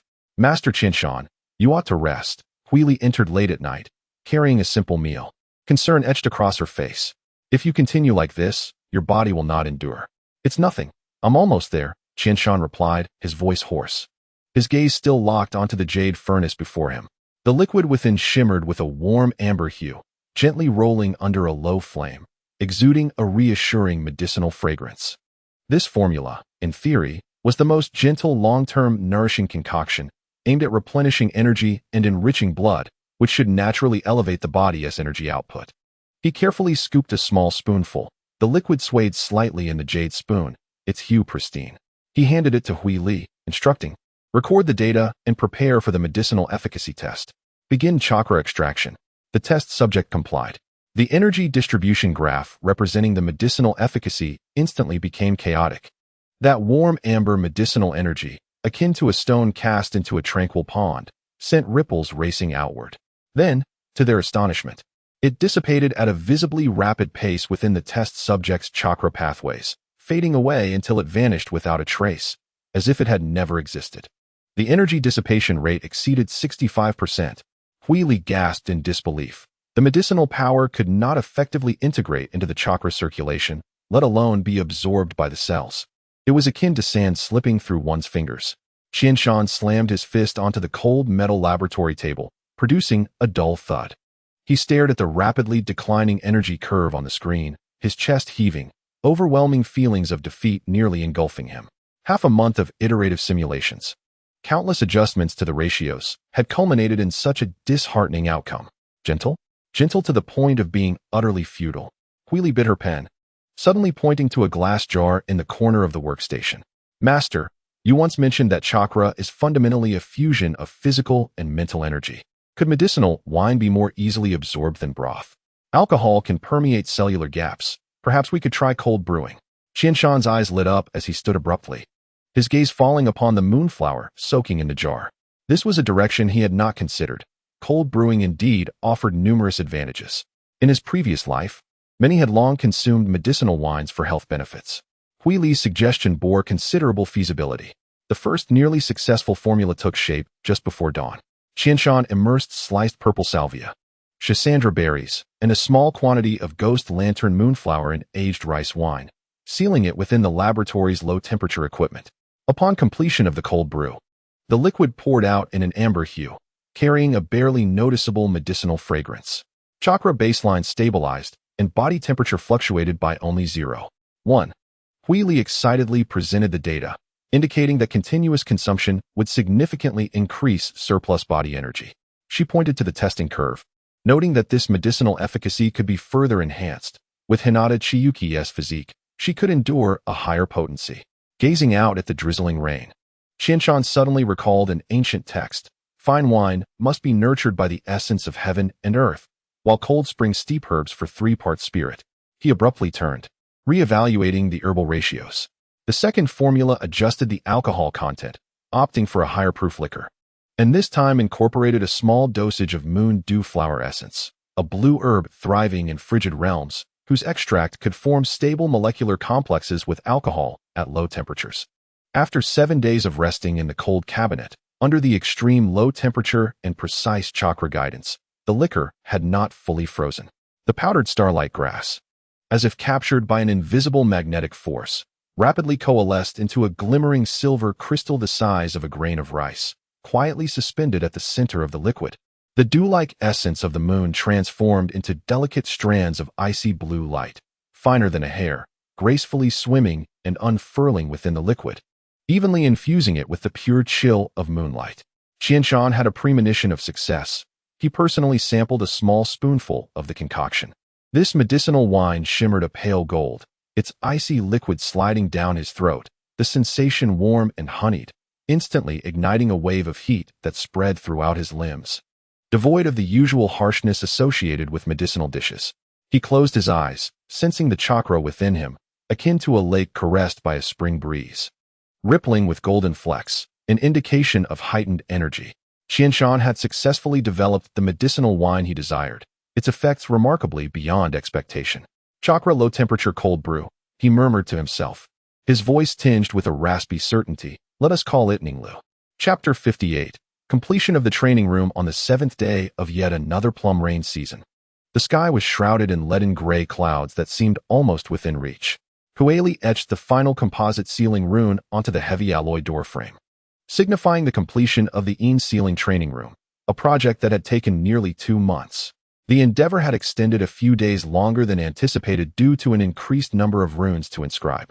Standing before the newly constructed building, nestled in the deepest part of the laboratory and enveloped by layers of protective barriers, Qianshan felt the faint energy pulses emanating from the door, a blend of anticipation and subtle gravity weighing upon him.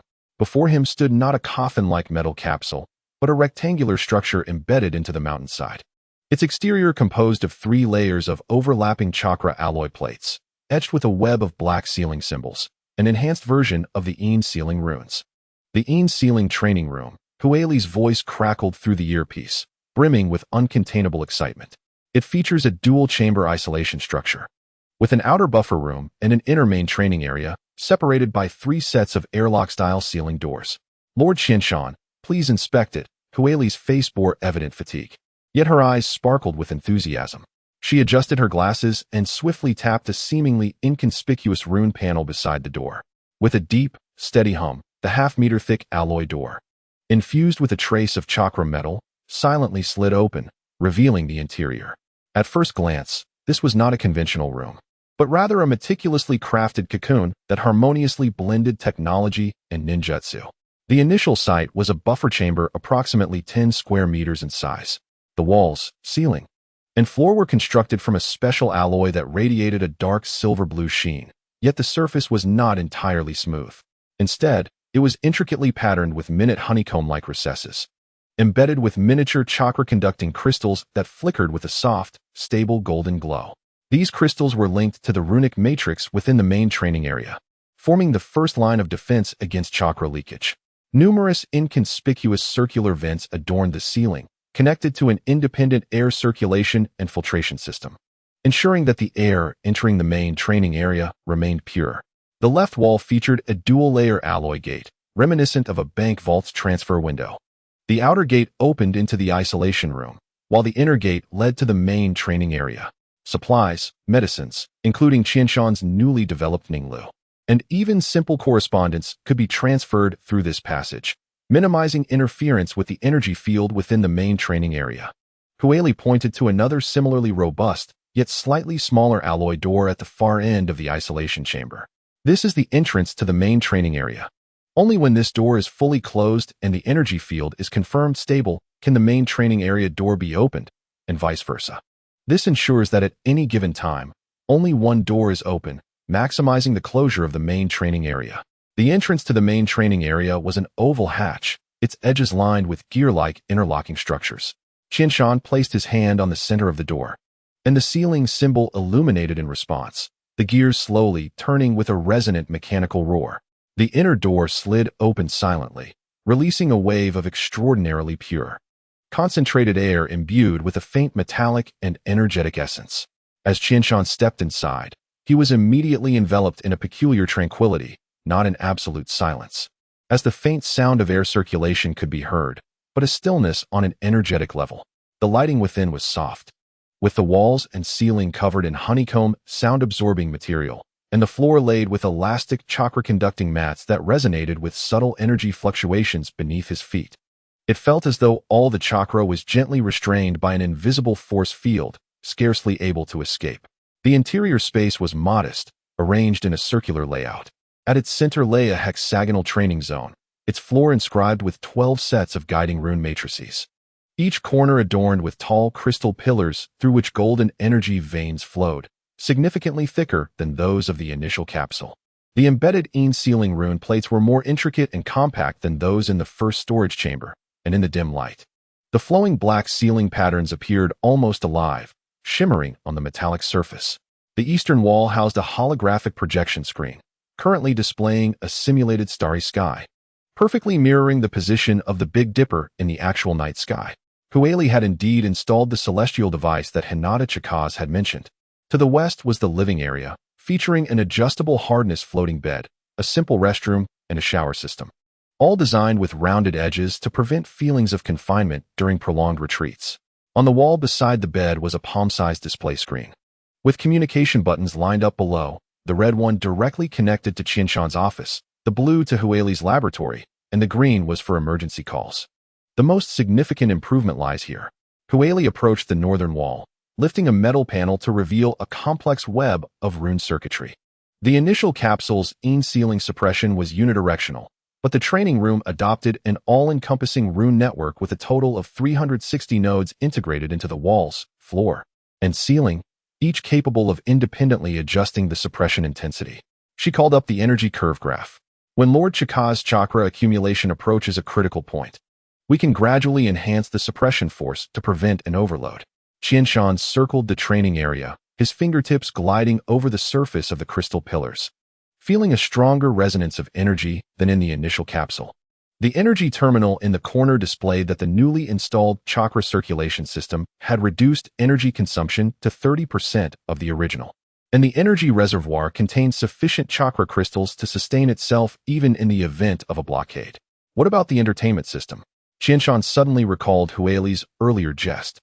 Hueli pressed the switch on the projection screen, instantly transitioning the starry sky into a bookshelf interface, with thousands of electronic scrolls floating in midair. The Intimate Paradise series was notably categorized in a special collection area, its cover glowing with a suspicious pink hue. There were also meditation guides, a white noise generator, and a scent system simulating natural environments. She pointed at the ceiling's micropores, explaining that scents of lavender, cedar, and rain-soaked grass could be customized for release. Footsteps echoed from behind, and Hinata Chikaz's white dress brushed past the hatch's gears, her gaze immediately drawn to the starry projection, her white eyes narrowing slightly. It's more spacious than I imagined. She traversed the guiding matrix, and as her boots made contact with the conductive mat, the rune array emitted a soft blue glow. Can I practice the basic footwork of soft fist here? Absolutely, Hueli replied, activating the motion monitoring mode. The conductive mat instantly displayed the footwork path of the soft fist, with the pressure sensing system recording her movements and generating a chakra flow report in real time. Hinata Chikaz approached the floating bed, her fingertips brushing over the communication buttons, finally resting on the red button. If I wish to end my retreat early, I can do so at any time. Qianshan moved to her side, lowering his voice. All systems in the training room have a manual termination function. You are not a test subject, Chikaz. As she turned, the light from the starry projection danced upon her eyelashes, casting a delicate silver glimmer. How long until we begin? Hui Li expressed that the final adjustments would be completed the day after tomorrow. Qianshan observed her tightly clenched and then relaxed fists, suddenly reminded of the legends surrounding the reincarnation eye from the original text. However, he swallowed those speculations back down. The medicinal cuisine and chakra crystals were already prepared. All that remained was for her to concentrate on accumulating energy, leaving the rest to him. Hui Li appropriately exited the training chamber, allowing the two of them their space. Hinata Chiyuki approached the crystal column, her palm pressed against the cool surface, the runes pulsating and seeping into her meridians, bringing forth a familiar sense of restraint. This time, it was not within a cramped cabin, but rather a space ample enough to breathe, beneath a starry sky that would never extinguish. 2 years, she murmured softly, as if making a promise to herself. Qianshan took up the conversation, his fingertips tracing an arc upon the guiding matrix, the runes illuminating one after another, weaving a web of light between them. I will accompany you in your training. The starry sky within the training chamber remained resplendent, as if heralding a distant yet clear dawn. Hinata Chiyuki suddenly realized that this was no longer a solitary retreat, but rather a cabin constructed together as they navigated the ocean of chakra, destined to reach the same shore. Qianshan slowly approached the central training platform, his fingers gliding over the cold metallic surface, then looking up at the yet-to-be-illuminated starry dome. He envisioned Hinata Chiyuki spending long hours here, day after day, accumulating a vast amount of chakra sufficient to trigger a qualitative change. Chapter 59. The beginning of seclusion in the early morning of the Sky Ninja Village. Sunlight filtered through the laboratory's skylight barrier, casting mottled golden patterns upon the alloyed door of the training room. Hinata Chiyuki stood before the double gates, her white dress gently fluttering in the breeze from the ventilation system. She gazed at the flowing seals upon the door, her fingertips involuntarily brushing against the sleeve's Hinata clan crest, a remnant torn away before her escape, now sewn into the fabric's inner side to remind herself to remain true to her original intentions. As Hui Li input the final set of energy calibration data into the control terminal, announcing the official commencement of the sealed training room, she conducted a last confirmation of the life signs monitoring system. Hui Li's voice came through the earpiece, tinged with a hint of tension. Heart rate normal, chakra baseline stable. Blood oxygen saturation data is normal. Lord Qianshan, Lady Chiyuki may now enter. Qianshan placed his hand upon Hinata Chiyuki's shoulder, the touch slightly stiffer than usual. She was about to embark on an untraveled path, relying solely on the explorations of others to crawl forward, each step taken with caution, taking the nourishing dew regularly, extracting chakra only from the surplus energy of her body. He handed her a glass vial embedded with silver crystals. If you feel mentally fatigued, press the red button immediately to terminate the retreat. Upon receiving the vial, Hinata Chiyuki felt the thin calluses of his palm, marks left by years of wielding a pen for calculations. I understand. She looked into his darkened gaze, suddenly reaching out to straighten his slightly askew collar. And you should avoid staying up late. Hui Li mentioned that you have recently been researching space-time ninjutsu. Recently, aside from his daily training, Qianshan had begun the exploration of space-time ninjutsu, conceding that it is undoubtedly one of the most challenging ninjutsu to master within the ninja world. The internal research materials on space-time ninjutsu within the Sky Ninja Village only tangentially touched upon summoning techniques, making Qianshan's exploration quite arduous. He felt he needed to seize an opportunity to return to Konoha and acquire some research data. Something attained through capability cannot be termed stealing. Konoha possessed the Flying Thunder God technique, and acquiring its materials would undoubtedly yield significant breakthroughs in research. Qianshan raised an eyebrow, observing the faint blush on her ears, and suddenly chuckled lightly. Rest assured, I must maintain my best condition to teach you the breath concealment technique. He stepped back, gesturing, Please, my princess. As the double gates gradually opened, Hinata Chiyuki hesitated not at all, offering no further farewells, merely nodding slightly to Qianshan and Hui Li, who stood guard at the entrance. With a sealed box containing her simple personal items and the nourishing dew in hand, she resolutely stepped into the space enveloped by intricate runes and gentle light. Hinata Chiyuki entered the main training room. The starry projection responded promptly, with the Big Dipper swirling above her, and the chakra conduction mat beneath her feet glowing softly in blue, as if she were stepping upon a solidified river of stars. She inhaled deeply, the air imbued with a faint aroma of cedar, confirming that Hui Li had indeed prepared the fragrance. The cabin door closed seamlessly behind her, isolating her from all external sounds, leaving only the low hum of the circulation system and the eternally rotating simulated starry sky above. The retreat had begun. Qianshan's voice emanated from the embedded speaker, imbued with the warm quality unique to electronic tones. Chiyuki, Huili will synchronize the data recording. Now, commence the activation of the in-sealed training room. Hinata Chiyuki seated herself cross-legged at the center of the guiding matrix, consuming a dose of the nourishing dew. The cool, pale golden elixir melted in her mouth, transforming into a warm, rich flow that did not violently inject energy, but rather nurtured every inch of her being like the most exquisite gardener, awakening the surplus vitality hidden deep within her cells. She could distinctly feel the surplus energy within her body steadily rising, directly enhancing her efficiency in accumulating chakra. The effects of the nourishing dew far exceeded her expectations. Hinata Chiyuki formed the tiger seal with her hands, and as the golden light within the crystal column surged, she felt a gentle yet firm sealing power emanating from all directions, as though an invisible hand was cradling her entire being. Chakra flowed smoothly within Hinata Chiyuki, even more so than when condensing it in the external environment. The 12 sets of rune matrices formed a closed loop, propelling the flow of energy like an external energy core. The accumulation efficiency has significantly improved. Hui Li's exclamation came from the monitoring room. Coupled with the effects of the nourishing dew, Lord Qianshan, at this rate, the seclusion period may be shortened to within a year and a half.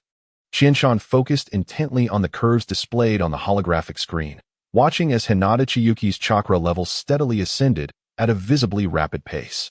He summoned the data comparisons from the Medicinal Cuisine Experimental Group, noting that the daily surplus energy output of test subjects consuming the nourishing dew had increased by 45, while Hinata Chiyuki's unique constitution had achieved an astonishing 62. Continue monitoring and pay attention to any changes in her bodily data, he instructed in a low voice, his fingertips typing a series of commands on the keyboard. Chapter 60. The hasty half-year time flew like an arrow, and 6 months slipped quietly away amid the tense and orderly operations of the Sky Ninja Village and the precise data recordings in the laboratory. Hinata Chiyuki's retreat progressed far more smoothly than Qianshan had anticipated. The effects of the nourishing dew surpassed expectations and combined with the training room. The total amount of chakra Hinata Chiyuki had accumulated over the past 6 months was nearing 1/3 of the threshold for a qualitative change in chakra. Huili updated the data curve daily, with the line representing total chakra rising steadily at an exhilarating rate. At this speed, the originally estimated 2-year retreat period was highly likely to be compressed to within a year and a half. This was undoubtedly excellent news. However, not everything unfolded as desired. Each morning, Qianshan adhered unwaveringly to his routine in the training room, besides the regular monitoring of data and accompanying Hinata Chiyuki for a time. He had an important task, imparting to her the breath concealment technique he had developed. This secret technique, derived from transformation techniques, had evolved through Qianshan's continuous refinement from a singular ninjutsu, focused on concealment effects, to a method that effectively assisted ninjas in sensing and cultivating natural energy. The core of this technique lies in the realm of human sense interaction and unity. It requires practitioners to merge their sense of existence, chakra fluctuations, and mental intent with the surrounding environment, akin to a droplet merging into the ocean or a fallen leaf returning to the earth, achieving a state of near disappearance. This was currently the safest and most efficient path to mastering sage arts that Qianshan knew. Yet, for Hinata Chiyuki, who was accustomed to perceiving all things with the clear and controllable flow of chakra inherent to her Byakugan bloodline, it became an insurmountable chasm. Half a year has passed. Yet no matter how intricately Qianshan explains the subtle mysteries or demonstrates the harmonious resonance with nature and the environment, Hinata Chika has been unable to truly grasp that profound sense of unity between heaven and man. On this particular morning, as usual, Qianshan traversed through layers of barriers, arriving at the imposing alloy door of the sealed training chamber. Huili, open the buffer room, he murmured into his earpiece. The outer alloy door emitted a deep, resonant hum, akin to a slumbering giant slowly awakening. The lighting system within the buffer room activated automatically, casting a warm yellow glow over the honeycomb chakra-conducting crystals. These subtly shimmering crystals refracted fragments of golden light in the morning sun, resembling a frozen cluster of stars. The heavy alloy door silently slid shut behind him, sealing tight. The air circulation system emitted a faint hum, bringing in freshly filtered air. Qianshan approached the alloy door leading to the main training room at the end of the isolation chamber. The rune disc beside the door illuminated, and a holographic projection screen materialized, displaying key data such as the stability of the energy field and chakra dissipation rate within the main training room. Inside, Hinata Chika was already aware of Qianshan's request to enter. After giving her affirmative response, she began to await his arrival. Moments later, Kueli's voice came through the communicator. Lord Qianshan, the energy field in the training room is stable. You may enter. Pressing his palm against a specific seal node at the center of the door, Qianshan infused a trace of pure chakra for identity verification. The black seal patterns on the door glowed to life, emitting a low hum. Accompanied by the precise click of interlocking gears, the heavy alloy door gradually slid open, revealing the interior of the main training room. At that moment, the starry projection in the main training room simulated the sky just before dawn, with the Big Dipper gradually fading and the east beginning to glow with a pearlescent light. Soft light bathed Hinata Chika, who was not practicing in the central guiding matrix, but rather sitting cross-legged on the chakra-conducting mat beside the floating bed. Dressed in a plain white training outfit, her long hair simply tied back, she sat upright, with her fingertips gently resting on her knees, a habitual gesture of concentration reflected in her slightly furrowed brow. The 6 months of seclusion had not left visible signs of fatigue on Hinata Chika. Rather, her skin exuded a lustrous radiance akin to jade, her eyes deep and tranquil. Even in Qianshan's era of celestial beauty, she would be aptly praised as a jade beauty. Yet, within her white pupils, there occasionally flickered a hint of subtle restlessness born from prolonged seclusion. Chapter 61, Guidance. Good morning. Hinata Chika's voice was calm, devoid of excessive emotion. Good morning, Chika. Qianshan sat down opposite her, also adopting a cross-legged position. The supporting sensation and subtle energy pulses from the mat beneath him were comforting. How do you feel today? Chakra accumulation is stable, and the dew's effects are still excellent. Hinata Chika replied succinctly, her gaze fixed on Qianshan's face. The breath control technique remains the same. Qianshan nodded, not surprised by her response. He gestured towards the central guiding matrix. Let us proceed there. The environmental energy is more concentrated, which may aid in your perception. The two rose and walked to the center of the hexagonal training area. 12 crystal pillars, each as tall as a person, stood silently, with golden light flowing within them like a slumbering river. As they stepped into the core area, the rune matrix on the ground emitted a faint blue glow. Qianshan did not immediately commence his teaching, but instead closed his eyes to gather his focus and adjust his breath. The affinity cultivated through long-term training allowed him to enter an exceptionally relaxed and keen state. His breathing became elongated, slow, and profound, with each inhalation. It felt as if he were drawing in the pure energy of the training room, and with each exhalation, he gently released his existence, merging into the carefully constructed energy field of the sealed runes. Gradually, Qianshan's presence became almost imperceptible, although he sat directly opposite Hinata Chika, within her Byakugan's field of vision. The fluctuations of chakra within Qianshan became exceedingly faint and tranquil, merging seamlessly with the stable flow of the sealed energy and the pulsation of light from the crystal pillars. He seemed to transform into a piece of warm jade or a beam of light passing through the crystal pillars, present yet harmoniously inconspicuous. Do you feel it? Qianshan's voice was soft, as if afraid to disturb something. It was not about suppression or concealment, but rather about integration. Imagine yourself as part of this room, an integral link in this energy cycle, a speck of dust beneath the starry sky above. Your breath is the rhythm of this space. Your heartbeat is the pulse of this energy field. Hinata Chika obediently closed her Byakugan, attempting to mimic Qianshan's breathing rhythm. She endeavored to relax her body and empty her thoughts, striving to perceive the surrounding energy. However, in her perception, the pure energy flow within the training room, the suppressive force of the sealed runes, and the brilliance of the crystal pillars all remained distinctly independent entities. Hinata Chika could clearly see them and even subtly manipulate her chakra to approach and mimic their fluctuating frequencies, yet it always felt like a form of control, a conscious imitation, rather than the effortless integration that Qianshan exhibited. She felt as if she were awkwardly trying to fit herself into an ill-fitting garment, forced and unnatural. No, she said after a moment, opening her eyes, a hint of frustration in her white pupils. I can sense the environmental energy and control my chakra to approach it. But it always feels as if there is a barrier between us. The connection with nature that you speak of, that resonance with the heavens and earth, eludes me. Qianshan opened his eyes, observing Hinata Chika's furrowed brow, understanding that she had fallen into a mental dead end. He extended his hand. Palm up, give me your hand. Hinata Chika hesitated slightly, but gently placed her right hand in Qianshan's open palm. His hand was warm and dry, bearing the calluses of years of training. Close your eyes. Do not use your Byakugan, nor should you consciously control your chakra.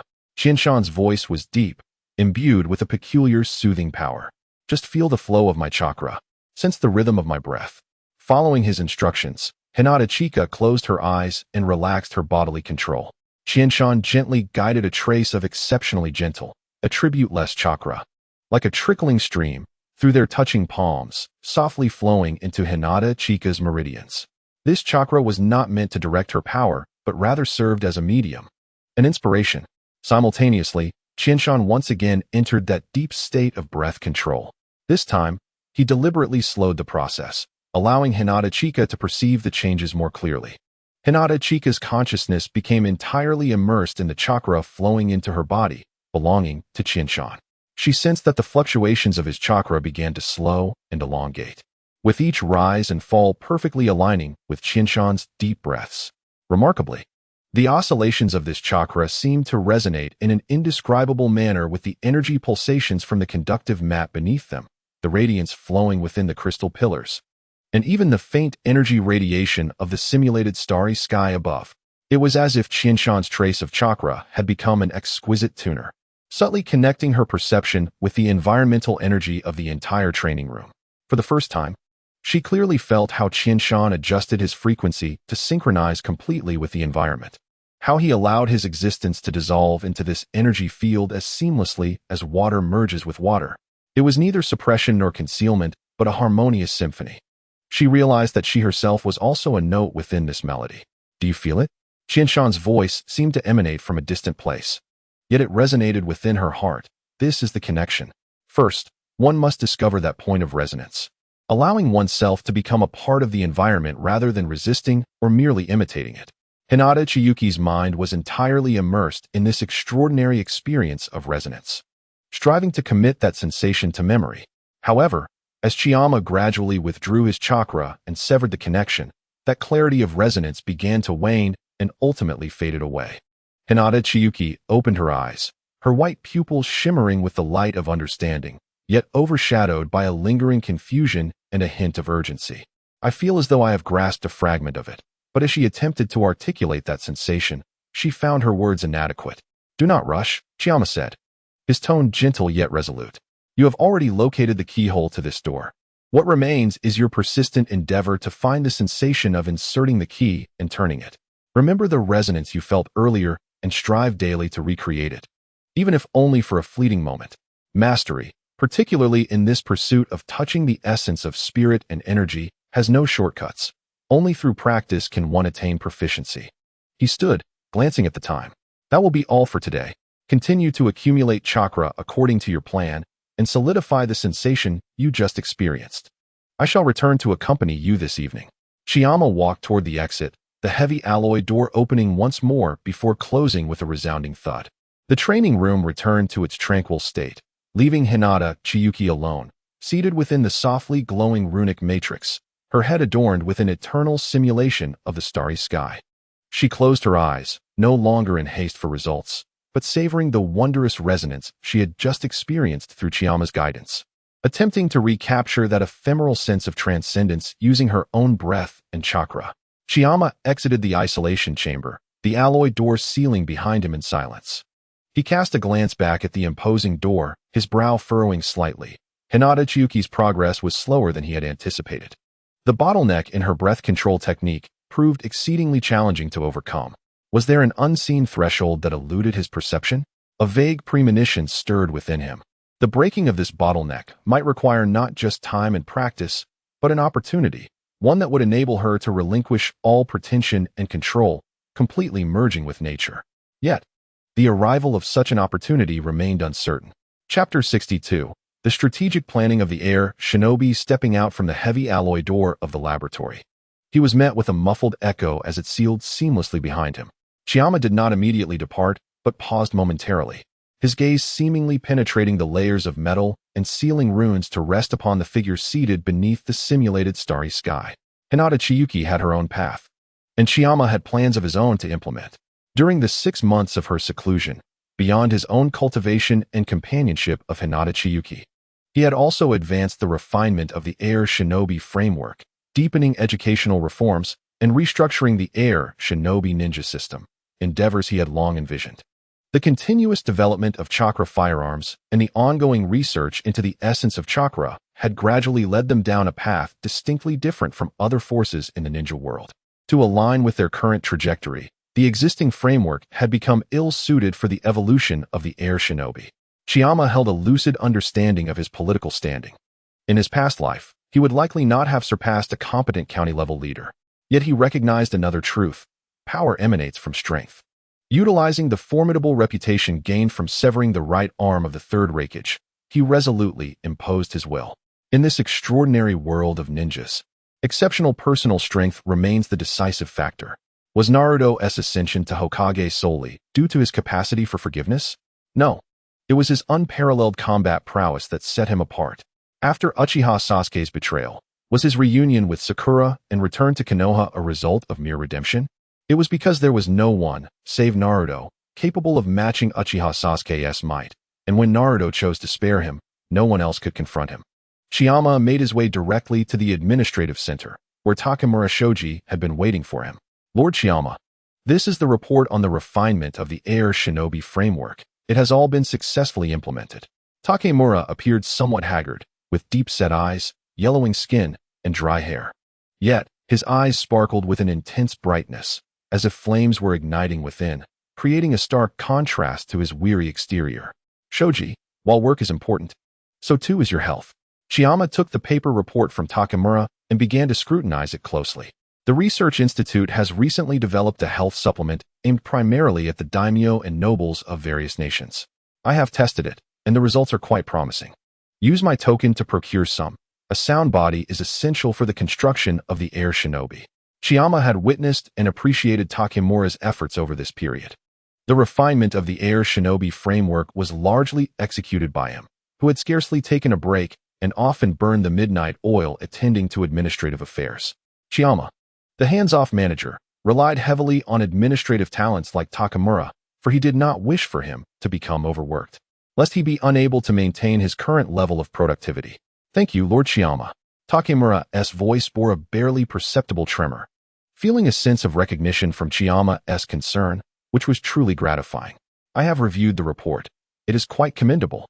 Ongoing follow-ups must be maintained. These efforts require long-term commitment to yield results. After perusing the improvement report, which was notably satisfactory, Chiyama decided to impart some motivational words. Still, it is worth reiterating. The current Air Shinobi belongs to us. The future of the Air Shinobi belongs to the next generation. How we entrust the Air Shinobi to those who follow is a question each of us must ponder. After encouraging Takemura, Chiyama departed the administrative center, demonstrating unwavering trust in his subordinates' capabilities. Yet, when it came to the practical execution at the grassroots level, Chiyama preferred to witness it firsthand. Since gaining the ability to utilize natural energy, the effects of his breath control technique had significantly improved. Chiyama's figure moved like a drop of ink merging with the air, silently traversing the bustling streets.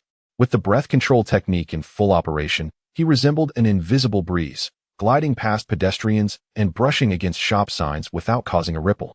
Sunlight filtered through his silhouette, and under the effects of the breath control technique, the shadows cast upon the ground became exceedingly faint, nearly imperceptible. Chiyama's target was clear: the newly constructed school of the Air Shinobi. Situated in the southeastern corner of the village, this school combined traditional ninja village elements with modern, minimalist lines. The expansive floor-to-ceiling windows provided ample light, and the interior was laid with honeycomb-patterned runic panels that absorbed dissipating chakra fluctuations while assisting in indoor temperature regulation. Chiyama ghosted through the playground, where several children practicing basic taijutsu ran past him, completely oblivious to his presence. the breeze they created failing to disturb the hem of his clothing. He chose a classroom engaged in theoretical lessons, silently standing in the shadows of the back door. Through the immaculate glass window, he observed the scene within. At the podium, a young male teacher was pointing at the text on the blackboard, his voice resonating clearly. Thus, chakra control is not merely for the precise release of ninjutsu or conserving chakra. It is the foundation for understanding our own power and the laws governing the energy of this world. Robust control signifies heightened perception, more refined manipulation, and... He paused, seemingly organizing his thoughts. It is one of the keys to accessing higher levels of power. This is an essential theory put forth by Lord Chiyama, and it serves as the cornerstone for the future development of the air shinobi. Qianshan slightly raised his brows, recalling that he had indeed emphasized the core importance of chakra control in the foundational documents regarding the reform of the ninja system. However, the phrase regarding the key to higher levels of power, which sounded somewhat esoteric, was not his original wording. It appeared that the instructors had infused their own interpretations while conveying his ideas. In the classroom, the children listened with a semblance of understanding, their eyes brimming with awe and curiosity towards the title of Master Qianshan. A small boy raised his hand and asked, "Teacher, did Master Qianshan really sever the Raikage's arm with just one strike? Is it because of his exceptional chakra control?" The classroom instantly fell silent. All the children's gazes fixated intensely on the teacher. The young educator's face momentarily flashed with pride. He straightened his posture and raised his voice slightly. "Indeed, the third Raikage is renowned as the strongest shield in the ninja world, impervious to ordinary ninjutsu. Yet, Master Qianshan, through his exquisite mastery of chakra, concentrated his power into a single point, unleashing it in an instant to deliver this astonishing blow. This is the might of chakra control at its zenith. Remember, power lies not in magnitude, but in mastery." The children erupted in hushed gasps of admiration, their eyes sparkling with reverence. Qianshan listened silently from outside the window, understanding the implications. The feat of severing the Raikage's arm not only instilled fear in external adversaries, but also established an almost mythical prestige within the ranks of the air ninjas, particularly in the hearts of these future generations. When teachers explained his philosophy, they unconsciously used this prestige as the most potent testament and source of motivation. However, the tale had been somewhat distorted. After all, he wielded a sword. If his swordsmanship were to reach its pinnacle, the title of Sword Saint would certainly sound far more appealing than that of Knife Saint. So let us not spread that rumor. Chapter 63. The silent observer. He quietly departed from the theoretical classroom, his form akin to smoke, drifting towards another building. This was the practical training hall, where the air resonated with lively chakra fluctuations and the excited shouts of children. In a spacious, well-lit training room, a group of slightly older children was divided into several groups for practice. They were not honing lethal ninjutsu, but rather engaging in an array of peculiar, yet highly targeted chakra control exercises. One group of children carefully manipulated chakra threads, attempting to lift delicate chakra-conducting paper floating in a basin of water without tearing it. Another group had water spheres suspended before them, requiring precise chakra control to direct the flow of water within the spheres along specific trajectories, creating whirlpools or even simulating simple patterns. Yet another group encircled a complex chakra resonator, striving to adjust their chakra fluctuations to synchronize with a faint frequency preset by the instrument, its indicator lights flickering in response to their efforts. Steady. Feel the flow of chakra at your fingertips. Envision it as an extension of your fingers. Do not use brute force. The guiding female instructor's voice rang clear as she wove among the children, offering pointers. "Xiaolin, you're too tense. Relax your spirit. Do not be anxious." The children were thoroughly enjoying themselves. These exercises felt like games, brimming with challenges and fun, far more engaging than monotonous hand sign practice or physical training. Qianshan observed the focused expressions on their faces and the exhilaration of their successes. This was precisely the effect he desired, transforming the refinement of foundational abilities into an enjoyable exploration. Due to years of warfare, various ninja villages had been compelled to adopt a strategy of hastened cultivation, often exhausting promising talents from a young age through excessive chakra training, leading to premature depletion of their innate potential. Now that he could temporarily uphold a period of tranquility, it was imperative to provide the next generation with better opportunities for growth. Moreover, Fostering their interest in exploring chakra from a young age would ultimately aid his future research into the essence of chakra. As for the teaching of ninjutsu, it was not intended to occur within the confines of the school in Qianshan's vision. Upon graduating, students could choose to join various departments of the air ninjas based on their interests. Those with compassion and a desire to heal could join the medical department to learn specialized healing ninjutsu.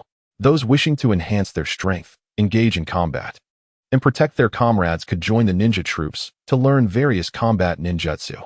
Those passionate about exploring nature and uncovering objective laws could join the Research Institute to study research-oriented ninjutsu. Graduates would already possess sufficient chakra control to learn other ninjutsu with greater efficacy. Furthermore, Qianshan believed that each person's talents were unique, and the best way to maximize individual abilities was to place individuals in suitable roles, rather than subjecting them to uniform training for the purpose of completing lethal tasks. However, the profound optimization of education would not yield immediate results. Qianshan anticipated a commitment of at least 5 to 10 years. He noticed in a corner an elderly teacher with graying hair, appearing seasoned and wise, observing the training scene with a hint of confusion and contemplation.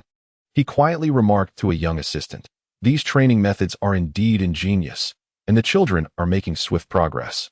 Yet, is expending so many resources on these exercises truly more beneficial than having them learn a few D-rank ninjutsu?" Master Qianshan's foresight is profound. "Perhaps there are deeper insights beyond our comprehension," the young assistant replied solemnly. "Since he has established chakra control as a cornerstone, there must be undisclosed profound reasoning behind it." Master Qianshan, at such a young age, severing the Raikage's arm serves as the best testament. We must unconditionally execute his vision and pass it on to the next generation. The elderly teacher, upon hearing this, did not completely dispel his confusion, but ultimately nodded in agreement, refraining from further discourse. As he redirected his gaze to the training ground, it was imbued with a deeper sense of inquiry. Clearly, he was not entirely convinced. But the notion of Master Qianshan's will alone was sufficient to quell his doubts and propel him to execute his directives wholeheartedly. Qianshan silently observed all of this from outside. He had not anticipated that the power he displayed during the battle in Yunin village would garner such high regard within the air ninjas. This prestige was akin to an invisible banner, allowing his reformative intentions to be implemented without obstruction. Even if some of his concepts appeared somewhat avant-garde or even impractical in the present context, the teachers would spontaneously strive to comprehend, interpret, and execute these ideas, diligently instilling them in the younger generation. He witnessed the children's yearning for power and their adoration for Master Qianshan, the pride radiating from the young teacher as he conveyed these teachings, and the elderly teacher's somewhat blind obedience rooted in prestige. This not only served as a boon to his ideologies, but also subtly imposed pressure upon him.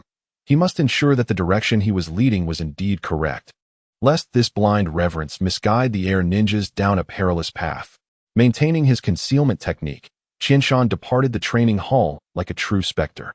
He cast a final glance at the monument in the central square of the school, symbolizing the air ninja's future, a sculpture of unrestrained flight, before merging into the throng at the street corner, vanishing from sight. Chapter 64. Eradicating Bandits and Training. After inspecting the school, Qianshan's thoughts became clearer. The seeds of education had been sown, yet the foundation of the air ninjas still required formidable martial strength for protection.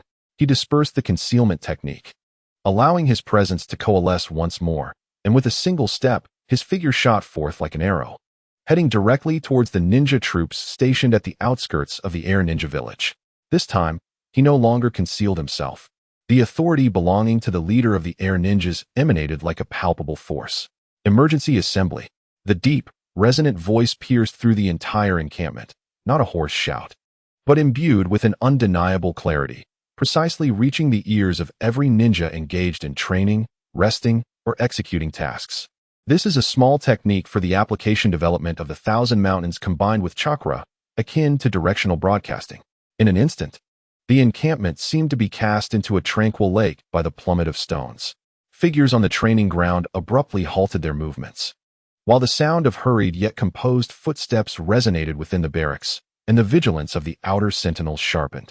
There was no clamor, only the clash of metal and the faint sound of footsteps scraping against the ground, merging into a low, ominous hum. Within a brief moment, all ninjas in the camp had assembled according to their respective combat formations, lined up across the expansive training field, though their numbers were not particularly vast. Around 200 individuals, each stood upright, their gazes sharp, equipped with standard chakra firearms or rune ninja tool pouches, exuding an air of resilience. Their chakra fluctuations, though deliberately restrained, coalesced to form an invisible pressure field. Since the conclusion of the conflict with the hidden cloud village, Thousand Mountains had streamlined the ninja forces from 5 battalions down to 2, recognizing that the essence of a military lies in its quality rather than quantity. Ninjas, possessing extraordinary abilities, are better suited for special operations. Group combat is not their forte. Infiltration, decapitation, and sabotage are the optimal choices for ninja warfare.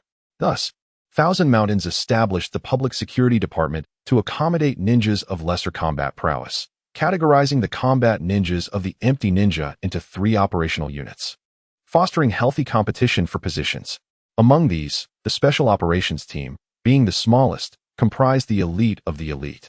Naturally, their treatment was the best, and the missions they undertook were the most arduous and perilous, serving as a breeding ground for future champions of the Empty Ninja. Next was the Empty Ninja's regular ninja forces, whose primary daily tasks revolved around various trainings, real combat, and drills. Their remuneration was quite satisfactory. Unlike ninjas from other villages, those in the Empty Ninja forces received fixed compensation based on their combat ratings, alleviating the need to undertake missions for monetary gain. They merely engaged in routine patrols, with the remainder of their time devoted to training. Occasionally, Thousand Mountains would visit to elucidate on ninjutsu cultivation, while members of the Special Operations Team would also spare time to engage in combat. As a result, while the enhancement of their strength may not rival the breakthroughs achieved in life-and-death battles, it was characterized by stability and longevity, forming the backbone of the Empty Ninja. Finally, there was the newly established Public Security Department, serving as the foundational military force of the Empty Ninja, comprising the largest number of personnel and dealing with numerous miscellaneous tasks. In addition to daily security duties, they were sometimes seconded to assist other departments, such as the Construction Department, which would borrow Earth-style ninjas when in need, or the Research Institute, which would also request ninjas for assistance.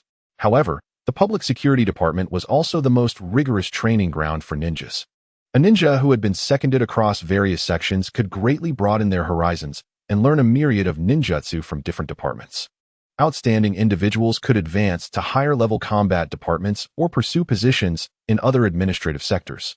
Standing atop a hastily constructed platform, Thousand Mountains calmly surveyed the assembly. He was satisfied with their assembly speed. Their spirit was far superior to the disheveled, empty ninja of yesteryears. The reforms and resource allocations of the past 6 months had shown remarkable results. Yet, how substantial was this force? Real combat is, after all, the only true test of military might. Gentlemen, Thousand Mountains began, his voice low yet clearly cutting through the sound of the wind. Complacency is the enemy of refinement. The borders of the Empty Ninja are not devoid of strife. The marauding bandits, like pests gnawing at the roots of a tree, threaten the safety of our merchant caravans and civilians. His voice turned chillingly cold. I command that, effective immediately, the combat division of the ninja forces, in coordination with the local Public Security Department, must completely eradicate all organized bandit strongholds within the borders of the Empty Ninja within 5 days. Leave no corners unchecked. No future threats. There was no impassioned pre-battle rally, only a stark and clear operational objective. The order was issued, akin to a boulder cast into a deep pool, stirring a silent ripple. Instantly, the eyes of numerous ninjas ignited with combat fervor, their bodies straightened, awaiting further instructions. Understood. The head of the combat division, a composed upper ninja named Lu Chuan, was the first to step forward, his voice resonating with strength. Thousand Mountains nodded slightly, choosing not to elaborate further. The next moment was for the combat division to demonstrate its professional capabilities. Specialized tasks were entrusted to those with expertise. Within the command room of the combat division, the heavy alloy door shut, isolating them from external noise. Lu Chuan stepped forward to the large three-dimensional sand table, which vividly displayed the complex terrain surrounding the Empty Ninja village, including several locations marked with red lights, indicating confirmed or highly suspected bandit strongholds. Order confirmed. Eradicate all bandit strongholds along the borders within 5 days. Lu Chuan's voice remained steady, his gaze sweeping over the 10 core operational advisors in the room like an eagle surveying its territory. Priority targets, those threatening trade routes. Proximity to villages and towns, with the largest scale to be eliminated first. Requirements. Collaborate with local security forces efficiently, precisely, with minimal casualties. Intelligence team. Lu Chuan directed his gaze toward a sharp-eyed female ninja wearing glasses. Yes, the intelligence team leader swiftly activated a holographic display, revealing the current intelligence, confirmation of 3 major strongholds. Located in Greystone Valley, Black Pine Forest, and the abandoned mine. There were also 7 suspected medium to small-sized strongholds scattered across the border jungles and mountain passes.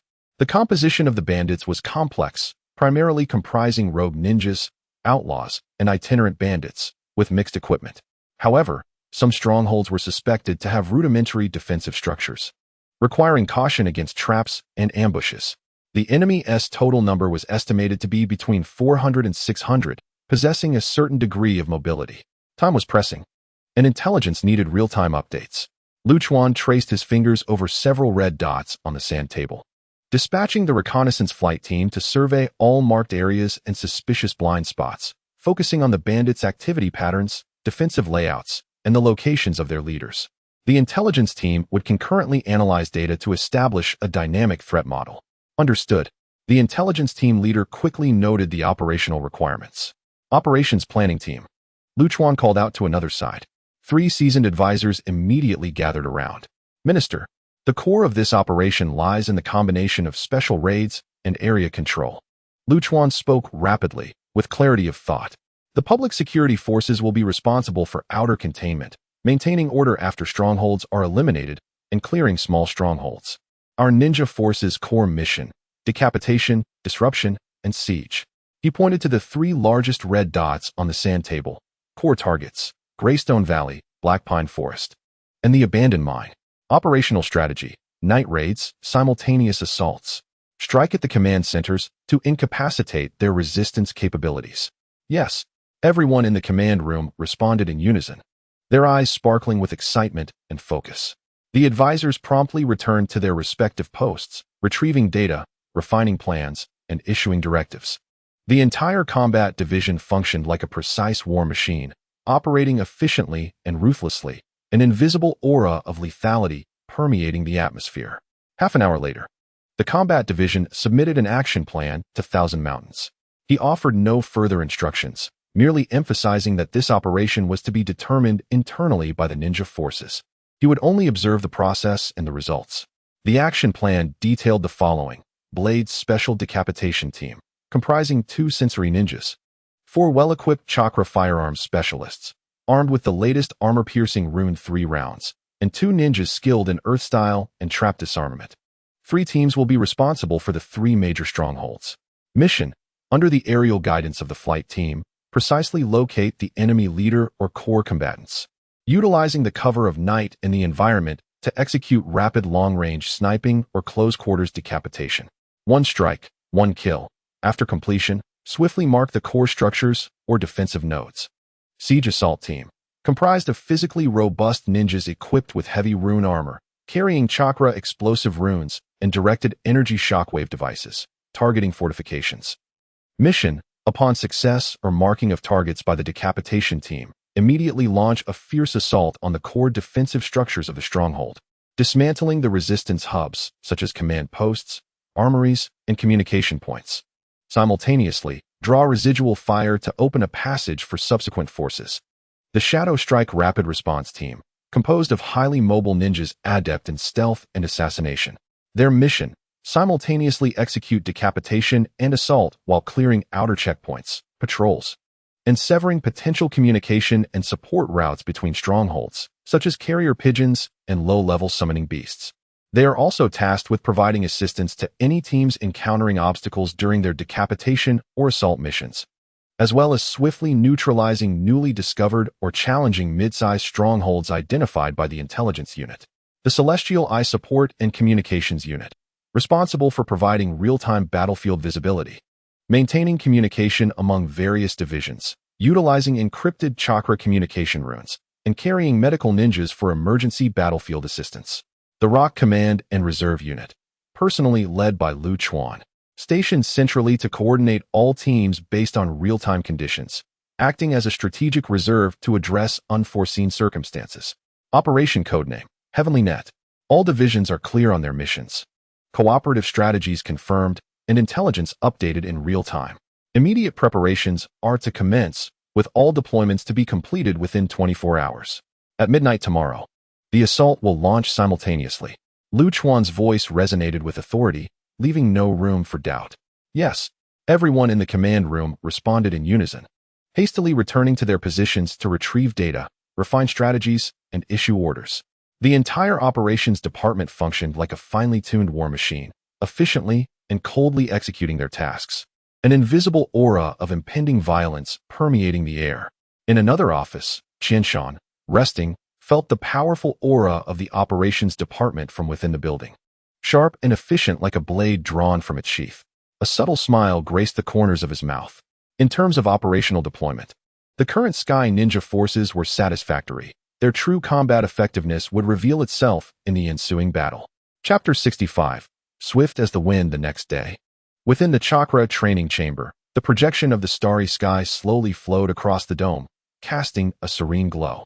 Qianshan and Hinata Qinshua sat side by side at the edge of the central guiding matrix.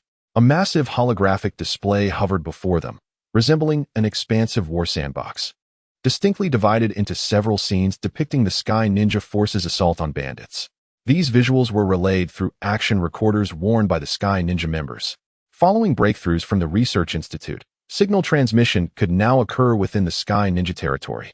However, to extend communication to other regions of the ninja world, additional signal bases would need to be established, a capability the Sky Ninja temporarily lacked. Qianshan did not participate in the command of this operation. Instead, he prepared to observe as a spectator, awaiting the performance of the Sky Ninja forces. The night enveloping the Sky Ninja border was as dark as ink. In the visuals, 3 elite ninja teams struck simultaneously into Greystone Valley, Black Pine Forest, and the abandoned mine pit, like surgical blades. Deep within Greystone Valley, a village built against the mountains lay shrouded in darkness.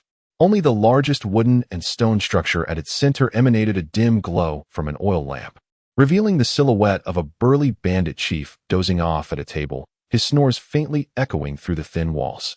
Several guards wrapped in blankets huddled in sheltered corners, their vigilance dulled by the long night and cold.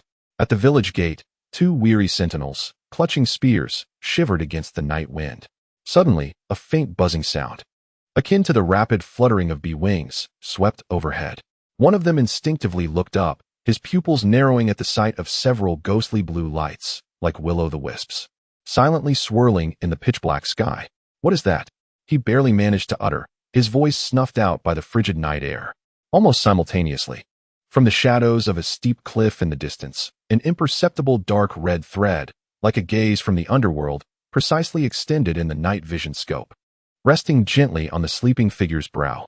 The crosshair remained steady as a rock. The trigger was pulled, and instead of a deafening roar, a muted sound akin to a heavy object hitting the ground echoed, followed by the extinguishing of the dim light in the center of Greystone Valley. As if a candle had been abruptly snuffed out, the target eliminated. The efficiency of the blade unit was terrifyingly high. After thorough reconnaissance, they, in conjunction with the Research Institute's newly completed silenced chakra rifles, transformed into grim reapers of the night, efficiently reaping lives within Greystone Valley. Simultaneously, another scene unfolded in the depths of Black Pine Forest, where a concealed stronghold built among towering trees and dense vines appeared even more sinister.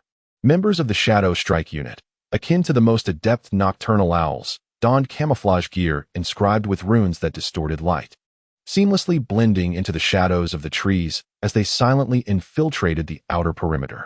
As they passed, a chill, almost tasteless mist spread through the air, reminiscent of the ordinary night dew in the forest. The hidden sentinels, concealed in branches and grass, barely sensed the unusual airflow brushing against their skin before their bodies stiffened and succumbed to paralysis, their pupils dilating as consciousness slipped silently into a frigid abyss. They had no time to sound an alarm before they collapsed like bags stripped of their bones. The vanguard of the Shadow Strike unit, like ethereal shadows, silently approached the only illuminated wooden house at the center of the stronghold. One individual deftly slid a blade as thin as a cicada's wing through the door's crevice, causing the latch to drop. Another slipped inside like liquid. Under the flickering light, several leaders gathered around a map, engaged in heated debate, suddenly aware of the sound and turning in astonishment. They had not even caught a glimpse of the intruders before a chilling, bone-deep pain surged through their throats, and darkness enveloped them, severing all consciousness in an instant. The light within the house extinguished abruptly, plunging the entire stronghold into silence. The efficiency of the Shadow Strike unit rivaled that of the Blade unit. The most technically skilled were the Barrier unit, positioned at the entrance of the abandoned mine pit, resembling the gaping maw of a greedy beast, unfathomably deep. Within the depths of the shaft, several illuminated chambers buzzed with noise, mingled with coarse laughter and the clanging of metal. The bandits congregated here, blissfully unaware that deadly detection beams had silently swept through the jagged walls of the mine, mapping every structure and gathering point within the underground space. Ninjas from the Barrier unit stood silently above the mine entrance, clad in heavy chakra armor adorned with energy circuits. The captain's holographic command terminal clearly projected a three-dimensional grid model of the mine's interior, with several blinking red dots marking the densest clusters of individuals. Detonation points confirmed. The captain's voice resonated in the encrypted channel, cold and metallic. Launch. The command was given. Several directional explosive devices, resembling short spearheads and emitting ghostly blue flames from their tails, were hurled into key ventilation openings and structural points of the mine. In the next instant, boom, boom, boom.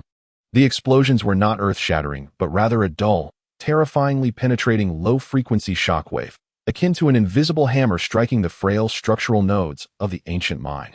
The ground trembled violently beneath them, groaning. Inside the mine, the rotting wooden supports and weathered rock columns, which had stood for countless years, suddenly cracked under the immense weight. Massive boulders from above, enveloped in dust, crashed down like a landslide.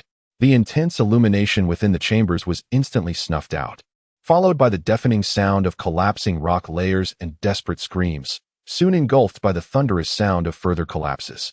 Dust surged from the mine's multiple exits like a massive gray wave, swiftly dispersed by the night wind.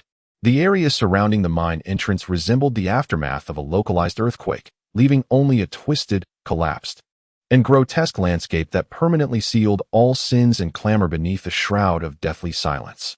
The Barrier unit had flawlessly exploited the enemy's geographical advantages, combining their intelligence and advanced equipment to execute a textbook-level dimensional strike. Hinata Chiyuki nodded slightly, her gaze unwavering from the projection. Her voice, though calm and unperturbed, carried a penetrating insight. There had been no large-scale eruptions of conflict.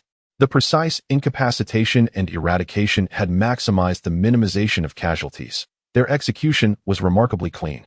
Qianshan leaned back against the soft conductive mat, his eyes traversing the ever-shifting battlefield model, as if envisioning the cold, surgical precision of the operations that unfolded under the night sky of the border.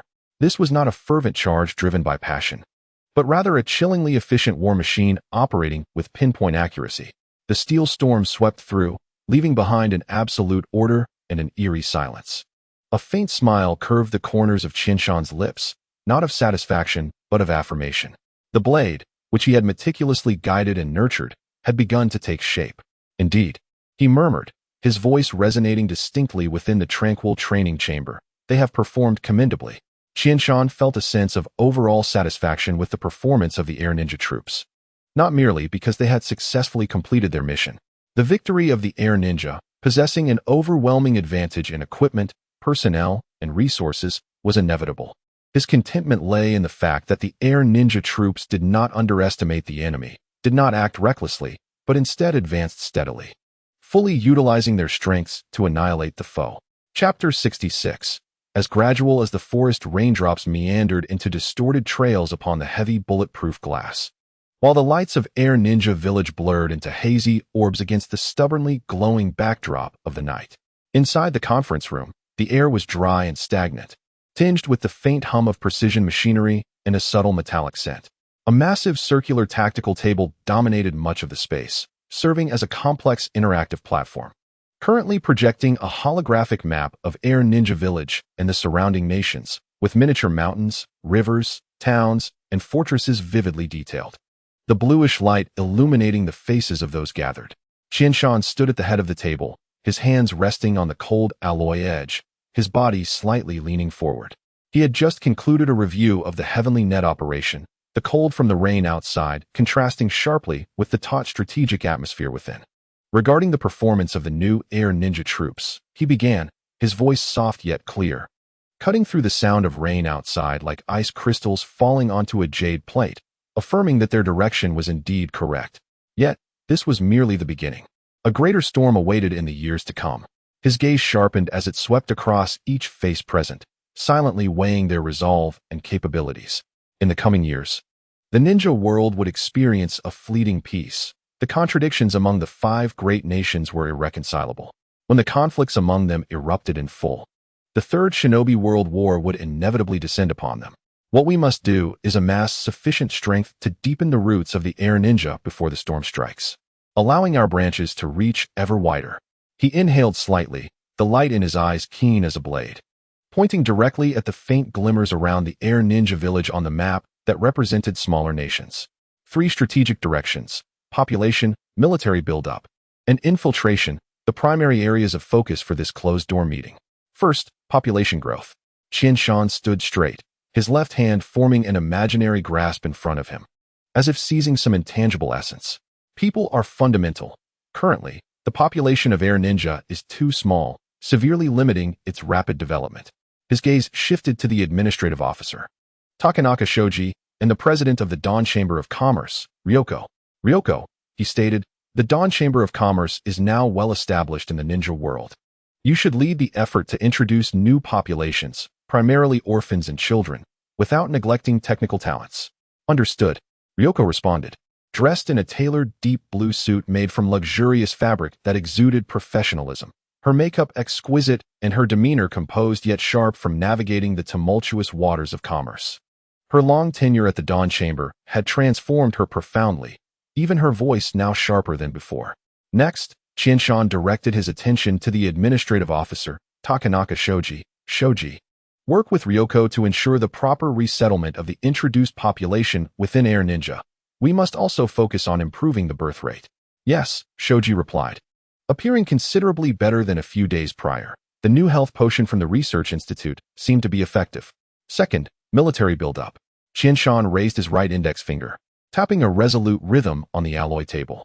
The continuous upgrade and iteration of chakra firearms and rune weapons still have room for improvement. He turned to the minister of the Air Ninja troops, Yukawa, stating, practical data is the best catalyst.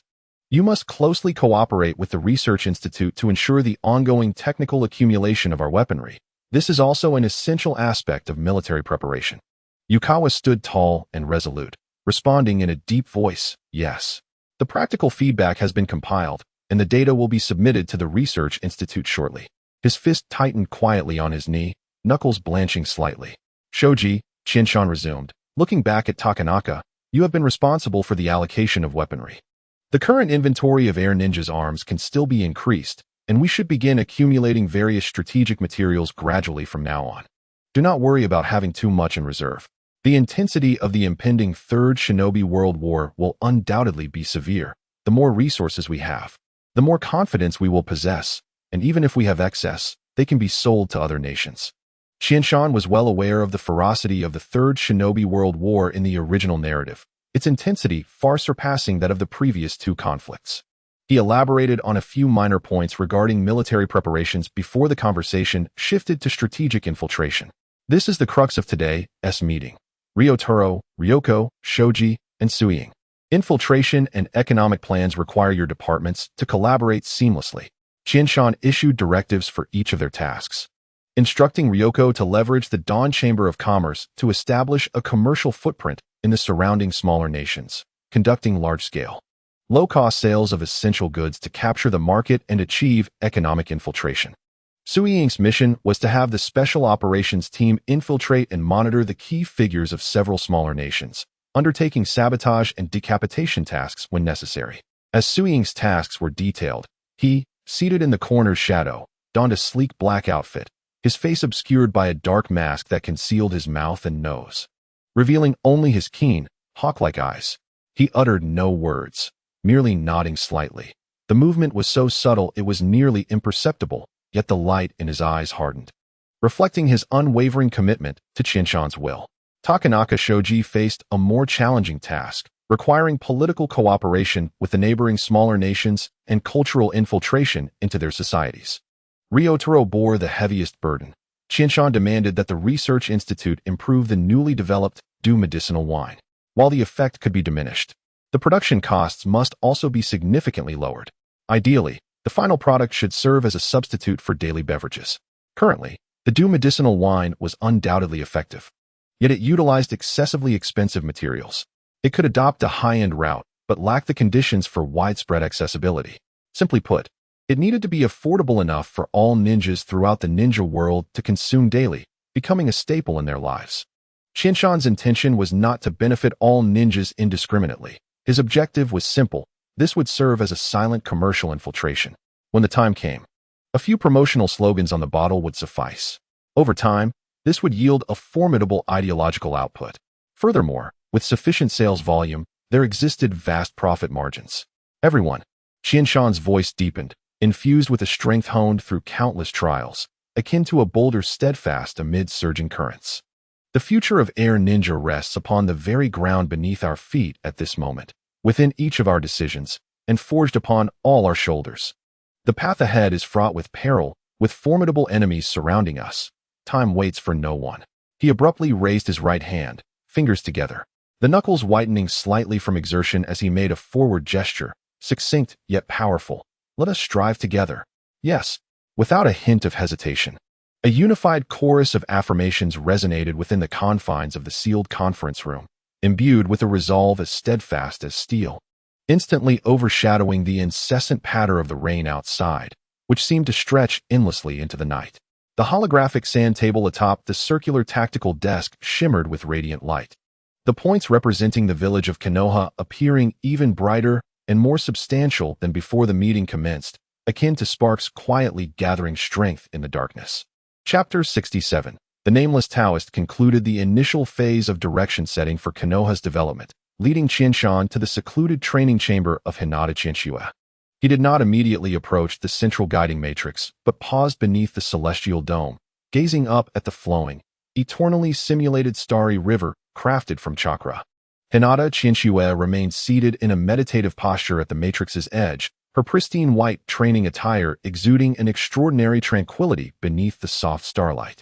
Though her eyes remained closed, the subtle yet unyielding furrow between her brows rippled through Qinshan's heart, like ripples cast upon a lake by a thrown stone. For half a year, her chakra had accumulated at an astonishing pace, the in-sealing training chamber combined with the condensation elixir yielding results far beyond expectations. Yet, the invisible barrier obstructing her mastery of the breath containment technique remained unyielding. Hinata Qinshiwa was endowed with exceptional talent, her chakra control meticulous, her perception unparalleled among her peers, and the quality of her chakra extraordinarily dense. Why, then, was she hindered by what appeared to be a simple act of integration? According to the theories of ninjutsu learning, Hinata Qinshiwa's current abilities in chakra control, perception, and chakra quality surpassed those of Qinshan during his time in Konoha. Back then, Qinshan had been able to create the breath containment technique. Logically, Hinata Qinshiwa should be able to learn it too, especially with the guidance of its original creator. Clearly, there was a crucial invisible condition at play. Could it be that his identity as a transmigrant, having received a different education from childhood, had led to their divergent understandings of nature? He positioned himself opposite Hinata Qinshiwa, settling into a meditative stance, feeling the familiar pulse of energy emanating from the conduction mat beneath him. He closed his eyes, not to begin training, but to allow his thoughts to delve into the depths of his memories. Fragments of recollections from his past life surfaced like the artifacts of a sunken ship. In elementary school, a ponytailed teacher pointed towards the lush trees outside during a nature lesson, her voice ringing clear. "Children, cherish the environment. Protect nature. The natural world is our shared home." This was not profound wisdom, merely the simplest enlightenment of childhood. Next came the yellowing pages of an ancient book randomly opened in a university library, its vertical traditional characters steeped in the essence of ink and time. It was the Zhuangzi, and he recalled the shock of reading the line, "Heaven and earth were born together with me, and all things are one with me." As if an invisible door had been cracked open, revealing a grand and harmonious cosmic tableau. Later, there was the well-thumbed Tao Te Ching, its title page inscribed in his own hand with a resolute punctuation that diverged from the original. The Tao that can be spoken is not the eternal Tao. The name that can be named is not the eternal name. The text recorded the sage's elucidation of the Tao, while his own interpretation, the Tao can be spoken, and it cannot be. The name can be named, and it cannot be, reflected his personal understanding of the path. These fragments of memory, once regarded as distant curiosities, had never been considered as keys to the ninja world. Yet now, they sparkled like scattered stars against the dark canvas of his consciousness, interconnected. What was the essence of the breath containment technique? Was it suppression? No, suppression requires resistance, requires strength. Was it concealment? Concealment is akin to blindfolding oneself, a form of self-deception. True breath containment is about the absence of self, about non-action. It is like the wind moving through a pine forest, like rain falling upon a river, natural and untraceable, allowing one's existence to harmoniously merge with the grand rhythms of nature. Qianshan suddenly opened his eyes, a flash of insight illuminating his deep gaze. He seemed to have discovered the crux of the matter. Hinata Qianxue had grown up under the stringent rules of the Hyuga clan, her Byakugan serving as both an eye of insight and an eye of control. Her world was built upon the foundations of perception and mastery. Meridians, acupoints, the flow of chakra, all were within her precise perception and manipulation. The breath containment technique's demand for harmony with nature required her to relinquish this instinctual desire for control rooted in her bloodline. She needed to dissolve into nature like a drop of water merging with the ocean, like a speck of dust returning to the earth, to cease her attempts at domination and instead yield to nature, becoming a part of it. For her, relinquishing control itself represented a monumental challenge and a subversion of her understanding. It was not a lack of talent, but rather the cognitive framework constructed from her past life experiences that created an insurmountable chasm between her and the profound mysteries of the Tao. Taking a deep breath, Qianshan's gaze settled on the subtle furrow of Hinata Qianxue's brow, his voice resonating like a stone cast into a tranquil lake, imbued with a peculiar penetrative quality. Devoid of any command or directive, offering only pure sharing and exploration. Qianxue, close your eyes.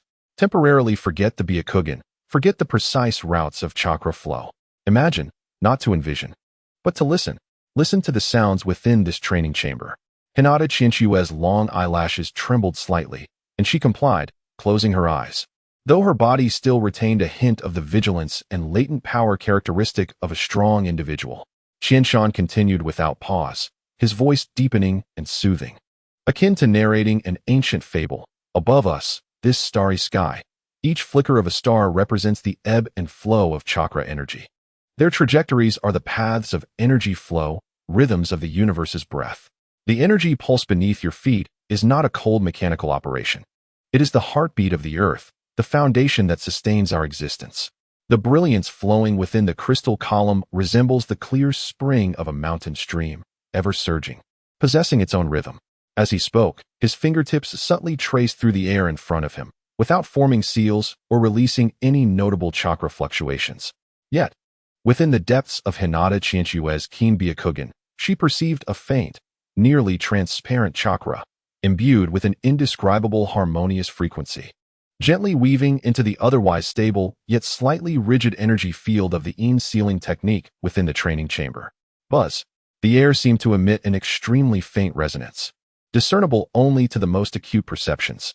Above, the simulated starry sky appeared to experience a minuscule acceleration and deceleration in accordance with some natural rhythm. As if the real stars were adhering to immutable laws, the pulse beneath her feet transformed from mere uniform undulations into a vibrant heartbeat filled with life. The golden light flowing within the crystal column exhibited subtle changes, sometimes resembling the gentle babbling of a stream, at other times surging like a river, imbued with the natural undulations of breath.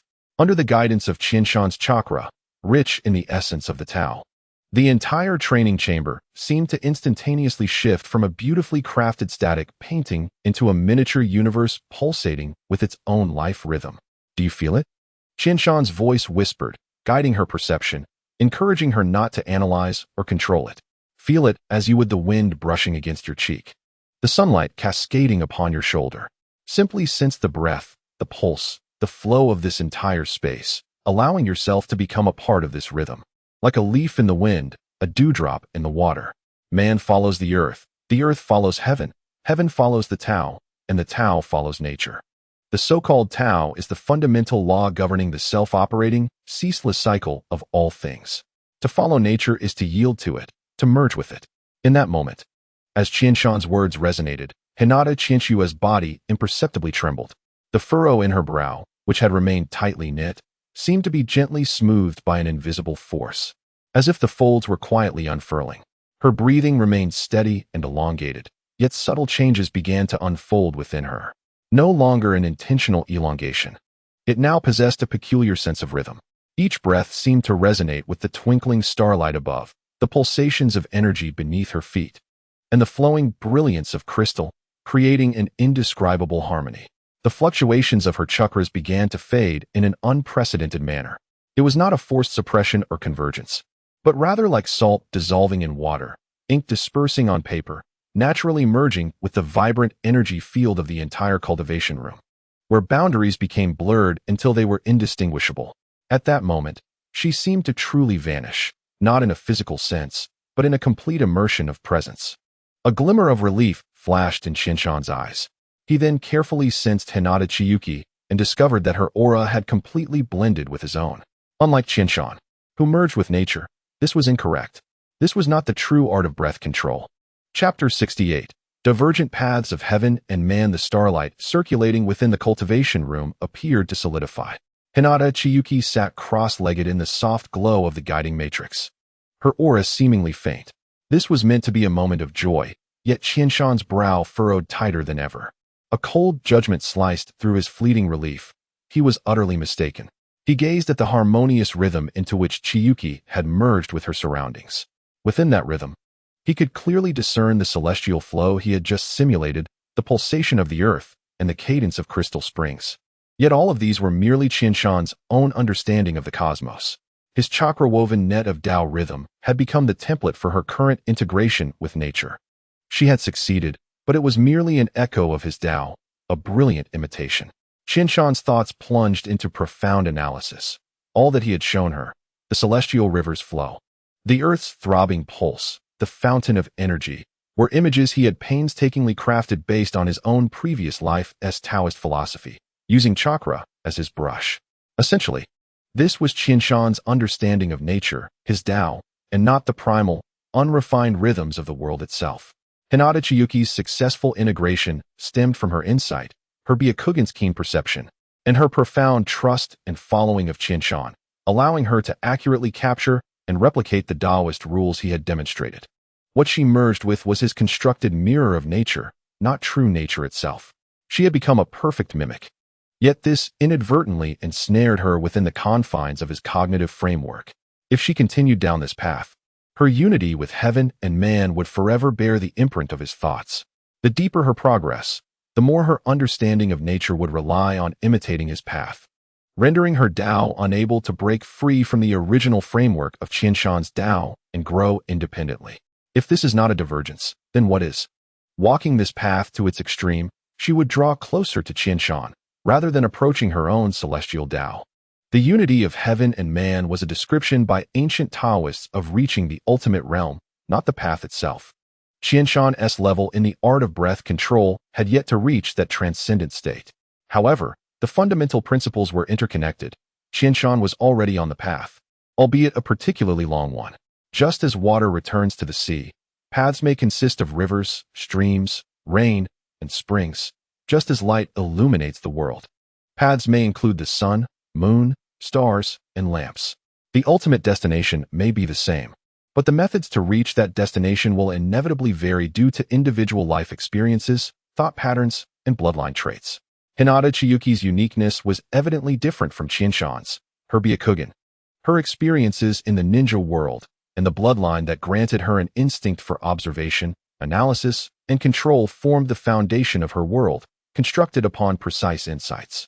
This stood in stark contrast to the cognitive framework shaped by Qianshan's past experiences of Taoist thought.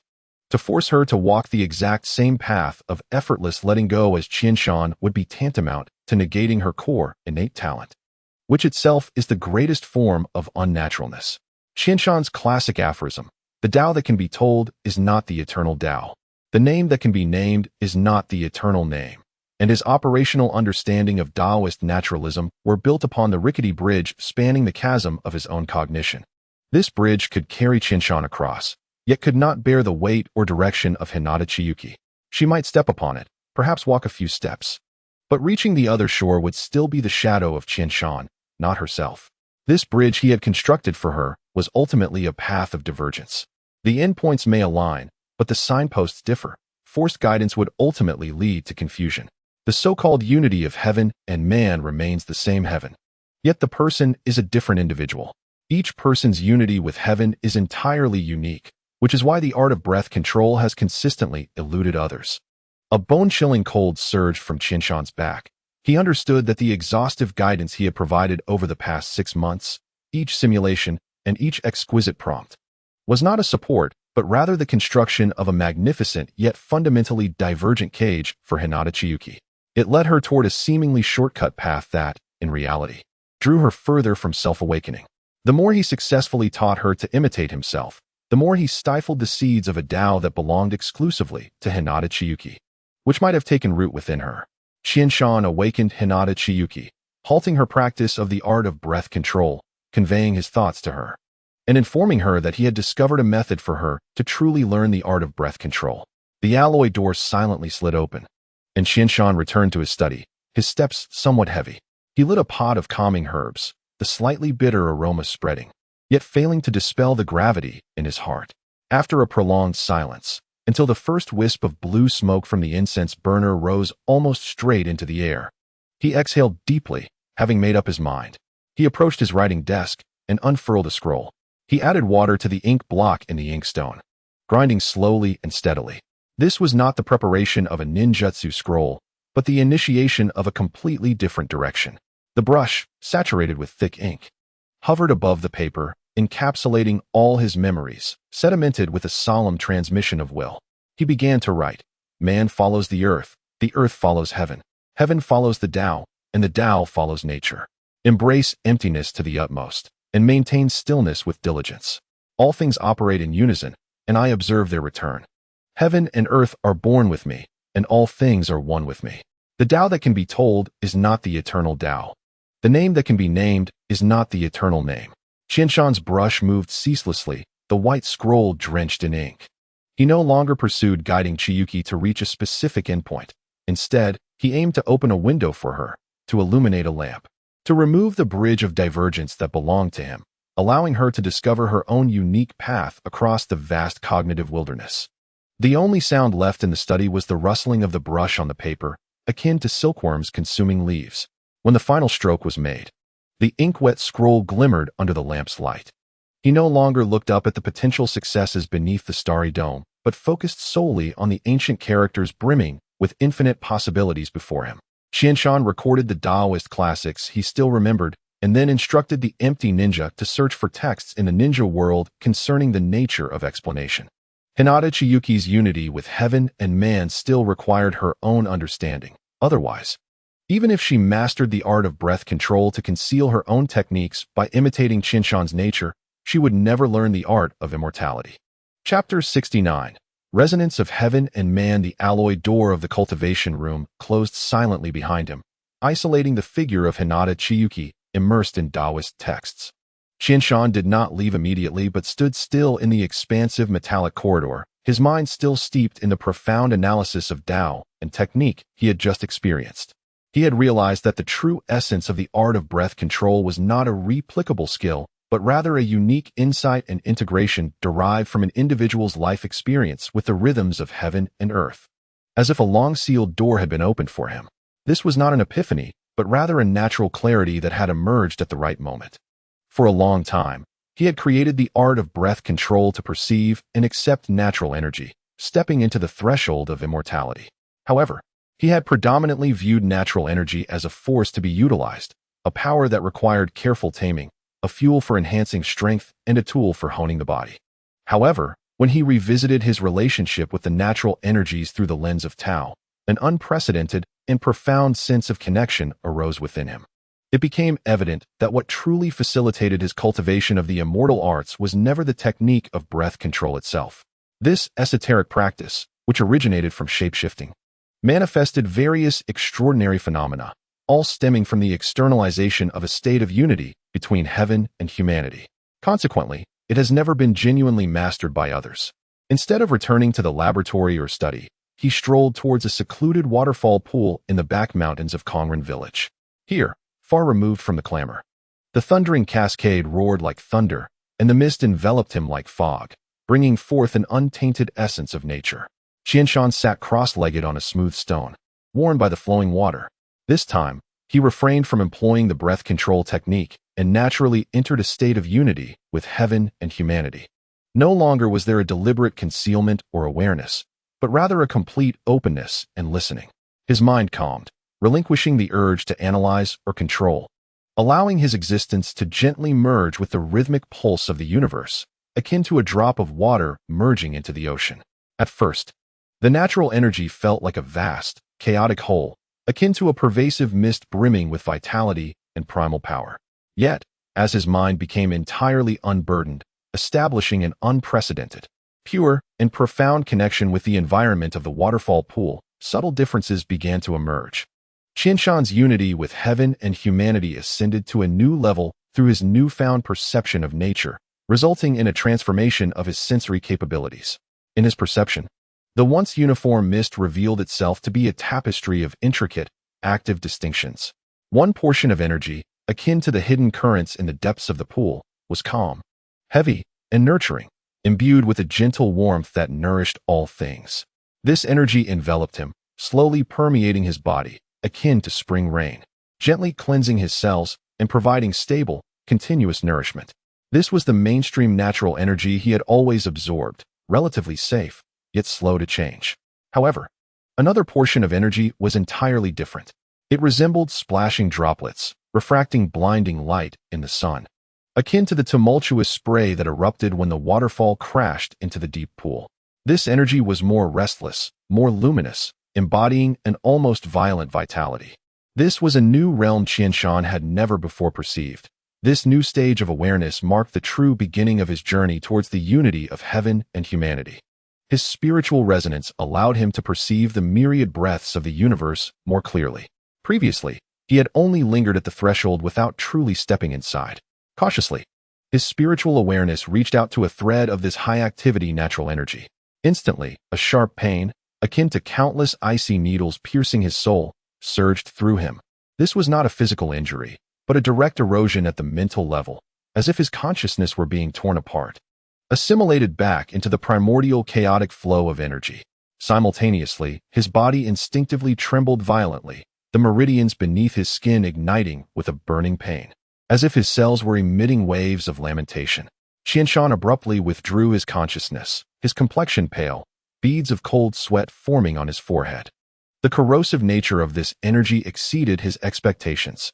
If the ordinary natural energy, once adapted to by Qianshan, resembled a gentle stream, then this high-activity energy was akin to a raging flood. Danger. Extreme danger. Yet, alongside this realization came a startling discovery. In that fleeting moment of contact, he distinctly felt the resilience of his spiritual will, as if it had been forcefully hammered by this violent energy. Though excruciating, the core of his spirit seemed to have become more refined, much like wrought iron tempered under flame and hammer.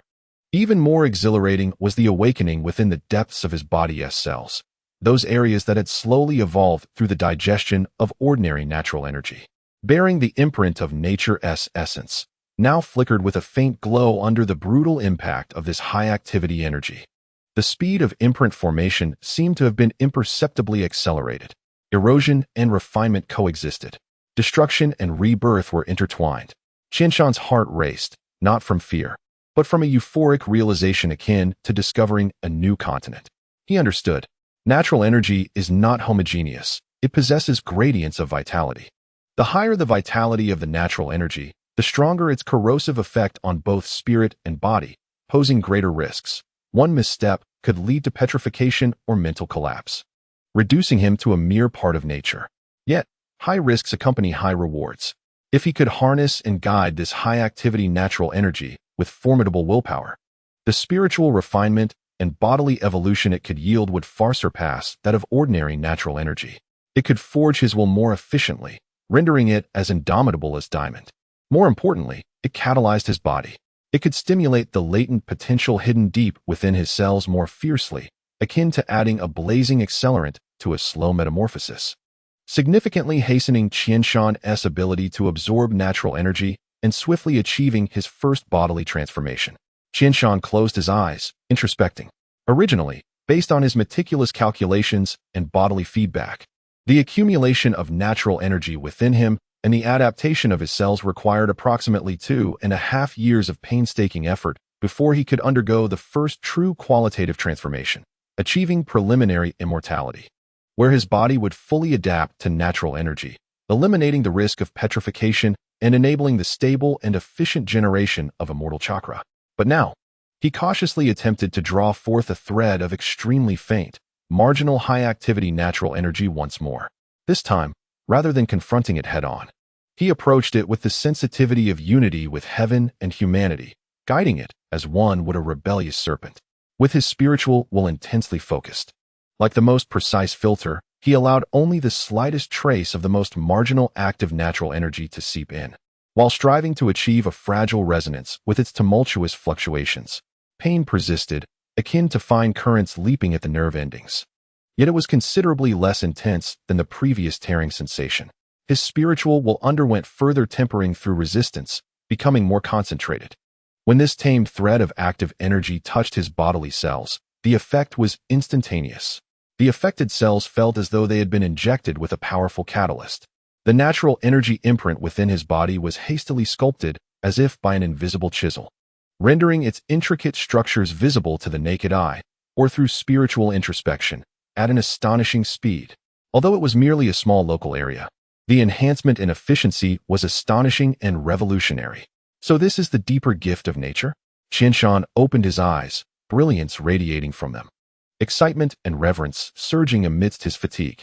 Previously, he had passively absorbed relatively gentle energy, akin to drawing water from a stream. Now, he felt as if he had discovered the pure gold hidden within the raging flood, provided he possessed sufficient strength and skill to sift and refine it. The deeper and more essential resonance with nature brought forth by his unity with heaven and humanity enabled him to discern and touch these dangerous, yet precious high-activity natural energy particles. For half a year, Qianshan murmured to himself, sensing the vitality within him accelerating due to that fleeting high-activity energy. No, perhaps even faster. He closed his eyes once more, immersing himself in the natural rhythms by the deep pool. This time, his resonance with heaven was no longer merely about concealment or perception. It felt like an in-depth dialogue and exchange of energy with the natural world. He resembled a master alchemist, using himself as the crucible, with his powerful spiritual will as the controlling core, guided by his insights into nature, meticulously selecting and filtering the natural energies that permeated the world around him. Gentle energy flows like a trickling stream, continuously nourishing his foundation, while the faint yet potent high-activity energy, precisely captured, guided, and tamed by him, resembles fragments of stars cast into a furnace, wielding destructive heat that forges his will with greater intensity and efficiency, catalyzing the metamorphosis of his body. Each successful guidance of this high-activity energy is accompanied by a subtle refinement of his mental will and a remarkable acceleration in the pace of physical transformation. Pain and rebirth intertwine, and danger coexists with opportunity. Qianshan distinctly senses that the natural energy imprint, which would typically require years to establish, is now inscribed deep within every cell at an unprecedented, almost voracious speed. The waterfall continues to roar, and the mist above the deep pool lingers. Qianshan, seated in meditation, embodies an increasingly profound and restrained aura, as if he has wholly melded with the surrounding world. Only the transformation within him, akin to a star-forging furnace, heralds the impending storm. Chapter 70. A glimpse into the mysteries of the soul. The sound of the waterfall reverberates as if it were filtered through a heavy veil, becoming distant and indistinct. Qianshan slowly opens his eyes. The mist rising from the deep pool carries a bone-chilling coolness that fails to dispel the waves of exhaustion surging from the depths of his spirit. Guiding and taming the wild high-activity natural energy has consumed far more of his mental resources than he initially anticipated. Each attempt feels akin to grasping searing lightning amidst a tempest, his will repeatedly stretched and honed, yet it also brings a heavy burden. At this moment, he acutely feels his spirit, like a taut bowstring, has reached its limit, and his body, catalyzed by intense energy, is nearing its own threshold, reminding him that he must pause. Balance is essential. Excess leads to deficiency, he murmurs to himself, his voice tinged with fatigue. Drawing in a deep breath of the moist, cool air, he gradually withdraws his energy, allowing the raging furnace to cool temporarily. However, he realizes that the high-activity natural energy is not the greatest gain from this moment of enlightenment. In that peak state of celestial resonance, where his mental will collided and fused with the wild natural energy, he vaguely perceived a more profound, fundamental power, an elusive force akin to an undercurrent hidden beneath the deep sea. This was neither chakra nor mere natural energy, nor was it purely willpower.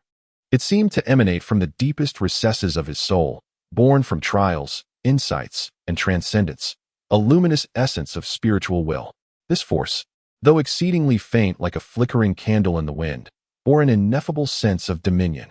Qianshan vaguely sensed that when this spiritual light flickered briefly, the once disparate chakras, natural energies, and even mental fluctuations within him seemed to be gently smoothed by an invisible hand, becoming more harmonious, tamed, and infused with vitality and direction. This revelation sent a tremor through Qianshan's heart, for he had previously entertained vague conjectures. While delving into the nature of chakra, he had speculated, in the original text, Kakashi instructed Naruto to perceive the sharpness and cutting essence of wind chakra, to use his chakra to slice through leaves. The crux of Kakashi's teachings lay in imagination. This hinted at a phenomenon where imagination could endow chakra with unique properties. Initially, Qianshan proposed that chakra was a synthesis of bodily and mental energies, naturally influenced by mental will. However, today's spiritual revelations reshaped his understanding, stemming from his teachings to Hinata Chikichi. This adjustment refined Qianshan's fundamental comprehension of the unity of heaven and man, subtly altering his perception of the entire world. This catalyzed a profound elevation of his spiritual will, which Qianshan believed might also enhance the essence of his soul. The elevation of his soul's essence, in turn, benefited the overflow of his spirituality, leading to a transformative shift in his perceptual dimensions, allowing him to sense the high-activity natural energy. Moreover, Qianshan was certain this was not his first encounter with such dimensional power. It felt familiar. Akin to the resilience of the soul within the critical elements of chakra synthesis he first experienced when absorbing natural energy. Bodily energy represents the essence of flesh and blood, while mental energy denotes consciousness and thought. Together, they coalesce into chakra. Yet, the emergence of chakra's transformative properties introduces a powerful idealistic intervention, enabling chakra to exhibit extraordinary characteristics beyond its foundational nature. Numerous phenomena in the ninja world, inexplicable by mere energy or material definitions, seem to point toward this transcendent spirituality. It may indeed be the medium through which will, emotion, belief, and enlightenment act upon reality, a higher force that governs all energies beyond chakra. Introducing this new concept of spiritual essence provides a lens through which to understand certain contradictions within the ninja world. In the original text, Uchiha Madara unleashed the ultimate illusion, the infinite Tsukuyomi, ensnaring everyone in the ninja realm to draw chakra from them, indicating that all possess the potential to master chakra. However, the actual number of individuals capable of achieving even the minimum ninja rank, sufficient to become a genin, is relatively small. Even within the Uchiha clan, there are many members who seemingly cannot refine enough chakra to become ninjas. Furthermore, chakra is synthesized from bodily and mental energies. While bodily energy can be enhanced through training, mental energy can gradually grow or be elevated through emotional stimuli, even without specific cultivation techniques. This implies that those lacking true ninja talent can increase their chakra refinement capabilities through these means, thereby qualifying for ninja status. Crucially, this knowledge is not particularly arcane. merely a simple logical deduction, devoid of any secret techniques. Regrettably, such characters do not seem to exist in the original narrative. However, if we incorporate the light of spiritual will, it renders these discrepancies reasonable. The synthesis of chakra requires not only bodily and mental energies as fusion materials, but also the catalytic intervention of spirituality. Those who possess only bodily and mental energies but cannot refine adequate chakra likely suffer from a weakened essence of the soul, lacking the essential catalytic element. Senju Hashirama and Uchiha Madara, two individuals, established a new system of governance during the Warring States period, with their powers vastly surpassing those of their contemporaries. In addition to their bloodline heritage and innate talents, it is highly plausible that their reincarnation as Ashura and Indra endowed them with a spirit far beyond that of ordinary people, allowing their potential to exceed that of their peers. Similarly, the subsequent reincarnations of their souls, Naruto and Sasuke, once again showcased a significant leap in power over the entire ninja realm. Qianshan slowly exhaled a long breath, still enveloped in fatigue. Yet his spirit was in a peculiar state of exhilaration. His conjectures about the mysteries of the soul and the interconnected analysis of various idealistic phenomena within the ninja world seemed to unveil a new avenue of thought before him. To master the myriad forces of chakra, natural energy, and even will, one may require this light of spiritual will arising from the innermost depths of the soul. To navigate them, he gazed into the deep pool at his hazy reflection, his eyes shimmering with an unprecedented brilliance. He realized that his previous pursuits of breath control techniques and celestial resonance might have already grazed the threshold of spiritual power, a state of mental refinement that resonates deeply with nature, nurturing and amplifying spirituality. Today's rigorous honing of his will while harnessing high-activity natural energy was akin to forging the brilliance of spirituality under immense pressure. The transformation of the body necessitates the refining of natural energy, while the fortitude of the spirit demands the tempering of willpower. At this moment, Qianshan clenched his fist, pondering that perhaps the fundamental light of the soul's will is the true key to unifying all of this, leading to a higher realm. This may very well embody the dual cultivation of life and spirit pursued by Taoists of yore. The waterfall continues to roar, eroding the rocks, as if it is also washing away the fog within Qianshan's heart. All of these thoughts are merely his conjectures, although numerous events may corroborate them. He believes there is still time for further validation regarding matters that concern his own path. The current understanding is far from sufficient, and the road ahead remains rugged. Chapter 71. Exploration and Validation, Part 1. The sound of the waterfall still echoed in Qianshan's ears, bringing a sense of clarity akin to purification. As he once again pushed open the heavy alloy door of the sealed training chamber, his steps felt imbued with an unprecedented lightness and conviction. This was not a brash display of surging strength, but rather a tranquility and depth born of a transformation rooted in his spiritual core, akin to the stillness of the deep sea, harboring boundless power. Today, Qianshan sought out Hinata Chika, laden with many questions. As two of the strongest warriors among the Sky Ninjas, it was evident that Hinata Chika had traversed further along the path of chakra than Qianshan, who relied on sage arts. Qianshan intended to share all of yesterday's speculations with her, engaging in a dialectical analysis together. At that moment, Hinata Chika was seated cross-legged on the conductive mat at the edge of the central guiding matrix. A scroll of Taoist text that Qianshan had delivered the previous day spread open on her lap. With her gaze lowered, her slender fingers unconsciously traced the ink on the pristine pages, a contemplative glimmer illuminating her white pupils. The ancient texts Qianshan had procured contained many unheard of ideas. Yet upon careful reflection, they often pointed directly to the essence of things. As Qianshan's figure entered the room, she suddenly looked up. Starlight cast its glow upon him, accentuating his outline. Hinata Chika's keen perception detected that the change in Qianshan was not merely an increase in chakra, but rather a subtle difference in quality that was difficult to articulate. Yesterday, Qianshan's aura was dense like an abyss, yet at this moment, he seemed to merge with the training chamber itself, even with some broader existence. Enveloped in an ineffable harmony and clarity, his gaze remained profound, yet lacked the sharpness of before, replaced by a serene insight into the essence of things. As if he had shed superficiality and returned to simplicity. Even the faint currents of air he stirred seemed to carry a natural rhythm. Qianshan, Hinata Chika's voice carried a hint of hesitation and astonishment. How can one undergo such a tremendous transformation within a single day? She set the scroll aside, sensing a difference akin to water merging with water. She found no more fitting description. It transcended the perception of chakra. A gentle smile graced Qinshan's lips, seemingly infused with that same tranquility, reaching the depths of his eyes. He did not respond directly, but glided to sit cross-legged before her, his movements fluid and natural, like droplets returning to their place. From his ample sleeves, he produced a scroll that was evidently freshly transcribed, the paper pristine and the ink still exuding a faint, refreshing fragrance. Look at this. He gently placed the scroll upon the conductive mat between them, his fingertips resting on the beginning of the scroll, imbuing the gesture with a solemn significance, as if entrusting not merely paper, but a weighty crystallization of thought. Where did you discover this ancient text? I had no idea you possessed such archaeological prowess, Hinata Chika remarked, her gaze shifting to the scroll as she leaned forward to grasp it. Upon touching it, she felt the distinctive coolness of the paper and the slight texture of the ink. She untied the ribbon and gradually unfurled it. Qinshan's conjectures from the previous day came into view, causing Hinata Chika's white pupils to narrow slightly. She quickly centered her thoughts and began to read word by word. Qinshan's handwriting was strong and vigorous, radiating a calm sharpness, yet the lines were imbued with an exploration and thirst for the unknown.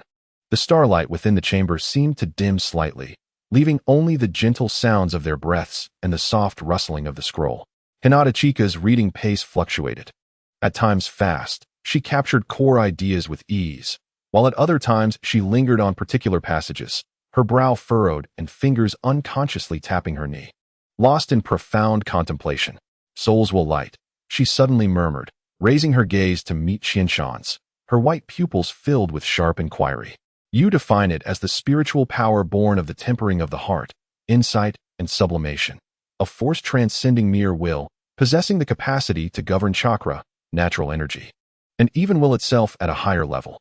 This definition is quite abstract. How does one perceive it? How does one prove it? Her voice was cool, carrying the rigorous skepticism characteristic of a dialectician. Qinshan nodded slightly, unsurprised by her questions. The crux lies here. At present, I am unable to perceive it. He paused, his gaze deepening. As for proof, I require your assistance. I understand. Hinata Chika grasped Qinshan's intent. What he sought was not merely to prove the existence of the spiritual power he conjectured. The true necessity lay in this dialectical process, if ultimately proven correct. As the practitioners of this proof, both Qinshan and Hinata Chika, the pioneers, would undoubtedly gain remarkable insights. Conversely, if ultimately disproven, their exploration would have eliminated a potential error on their path forward, imparting invaluable enlightenment for future cultivation. If spirituality truly exists, why is its governing effect ineffective against the dissipation of chakra? Hinata Chika, after pondering, posed the first question, targeting a critical flaw in Qinshan's understanding of the nature of spiritual governance. Excellent question. It is indeed profound. Qinshan was not taken aback, but instead provided an answer he had long contemplated. I deduce that the ineffectiveness of spirituality against chakra dissipation may stem from two reasons. Firstly, the essence of the soul may be inadequate. The spirituality lacks the potency to effectively suppress chakra dissipation. Secondly, ninjas may possess insufficient awareness of spirituality, failing to recognize its existence, and thus cannot effectively utilize its power. Regarding the first point, I actually have corroboration. After acquiring the ability to harness natural energy, I observed a significant decrease in my chakra dissipation rate, while the dissipation rate of sage chakra is even lower. After contemplating Qinshan's response, Hinata Chika offered her own reasoning. The 2 points you mentioned are indeed plausible. However, your observation that the chakra dissipation rate decreased post-acquisition of natural energy does not sufficiently validate the role of spirituality in this effect. Previously, there were 3 hypotheses regarding chakra dissipation. The first being that the chakra energy level was too high to match the human body. The second that chakra was highly active. And the third that the energy structure of chakra lacked basic stability. Qinshan, even though your body has not completed the first transformation after obtaining natural energy, it has undergone potential evolution, likely enhancing your compatibility with both your body and chakra. This forms the first point. The sage chakra, shaped by the incorporation of natural energy, has formed a more stable energy form, which constitutes the second point. Hinata Chika articulated her reasoning while raising 2 fingers to signify each point. These factors are also crucial in influencing your chakra dissipation rate, thus necessitating further data and experimentation. You make a compelling argument. Qianshan nodded in acknowledgement, recognizing that Hinata Chika's analysis was indeed on point, logical, and coherent, an aspect he had overlooked. The two delved deeper into the exploration and validation of spirituality, seeking more robust evidence for its existence in theory while eliminating distractions. Two souls imbued with a spirit of exploration sparked intense flashes of inspiration within the confines of this small chakra training chamber. Regardless of whether they could ultimately prove the existence of spirituality, at this moment, their souls blossomed into the most resplendent flowers of wisdom. Chapter 72, Discussion and Argumentation, Part 2. Within the confines of the training chamber, starlight ebbed and flowed, while the air seemed to congeal under the weight of contemplation. Qianshan and Hinata Qianxua sat facing each other, with an unwound scroll on the conductive mat resembling a map, marking the fervent trajectories of their intellectual duel. As they engaged in their continuous discourse, their gazes grew increasingly luminous, akin to a beacon illuminating the vast darkness, guiding their way. Regarding the hypothesis of the duality of chakra's mass energy, a new query emerged from Hinata Qianxua. How does spirituality mediate this relationship? This inquiry was pivotal, as many techniques currently employed by the Konin are predicated on this hypothesis. Qianshan referred to this conjecture as the first law of chakra. It represents one of Qianshan's most significant explorations into the essence of chakra within the ninja realm. He posited that chakra is both matter and energy, possessing a duality of mass energy. The ninjutsu utilized by ninjas in the ninja world can be categorized into the fundamental 5 elemental types, supplemented by various bloodline limit attributes, resulting in a plethora of varieties.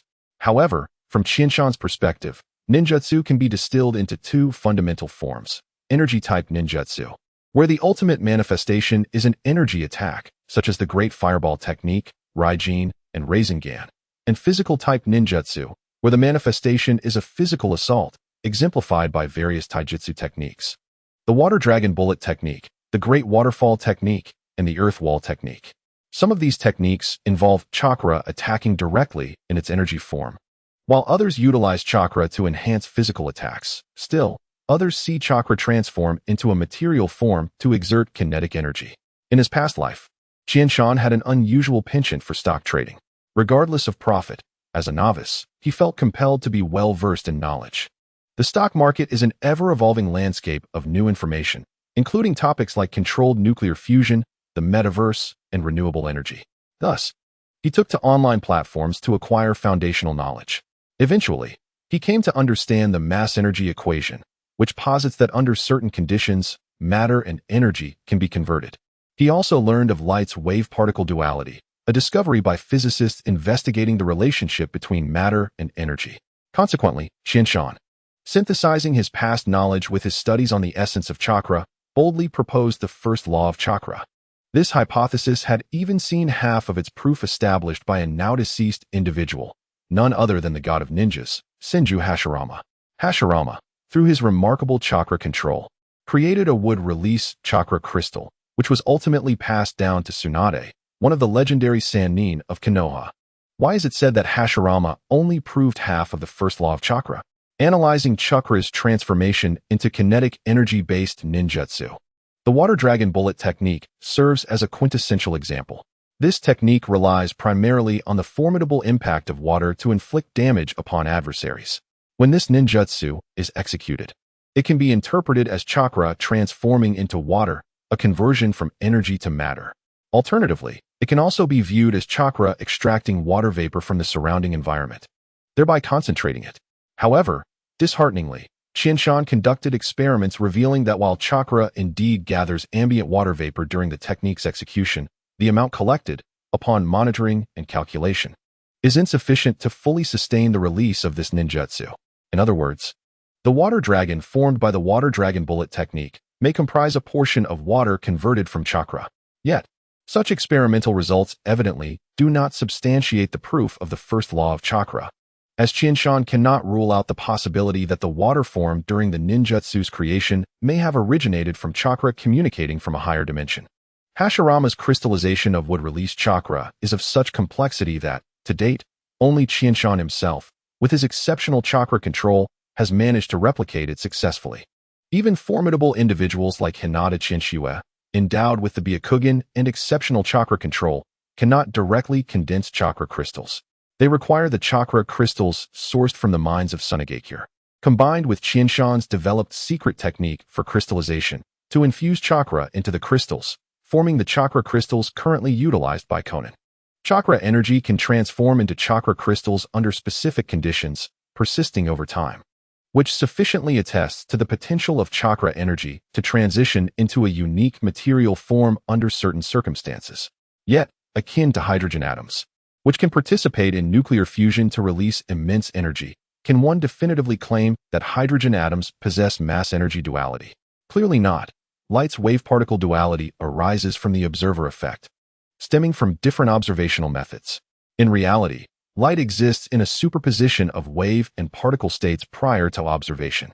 Thus, it is for this reason that the first law of chakra is said to be only half-proven. Currently, Qianshan lacks the means for such meticulous observation of chakra, relying instead on the evidence provided by chakra's specific condition transformations.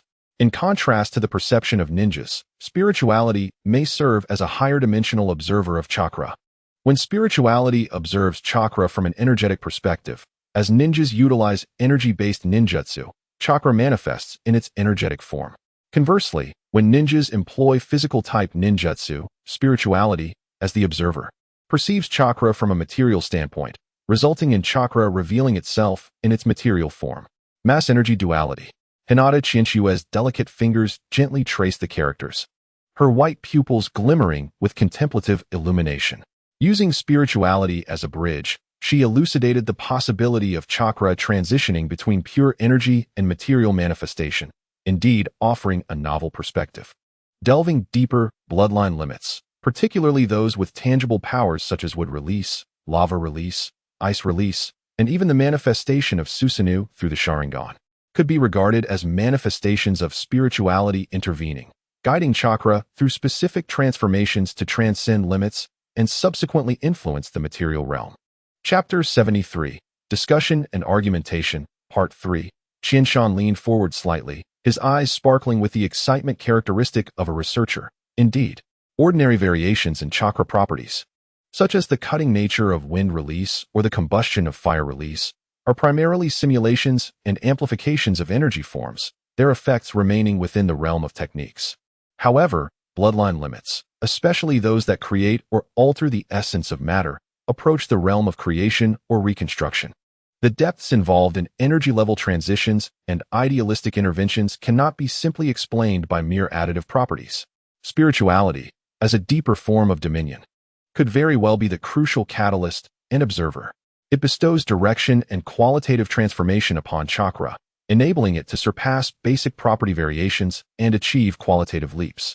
Hinata Qianxue subtly nodded, acknowledging Qianshan's analogy, yet the brilliance in her gaze remained calm and incisive. Your hypothesis is remarkably audacious and inspiring. It resembles a key attempting to unlock a door we have never truly glimpsed beyond.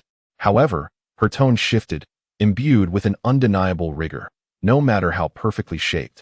A key without a lock to validate its fit remains merely a splendid conjecture. All our current evidence is grounded in your personal insights, the fluctuations of your own chakra, and your interpretive readings of phenomena within the ninja world. The sample size is singular, variables cannot be precisely controlled, and there is a lack of reproducible experimental data to substantiate it. She raised her head, her white pupils locking onto Qianshan with an undeniable intensity. Your unique experiences, Senjutsu, the art of concealment, the ethereal inspirations you have encountered, and even the potential uniqueness of your spirituality, regardless of its existence, constitute an irreplicable extreme sample. Relying solely on your insights, we cannot discount the possibility that this is a particular instance arising from your unique path. Nor can we ascertain that spirituality is a universally present power level within ninjas that can be recognized and harnessed.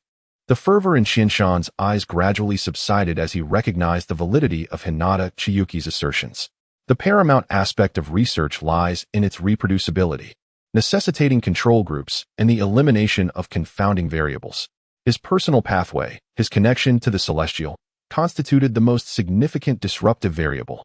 Thus, Shinshan inhaled deeply, reclining slightly while his fingers gently tapped his knees. His gaze transformed into one of calm exploration. Evidently, Hinata Chiyuki had already conceived a direction for validation.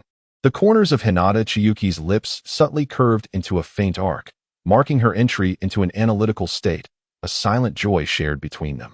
She picked up the scroll filled with hypotheses, her fingertips gliding over the passages concerning spiritual dominion and catalysis. We require anchor points.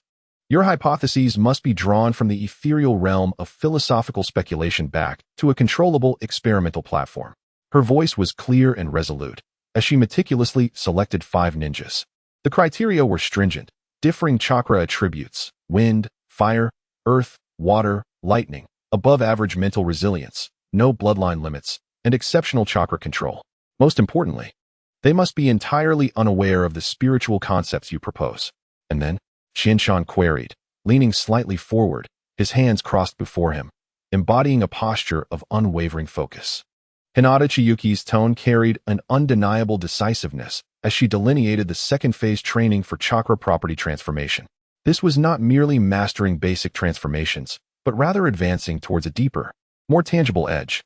She elaborated on her methodology, setting a visualization goal for each individual that surpassed their current capabilities, yet theoretically attainable within the confines of their chakra attributes. For instance, for the wind attribute ninja, conventional transformations primarily involve cutting and sharpness. Further transformations could enrich the nature of wind chakra, steering it towards lightness and swiftness, even towards flight, liberating it from the constraints of ninjutsu. For the fire attribute ninja, while conventional transformations involve burning and explosions, a secondary transformation could explore a different avenue, wherein a gentle flame may also possess healing properties. For the lightning attribute ninja, conventional transformations entail paralysis and destruction, while a secondary transformation could navigate towards purification, endowing the lightning attribute with new purifying properties. The training method would employ will guidance techniques, requiring them to abandon conventional hand seals and chakra control techniques, and instead focus on imagination and the infusion of intent. Throughout the process of refining and releasing chakra, they must continuously infuse it with a strong intent that bestows form and texture, akin to imbuing it with a soul, concentrating on the pure link between their attributes and goals. Hinata Chiyuki set the scroll down, her posture erect, her white eyes locking onto Shinshan with the intensity of a searchlight. This experiment on the secondary nature transformations of these 5 chakra types will serve as 5 anchor points. If we assume that spirituality exists as a governing and catalytic force, then during their attempts at extreme guidance of intent, even if they possess no prior understanding, they may trigger within themselves a faint spark of spiritual illumination at a critical juncture, thus exhibiting observable breakthroughs in the qualitative transformation of their chakra. She paused slightly, her voice laden with undeniable weight. Conversely, if none of the 5 can achieve any transcendental qualitative transformation under the will guidance method, or if the degree of transformation falls significantly short of expectations and monitoring data fails to support evidence of any external force intervening, then, Shinshan, your hypothesis on spirituality will, at least at this stage, lack a universal experimental foundation. It may exist solely on your unique path, or manifest in a form entirely divergent from our expectations. Shinshan listened attentively, his gaze oscillating between Hinata Chiyuki's cool, resolute countenance and the scroll. A sense of challenge ignited within him, fueling an even greater thirst for knowledge rather than disappointment. What an exquisite conception, he exclaimed, slapping his thigh with fervor, his eyes sparkling with excitement. A broad smile gracing his face. What a brilliant anchoring of possibilities, transforming ethereal conjectures into something measurable, something tangible. He rose and paced a few steps within the confined space, instinctively clenching and releasing his fists. 5 attributes, will guidance, and intricately designed goals. This not only validates the potential of spiritual catalysis in chakra transformation, but also allows for a peripheral observation of the extreme differences in chakra attributes under the influence of intent. He halted, turning to face Hinata Chiyuki, his admiration and approval unabashedly evident in his gaze. Chiyuki, your calm and pragmatism are always the finest reins, keeping my wild ambitions from veering off course. Let us proceed. Let the experimental data speak for itself. Hinata Chiyuki observed the flames of rational exploration igniting in his eyes, and the subtle arc of her smile deepened for an instant. She gracefully picked up the scroll and rolled it, her movements exuding a sense of finality. Let us commence the selection promptly. Her voice returned to its usual coolness, yet within her white eyes, the shared determination to explore the unknown shone brighter than the stars.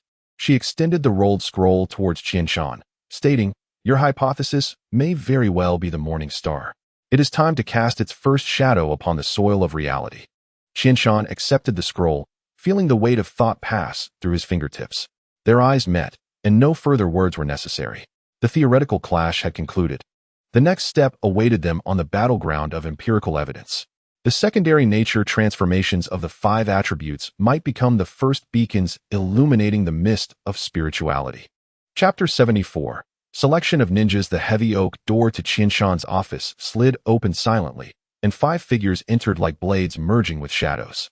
The room's light was soft and unobtrusive, focusing on the spacious rosewood desk at the center and the poised Qianshan seated behind it. The changes brought about by 6 months of continuous training were particularly pronounced in this moment.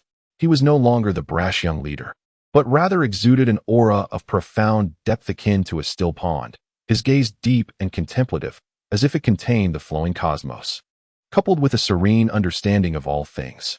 Merely sitting there, an invisible presence enveloped the entire room, causing those who entered to instinctively hold their breath. The 5 elite members of the Conan Special Operations team stood in a perfect line before the desk, their posture straight as javelins. Their eyes sharp yet imbued with genuine reverence for the individual before them. Leading the group was the team captain, Zhuing, whose physique was lean and powerful, like a cheetah. Clad in a specially designed dark gray combat suit that seemed to meld with the shadows, he bore a stern visage with sharply defined features, a high nose, and tightly pressed lips. His eyes were piercing, as if capable of penetrating darkness, fixated on the shadow beneath Qianshan's feet, resembling a dormant thunderstone awaiting the flash of a command. Zhuing was also exceptionally skilled in lightning attribute ninjutsu, adeptly employing the lightning release chakra mode. Next in line was Qinglan, his form tall and well-proportioned, embodying a wind-like grace. Beneath his deep blue forehead protector were bright eyes that flickered with a hint of playful irreverence. A faint smile often played at the corners of his mouth. He had excelled during the task in Whirlpool Village, where Qianshan had entrusted him with the Rasengan, a technique demanding strong chakra control, marking him as a specialist in wind release. In the center stood Yantaro, a practitioner of earth release, whose imposing stature and well-defined muscles stretched the fabric of his earth-toned combat suit. His face was square and earnest, with thick eyebrows and large eyes, his broad chin supporting a unique chakra weapon, a shovel. The final 2 were Akagi, specializing in fire release, with hair as fiery as his name, and Watanabekawa, a water release expert. Akagi's spiky red hair seemed to blaze with unquenchable passion, while Watanabekawa, possessing the most composed demeanor, had deep blue eyes like a tranquil lake. His posture upright yet relaxed, flowing like water. Qianshan exchanged no superfluous pleasantries, his gaze calmly sweeping across the 5 individuals. His eyes bore a tangible weight, causing an involuntary chill to run through them, compelling them to suppress any flicker of emotion and stand even more erect. "Esteemed colleagues," Qianshan began, his voice neither loud nor soft, yet resounding clearly in each ear, imbued with an undeniable gravity. "I have summoned you for an important experiment concerning the foundational powers of Kongren's future." He retrieved 5 scrolls from beneath the table, each crafted from dark chakra-conducting paper, their edges embossed with symbols signifying utmost confidentiality. He personally approached each individual, handing them their respective scrolls. "This outlines the core of the experiment, detailing the directions you are to explore." As Qianshan returned to his seat, his tranquil gaze remained fixed upon them. The 5 received the scrolls, feeling their icy coldness. Yet the embossed symbols emitted a faint energy, hinting at their extraordinary nature. Almost in unison, they untied the bindings. a mixture of solemnity and curiosity, prompting them to slowly unfurl the scrolls. The only sound that filled the office was the soft rustle of paper. The tranquility was shattered in the next moment. What? Purification? Flight? Healing? Is this a change in nature? Shock, confusion, and disbelief manifested on their faces, varying in intensity but equally vivid. The icy demeanor of Chasing Shadow was abruptly disrupted, his keen pupils narrowing to pinpoints as he scrutinized the scroll's description of lightning purification, an idea utterly at odds with his understanding of lightning's violent, destructive, penetrating, and paralyzing nature. His fingers gripped the edge of the scroll tightly, turning pale, his lips pressed into a rigid line as he fought to suppress the rising tide of doubt. Purification? Lightning? It was as absurd as the notion of freezing fire. He instinctively glanced at Qianshan, his eyes filled with unvoiced questions and confusion. Beneath his composed exterior lay the shock of a profound cognitive upheaval. The air in the office felt as though it had solidified, saturated with silent astonishment and a plethora of unasked questions. The 5 seasoned ninjas, who had faced countless battles, now stood like fresh students confronting a textbook that completely upended their understanding. Qianshan observed their reactions with calm eyes, seemingly having anticipated this moment. He broke the silence with a measured tone. I understand your thoughts. These directions diverge significantly from your past training and insights, even contrasting with the general understanding of chakra nature changes within the ninja world. His voice remained steady yet possessed a peculiar penetrating quality that struck directly at their hearts. Do not doubt the authenticity of the scrolls, nor feel compelled to grasp their logic immediately. He paused, his eyes scanning the faces of the 5, which were marked by uncertainty. You need only to recognize that this is an exceedingly important exploration, an attempt to shatter the barriers of conventional thinking. He leaned slightly forward, his hands clasped on the table, exuding an even greater intensity. I do not require you to comprehend the deeper meanings at once. I only ask that you adhere strictly to the scroll's instructions. Cast aside all preconceived notions of how things ought to be, and focus solely on the objective outlined within the scroll. Consider it your singular aim, employing your will, your spirit, and all your chakra to envision it, to feel it, to summon it, as if it were always meant to be so. His voice bore an undeniable authority and a compelling allure. Remember, this is not merely ordinary ninja training. This is a profound dive, a quest into the essence of chakra, a journey towards the limits of your own potential. Qianshan's gaze sharpened, as if he could penetrate the depths of their souls. Each of you possesses unique insights into the 5 elemental jutsu, and as seasoned jonin, you are already quite exceptional. However, I harbor little expectation regarding your ability to master this. He intentionally paused, fully aware that provoking their competitive spirit would ignite their fighting zeal and resilience. Yet, should you catch even a glimpse of the path, should you grasp even a sliver of the mysteries surrounding the secondary nature changes of chakra, what you touch will be far beyond mere new applications of power. His voice deepened, filled with strength. It is likely the key to a higher realm, a potential birth of a bloodline limit. The term bloodline limit resounded like thunder in the minds of the 5, reverberating with profound significance. Qianshan was not deceiving them. Even single attribute jutsu could evolve into a bloodline limit, as exemplified by Kakashi's purple lightning. Chasing Shadow's pupils constricted sharply, and his fingers trembled violently around the scroll. Yantaro's mouth fell agape, his honest face etched with utter shock and bewilderment. Qinglan's previously playful curiosity ignited into fervent yearning for exploration. Akaji's breath quickened, his chest heaving as if 2 tangible flames ignited in his eyes. Even the calmest Watanabekawa inhaled sharply, his deep blue eyes sparkling with unprecedented brilliance. The bloodline limit. It was the pinnacle of power and ancestral legacy, a domain coveted by countless ninjas in the ninja world. For them, who lacked ancient lineage, it was a realm they scarcely dared to dream of. A stark statistic underscored the rarity and uniqueness of bloodline limits. Among Naruto's graduating class, excluding Neji Hyuga, who was from the previous cohort, only 3 were explicitly stated to possess latent bloodline limit potential in the original narrative. One was Naruto, inheriting the bloodline of his mother, Kushina Uzumaki.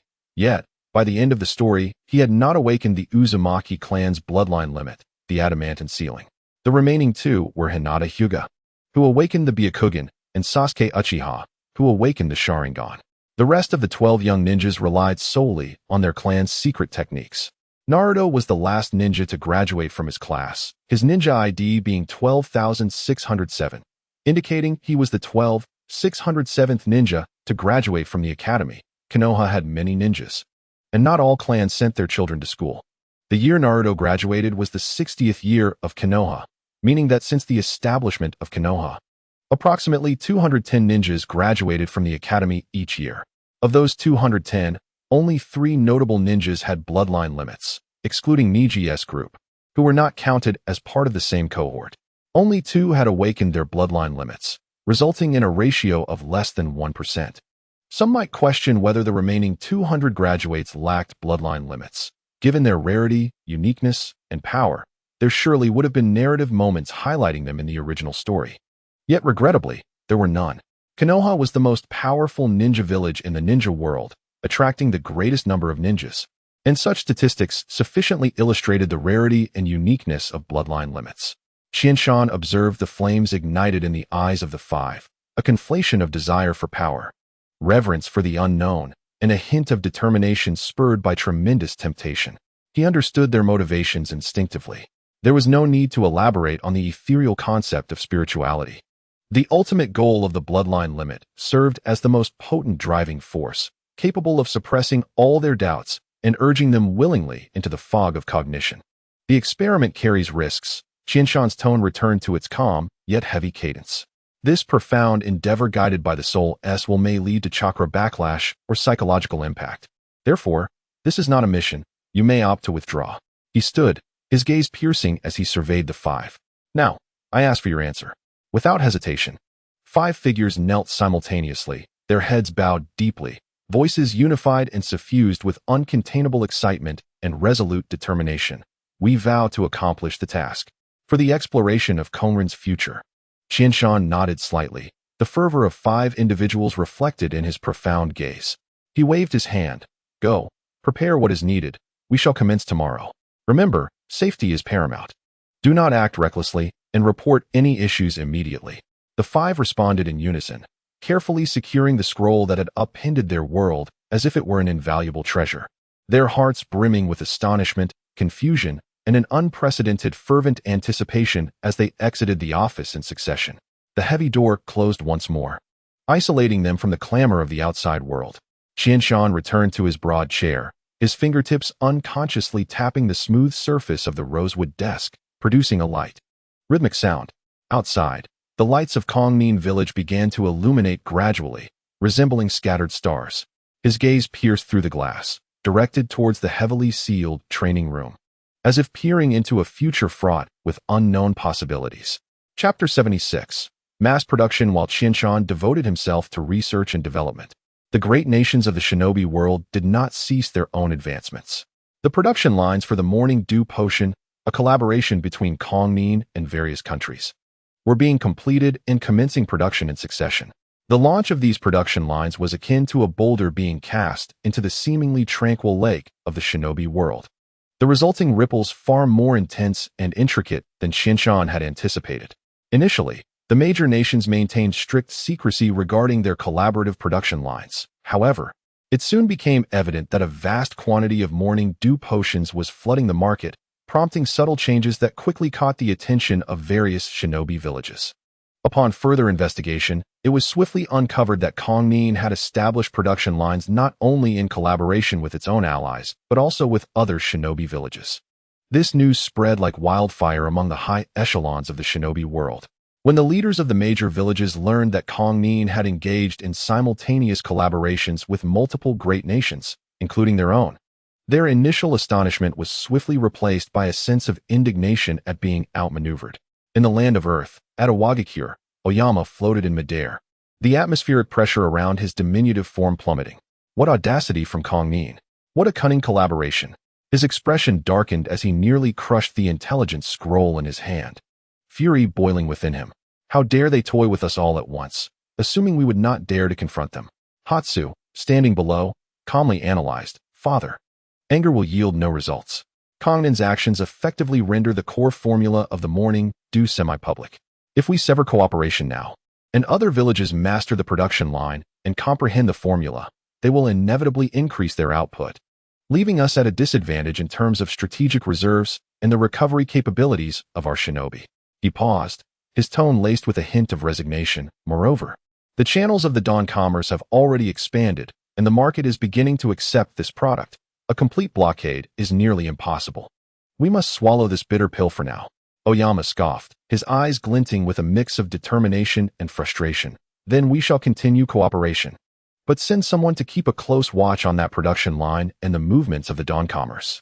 Additionally, instruct the medical team to spare no effort in analyzing the components and swiftly strive for replication or alternatives. We, Awagakure, cannot allow a mere Kongnin to lead us around by the nose for too long. In the land of lightning, at Kumogakure, the third Raikage, had fully recovered his right arm, yet the sense of humiliation lingered more deeply. His face darkened as he slammed his fist onto the table, the sturdy surface fracturing instantly. Outrageous. They severed my arm, and now mock us with such tactics. Kongnin must pay a price. He roared, his voice reverberating through the command center. A calm advisor reminded him, Lord Raikage, please temper your anger. Kongnin's actions are exceedingly cunning. If we disrupt our cooperation, Konoha and Sunagakure would relish our withdrawal. At that point, they would hold the upper hand in mission execution and shinobi endurance. Moreover, this product holds immense value for frontline shinobi. He lifted a sample that had just arrived through secret channels, especially for our Kumogakure shinobi, who prioritize speed and strength. The ability to restore chakra in critical moments is akin to gaining another life. Though flames of fury burned in the third Raikage size, they ultimately transformed into a subdued growl. We shall continue cooperation, but intensify our intelligence infiltration into Kongnin. Find out everything. Furthermore, dispatch a team of envoys to hold Kongnin accountable. Kumogakure was accustomed to dominance and could not tolerate any loss. In the land of wind, at Sunagakure, the third Kazekage examined the agreements and samples in his hands, a complex expression gracing his face. Such grand designs, such profound calculations. He began slowly. This Qinshan of Kongnin is truly formidable. He understood that Sunagakure's resource scarcity rendered them increasingly reliant on such efficient supplies. Other villages had access. If they did not, the gap would only widen. We cannot abandon this production line. We must safeguard it. Convey my orders, effective immediately.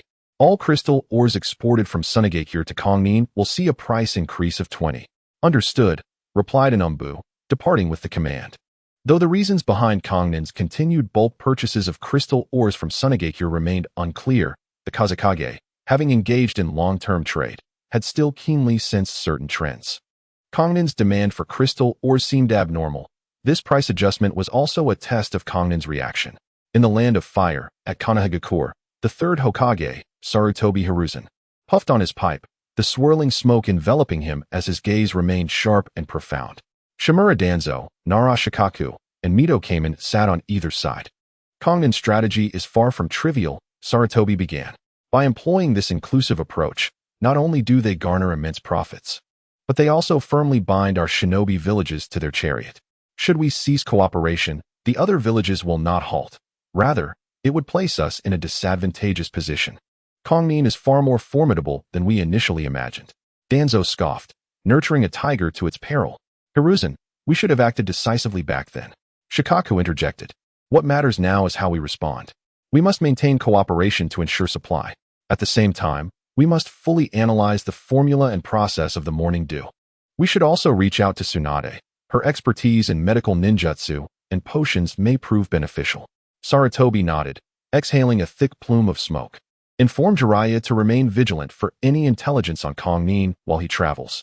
As the production lines across the major shinobi villages operated at full capacity, coupled with the expansive distribution network of the Dawn commerce, the morning dew potion swiftly permeated the shinobi world like a spring rain.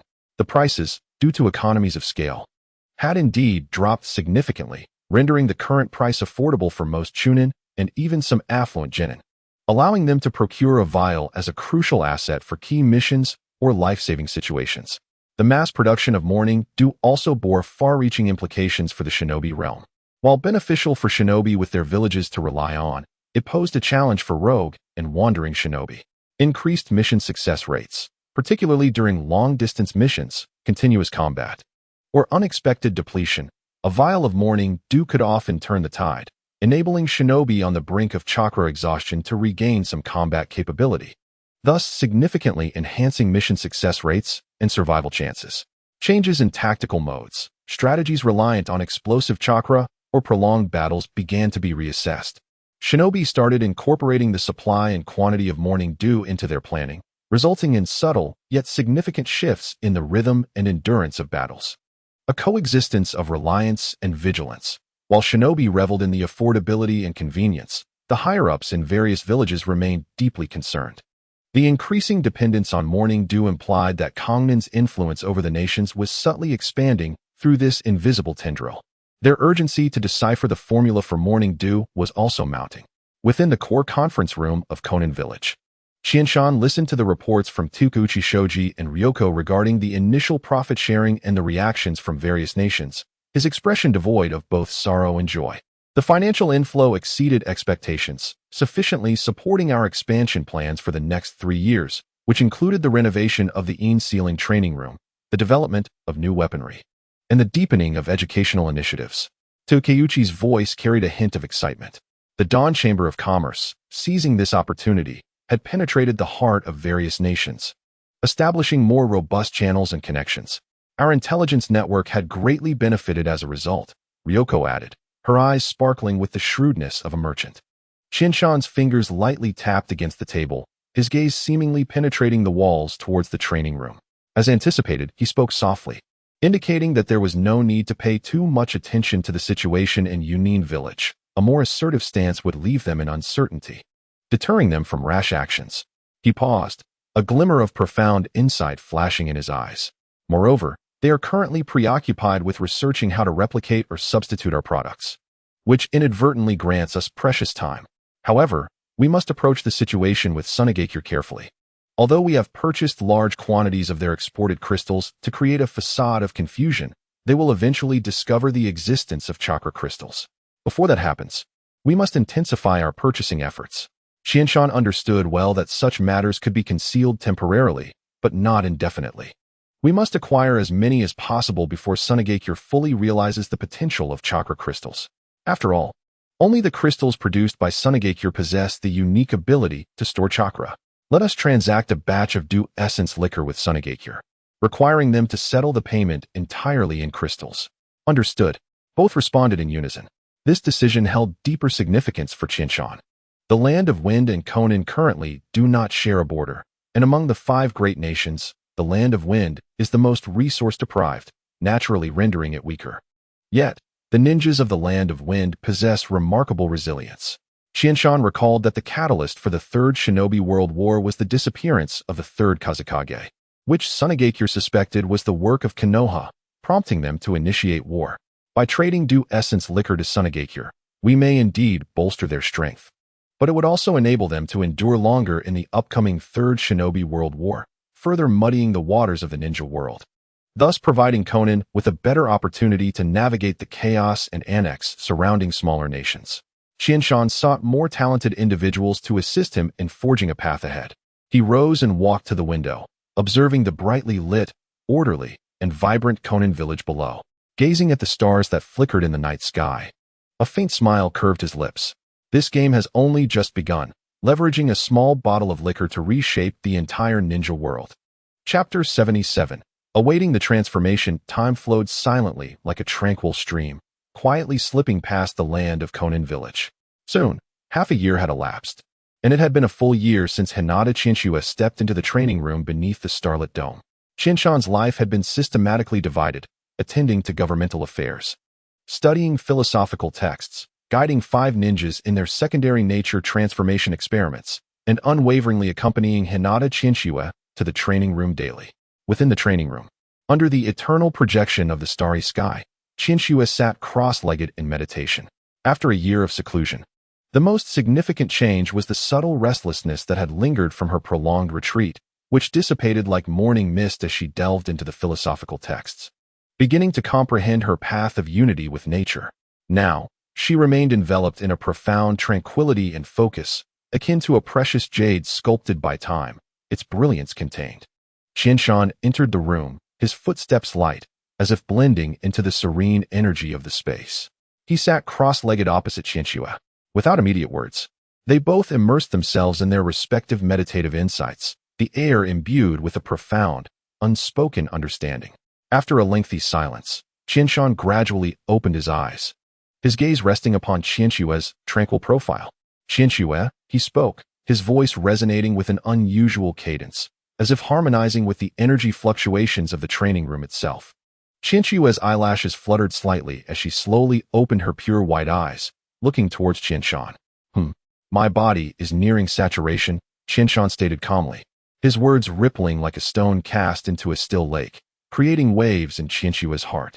Her white eyes instantly sharpened with focus, her formidable insight scanning Qianshan, not through the Byakugan, but through the profound sensitivity cultivated over a year of companionship to their mutual energy states. She sensed the immense natural energy accumulating within Qianshan, akin to a reservoir brimming with water, reaching a delicate tipping point. The vast and pure energy coursed through his meridians, no longer merging gradually into his cells, but rather exhibiting a sense of impending completeness. He felt like an extraordinary sword sheathed in its scabbard, its edge restrained yet increasingly palpable in its readiness to be drawn. "Is a transformation imminent?" Qianshue's voice was soft, tinged with a barely perceptible confirmation. "Indeed," Qianshan nodded, his eyes sparkling like stars. "I sense that my body's adaptive transformation to natural energy is about to complete its first leap, much like a silkworm emerging from its cocoon." He slightly moved his shoulders, feeling the surging power of transformation within him. "I require deeper immersion and guidance."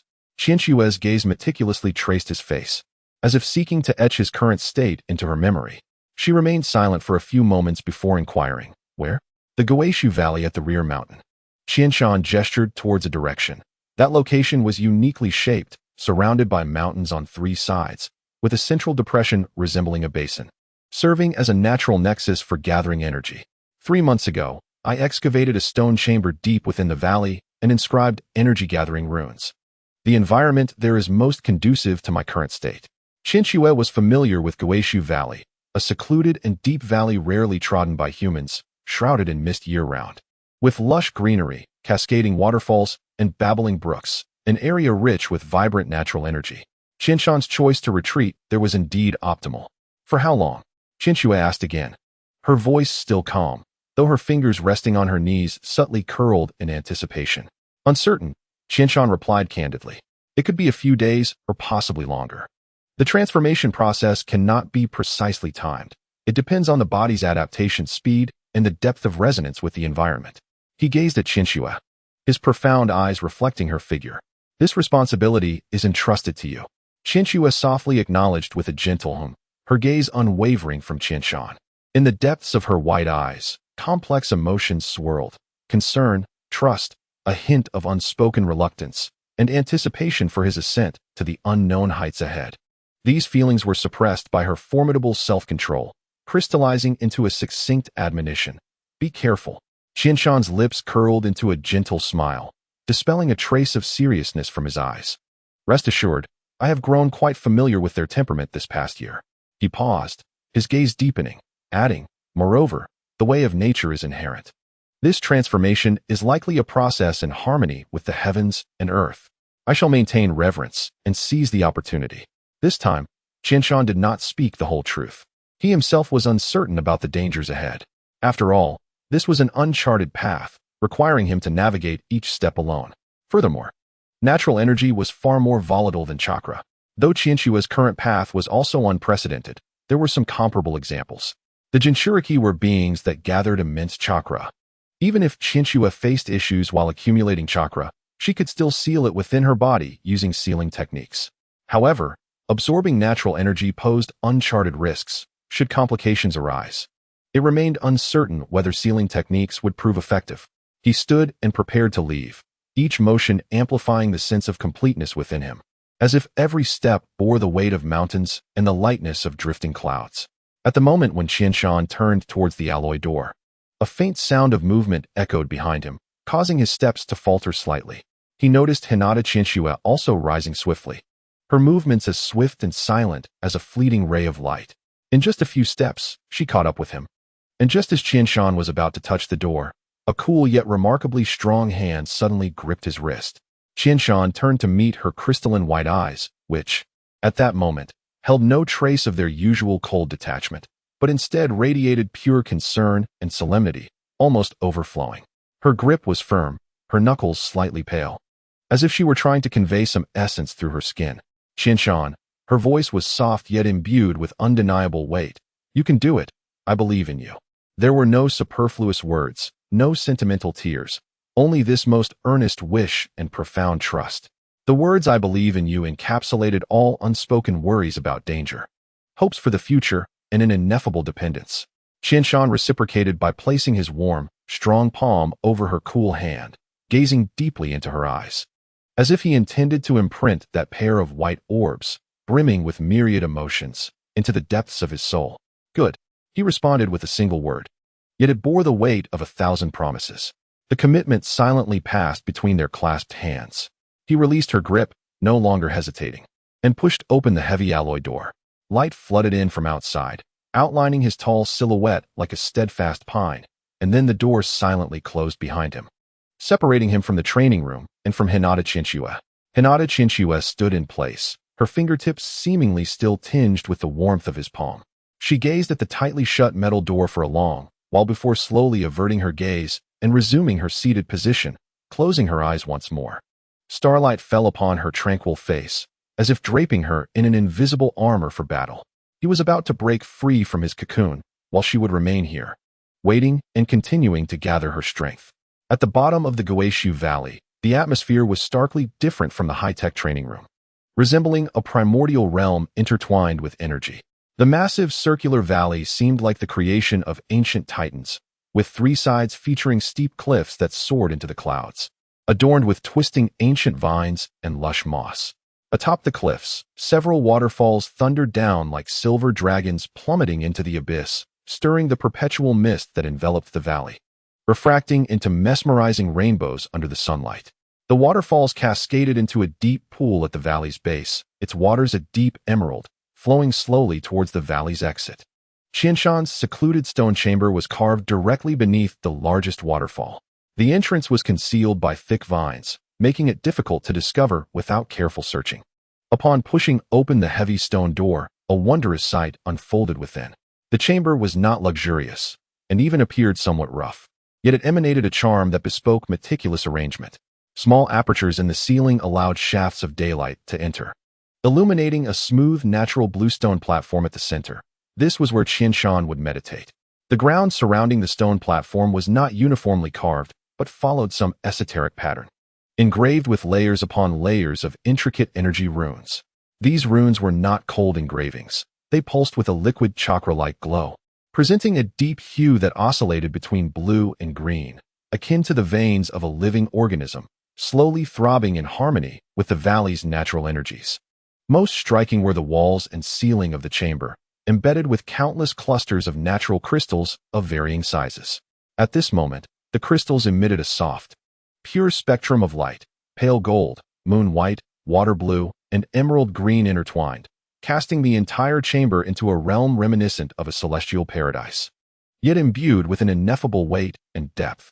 The air was thick with an almost liquefied natural energy. Each breath felt as though it could cleanse the soul. The atmosphere was redolent with damp earth, fragrant vegetation, and the refreshing essence unique to pure energy. The roar of the waterfall was muffled by the stone walls, transforming into a deep, distant background sound, akin to the heartbeat of the earth, adding an air of solemnity. Qianshan stood at the center of the chamber, feeling the profound and majestic pulse of energy, more intense than ever, within him. Each cell rejoiced, yearning for the final transformation. He inhaled deeply. The air, rich with pure energy, filled his lungs and cleansed his spirit. His gaze became incredibly calm, devoid of any distractions. He stepped slowly onto the bluestone platform, retrieving 3 boxes and placing them within easy reach, then sat cross-legged, palms facing upward, beginning to adjust his state. As the resonance between heaven and man reached its zenith, he no longer sought to contain himself but completely surrendered to his existence, merging with the vastness of this realm, the overwhelming natural energy. The rhythm of the energy gathering formation beneath his feet, and the luminous glow of the surrounding crystals. Deep within his being, the colossal natural energy, accumulated over countless days and nights, was finally poised to undergo the final, complete metamorphosis under the guidance of his will and the ultimate resonance of his inner and outer environment. In the Guishu Valley, the waterfalls continued to roar. The mist still lingered, yet from that hidden stone chamber, an invisible, exhilarating pressure began to permeate the air. The winds in the valley seemed to still. The birds and beasts fell silent, and the plants leaned slightly, as if awaiting the transformation and elevation of a magnificent life. Qianshan's first leap of life began. Chapter 78. The prelude to transformation. The night at the bottom of Guishu Valley was thick and impenetrable. Qianshan sat cross-legged on the bluestone platform, surrounded by flowing starlight that emanated not from the heavens, but from the faint luminescence of the crystal clusters activated by the energy formation. He closed his eyes and turned his gaze inward, as if sinking into the depths of the ocean. A peculiar feeling of fullness began to spread from the depths of his limbs and bones. It was not the swelling of chakra, but a deeper sense of completeness arising from the very cells themselves. It felt as though each cell had absorbed a divine elixir, leaving no room for excess energy. Yet simultaneously, a hunger originating from the essence of life began to stir, not a craving for food, but a profound longing for a higher level of energy, for the opportunity to leap into a new phase of existence. Now was the time. Qianshan felt an unparalleled clarity within his mind. The signals from his body were unmistakable. The accumulation of quantitative change had reached its peak, and the threshold for qualitative change lay just ahead. He slowly opened his eyes, his gaze falling upon a palm-sized, finely crafted sealed jade box beside him. The surface of the box was etched with intricate sealing runes, isolating its contents from external energy exchange. Qianshan concentrated a trace of pure chakra at his fingertips, like a key, and pressed it against the sealing node. With a barely audible hum, the seal was lifted. The lid slid open silently. In an instant, an indescribable fragrance wafted forth. The aroma was extraordinarily complex. At first, it bore the heavy scent of rust and blood, imbued with the weight of some ancient mineral. This was soon followed by the rich medicinal aroma reminiscent of a millennium-old ginseng, mingled with the crispness of snow lotus. Finally, it revealed a subtle, elusive vitality akin to decaying leaves and newly sprouted fungi deep within a rain-soaked forest. Inside the box lay a multitude of pills, each roughly the size of a fingernail. Each one showcased a profound dark red hue, its surface smooth as the finest agate, yet under the dim light, it glimmered with a metallic sheen. They lay silently, resembling solidified volcanic lava or slumbering fragments of stars, harboring heart-stopping energy. These were the transformation pills, meticulously crafted by Qianshan, combining the core principles of the condensed elixir with rare medicinal materials collected by Kong Ruan and his own understanding of pharmacology, expending tremendous effort in their refinement. Each pill contained an immense essence of life capable of causing an ordinary person to explode from its sheer power. Without hesitation, Qianshan picked up one pill and placed it in his mouth. The pill dissolved instantly, contrary to expectations of scorching heat or extreme cold. It instead imparted an extraordinary sensation of emptiness, as if he had swallowed a concentrated vacuum. But in the next moment, boom! It was as though a volcano that had lain dormant for eons erupted within him. A torrent of unimaginable vitality, pure to the extreme, surged forth, intertwining with the untamed natural energies tamed by the unique structure of elixirs, resembling a celestial river breaching its banks, instantly dismantling the energy dam meticulously constructed within Qianshan. With a muffled groan, Qianshan's body quaked violently, his skin flushing abnormally, droplets of blood seeping from his pores. He clenched his jaw, veins bulging on his forehead like coiling dragons. Yet, this was merely the beginning. He bore the excruciating pain, his celestial perception reaching unprecedented heights. His will stood as a lighthouse amidst a tempest, exerting its full dominion over the uncontrollable torrent of energy. Celestial perception, the way of nature, Qianshan murmured within, his spirit fully unfurling, resonating with the grand natural rhythms of the Guishu Valley. The roar of the waterfall transformed from mere noise into the rhythmic pulse guiding the energy's tumult. The chilling depths of the pool became a soothing rain calming the fury. The resilience of ancient vines on the cliffs, the purity of crystal clusters, and the pulsations of the earth beneath his feet seemed to synchronize with him in that moment. The chaotic torrent, under the dual guidance of Qinshan's formidable will and the valley's natural rhythms, began to be forcibly organized and tamed. They transformed from a tide of destruction into the most exquisite chisel, the hottest furnace, relentlessly scouring, hammering, and refining every corner of his being. Particles of his body were reborn amidst annihilation. The old, mundane shackles were violently torn apart and shattered. Deeper genetic codes were activated and rewritten under the onslaught of the raging energy. The natural energy imprints etched deep within his cells became clear, complete, and profound at an unprecedented speed. Qinshan found himself at the core of the cosmic furnace, enduring the ultimate agony of destruction intertwined with rebirth. His body alternated between the searing heat of a red-hot iron and the chilling cold of ancient ice, forming delicate frost flowers. Each breath was laced with excruciating pain. Each heartbeat echoed like the drums of war, heralding the transformation of the essence of life. Simultaneously, within the Ean's sealing chamber, the starry projection above continued its slow, predetermined orbit, casting a tranquil glow. Hinata Koyuki sat cross-legged in the center of the guiding matrix, a scroll filled with Taoist maxims unfurled across her lap. Her fingertips unconsciously tracing the words the way of nature, yet she could not absorb a single character. It had been 3 days.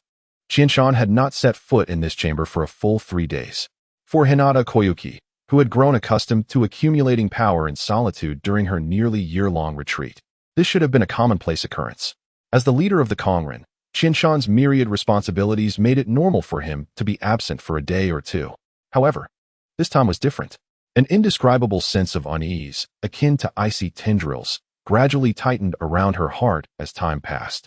During her training, the flow of chakra inexplicably lagged. When she closed her eyes in contemplation, visions of the plunging waterfall and deep pool of Goeishu Valley, along with the final glance Qinshan cast back at her before entering the stone chamber, incessantly intruded upon her mind. Irritation, a long-forgotten frustration, akin to wild grass, began to sprout within her heart. She attempted to suppress it with more focused chakra accumulation, yet the disquiet clung to her like a stubborn affliction, refusing to dissipate. With a slight snap, she closed the scroll with a bit more force than intended, the sound jarring in the absolute silence of the space. Rising, she walked to the edge of the floating bed, then sat down in agitation, her fingers unconsciously twisting the hem of her pristine training attire. Lady Koyuki? A cautious voice emerged from the embedded communicator in the wall. It was Huron. Are you well? Monitoring data indicates some unusual fluctuations in your chakra. I'm fine. Hinata Koki's voice carried an urgency she herself did not recognize, interrupting Huron, just feeling a bit stifled. I have finished my training for today. She approached the door and pressed the button to open the buffer chamber. The heavy alloy door slid open silently, allowing the gentle light from the isolation buffer room to spill in. As the door to the inner training chamber reopened, Huron and Nanako were already waiting outside. Huron held a food box while Nanako cradled a handmade deck of cards adorned with charming animal motifs. Lady Koyuki, we brought you a late-night snack, and Huron observed Hinata Koyuki's countenance, noticeably colder than usual, and instinctively softened her tone. Nanako has developed a new aromatherapy to soothe the spirit and would like you to try it. Perhaps play a couple of hands to relax? Hinata Koyuki's gaze flickered over the vibrant cards in Nanako's arms, and then to the food box in Huron's hands. And that inexplicable irritation seemed to wane just a touch. She nodded slightly, granting her silent consent. The three of them spread soft mats on the floor of the isolation buffer room and sat in a circle. With a subtle shift of her thoughts, Hinata Koyuki activated the summoning technique, and in an instant, a large rabbit, nearly half her height, appeared in the clearing amidst a puff of gentle white smoke. Its fur was a rare moon white, fluffy and soft, with long ears gently drooping behind its head, and ruby-like eyes curiously surveying its surroundings. This was a rabbit Hinata Koyuki had rescued previously, which, through gradual nurturing, became her contracted summoning beast, known for its gentle nature and love for nibbling carrots and sleeping. And it was named Xiaobai. At that moment, it affectionately nudged its fluffy head against Hinata Koyuki's arm before finding a cozy corner to curl up in and leisurely gnawing on a carrot. The card game commenced, featuring a 3-player version of Do Di Zhu invented by Qinshan. Huron shuffled and dealt the cards with nimble efficiency, clearly indicating that this was not their first time playing together. However, shortly into the game, Both Hurin and Nanako sensed something amiss. Normally, Hinata Koyuki, with her impeccable memory and calculation, was akin to a human cheat code at the card table, calm and precise like a finely tuned machine. But tonight, when it was her turn, she seemed somewhat unfocused. Pair of threes, Nanako tentatively played. Pair of queens, Hurin followed. When it was Hinata Koyuki's turn, she stared at her hand, her white pupils appearing unfocused, her fingers hesitating between the cards, and inexplicably, she drew 2 cards, pair of kings. Hurin, but the landlord is Nanako. Nanako's eyes lit up, and she immediately played 2 cards, pair of aces. Overkill. The next round became even more absurd. As the landlord, Nanako held a bomb for queens, and just as she hesitated to play it while Hurin was laying down a string of cards, Hinata Koyuki's icy voice rang out, boom. She unhesitatingly slammed 4 fives onto the mat. Hurin, Lady Koyuki, I'm a farmer. Nanako is the landlord. We're teammates. Why are you bombing me? Nanako nearly burst into laughter but quickly composed herself, her face straightening as she responded, pass. Hurin, it's your turn. Hurin looked at the small cards in her hand, then at the 4 fives Hinata Koyuki had just played, feeling utterly despondent. Ultimately, with Hinata Koyuki's unexpected assistance, Nanako, the landlord, effortlessly won the round. Lady Koyuki, Hurin lamented, gazing at her lost chips. Hinata Koyuki seemed to snap back to reality, glancing at the card she had just played, then at Hurin's disgruntled face and Nanako's suppressed mirth, and she found herself momentarily stunned. A faint blush, almost imperceptible, swiftly grazed her alabaster ears. I apologize. Her voice remained cool, but a hint of unnoticeable chagrin tinged her words. I lost my focus. Instinctively, she glanced at Xiaobai, who was nibbling on a carrot in the corner.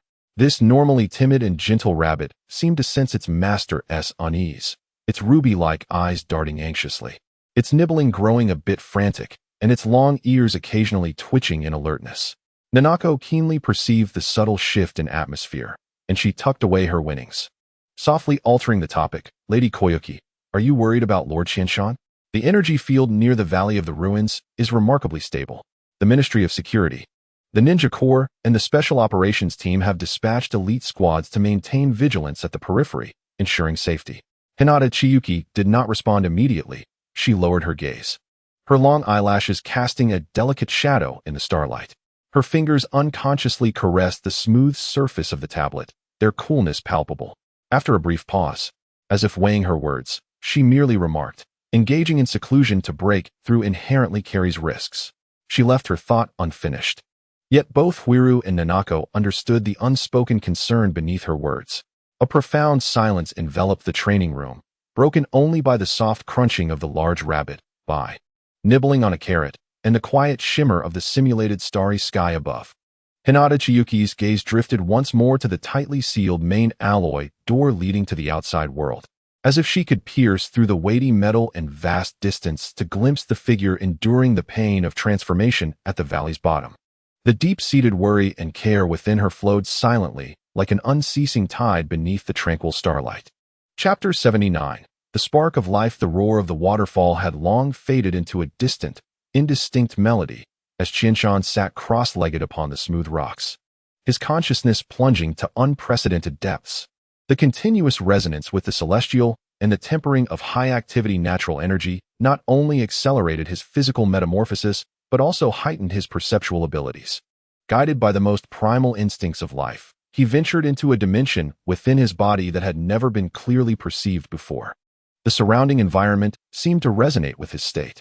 The moonlight cascaded like mercury, enveloping him in a shimmering embrace, rendering the space around him akin to a hazy fairyland. The fine mist generated by the waterfall sparkled under the moon's glow, resembling countless sprites dancing lightly around him. The slick moss surrounding the deep pool unfurled gently, exuding a refreshing fragrance of flora, while an unknown wild herb, nestled within a crevice of the rocks, managed to pierce through the stone to quietly bloom a few minuscule white flowers emitting a faint glow, silently drawing from the pure vitality emanating from this area. Qianshan's perception, akin to a probe sinking into the deep sea, penetrated through layers of muscle, bone, and blood, transcending the pathways of chakra flow, seeking deeper, more fundamental realms. A faint yet profoundly resilient yearning emanating from the essence of life guided him. Not a craving for power or energy, but a primordial call for existence and completeness. Gradually, amidst the hazy mists of life, a flicker of light emerged. This was not a visual luminescence, but a pure perception of life itself. It was small yet imbued with an indescribable weightiness and warmth, akin to a spark of life buried deep within the Earth's core, honed by eons of time. Qianshan's spirit was firmly captivated. He perceived that this spark of life was not static. It pulsed with an ancient, mysterious rhythm, each beat accompanied by a faint inhalation and exhalation. The exhalation bore no tangible form, but rather a delicate essence, imprinted with the uniqueness of his being. Nearly primal in nature, this essence merged deep within his body, nurturing the core potential of every cell. What it absorbed was the natural energy, filtered and tamed through his bodily layers. These energies, especially the highly active particles that had been arduously subdued, were akin to the finest fuel, drawn in and refined by the spark with precision. Each successful absorption seemed to stabilize and brighten that feeble light of the spark. What astonished Qianshan even more was the clear perception that with every stable and vigorous absorption of the spark, a long-standing, ineffable sense of emptiness within his body was being meticulously filled. Indeed, Qianshan mused internally, a hint of realization mixed with a tinge of trepidation. The excessive and unrestrained use of chakra would inevitably deplete the essence of the body. In the past, during the harsh days in Konoha, for survival, for missions, for protecting companions, or merely for self-preservation, he had often coerced his body to extract chakra to its limits, even resorting to forbidden techniques that drained his essence. Each act of such coercion felt akin to striking a heavy blow upon the foundation of his life source. While he later endeavored to restore himself, the subtle scars and voids at the essence level lingered like an indelible affliction. This was one of the fundamental reasons for his parsimonious use of chakra and his emphasis on precise control. The essence of the body could not withstand wanton squandering and harm. In this moment, the spark of life, nourished by stable, abundant, and tamed natural energy, tirelessly repaired the past deficiencies. This was not the augmentation of power but the restoration of foundations, a reaffirmation and solidification of life's essence. An indescribable sense of comfort began to spread from the deepest recesses of his being, akin to parched earth finally receiving the nurturing rains. This was not merely the relaxation of muscles or the ease of healed wounds, but a profound sense of fulfillment at the level of existence itself, a warmth that surged from the very core. It felt as though every minuscule particle of his body sighed contentedly, as the voids were gradually filled. The spark of life appeared to grow more potent, more vibrant. Its capacity for absorbing natural energy began to rise significantly. With each pulse, it absorbed more energy than before, enhancing the efficiency of its refinement, and the exhaled essence of life became increasingly pure. This process continued, akin to water wearing down stone, slow yet resolute. Qianshan's spirit became wholly immersed in the marvelous rhythm of this restoration of life's essence, losing track of time, space, and even his ongoing cultivation.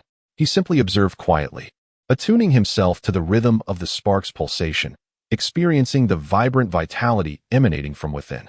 The moonlight appeared to shine brighter, and the resilient little white flower's petals seemed to glow with even greater intensity. In the moist air by the deep pool, the fragrance of the flora grew increasingly rich, as if this small realm rejoiced in the revival of life. At last, when the brilliance of the spark of life reached a critical threshold, it trembled violently. Not an explosion, but in an internal culmination of boundless energy bursting forth. A resonant hum, seemingly existing solely within the realm of the soul, reverberated deep within Qianshan's consciousness. The spark erupted with an unprecedented, fervent, and pure radiance. This light resembled the first beam illuminating the universe, instantly dispelling the hazy, profound mists that had shrouded the spark of life all along. Under this illumination, the mist receded like a tide. Qianshan could finally see clearly. What was once a vague halo transformed into a precise, intricate, and vibrant core of energy. It resembled a miniature star or a pulsing heart of energy, with countless, almost ethereal threads of pure life energy extending from its core, akin to the roots of a grand tree or the constellations of the night sky, deeply and seamlessly connecting to every corner of his body. These threads constituted the pathways through which life energy nourished the body. This was the very foundation of all life activities and sources of power within him, the essence of life. Simultaneously, Qianshan's body underwent a monumental transformation. A torrent of immense, yet gentle energy surged forth from the clearly visible essence of life. No longer a trickle, but a roaring river. In an instant, it cascaded through his limbs and bones, cleansing every inch of sinew and flesh. He felt an unprecedented lightness in his body, yet it was infused with explosive power. His perception instantly ascended to an entirely new realm, where every speck of dust in the air and the rhythmic breath of the flora were discernible with clarity. The velocity of his thoughts surged, previously obscure dilemmas now illuminated with newfound understanding. Most fundamentally, the profound connection with the natural world deepened, feeling as though he were an intrinsic part of it, capable of stirring the tidal energies around him with each breath. As he slowly opened his eyes, the depths of his obsidian pupils seemed to swirl with the cosmos, akin to a river of stars, or perhaps a flame of life quietly burning within. He gently clenched his fist, the bones emitting a subtle crackle, the sensation of power coursing beneath his skin unmistakable. At that moment, the transformation of his body culminated in a pivotal leap, as the essence of life was keenly sensed and initially restored. This was not merely an enhancement of strength, but a profound elevation of his very essence. Under the moonlight, his figure appeared more upright and profound than ever. A genuine smile graced his lips as his gaze fell upon the luminous white flower blooming between the stones. The world had transformed in Qianshan's eyes. Chapter 80. The End of Seclusion. Qianshan glanced down at his blood-stained garments, a flicker of thought passing through his mind. The celestial chakra flowed like a gentle stream, quietly permeating every fiber of his clothing. Moments later, the moisture evaporated, rendering his attire dry and crisp, devoid of even a wrinkle. Clearly, his ability to wield energy had been significantly enhanced during this metamorphosis. 8 days, Qianshan murmured to himself, a hint of astonishment in his tone. During his immersion in the perception and transformation of life's essence, his sense of time had become profoundly distorted, as if he had merely traversed a long and profound dream, when in reality, 8 days had elapsed in the outside world. The thought of Hinata Chiyuki tightened his heart. These 8 days must have been tormenting for her. He did not linger, gathering the 3 boxes left on the ground. Apart from the first box, which contained half-used elixirs, the other 2 remained unopened. This period of seclusion had unfolded far more smoothly than Qianshan had anticipated. He rose and pushed open the heavy stone door. As the morning sunlight pierced through the valley's mist, cascading upon him, awaiting at the valley's entrance, Lu Chuan and the elite team of chasing shadows immediately stood alert. Upon recognizing Qianshan, their tense expressions transformed into surprise and reverence. "My lord." Lu Chuan stepped forward quickly, his voice imbued with excitement and a hint of inquiry. "I am unharmed." Everything went smoothly. Qianshan waved a hand, interrupting his impending question, his gaze sweeping over the weary yet resolute faces of the group. "Thank you all for your hard work. Dismiss and take a good rest." His voice was calm, yet carried an undeniable authority. "Yes," the group answered in unison, their taut nerves finally relaxing. They sensed a profound and indescribable change in their leader's aura, heavier and deeper, as if he had merged with the valley and the heavens, exuding an essence that commanded reverence. Qianshan's figure did not linger. With a single step, he glided past them like a gentle breeze, vanishing into the dense forest path leading to the heart of Konoha village. His speed left only a faint afterimage in his wake. Within the heavy alloy door of the training room, Hueli and Hinata Chiyuki leaned against the fluffy, moon-white fur of the giant rabbit, Xiaobai. The massive creature resembled a plush recliner, leisurely nibbling on a carrot, its ruby eyes half-closed in blissful tranquility. Therefore, I believe we might consider adding a touch of ice crystal flower pollen to the aroma blend, to balance out the sweetness of the dragon's saliva. Hueli was softly discussing the fragrance formula with Chiyuki, attempting to divert her attention with trivial topics. Chiyuki responded absently, her gaze never straying from the closed alloy door. Her expression remained cool, yet the underlying worry in her eyes resembled a turbulent current beneath thin ice. 8 days without any news. Although the energy field in the valley remained stable, the silence itself hung like a blade over her head. As Hueli continued her chatter, Chiyuki's body suddenly stiffened. The giant rabbit Xiaobai seemed to sense something. Its long ears perked up, halting its nibbling, red eyes fixed on the door. Chiyuki-sama? Hueli noticed her unusual reaction, her words abruptly ceasing. Then, without any warning, the heavy alloy door slid open silently. Standing outside was Qianshan. Soft light from the anteroom spilled into the training chamber, outlining his upright figure as if gilded. His aura was calm and profound, imbued with an indescribable sense of wholeness, contrasting sharply with the sharpness he had displayed upon departure. Hinata Chiyuki sprang to her feet the instant the door opened, her movements swift as lightning. She did not cry out or rush forward. Instead, her pure white eyes shone with astonishing brightness, akin to clear waters revealed by the melting of ice, reflecting Qianshan's silhouette and the overwhelming joy and relief he had suppressed. "Qianshan, you have returned."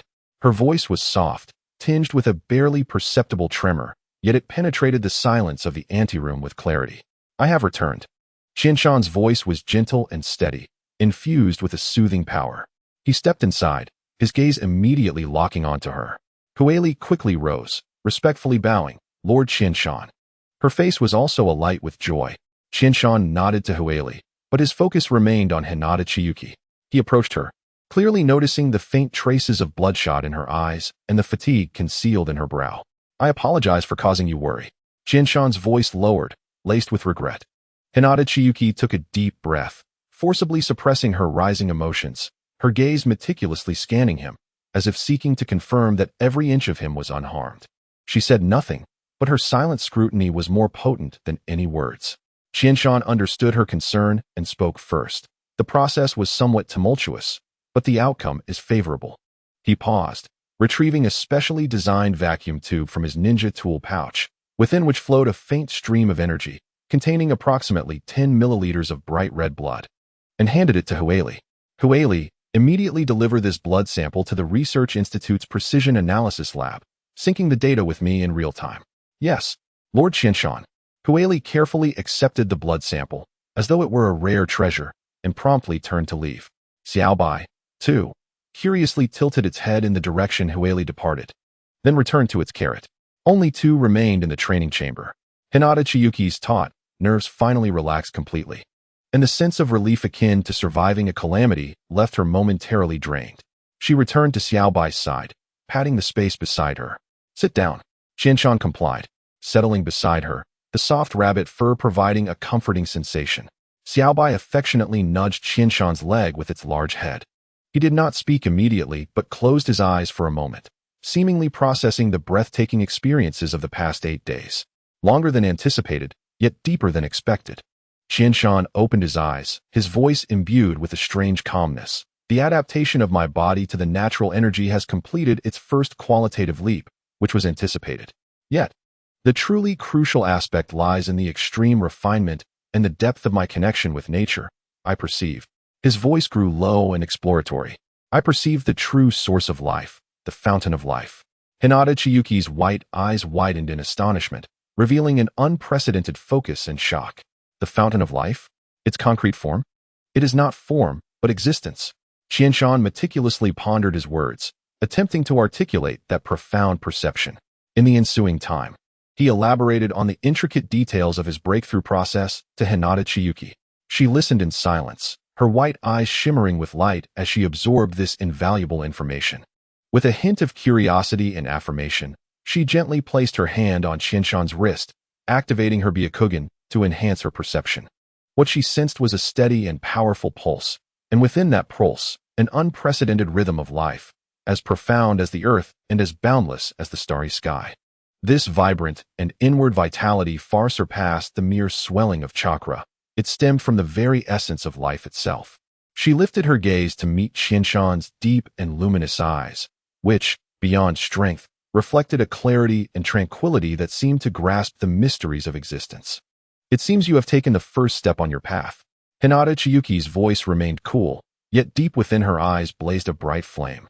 A fervor belonging to a seeker, accompanied by an intense anticipation for the journey ahead.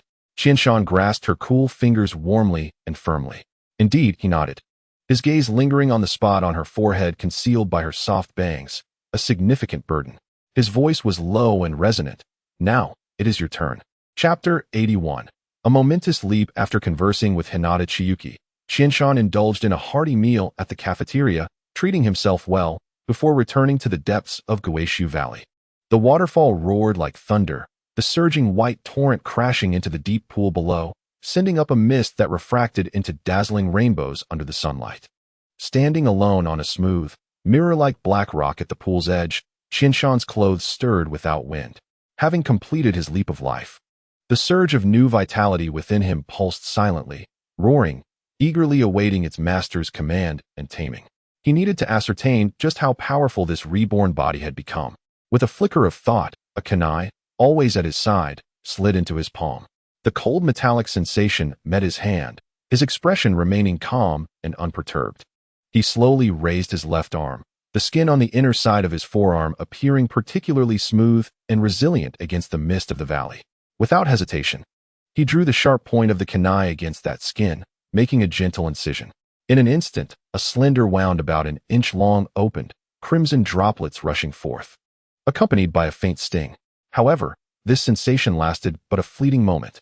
To Qianshan's observation, at the moment the blood threatened to congeal, a warm and vigorous current erupted, as if from the very core of life's spark buried deep within his marrow.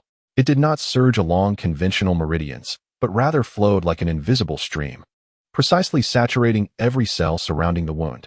Qianshan's perceptive vision clearly witnessed the ruptured skin, delicate blood vessels vibrating rapidly under an indescribable rhythm of life, pulling together, reshaping. The efficiency far exceeded that of standard medical ninjutsu-induced cellular division, resembling a localized reversal of time in the area of injury. The droplets of blood were quickly reabsorbed, the edges of the torn flesh seamlessly merging as if drawn together by magnets, new skin gradually covering it, transitioning from a tender pink to its normal fair hue, leaving behind a scarcely perceptible light scar, which ultimately vanished entirely. The entire process, from incision to complete healing, took no more than half a stick of incense. Qianshan gazed down at his forearm, now as smooth as new, his fingertips gently brushing over the recently wounded area, feeling the skin's flawless elasticity and warmth. The power of life's spark lay not only in the abundance of vitality it contained, but also in its exquisite dominion and reconstruction of bodily particles. It seemed he had indeed gained a measure of self-healing ability.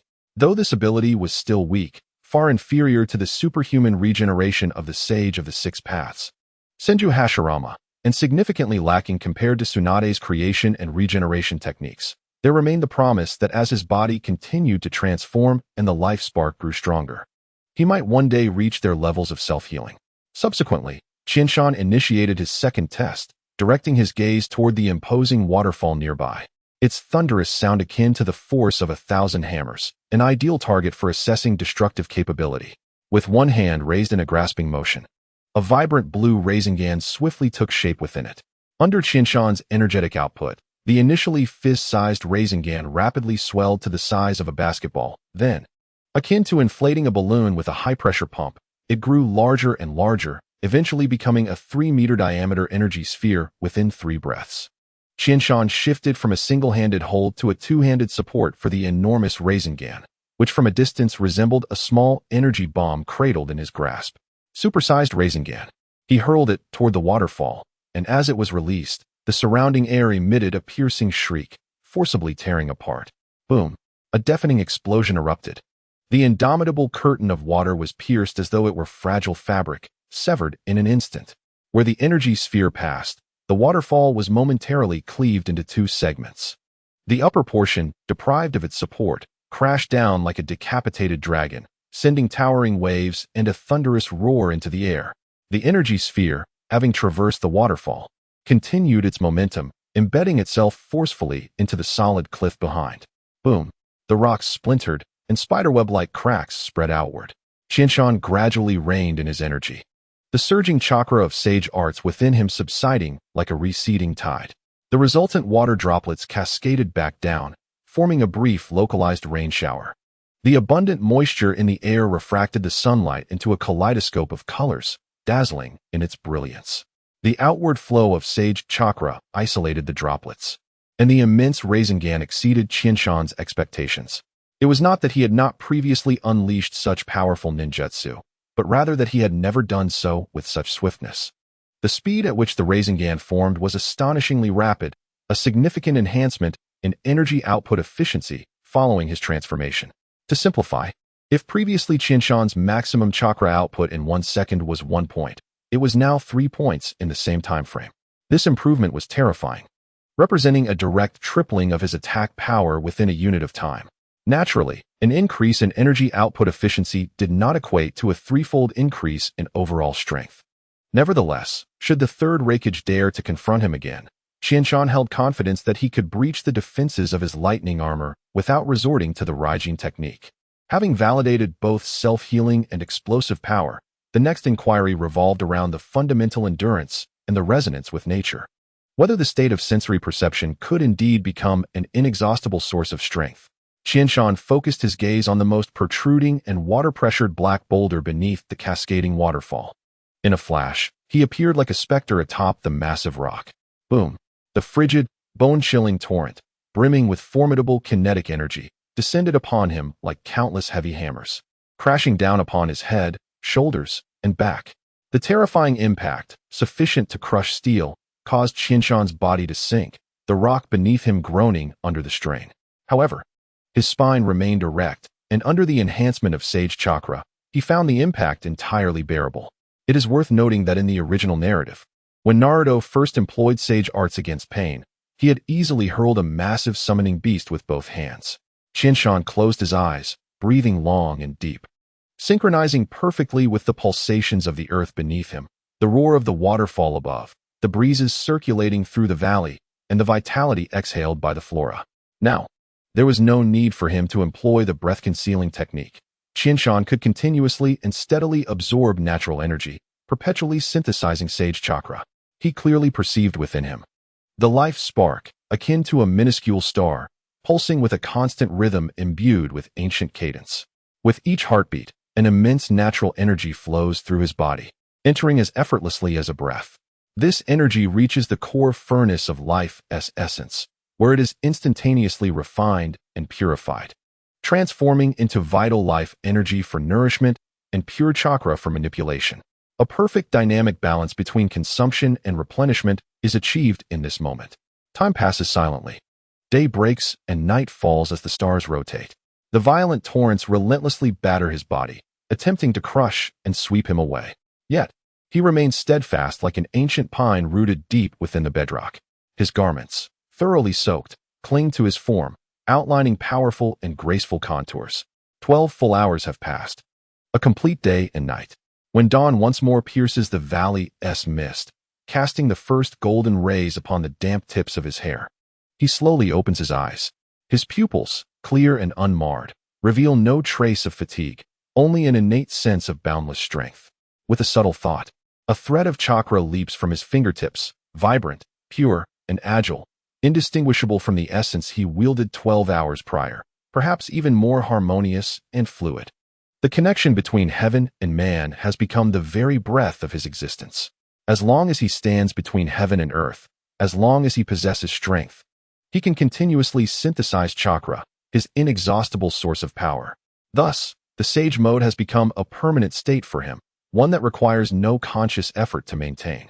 The final test, devoid of external factors, addresses the deepest essence of his being.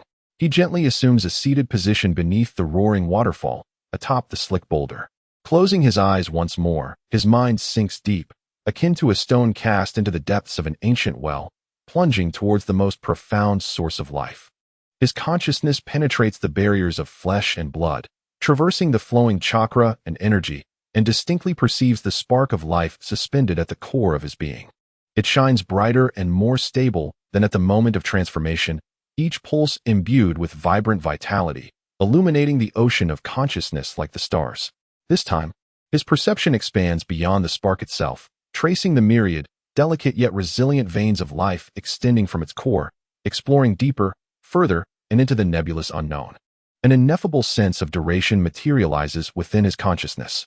It transcends spatial measurements, becoming a scale of time. This is not a specific number, but rather a clear trajectory of life's essence projected across the continuum of time. Resilient, prolonged, imbued with an extraordinary sense of stability. It resembles a straight line radiating a gentle glow. 120 years. 2 cycles of the zodiac. This number, like a brand, is not derived from rational calculation, but rather a direct proclamation etched by the essence of life deep within his soul, declaring a lifespan of 120 years. This is the natural longevity bestowed upon him after igniting the spark of life and completing the essence. Even more wondrous, with this perception of trajectory, he clearly understands its unique form. It is not the typical hill-like curve of human life, marked by a slow ascent, peak, and gradual decline. Instead, it resembles an almost uniformly straight plateau. His life has acquired a capacity akin to that of birds. Once their wings are fully developed, they soar the skies, remaining in a state of peak power, speed, and reaction throughout most of their existence, until their life as flame abruptly extinguishes at some juncture, rarely experiencing a prolonged and painful aging process. His life curve reflects this as well. As long as he does not succumb to external forces before reaching the end of his 120 years, his bodily functions, strength, reactions, and perceptions will remain consistently at their zenith. The roar of the waterfall continues to resonate, the icy waters persistently cascading over him. Yet within, he experiences an unprecedented clarity and tranquility. He slowly opens his eyes. Within the depths of his dark pupils, a river of life flows straight towards a distant future, filled with vigor. As he raises his gaze, he catches sight of an unknown mountain sparrow gracefully gliding above the valley, wings spread wide, embodying a poised and vigorous trajectory in the morning light. This sensation is delightful. Chapter 82. Restarting research. Be cautious. Avoid attacking large ninja villages, Shinshan murmurs to himself, a cold smile curving his lips, finally possessing the means to secure his existence. While a direct upheaval of the 5 great ninja villages will take time, he is now equipped with sufficient strength and confidence to maneuver beyond their influence and seize what he needs. 3 long-set plans, previously stalled due to insufficient strength, now shine like pearls polished of dust in Shinshan's mind. The first, tailed beasts, the most valuable living treasure in the ninja world, possessing nearly limitless chakra, a unique energy life form, a mysterious mechanism of rebirth after death, and the potential to become a weapon of war. Shinshan's curiosity and desire for tailed beasts have long been ignited, but previously, capturing any one of them was akin to courting disaster. Now, endowed with the formidable power from his sage state and exquisite chakra control, coupled with the sealing techniques learned from Uzumaki village, capturing a solitary tailed beast, perhaps one with a relatively weak Jinchuriki, is no longer a mere fantasy. The one-tail Shikaku is currently sealed within the body of a reclusive individual in Sunagakure, making it challenging to act. The 2-tail Nakomata and the 8-tails Gyuki reside in Kumogakure, where perfect Jinchuriki training methods are mastered, while he is confident in defeating them individually. The risk of being surrounded is too high. The 7-tails Chome possesses unique flying abilities and is located in the relatively weak Takigakure, which is somewhat isolated, making it a prime target. Shinshan's eyes glimmer as he locks onto his objective, researching the chakra composition, life form, and sealing mechanisms of tailed beasts is crucial not only for understanding the essence of chakra, but also for providing key support for the future weaponry plans of the Air Ninja. The second, the aerial mothership. The remnants of the Sky City left by the Air Ninja represent a highly valuable legacy, yet they also pose a heavy burden. Its immense size and slow movement render it a sitting target against tailed beast bombs, and it requires tailed beast-level energy for continuous operation. Given these considerations, the restoration of the Sky City has long been postponed. Shinshan understands the strategic significance of air superiority and aerial resupply. Now, as he prepares to capture a tailed beast, the restoration and improvement plans for the Sky City can be revisited. Ideally, he aims to create a smaller aerial mothership, not necessarily requiring high speed, but enough evasion capabilities since the means to attack from the air in the ninja world are limited. However, those that do exist are extraordinarily formidable, with defenses often difficult to counter. The most typical examples are tailed beast bombs and the bloodline limit dust release. Now the time has come. What Shinshan seeks is not that cumbersome city, but to extract its essence, constructing a flexible, powerful aerial mothership fleet with strategic deterrence. By miniaturizing, modularizing, and weaponizing the technology of the Sky City, combined with the latest advancements in chakra firearms, rune technology, and energy transmission from the Air Ninja, He envisions creating aerial fortresses capable of high-speed cruising above the clouds, housing elite ninja forces, and even equipped with chakra railguns. In Xianshan's conception, the aerial mothership serves primarily as a supply ship, providing ammunition resupply and heavy fire support from the skies. Ninja equipped with chakra wings will act as the main bombardment force, primarily utilizing chakra bombs modified with detonation seals to divide battlefields and strike at important enemy supply points. Ground forces equipped with chakra firearms will execute long-range targeted strikes to annihilate enemies. A fire ignites in Qianshan's eyes, as this will fundamentally alter the strategic landscape of the air ninja, transitioning from ground guerrilla tactics to three-dimensional assaults, laying the foundation for air superiority in future great wars. The third endeavor, to unravel the caged bird. This is the deepest thorn in Hinata Chiyuki's heart and a promise that Chiyama must fulfill. Previously, the research on the caged bird curse mark progressed slowly, primarily due to the inability to observe a complete model of the curse mark. Apart from the mark on Hinata Chiyuki's forehead, the curse mark nodes within her body were beyond the reach of her Byakugan. This is, in fact, quite normal. Had the Byakugan been capable of directly perceiving the curse mark nodes of the caged bird, the members of the Hyuga branch family would have long ago devised a solution to break the curse after centuries of effort. After acquiring sage powers, Chiyama attempted to observe the caged bird curse mark, but regrettably, even under the enhanced perception provided by sage abilities, he was left with nothing. However, after his recent physical transformation, Chiyama was now able to sense the spark of life with full concentration. This ability had been attained by others in the original work as well, notably by the Sage of the Six Paths, who demonstrated that after exhausting himself, the Raikage nearly defeated him. Upon fully unleashing the power of the Eight Gates, the Raikage was left ashen, and the Sage of the Six Paths acknowledged that the Raikage's flame of life was flickering, subsequently releasing a truth-seeking ball to grant the Raikage a dignified end. Later, the truth-seeking ball was kicked away by Naruto, who had obtained the power of Yang, ultimately stabilizing the Raikage's life force by placing his hand on his chest. The Sage of the Six Paths interpreted this as Naruto salvaging the final outcome of the Raikage's use of the Eight Gates. From this narrative, Chiyama gleaned two significant insights. The first was that his ability to sense the spark of life indicated he had likely reached the threshold of the Six Paths level in terms of perceptual capability, which theoretically meant he should also be able to perceive the curse mark nodes of the caged bird. If he could sense them, along with the expertise of skilled sealing practitioners and calculation abilities, there was a promising chance to discover a way to break the curse. It was previously speculated that the reason the caged bird curse mark had remained unbroken for centuries was not due to the lack of effort from the branch family, but rather because the curse mark might harness the power of the sage's brother, Otsutsuki Yumura, belonging to the energy level of the Six Paths, requiring a force of equal caliber to unravel it. The second revelation was that Naruto's yang power could stabilize the flickering flame of life of the Raikage, suggesting that chakra could indeed nourish the body, albeit with an exceptionally high requirement for chakra levels. The first two plans were heavily intertwined due to the tailed beasts, necessitating the collection of information from Takigakure to ascertain the status of the seven tails and the timing of their capture. Conversely, the task of unraveling the caged bird could commence immediately. Thus, Chiyama returned to the laboratory to prepare for the forthcoming examination the next day. As per usual, he arrived early at the chakra training room to practice alongside Hinata Chiyuki. Beneath the starlit dome, Chiyama sat cross-legged at the edge of the guiding matrix, breathing deeply. Hinata Chiyuki sat opposite him, her pristine training attire enhancing her ethereal aura. Above her, the simulated starry sky spun quietly, with 12 crystal pillars flowing with golden veins, silently infusing pure energy into the matrix. After completing their daily training, Chiyama gazed intently at Hinata Chiyuki and spoke. My perceptual abilities have undergone a qualitative change following my transformation. His gaze was calm, yet penetrating. Today, I wish to attempt once more to examine the curse mark upon your forehead. Chapter 83. Investigating the Caged Bird, Part 1. As Chiyama's words faded, the training room seemed frozen in time, the air abruptly thickening.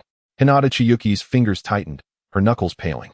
She suddenly lifted her gaze, her pure white eyes reflecting the ripples of shock, swiftly evolving into an overwhelming, almost searing hope. The brilliance was so intense that it threatened to pierce through her usually frozen expression. Her lips parted silently, yet no sound emerged, causing the stable energy fluctuations of the training room to momentarily falter. All right. After a brief silence, she finally uttered a single word, her voice somewhat subdued yet resolutely firm. Chiyama rose and exited the training room, retrieving a circular silver-gray metal plate from the buffer chamber, an adult-sized hollow ring capable of accommodating a grown person. Its surface was etched with layers of intricate circuits resembling a star map, with liquid chakra flowing in a ghostly blue luminescence. This was an upgraded version of the sealing template they had utilized to escape Konoha in a state of feigned death within the cave. While the sealing mark on you can obscure the positioning fluctuations of the caged bird, this time a deeper intervention is required, which may slightly disturb the positioning nodes of the curse mark itself, potentially amplifying the fluctuations. Chiyama placed the metal plate at the center of the matrix, where the ghostly blue glow mingled with the pale blue runic radiance emanating from the ground, producing a more brilliant luminescence. With this in place, success was assured. Hinata Chiyuki approached the center of the matrix, her fingertips trembling almost imperceptibly as she brushed aside the smooth black hair that framed her face. The teal-caged bird curse mark lay fully exposed beneath the flowing aura, resembling a cold serpent coiled upon her fair skin. She gradually reclined within the metal ring, the conductive mat beneath her adjusting its shape to perfectly fit her form. Her body was somewhat rigid, her white eyes fixed unwaveringly upon the swirling galaxy above.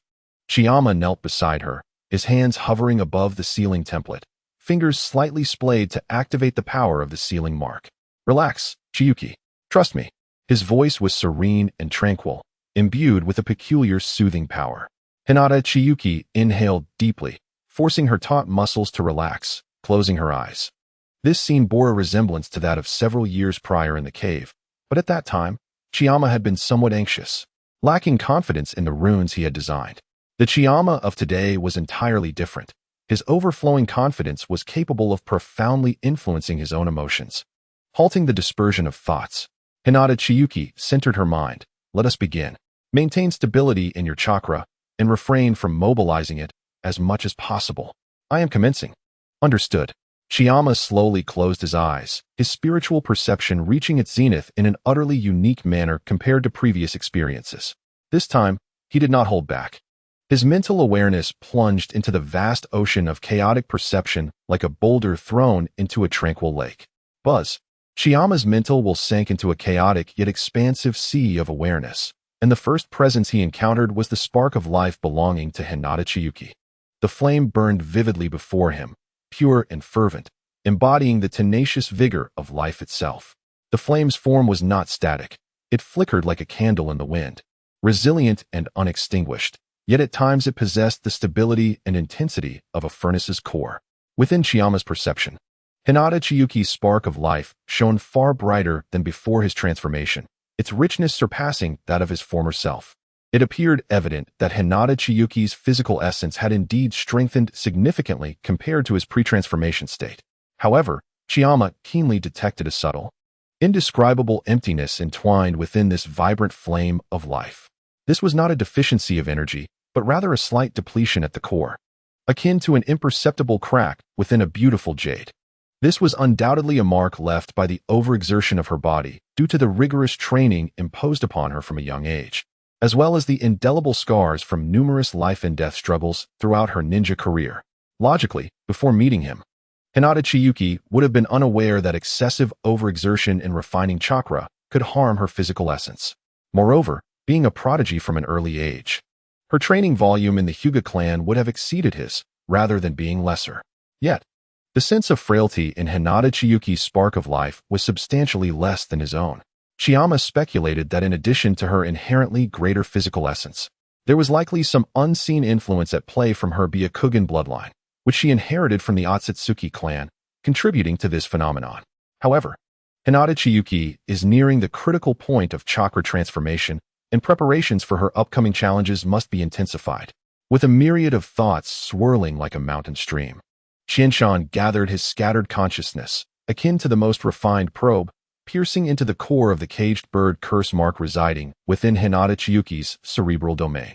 Empowered by the formidable enhancement of celestial perception, his awareness ascended to unprecedented dimensions, transcending the vague contours of energy into a near clarity of insight into its essence.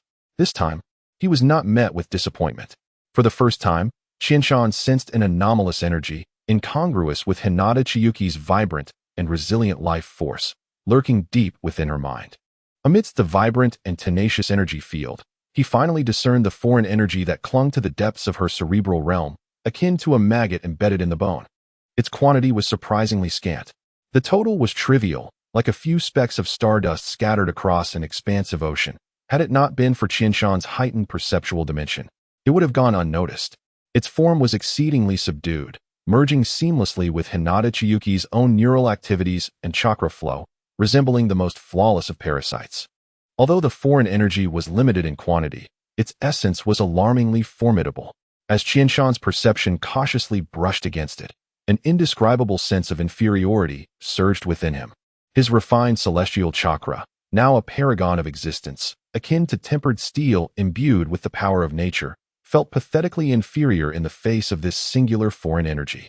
Much like common iron compared to the core of a star, this foreign energy exhibited an almost absolute stability and density, emanating an ancient, chilling will that loomed over all living beings. Qianshan felt a disheartening sense of inadequacy wash over him, as his celestial chakra appeared feeble before it. Was this the essence of the power originating from the Otsutsuki clan? The energy level of the Six Paths? A tumult of emotions surged within Qianshan, prompting a more cautious exploration of the caged bird curse mark, yet simultaneously igniting an intense curiosity. Clarity of observation was the first step towards unraveling the mystery. He hesitated no longer, immersing his entire consciousness in the distribution of this foreign energy. His mental vision became akin to the most precise scanner, meticulously outlining the positions of those minute energy points, their interconnections, and their integration with Hinata Chiyuki's cerebral structure. Gradually, a three-dimensional depiction of the caged bird curse mark's nodes began to materialize within the ocean of Qianshan's consciousness. This image was unexpectedly simple. It lacked the despairingly intricate labyrinthine complexity one might envision, nor did it possess layers upon layers of interlocking structures. Instead, its core architecture revealed a heart-stopping symmetry and minimalist beauty, as if adhering to the most fundamental geometric principles of the universe. The central node of the curse mark was situated deep within the center of Hinata Chiyuki's forehead, seemingly embedded at the juncture of the life force and cerebral awareness. It was not merely a point, but an exceedingly minute, rhomboidal core emanating a constant, ethereal glow. From this rhomboidal core extended 6 exceedingly thin, nearly transparent strands of energy. These strands were not linear but bore subtle curves, resembling naturally growing vines, as if tracing some arcane trajectory, precisely connecting to 6 critical regions of the brain: the frontal lobe, parietal lobe, temporal lobe, occipital lobe, as well as the pineal gland and the depths of the brainstem. These 6 connection points also exhibited perfect symmetry, surrounding the central rhombus, forming an incredibly stable octahedral prototype in three-dimensional space. Energy flowed between these nodes and strands, creating a robust internal circulation. Yet, beyond this simplistic, symmetrical core architecture, 2 incongruous tendrils extended, eluding Qianshan's comprehension. These tendrils were not tangible energy strands, but rather projections or mappings emanating from the core rhombus, belonging to a higher dimension. Their presence was exceedingly vague, akin to reflections in water or the folds of space itself. The core octahedron, simple and stable, served as the framework and control center of the curse mark. Qianshan forcefully suppressed the discomfort and the overwhelming pressure from the high-dimensional energy. With astonishing willpower, he indelibly etched this complete three-dimensional depiction of the curse mark's nodes, complete with 2 unknown extensions, into the depths of his memory, striving for precision in every node, every strand's position, curvature, and the subtle direction of energy flow. Suddenly, while seated beside Hinata Chiyuki, Qianshan let out a stifled groan, his body shaking violently, his complexion turning as pale as paper, beads of cold sweat forming on his forehead as if he had just emerged from icy waters. Maintaining that extreme state of celestial perception to observe, analyze, and memorize an energy structure far beyond his own essence was an expenditure far surpassing his imagination. This was not merely a drain of chakra, but an extreme overextension of his spiritual will. His brain felt as though it were pierced by countless red-hot needles, sending waves of tearing pain coursing through him. While darkness clouded his vision, the intense dizziness nearly toppling him. He hastily severed his perception, retreating inwardly to soothe his excessively drained spirit. The sealing curse mark template within the metallic ring continued to operate steadily, a soft blue luminescence enveloping Hinata Chiyuki. Upon sensing Qianshan's stifled groan, Hinata Chiyuki opened her eyes. Her white pupils instantly filled with concern. Noticing Qianshan's pallid face and cold sweat, she quickly sat up, exclaiming, "Qianshan, are you all right?" Her voice trembled slightly, her hands instinctively reaching out to support him. Qianshan collapsed in Hinata Chiyuki's embrace, taking deep breaths to forcibly suppress the tumultuous sensations and overwhelming weakness in his mind. Managing to force a reassuring smile, his voice hoarse with fatigue, "I'm fine, just overexerted myself. I managed to remember the diagram." He laboriously raised his hand to point at his temple, his eyes, though weary, burned with the fervor of success. Hinata Chiyuki observed him and then felt her own forehead's curse mark, seemingly finding no irregularities. Her taut body gradually relaxed, yet seeing Qianshan's weakened state, the worry in her white pupils nearly overflowed. She remained silent, quietly retrieving a vial of potion and gently administering it to Qianshan. In the training chamber, only the faint sounds of their breathing remained. A blueprint imbued with the hope of unraveling endless mysteries was deeply imprinted within Qianshan's soul, awaiting the restoration of his spirit to embark on the journey of breaking the shackles that had plagued the Hinata clan's branch family for a millennium. Chapter 84, Exploring the Caged Bird, Part 2. The following morning, although Qianshan's complexion still bore a trace of imperceptible pallor, the fatigue in his eyes had dissipated significantly, replaced by a sharpness and a hint of barely detectable excitement. He was early, seated behind the expansive rosewood desk in his office, his fingers unconsciously tapping a rhythmic and steady sound upon the surface. "Lord Qianshan, Lord Chasing Shadow has arrived," a voice announced from outside the door. "Come in." The door slid open silently, and Chasing Shadow entered like a blade merging with shadows. Clad in tight-fitting combat attire, his expression remained austere. Yet the depth of his gaze towards Qianshan held a newfound reverence. He could sense that the chief's aura had deepened beyond comprehension since his retreat, like a tranquil abyss concealing immeasurable power. "Take a seat." Qianshan gestured towards the chair opposite him, his tone calm. Chasing Shadow complied, sitting upright like a spear. "How goes the exploration of the secondary properties of chakra?" Qianshan inquired directly, his gaze inquisitive. A fleeting expression of helplessness and self-deprecation crossed Chasing Shadow's face as he replied. "Reporting to you, my lord, progress has been slow. The concept of purification seems to contradict the very essence of the violent destruction inherent in lightning release." The subordinate attempted to guide with will, coalescing chakra to simulate purification, yet he shook his head slightly. Chakra often erupts violently at critical junctures, instinctively shattering the gentle, dispersive nature one seeks to maintain. Occasionally capturing a fleeting sensation, it vanishes like a shooting star. Qianshan nodded slightly, displaying no urgency. Patience is key. This endeavor is inherently a struggle against the current. Breaking through entrenched cognitive barriers is the most arduous task. Maintain focus and document the subtle changes in each failure. Remember, sensation is more significant than outcome. It is the bridge to the key. "Yes, I understand," the subordinate replied, a glint of determination flashing in his eyes. "You summoned me today for another matter." Qianshan leaned forward, lowering his voice with a gravity that brooked no dissent. "Our target, Takigakure, the Seven Tails." The subordinate's pupils constricted in an instant, only to regain their icy demeanor, though his breath quickened imperceptibly. "Capturing a tailed beast. Undoubtedly. This represents the most challenging and strategically significant operation since the establishment of the Sky Ninjas. I require detailed intelligence." Qianshan's gaze was piercing, emphasizing the need for discretion. "We must not allow others to perceive our movements." "Yes, I shall return with thorough information." The subordinate rose abruptly, kneeling on one knee, his voice resolute and imbued with a sense of determination. He understood the weight of this mission all too well. "Excellent. Go and be cautious." Qianshan waved him off. The subordinate exited silently, his steps more rapid and vigorous than upon arrival. Having his own faction meant that many scattered tasks could be delegated. Others would assist in their completion, a significant improvement over the days spent as wandering ninjas alongside Hinata Chiyuki. Qinshan pondered briefly before pressing the communicator on his desk. Please summon Director Ryotaro. Before long, Ryotaro burst through the door, exuding an energetic presence. The director of the Research Institute appeared more spirited than 6 months prior, his gaze reflecting newfound confidence and fervor. Evidently thriving amid the advancements in chakra refinement and various research initiatives.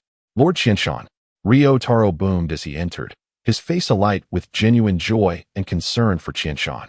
Qinshan gestured for him to sit, announcing, the optimization design for the Sky City can now officially proceed. Ryotaro's eyes widened in astonishment, as if ignited by a flame. Nearly leaping from his seat, my lord, are you referring to the energy issue? His voice quivered with excitement. Indeed, Qinshan replied, a cold smirk gracing his lips. The tailed beast will soon be ours. Ryotaro's breath quickened, his grip tightening on the armrests, knuckles whitening. He envisioned the grand blueprint unfolding before him. His voice trembling with exhilaration, the aerial mothership fleet. Dominating air superiority. Chakra railguns. My lord, this is simply. His excitement rendered him momentarily incoherent. Before he thumped his thigh decisively, this is wonderful. The entire institute will surely dedicate themselves to this. I will gather all relevant project teams immediately. Let us commence with the conceptual design and feasibility study. First, focus on designing the aerial mothership. Qinshan observed Ryotaro's fervor, a hint of amusement crossing his features, yet emphasizing a crucial point. We must balance firepower and mobility. We do not require a cumbersome fortress. We need a nimble, combat-ready aerial spear. Understood. The golden triangle of firepower, mobility, and protection. I shall prepare at once. Ryotaro rose enthusiastically, eager to return to the Research Institute. Wait, Qinshan called after him. There's another matter requiring your involvement alongside 2 others. Please summon Baiwi Nanako and Sujetsu. Ryotaro paused, realizing the importance of the additional task, and quickly tempered his excitement. Yes, my lord. Soon, Ryotaro, Baiwi Nanako, and the stoically garbed Sujetsu gathered in Qinshan's office. Nanako maintained her calm, observant demeanor. Adjusting her glasses, Sujetsu stood silently nearby, resembling a quiet plant, yet his keen eyes scrutinized Qinshan's somewhat pallid face. Without further ado, Qinshan retrieved a scroll from beneath the table, slowly unfurling it. The scroll was crafted from specialized chakra-conducting paper, devoid of text, featuring an intricately detailed 3-dimensional node diagram. The very structure of the caged bird seal he had imprinted with great mental exertion the previous day. The design exuded an extraordinary geometric beauty, with the central diamond node and 6 extending energy filaments forming a delicate yet robust octahedral prototype. However, at its edges, 2 stray seal nodes appeared somewhat dissonant with the overall design. This is the core node diagram of a seal, Qinshan stated calmly. We must devise every possible method to unravel it. Among the 4 present, including Qinshan himself, they represented the pinnacle of sealing technique expertise within the Sky Ninjas. Qinshan excelled in sealing techniques primarily due to his exceptional chakra control, combined with mathematical thinking from his previous life and elevated cultivation and insight, each aspect contributing to his prowess. As the director of the Research Institute, Ryotaro possessed profound knowledge of sealing techniques, making his understanding the most comprehensive among the 4. Baiwi Nanako, as Ryotaro's disciple, also exhibited high proficiency in sealing. Though her studies leaned more towards the integration with objects, she had spearheaded the design of the chakra weapon Reiku, which severed the 3rd Reikage arm. Sujetsu displayed a natural talent and inspiration for sealing techniques, possessing a level of understanding that surpassed the ordinary.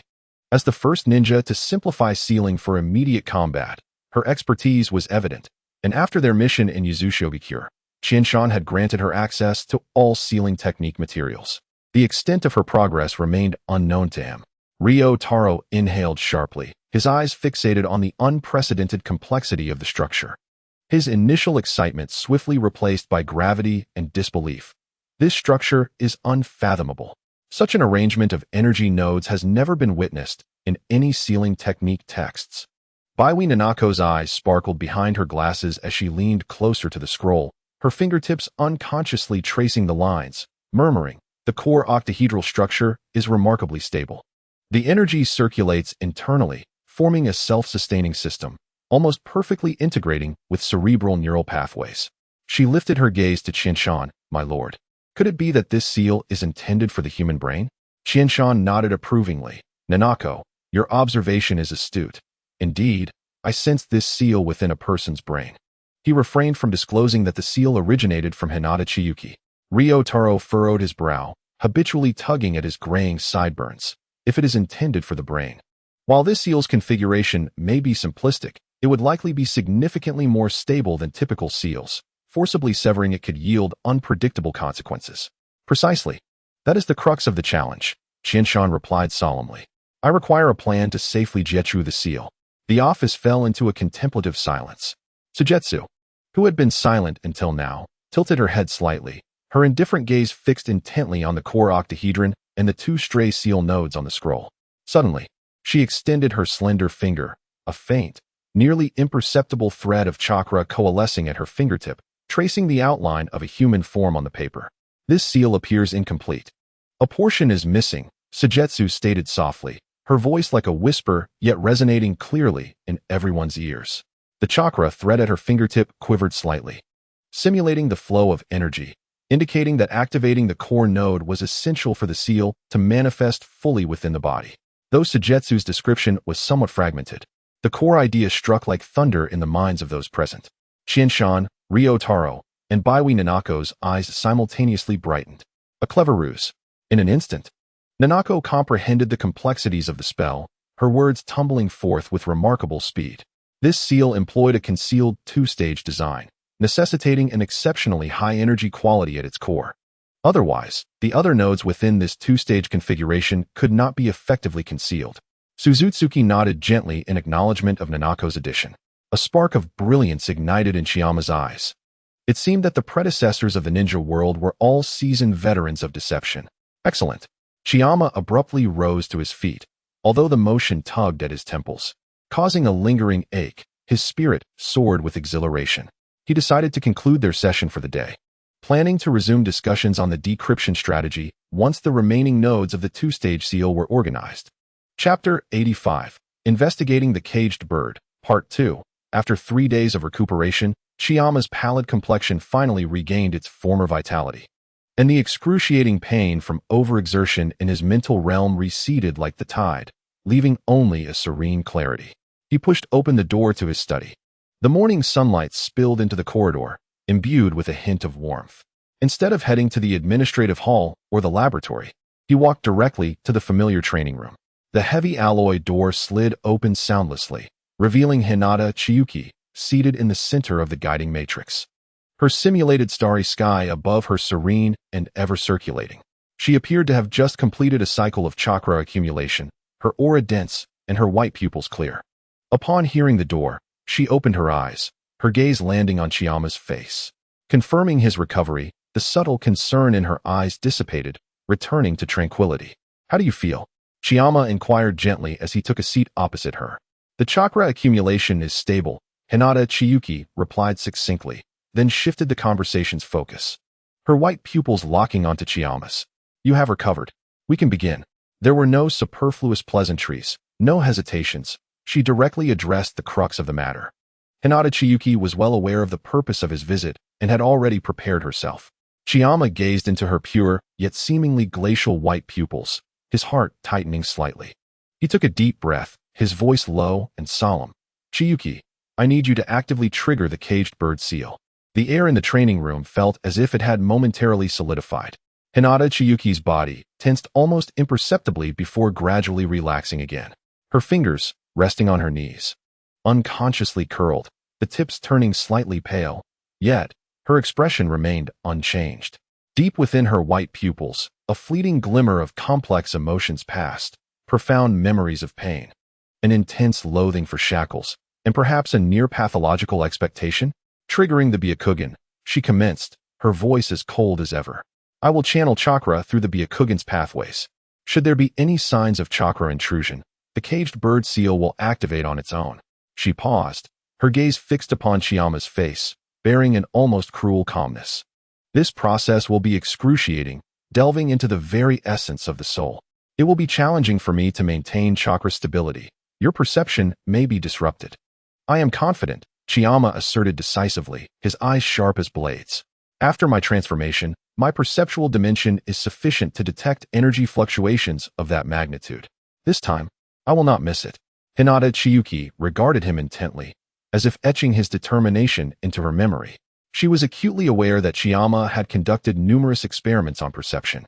He understood that in an enhanced state, chakra could potentially convey sensory experiences.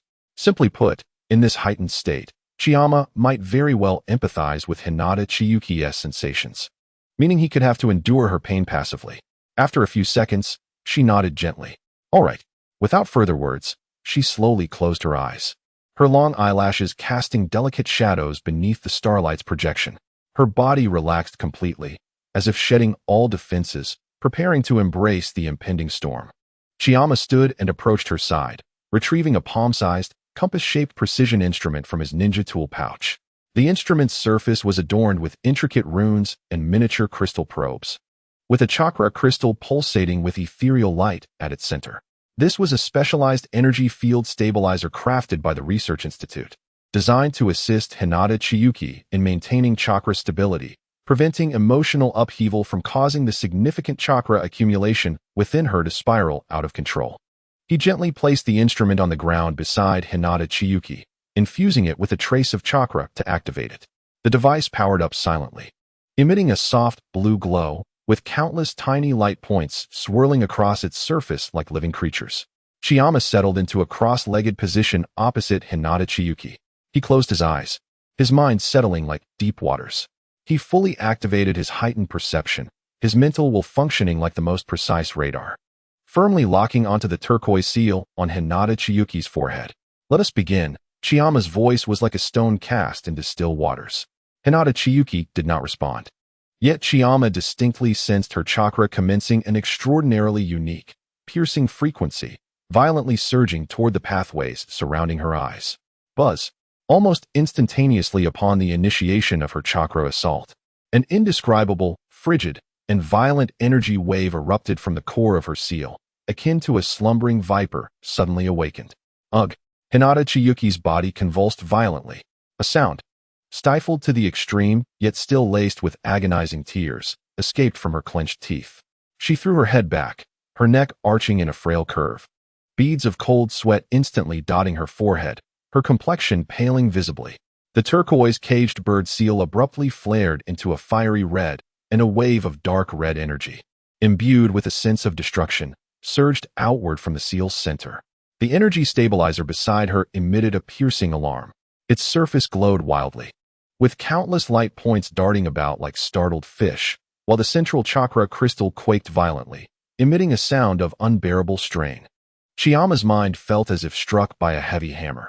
The explosive energy impact carried a malicious curse and tearing sensation from the depths of the soul, causing him to experience a wave of intense pain. However, he was prepared. His formidable willpower stood firm like a rock, maintaining clarity of mind as all his perceptive abilities surged to unprecedented heights. Now, Chiyama roared internally, his mental vision piercing through the chaotic, punishing energy waves, locking onto the core of the seal. In his sight, the diamond-shaped core resembled a furnace ignited, beginning to siphon Hinata Chiyuki's vitality and chakra. As this energy was infused, the core jolted violently. Buzz, a sound, existing solely at the level of the soul, reverberated deeper and more profoundly. The core diamond suddenly split apart, like a flower blooming. It extended two new, thicker, more solid energy veins, exuding a chilling dark luminescence. These two veins, like venomous vines imbued with life, swiftly pierced through the previously stable octahedral structure. They did not connect to the brain, but raced down the spine, one precisely piercing the heart's core, the other plunging harshly into the Dantian's energy sea, the heart and the Dantian, the absolute core of human life and chakra. The moment these two nodes were penetrated, Hinata Chiyuki's body felt as if gripped by an invisible giant hand. She arched her back violently, resembling a boiled shrimp, her throat emitting hoarse, discordant gasps. Her body convulsing violently, sweat instantly soaking her pristine training attire, making her appear as if pulled from water. Her white pupils rolled intensely, the irises sometimes dilating, sometimes constricting, as if enduring unimaginable torment. That pain, penetrating to the marrow and tearing at the soul, was enough to shatter even the strongest ninja. However, amidst this excruciating agony, Qianshan observed that Hinata Chiyuki, with her lips tightly clenched, slowly revealed a twisted, nearly macabre smile. It seemed her consciousness had not entirely succumbed to the pain. Rather, it bore a semblance of lucidity, akin to a masochistic enjoyment. Hinata Chiyuki savored this torment, relishing the bitter fruit that had imprisoned the Hinata branch family for a millennium, akin to a maggot gnawing at a bone. It was as if only this extreme suffering could allow her to genuinely perceive the shackle's existence and the deep-seated hatred that permeated her being. This hatred was both the source of her strength and the impetus for her survival. Qianshan felt as though his heart was being wrenched, an indescribable pang of sorrow and fury surging within him. Yet he understood that he must not lose focus at this moment. Capturing the complete structure of the cursed seal was the hope for her liberation. He forcibly suppressed the tumultuous emotions, his mental resolve as resilient as the strongest spider silk, tightly binding the two recently manifested, dark veins that ravaged like venomous serpents and their critical nodes that pierced the heart and dantian. Every detail, the shape of each connection point, the trajectory of energy flow, and the manner in which it interlocked with the essence of life, was meticulously etched into the depths of his soul with astonishing willpower. Akin to the most delicate engraving, time appeared to stretch, each second feeling like a century. Hinata Chiyuki's body trembled violently in agony, sweat dripping onto the conduction mat, spreading dark stains. Yet the twisted smile at the corner of her mouth became increasingly pronounced, her white pupils ablaze with a flame that bordered on annihilation. Finally, the energy triggered passively by the caged bird seemed to reach a peak and began to wane. The brilliance of the cursed seal dimmed, the two grotesque dark nodes receding like the tide, vanishing into the void as if they had never existed. Hinata Chiyuki's taut body suddenly relaxed as if all her bones had been extracted, collapsing weakly onto the conduction mat, gasping for breath, her chest heaving violently. Sweat-soaked hair clinging to her pallid cheeks, her entire being appearing utterly spent. Only her bloodshot white pupils remained wide open, still reflecting pain, exhaustion, and a nearly frenzied sense of release. Qianshan also slowly opened his eyes, his complexion somewhat pale, utterly drained, yet within his profound gaze burned an unprecedented brilliance. Akin to the stars, he had succeeded. The complete structure of the caged bird's cursed seal, the core octahedron, along with the two deeply hidden, fatal chains connecting the heart and dantian, were now imprinted onto his soul as the clearest star map. He leaned down, cautiously avoiding her damp body, and picked up the energy stabilizer beside him. The surface of the device still radiated high temperatures, with a fine crack appearing in the central crystal, a testament to the energy shock it had just endured. Chiyuki. Qianshan's voice carried a hint of hoarseness and an uncontrollable heartache as he reached out to brush aside the damp strands of hair on her cheek. However, Hinata Chiyuki suddenly raised her hand, her cold, clammy fingers gripping his wrist. Though her strength was not great, it bore an undeniable resolve. She struggled to lift her head, her white pupils fixed upon him, burning with a nearly obsessive flame, her voice trembling with weakness yet crystal clear. "Did you get it?" "I got it." Qianshan nodded emphatically, gripping her icy hand tightly. "It's complete." Upon hearing this, Hinata Chiyuki's body quivered imperceptibly. Then, that twisted smile blossomed again at the corners of her pale lips, clearer and more frenzied than before. "Very good," she whispered, as if savoring a sweet poison, her white pupils seemingly frozen with a millennium of hatred and madness about to break free. Slowly, she closed her eyes, allowing her body to completely relax on the cold conduction mat. Yet the smile at the corner of her mouth lingered, as if branded upon an altar woven from pain and hope. Qianshan gazed at her exhausted, yet somewhat sickly satisfied profile, holding her cold hand, feeling the subtle tremors at her fingertips, administering a calming and restorative potion to Chiyuki, his heart filled with mixed emotions. The puzzle was finally complete. The next step would be to find the key to unlocking the shackles, a process requiring meticulous refinement to shape it into what he desired. Chapter 86. The plan unveiled. The scroll inscribed with the complete structure of the caged bird's cursed seal gradually unfurled across the vast tactical table, the eerie blue runes illuminating the faces of the four-seated Qianshan, Ryotaro, Nanako, and Sujetsu. The atmosphere was heavy, imbued with the focus of researchers and a barely perceptible thrill. The core octahedral structure served as the backbone, stable and efficient, connecting 6 critical nodes within the cerebral domain, maintaining the fundamental control loop and positioning. Qianshan's fingertips traced the perfectly symmetrical diamond core and the 6 strands of energy on the scroll. The crux lay in the 2 nodes he pointed to, the dark veins extending from the cursed seal in a triggered state, connecting the heart and Dantian. These were the locks, the true fatal shackles. They remained hidden, only manifesting when the cursed seal was activated or when the caster's will descended, siphoning life and chakra core power, executing destruction or punishment. Ryotaro stroked his beard, his brow furrowed. The energy essence is too high, far exceeding conventional chakra techniques. Chakra seems loose in comparison. Forcibly severing or interfering not only requires an extraordinarily high energy level, but also poses the risk of irreversible damage to the host's brain, heart, and Dantian. The 2-stage design necessitated a high energy level to maintain the cursed seal's effect, presenting both a challenge and an opportunity. The caged bird's 2-stage curse effectively concealed the complete form of the seal, yet this very structure also allowed for the possibility of an internal breach, compromising the otherwise efficient stability of the core nodes. Nanako adjusted her glasses, the lenses reflecting a ghostly light.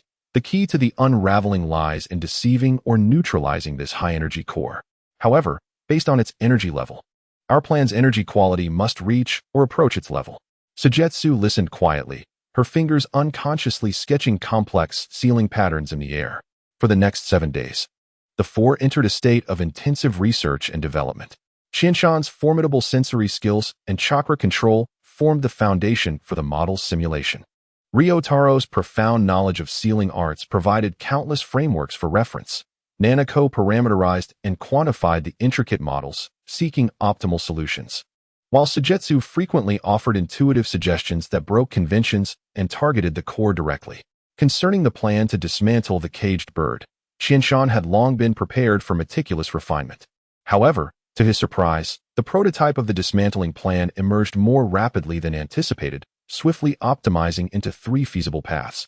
On the 7th night, as the final set of data stabilized on Nanako's calculation board, everyone realized that the key to breaking the cage had been grasped firmly in their hands. Ryotaro stood up, pointing at the core diamond node on the scroll, his voice clear and powerful. We now have 3 plans to unravel the cursed seal. Plan 1. High-dimensional energy coverage reconstruction. Highest requirement. Energy quality must surpass the core energy of the caged bird. 1. Absolute energy suppression. The caster must invoke an energy of a higher essence than the cursed seal's core node energy level, for instance, a more refined and powerful Senjutsu chakra, or a potential source of natural energy that may be obtained in the future. This energy must exceed the energy level of the cursed seal's core. 2. Node energy coverage. At the core node's location, this overwhelming high-dimensional energy must form a small, yet absolutely controlled energy field or sealing core, forcibly covering and enveloping the original cursed seal's core node. Energy assimilation and reconstruction. Under absolute suppression, high-dimensional energy forcibly infiltrates the core node structure, directly assimilating, decomposing, and absorbing the energy of the cursed seal core, ultimately achieving the effect of breaking the seal. The challenge lies in the requirement for energy levels to exceed that of the cursed seal core, with no excessive demands on control. Plan 2. Energy neutralization, moderate requirements. The energy quality must match that of the caged bird's core energy. 1. Energy simulation. The practitioner must simulate energy that resonates with the cursed seal core node, necessitating the ability to decipher its unique energy fingerprint, fluctuation characteristics, density distribution, etc. 2. Precision positioning and injection. The simulated energy is to be precisely injected into the core node control center using specialized guiding techniques, thereby granting the practitioner control privileges to directly dissolve the entire seal. The challenge here is the extremely high precision required for energy simulation. Failure could lead to the seal spiraling out of control, resulting in the immediate death of the target. Plan 3. Resonant penetration and stripping. Minimum requirement. Energy quality must exceed 80% of the caged bird's core energy. This plan centers on resonance and penetration rather than brute force. Although the core octahedral structure is stable, its energy exhibits extremely subtle periodic fluctuations akin to breathing while maintaining the concealed 2-stage link. This fluctuation arises from the interaction between its high energy level and the relatively low energy environment of the host body. 1. Precision energy probe. The practitioner must condense high energy levels into an exceptionally fine, stable, and controllable energy probe. The probe's energy level must exceed 80% of the core energy to penetrate its outer barriers without being instantly annihilated. 2. Synchronized fluctuation frequency. The probe needs to accurately capture and synchronize with the natural fluctuation frequency of the core node, similar to the resonance of a tuning fork. This requires the practitioner to possess extraordinary perception and control. 3. Penetration and guidance. In a state of perfect resonance, the probe energy will be temporarily mistaken by the core node as part of its own fluctuations. At this moment, the energy will be guided to slowly penetrate along the connection paths between the core node and 6 fundamental energy filaments, injecting specific preset disruptive runes into its internal energy cycle. 4. Internal disintegration. These preset disruptions will not immediately destroy the structure, but will act as minute catalysts or directional corrosives, prioritizing their effect on the core node structure the next time it calls upon energy to maintain the two-stage structure. The goal is to induce slight but persistent energy leaks in the core node structure without triggering the two-stage link, ultimately rendering it entirely ineffective over time, potentially requiring multiple guidance attempts. The challenge lies in the extreme precision required for energy control, necessitating multiple guidance attempts. However, this plan is the safest, posing the least risk of inadvertently harming the sealed individual. Even if errors occur during the unsealing process, they would only trigger the seal at a low level, posing no threat to life. Furthermore, if the practitioner's energy level approaches or exceeds that of the cursed seal core, the outcome would be even more favorable with reduced danger. With the plan articulated, silence fell over the room, the 3 distinct approaches corresponding to 3 entirely different strategies. Qianshan slowly rolled up the scroll, his gaze sweeping across the 3 individuals before finally resting in the void, as if penetrating through the walls to glimpse the figure accumulating power, awaiting to break free from its cage. 7 days of effort far surpassed my expectations. All 3 paths are viable. His voice resonated with depth and strength, expressing gratitude for their hard work. The key to unlocking the caged bird has been designed. The next step is to find a way to create it. Chapter 87. Key elements. The cool blue light of the laboratory dome cast hard shadows over Qianshan's weary face. His fingertips traced the suspended model of the caged bird's cursed seal, constructed from chakra, its intricate and malevolent sealing structure resembling a cold eye, silently watching him. The 3 theoretical unsealing plans flickered, collided, and extinguished within the data stream. If the cursed bird seal is envisioned as a door, the first plan is to break it down with brute force, directly smashing the door. Qianshan murmured to himself. The second plan involves crafting a key to unlock it. However, this lock possesses a self-detection mechanism, requiring the key to be an exact replica. Any minor deviation would result in the lock sealing shut entirely. The third plan involves artificially accelerating the oxidation of the lock core, allowing it to naturally decay, thereby opening the door. His voice echoed in the vast laboratory, clear and distinct as he dismissed the models of the first 2 plans, leaving only the final one represented by a crimson mark symbolizing energy resonance penetration. This is Qianshan's sole choice. The first 2 plans demand an almost rigorous study of the cursed seal core structure, requiring specific chakra fluctuation parameters and high-quality energy, posing too much risk. Any minor error in the unsealing process could lead to the immediate demise of Hinata Chiyuki, a consequence Qianshan cannot accept. Thus, despite having 3 plans, only the third remains a viable option. Qianshan opened his palm, a thread of almost tangible, subtly lustrous sage chakra slowly rising, its power far exceeding that of ordinary chakra, reaching an astonishing quality. However, when the energy fluctuation data of this sage chakra was projected beside the model, the value representing Qianshan's current sage chakra quality still fell glaringly short of the model's minimum safe threshold by 30%. Qianshan let out a long sigh, fatigue deepening. This gap is a chasm. He is confident in his chakra quality. Amongst all living beings in the ninja world, only 2 individuals might surpass him. 1. The elusive Uchiha Madara, and the other, residing in Konoha, the wife of the god of ninjas, the first Jinchuriki of the 9 tails, Uzumaki Mido. Even if their chakra quality is higher, it is only marginally so. Yet, He wonders if Uzumaki Mido is still alive. The original narrative never clearly states when she dies. However, it is certain that she perished before the Third Great Ninja War. Otherwise, during the war when Tsunegakure advanced to Konoha's Kikyo Mountain, she would have intervened if alive. He closed the model, and the laboratory fell into a brief silence, the low hum of large machinery maintaining the only sound. Outside, the dim lights of the empty ninja base flickered in the night, representing the foundation they have painstakingly built over the years. Deep within the base, in the quiet chamber where Hinata Chiyuki resided, a faint yet stable chakra fluctuation persisted, indicating her relentless training, accumulating power in preparation for the imminent threshold of chakra transformation. Currently, Qinshan's daily training involves meditative practices, absorbing natural energy, and gradually refining his body and spirit through this energy, elevating the quality of his sage abilities. This path is safe and reliable, but exceedingly slow. After an initial transformation, his daily progress has become akin to a snail's pace. Qinshan approached the window, gazing at the occasional flashes of ninjutsu in the distant training grounds. At this rate, to reach the energy level sufficient to safely unseal the caged bird seal may take until that yellow-haired boy from Konoha matures and the turmoil of the Nine Tails subsides. 20 years? Perhaps even longer?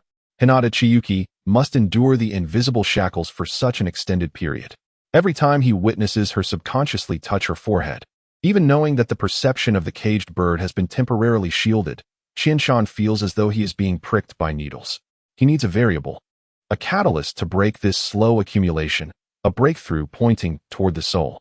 Chakra is a fusion of spiritual and physical energy, while sage techniques further incorporate natural energy.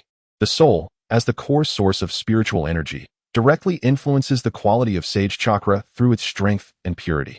Qinshan's eyes sparkled with determination. Should he effectively enhance the strength of the soul, it could greatly pivot the foundation of sage chakra, achieving a qualitative leap. However, the realm of the soul remains an absolute taboo and wasteland within the ninja world. Relevant research materials, akin to dust cast into darkness, have nearly vanished. Qinshan has scoured the legacies of the Empty Tolerance and Vortex clans, obtaining merely superficial sealing techniques concerning soul stability and mental protection. Lacking insight into how to actively enhance the soul, he currently harbors but a singular conjecture, that accelerating the integration of heaven and man may elevate the soul. Upon achieving a profound connection with the realm of celestial resonance, Qinshan has distinctly sensed a significant growth in his spiritual essence.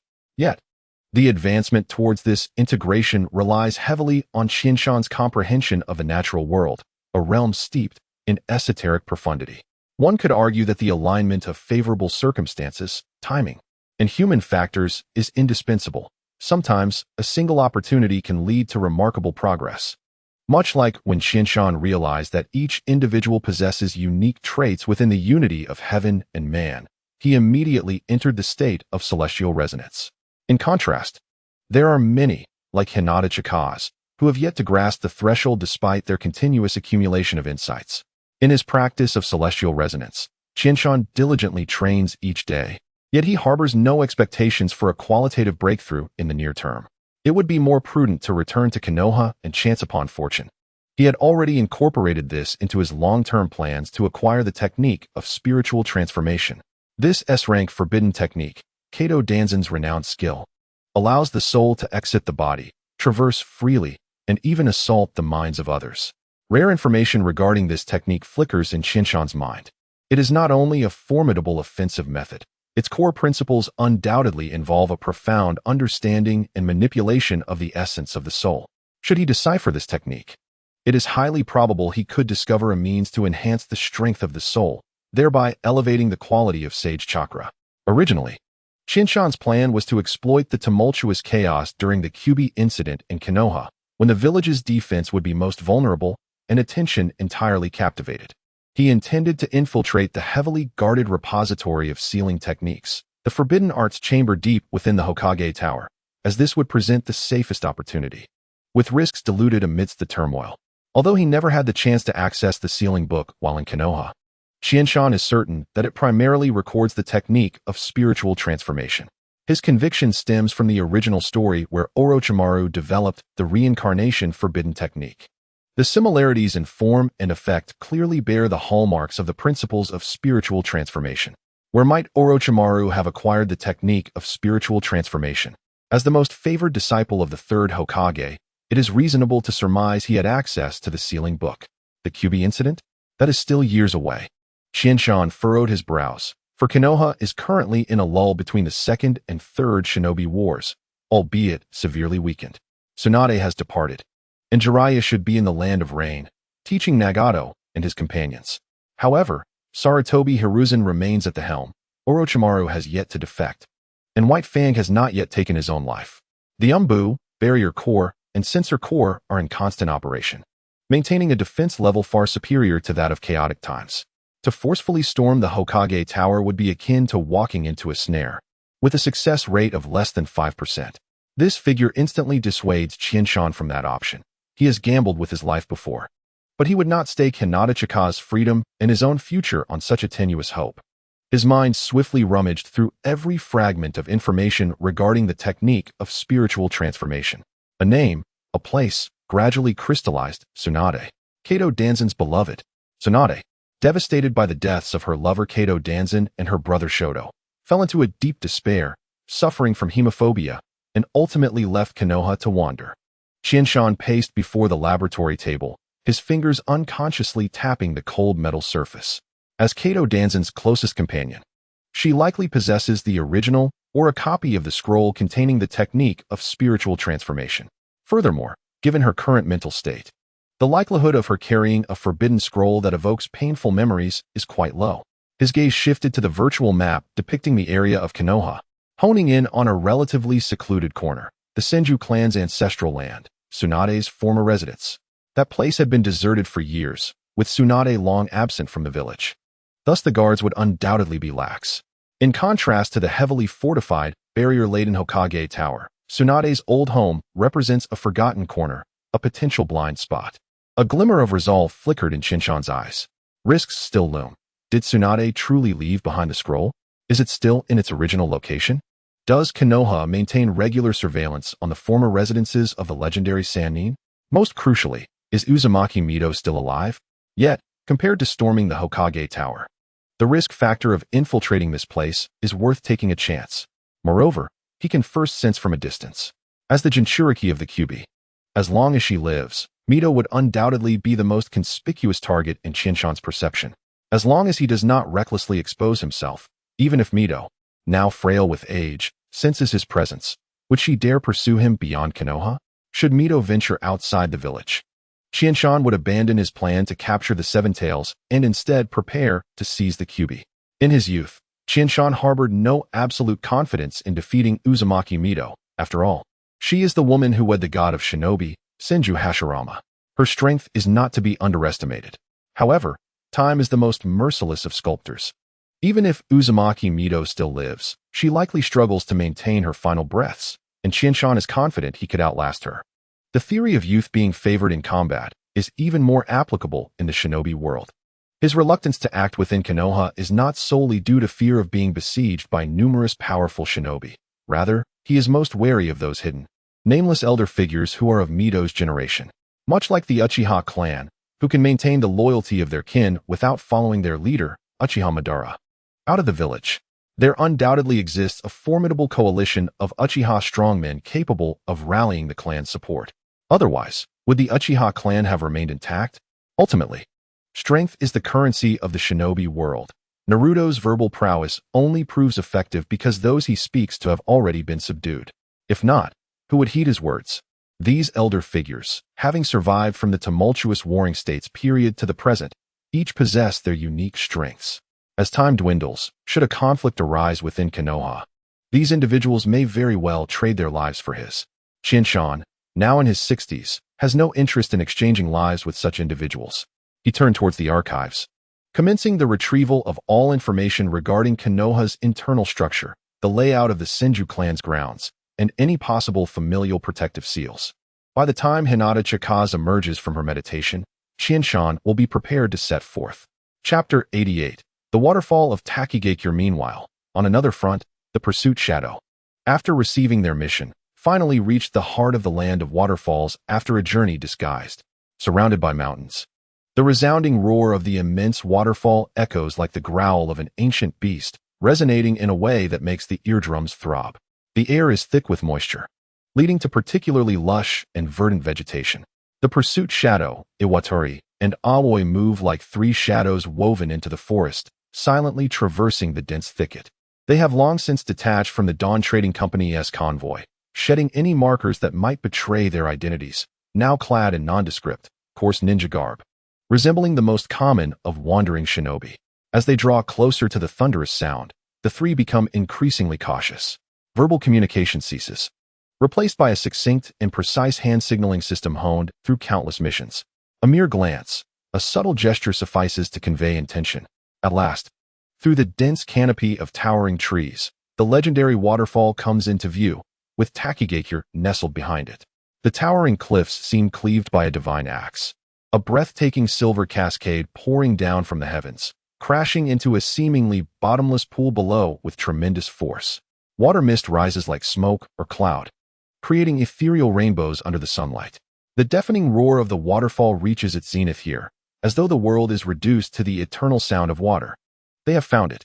The pursuit shadow signaled with his hands, directing attention to the edge of the turbulent pool beneath the waterfall. His perceptive abilities, like invisible tendrils, have already penetrated the obscuring veil of water and mist. Behind the cascading waterfall lies an exceedingly concealed entrance, nestled against the slick, damp cliff. This entrance does not lead directly into the heart of the waterfall. Rather, it forms a narrow, winding passage between the curtain of water and the solid rock face. The tumultuous flow of water at the entrance casts an obscured light, making it nearly impossible to detect this natural disguise without keen perception. However, the perceptive instincts of the shadow chaser clearly indicated that this narrow passage was not unguarded. Behind the entrance, on a relatively dry rock platform conducive to standing, two steady currents of chakra fluctuated quietly, akin to coiled serpents. Two guards stood vigilant. The passage's constricted nature made it easy to defend, but challenging to attack. The shadow chaser's hand signals were quick and precise as he relayed the sensed information to Iwatari and Aulon. The chakra intensity indicated a level above that of a chunin, and given the terrain, a direct assault or infiltration would likely reveal their presence. Iwatari furrowed his brow, his earnest face reflecting the gravity of the situation, and gestured that a brazen intrusion would create too much noise, causing the Takigakure to respond swiftly. A glint of sharpness flickered in Aulon's eyes as he meticulously observed the patterns of the waterfall's flow and the extent of the mist, examining the structure of the cliff. He then suggested through hand gestures that they wait and observe the guard rotation, or perhaps create natural cover. The shadow chaser nodded in agreement. As this was indeed his thought, the trio quickly withdrew to a point sufficiently distant from the waterfall's entrance, yet still within their perceptive range, finding an excellent hiding spot amidst dense foliage. Without uttering a word, the shadow chaser silently retrieved a flat metallic box from his backpack. The box, matte in finish, was adorned with tiny chakra crystals embedded along its edges.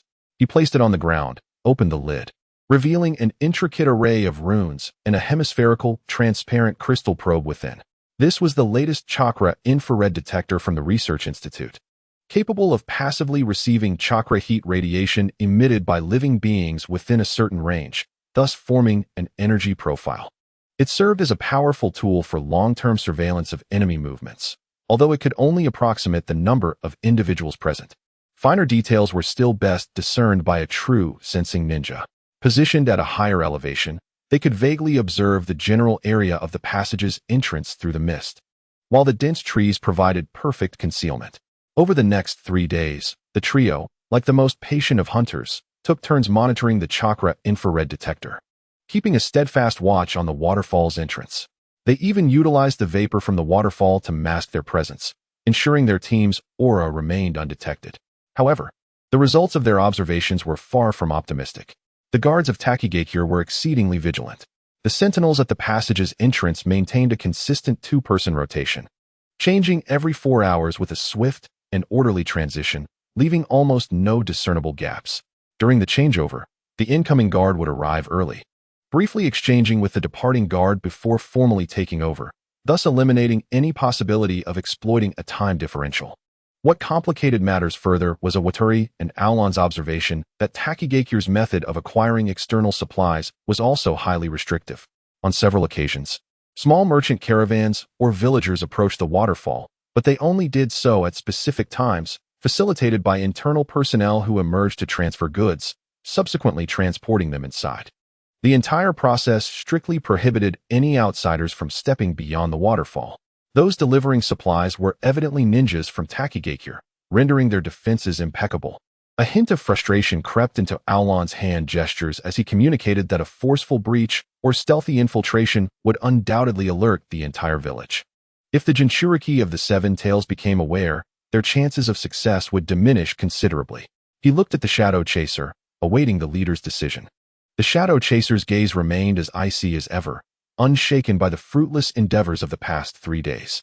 He cast his eyes once more upon the relentless waterfall and the slippery, steep cliff beside it, adorned with moss and vines. If the front was not an option, then they would ascend from above. The Shadow Chaser's hand signals were clear and resolute, indicating the mist-shrouded source at the waterfall's summit. Iwatari and Aulon exchanged apprehensive glances as they followed his indication. The summit of the waterfall? That meant they would need to climb the nearly vertical, towering cliffs, perpetually slick from years of moisture. Setting aside the enormous risks and exertion of the climb itself, would there not be guards or barriers at the source? The risk was too high. Iwatari gestured with concern, his face a canvas of worry. The expansive view at the top would render them sitting ducks if guards or barriers were present. Cautiously, he retrieved his signature massive chakra-infused shovel from behind. The shovel, a deep dark iron hue, had its handle wrapped in specially crafted anti-slip fabric, with the edges of the blade etched with minute reinforcement and silencing runes. Iwatari tenderly caressed the blade as if it were the skin of a beloved. He first indicated his shovel, then made a digging motion with both hands, followed by drawing a large circle in the air, finally giving a thumbs up. My shovel. Dig. Bypass the passage. Listen. His eyes sparkled with enthusiasm, and he spoke rapidly, gesturing fervently, anxious that the others might not grasp his idea. Unable to contain himself, he gently tapped the blade, producing a dull thud before nervously covering his mouth. Glancing toward the waterfall. Chapter 89. The underground war of the ninja world. Aulon was initially taken aback, but his eyes soon brightened, only to be overshadowed by a flicker of doubt. He pointed to his ear, then gestured towards the thick rock, making a confused shrug. Listen? Is it feasible? The rock is too thick, and the water's roar is too loud. Iwatari nodded vigorously, his chest thumping softly. From his ninja tool pouch, he produced a palm-sized, flat, starfish-shaped dark gray metallic disc, its surface adorned with intricate suction cup-like structures and tiny crystal sensors. He proudly displayed the disc to the others, mimicking the action of affixing it to the rock wall while pointing to his ear. Research Institute. Sonar disc. Strong penetration. Anti-interference. Can capture specific frequencies. He carefully placed the disc on the ground and retrieved a complex single-ear listening device resembling a stethoscope, indicating it could be connected to the sonar disc. The Shadow Chaser's sharp gaze swept over the unassuming sonar disc in Iwatari's hand, then settled on his expectant and confident expression. He closed his eyes, once more pushing his sensing abilities to their zenith, this time not probing the entrance, but deeply sensing the geological structure of the mountainside behind the waterfall, its thickness, orientation, and the underground water flow. Moments later, he opened his eyes, the blue light in his pupils receding. He first looked at Iwatari, giving an okay signal, then pointed to a location away from the waterfall's entrance, near the foot of the mountain, where the vegetation was unusually dense, the cliff relatively dry, and the geological structure appeared more stable. Feasible. Safer over there. Depth needs to bypass the waterfall's base. Angle must parallel the village's foundation. He illustrated the required excavation route and depth with his hands.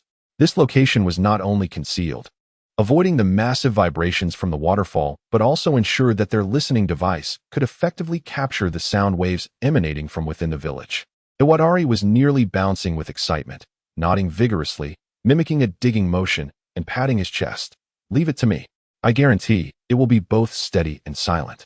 Aulon also smiled, dramatically wiping non-existent sweat from his forehead, then giving Iwatari a thumbs up and performing a comical gesture that suggested, the stage is yours. Finally, they would not be left merely staring in silence. With the plan set, The shadow chaser would maintain vigilance over the periphery and sense the excavation direction, ensuring the tunnel avoided potential sensing barriers or underground currents. Aulon would be responsible for ventilating the tunnel, carefully exchanging air with the surface using wind release. Iwatari would commence his performance.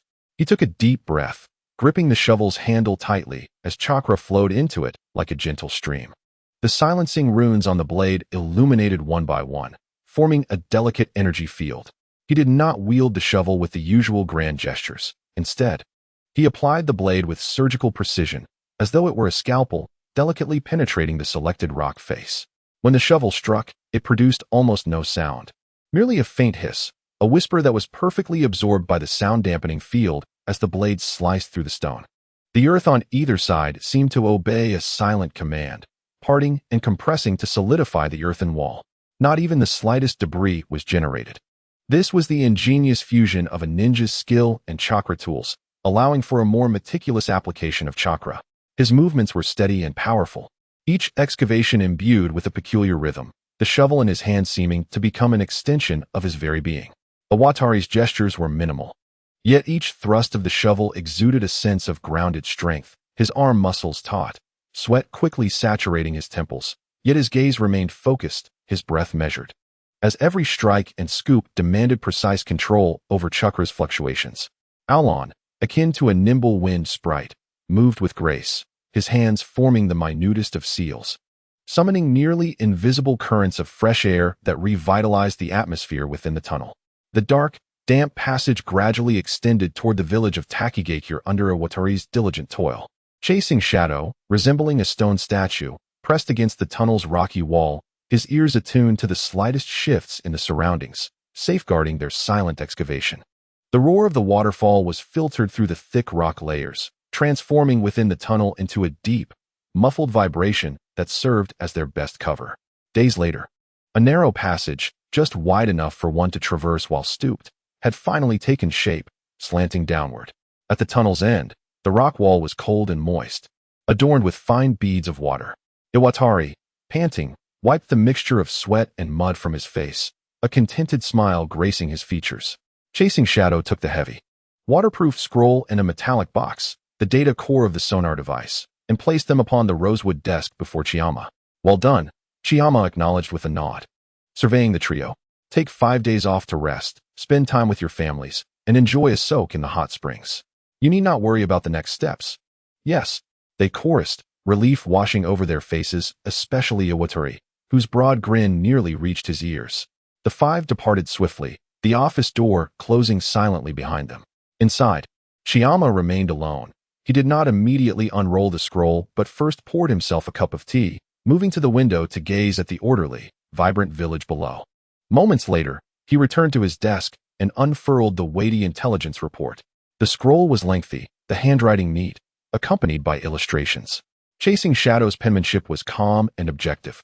Iwatari contributed geological insights and potential passage suggestions, while Aulon meticulously recorded the precise timing of the guard rotations and environmental details at Takigakure. Chiyama examined the document with great care. To his astonishment, the initial pages prompted him to furrow his brow. Although Takigakure possessed one of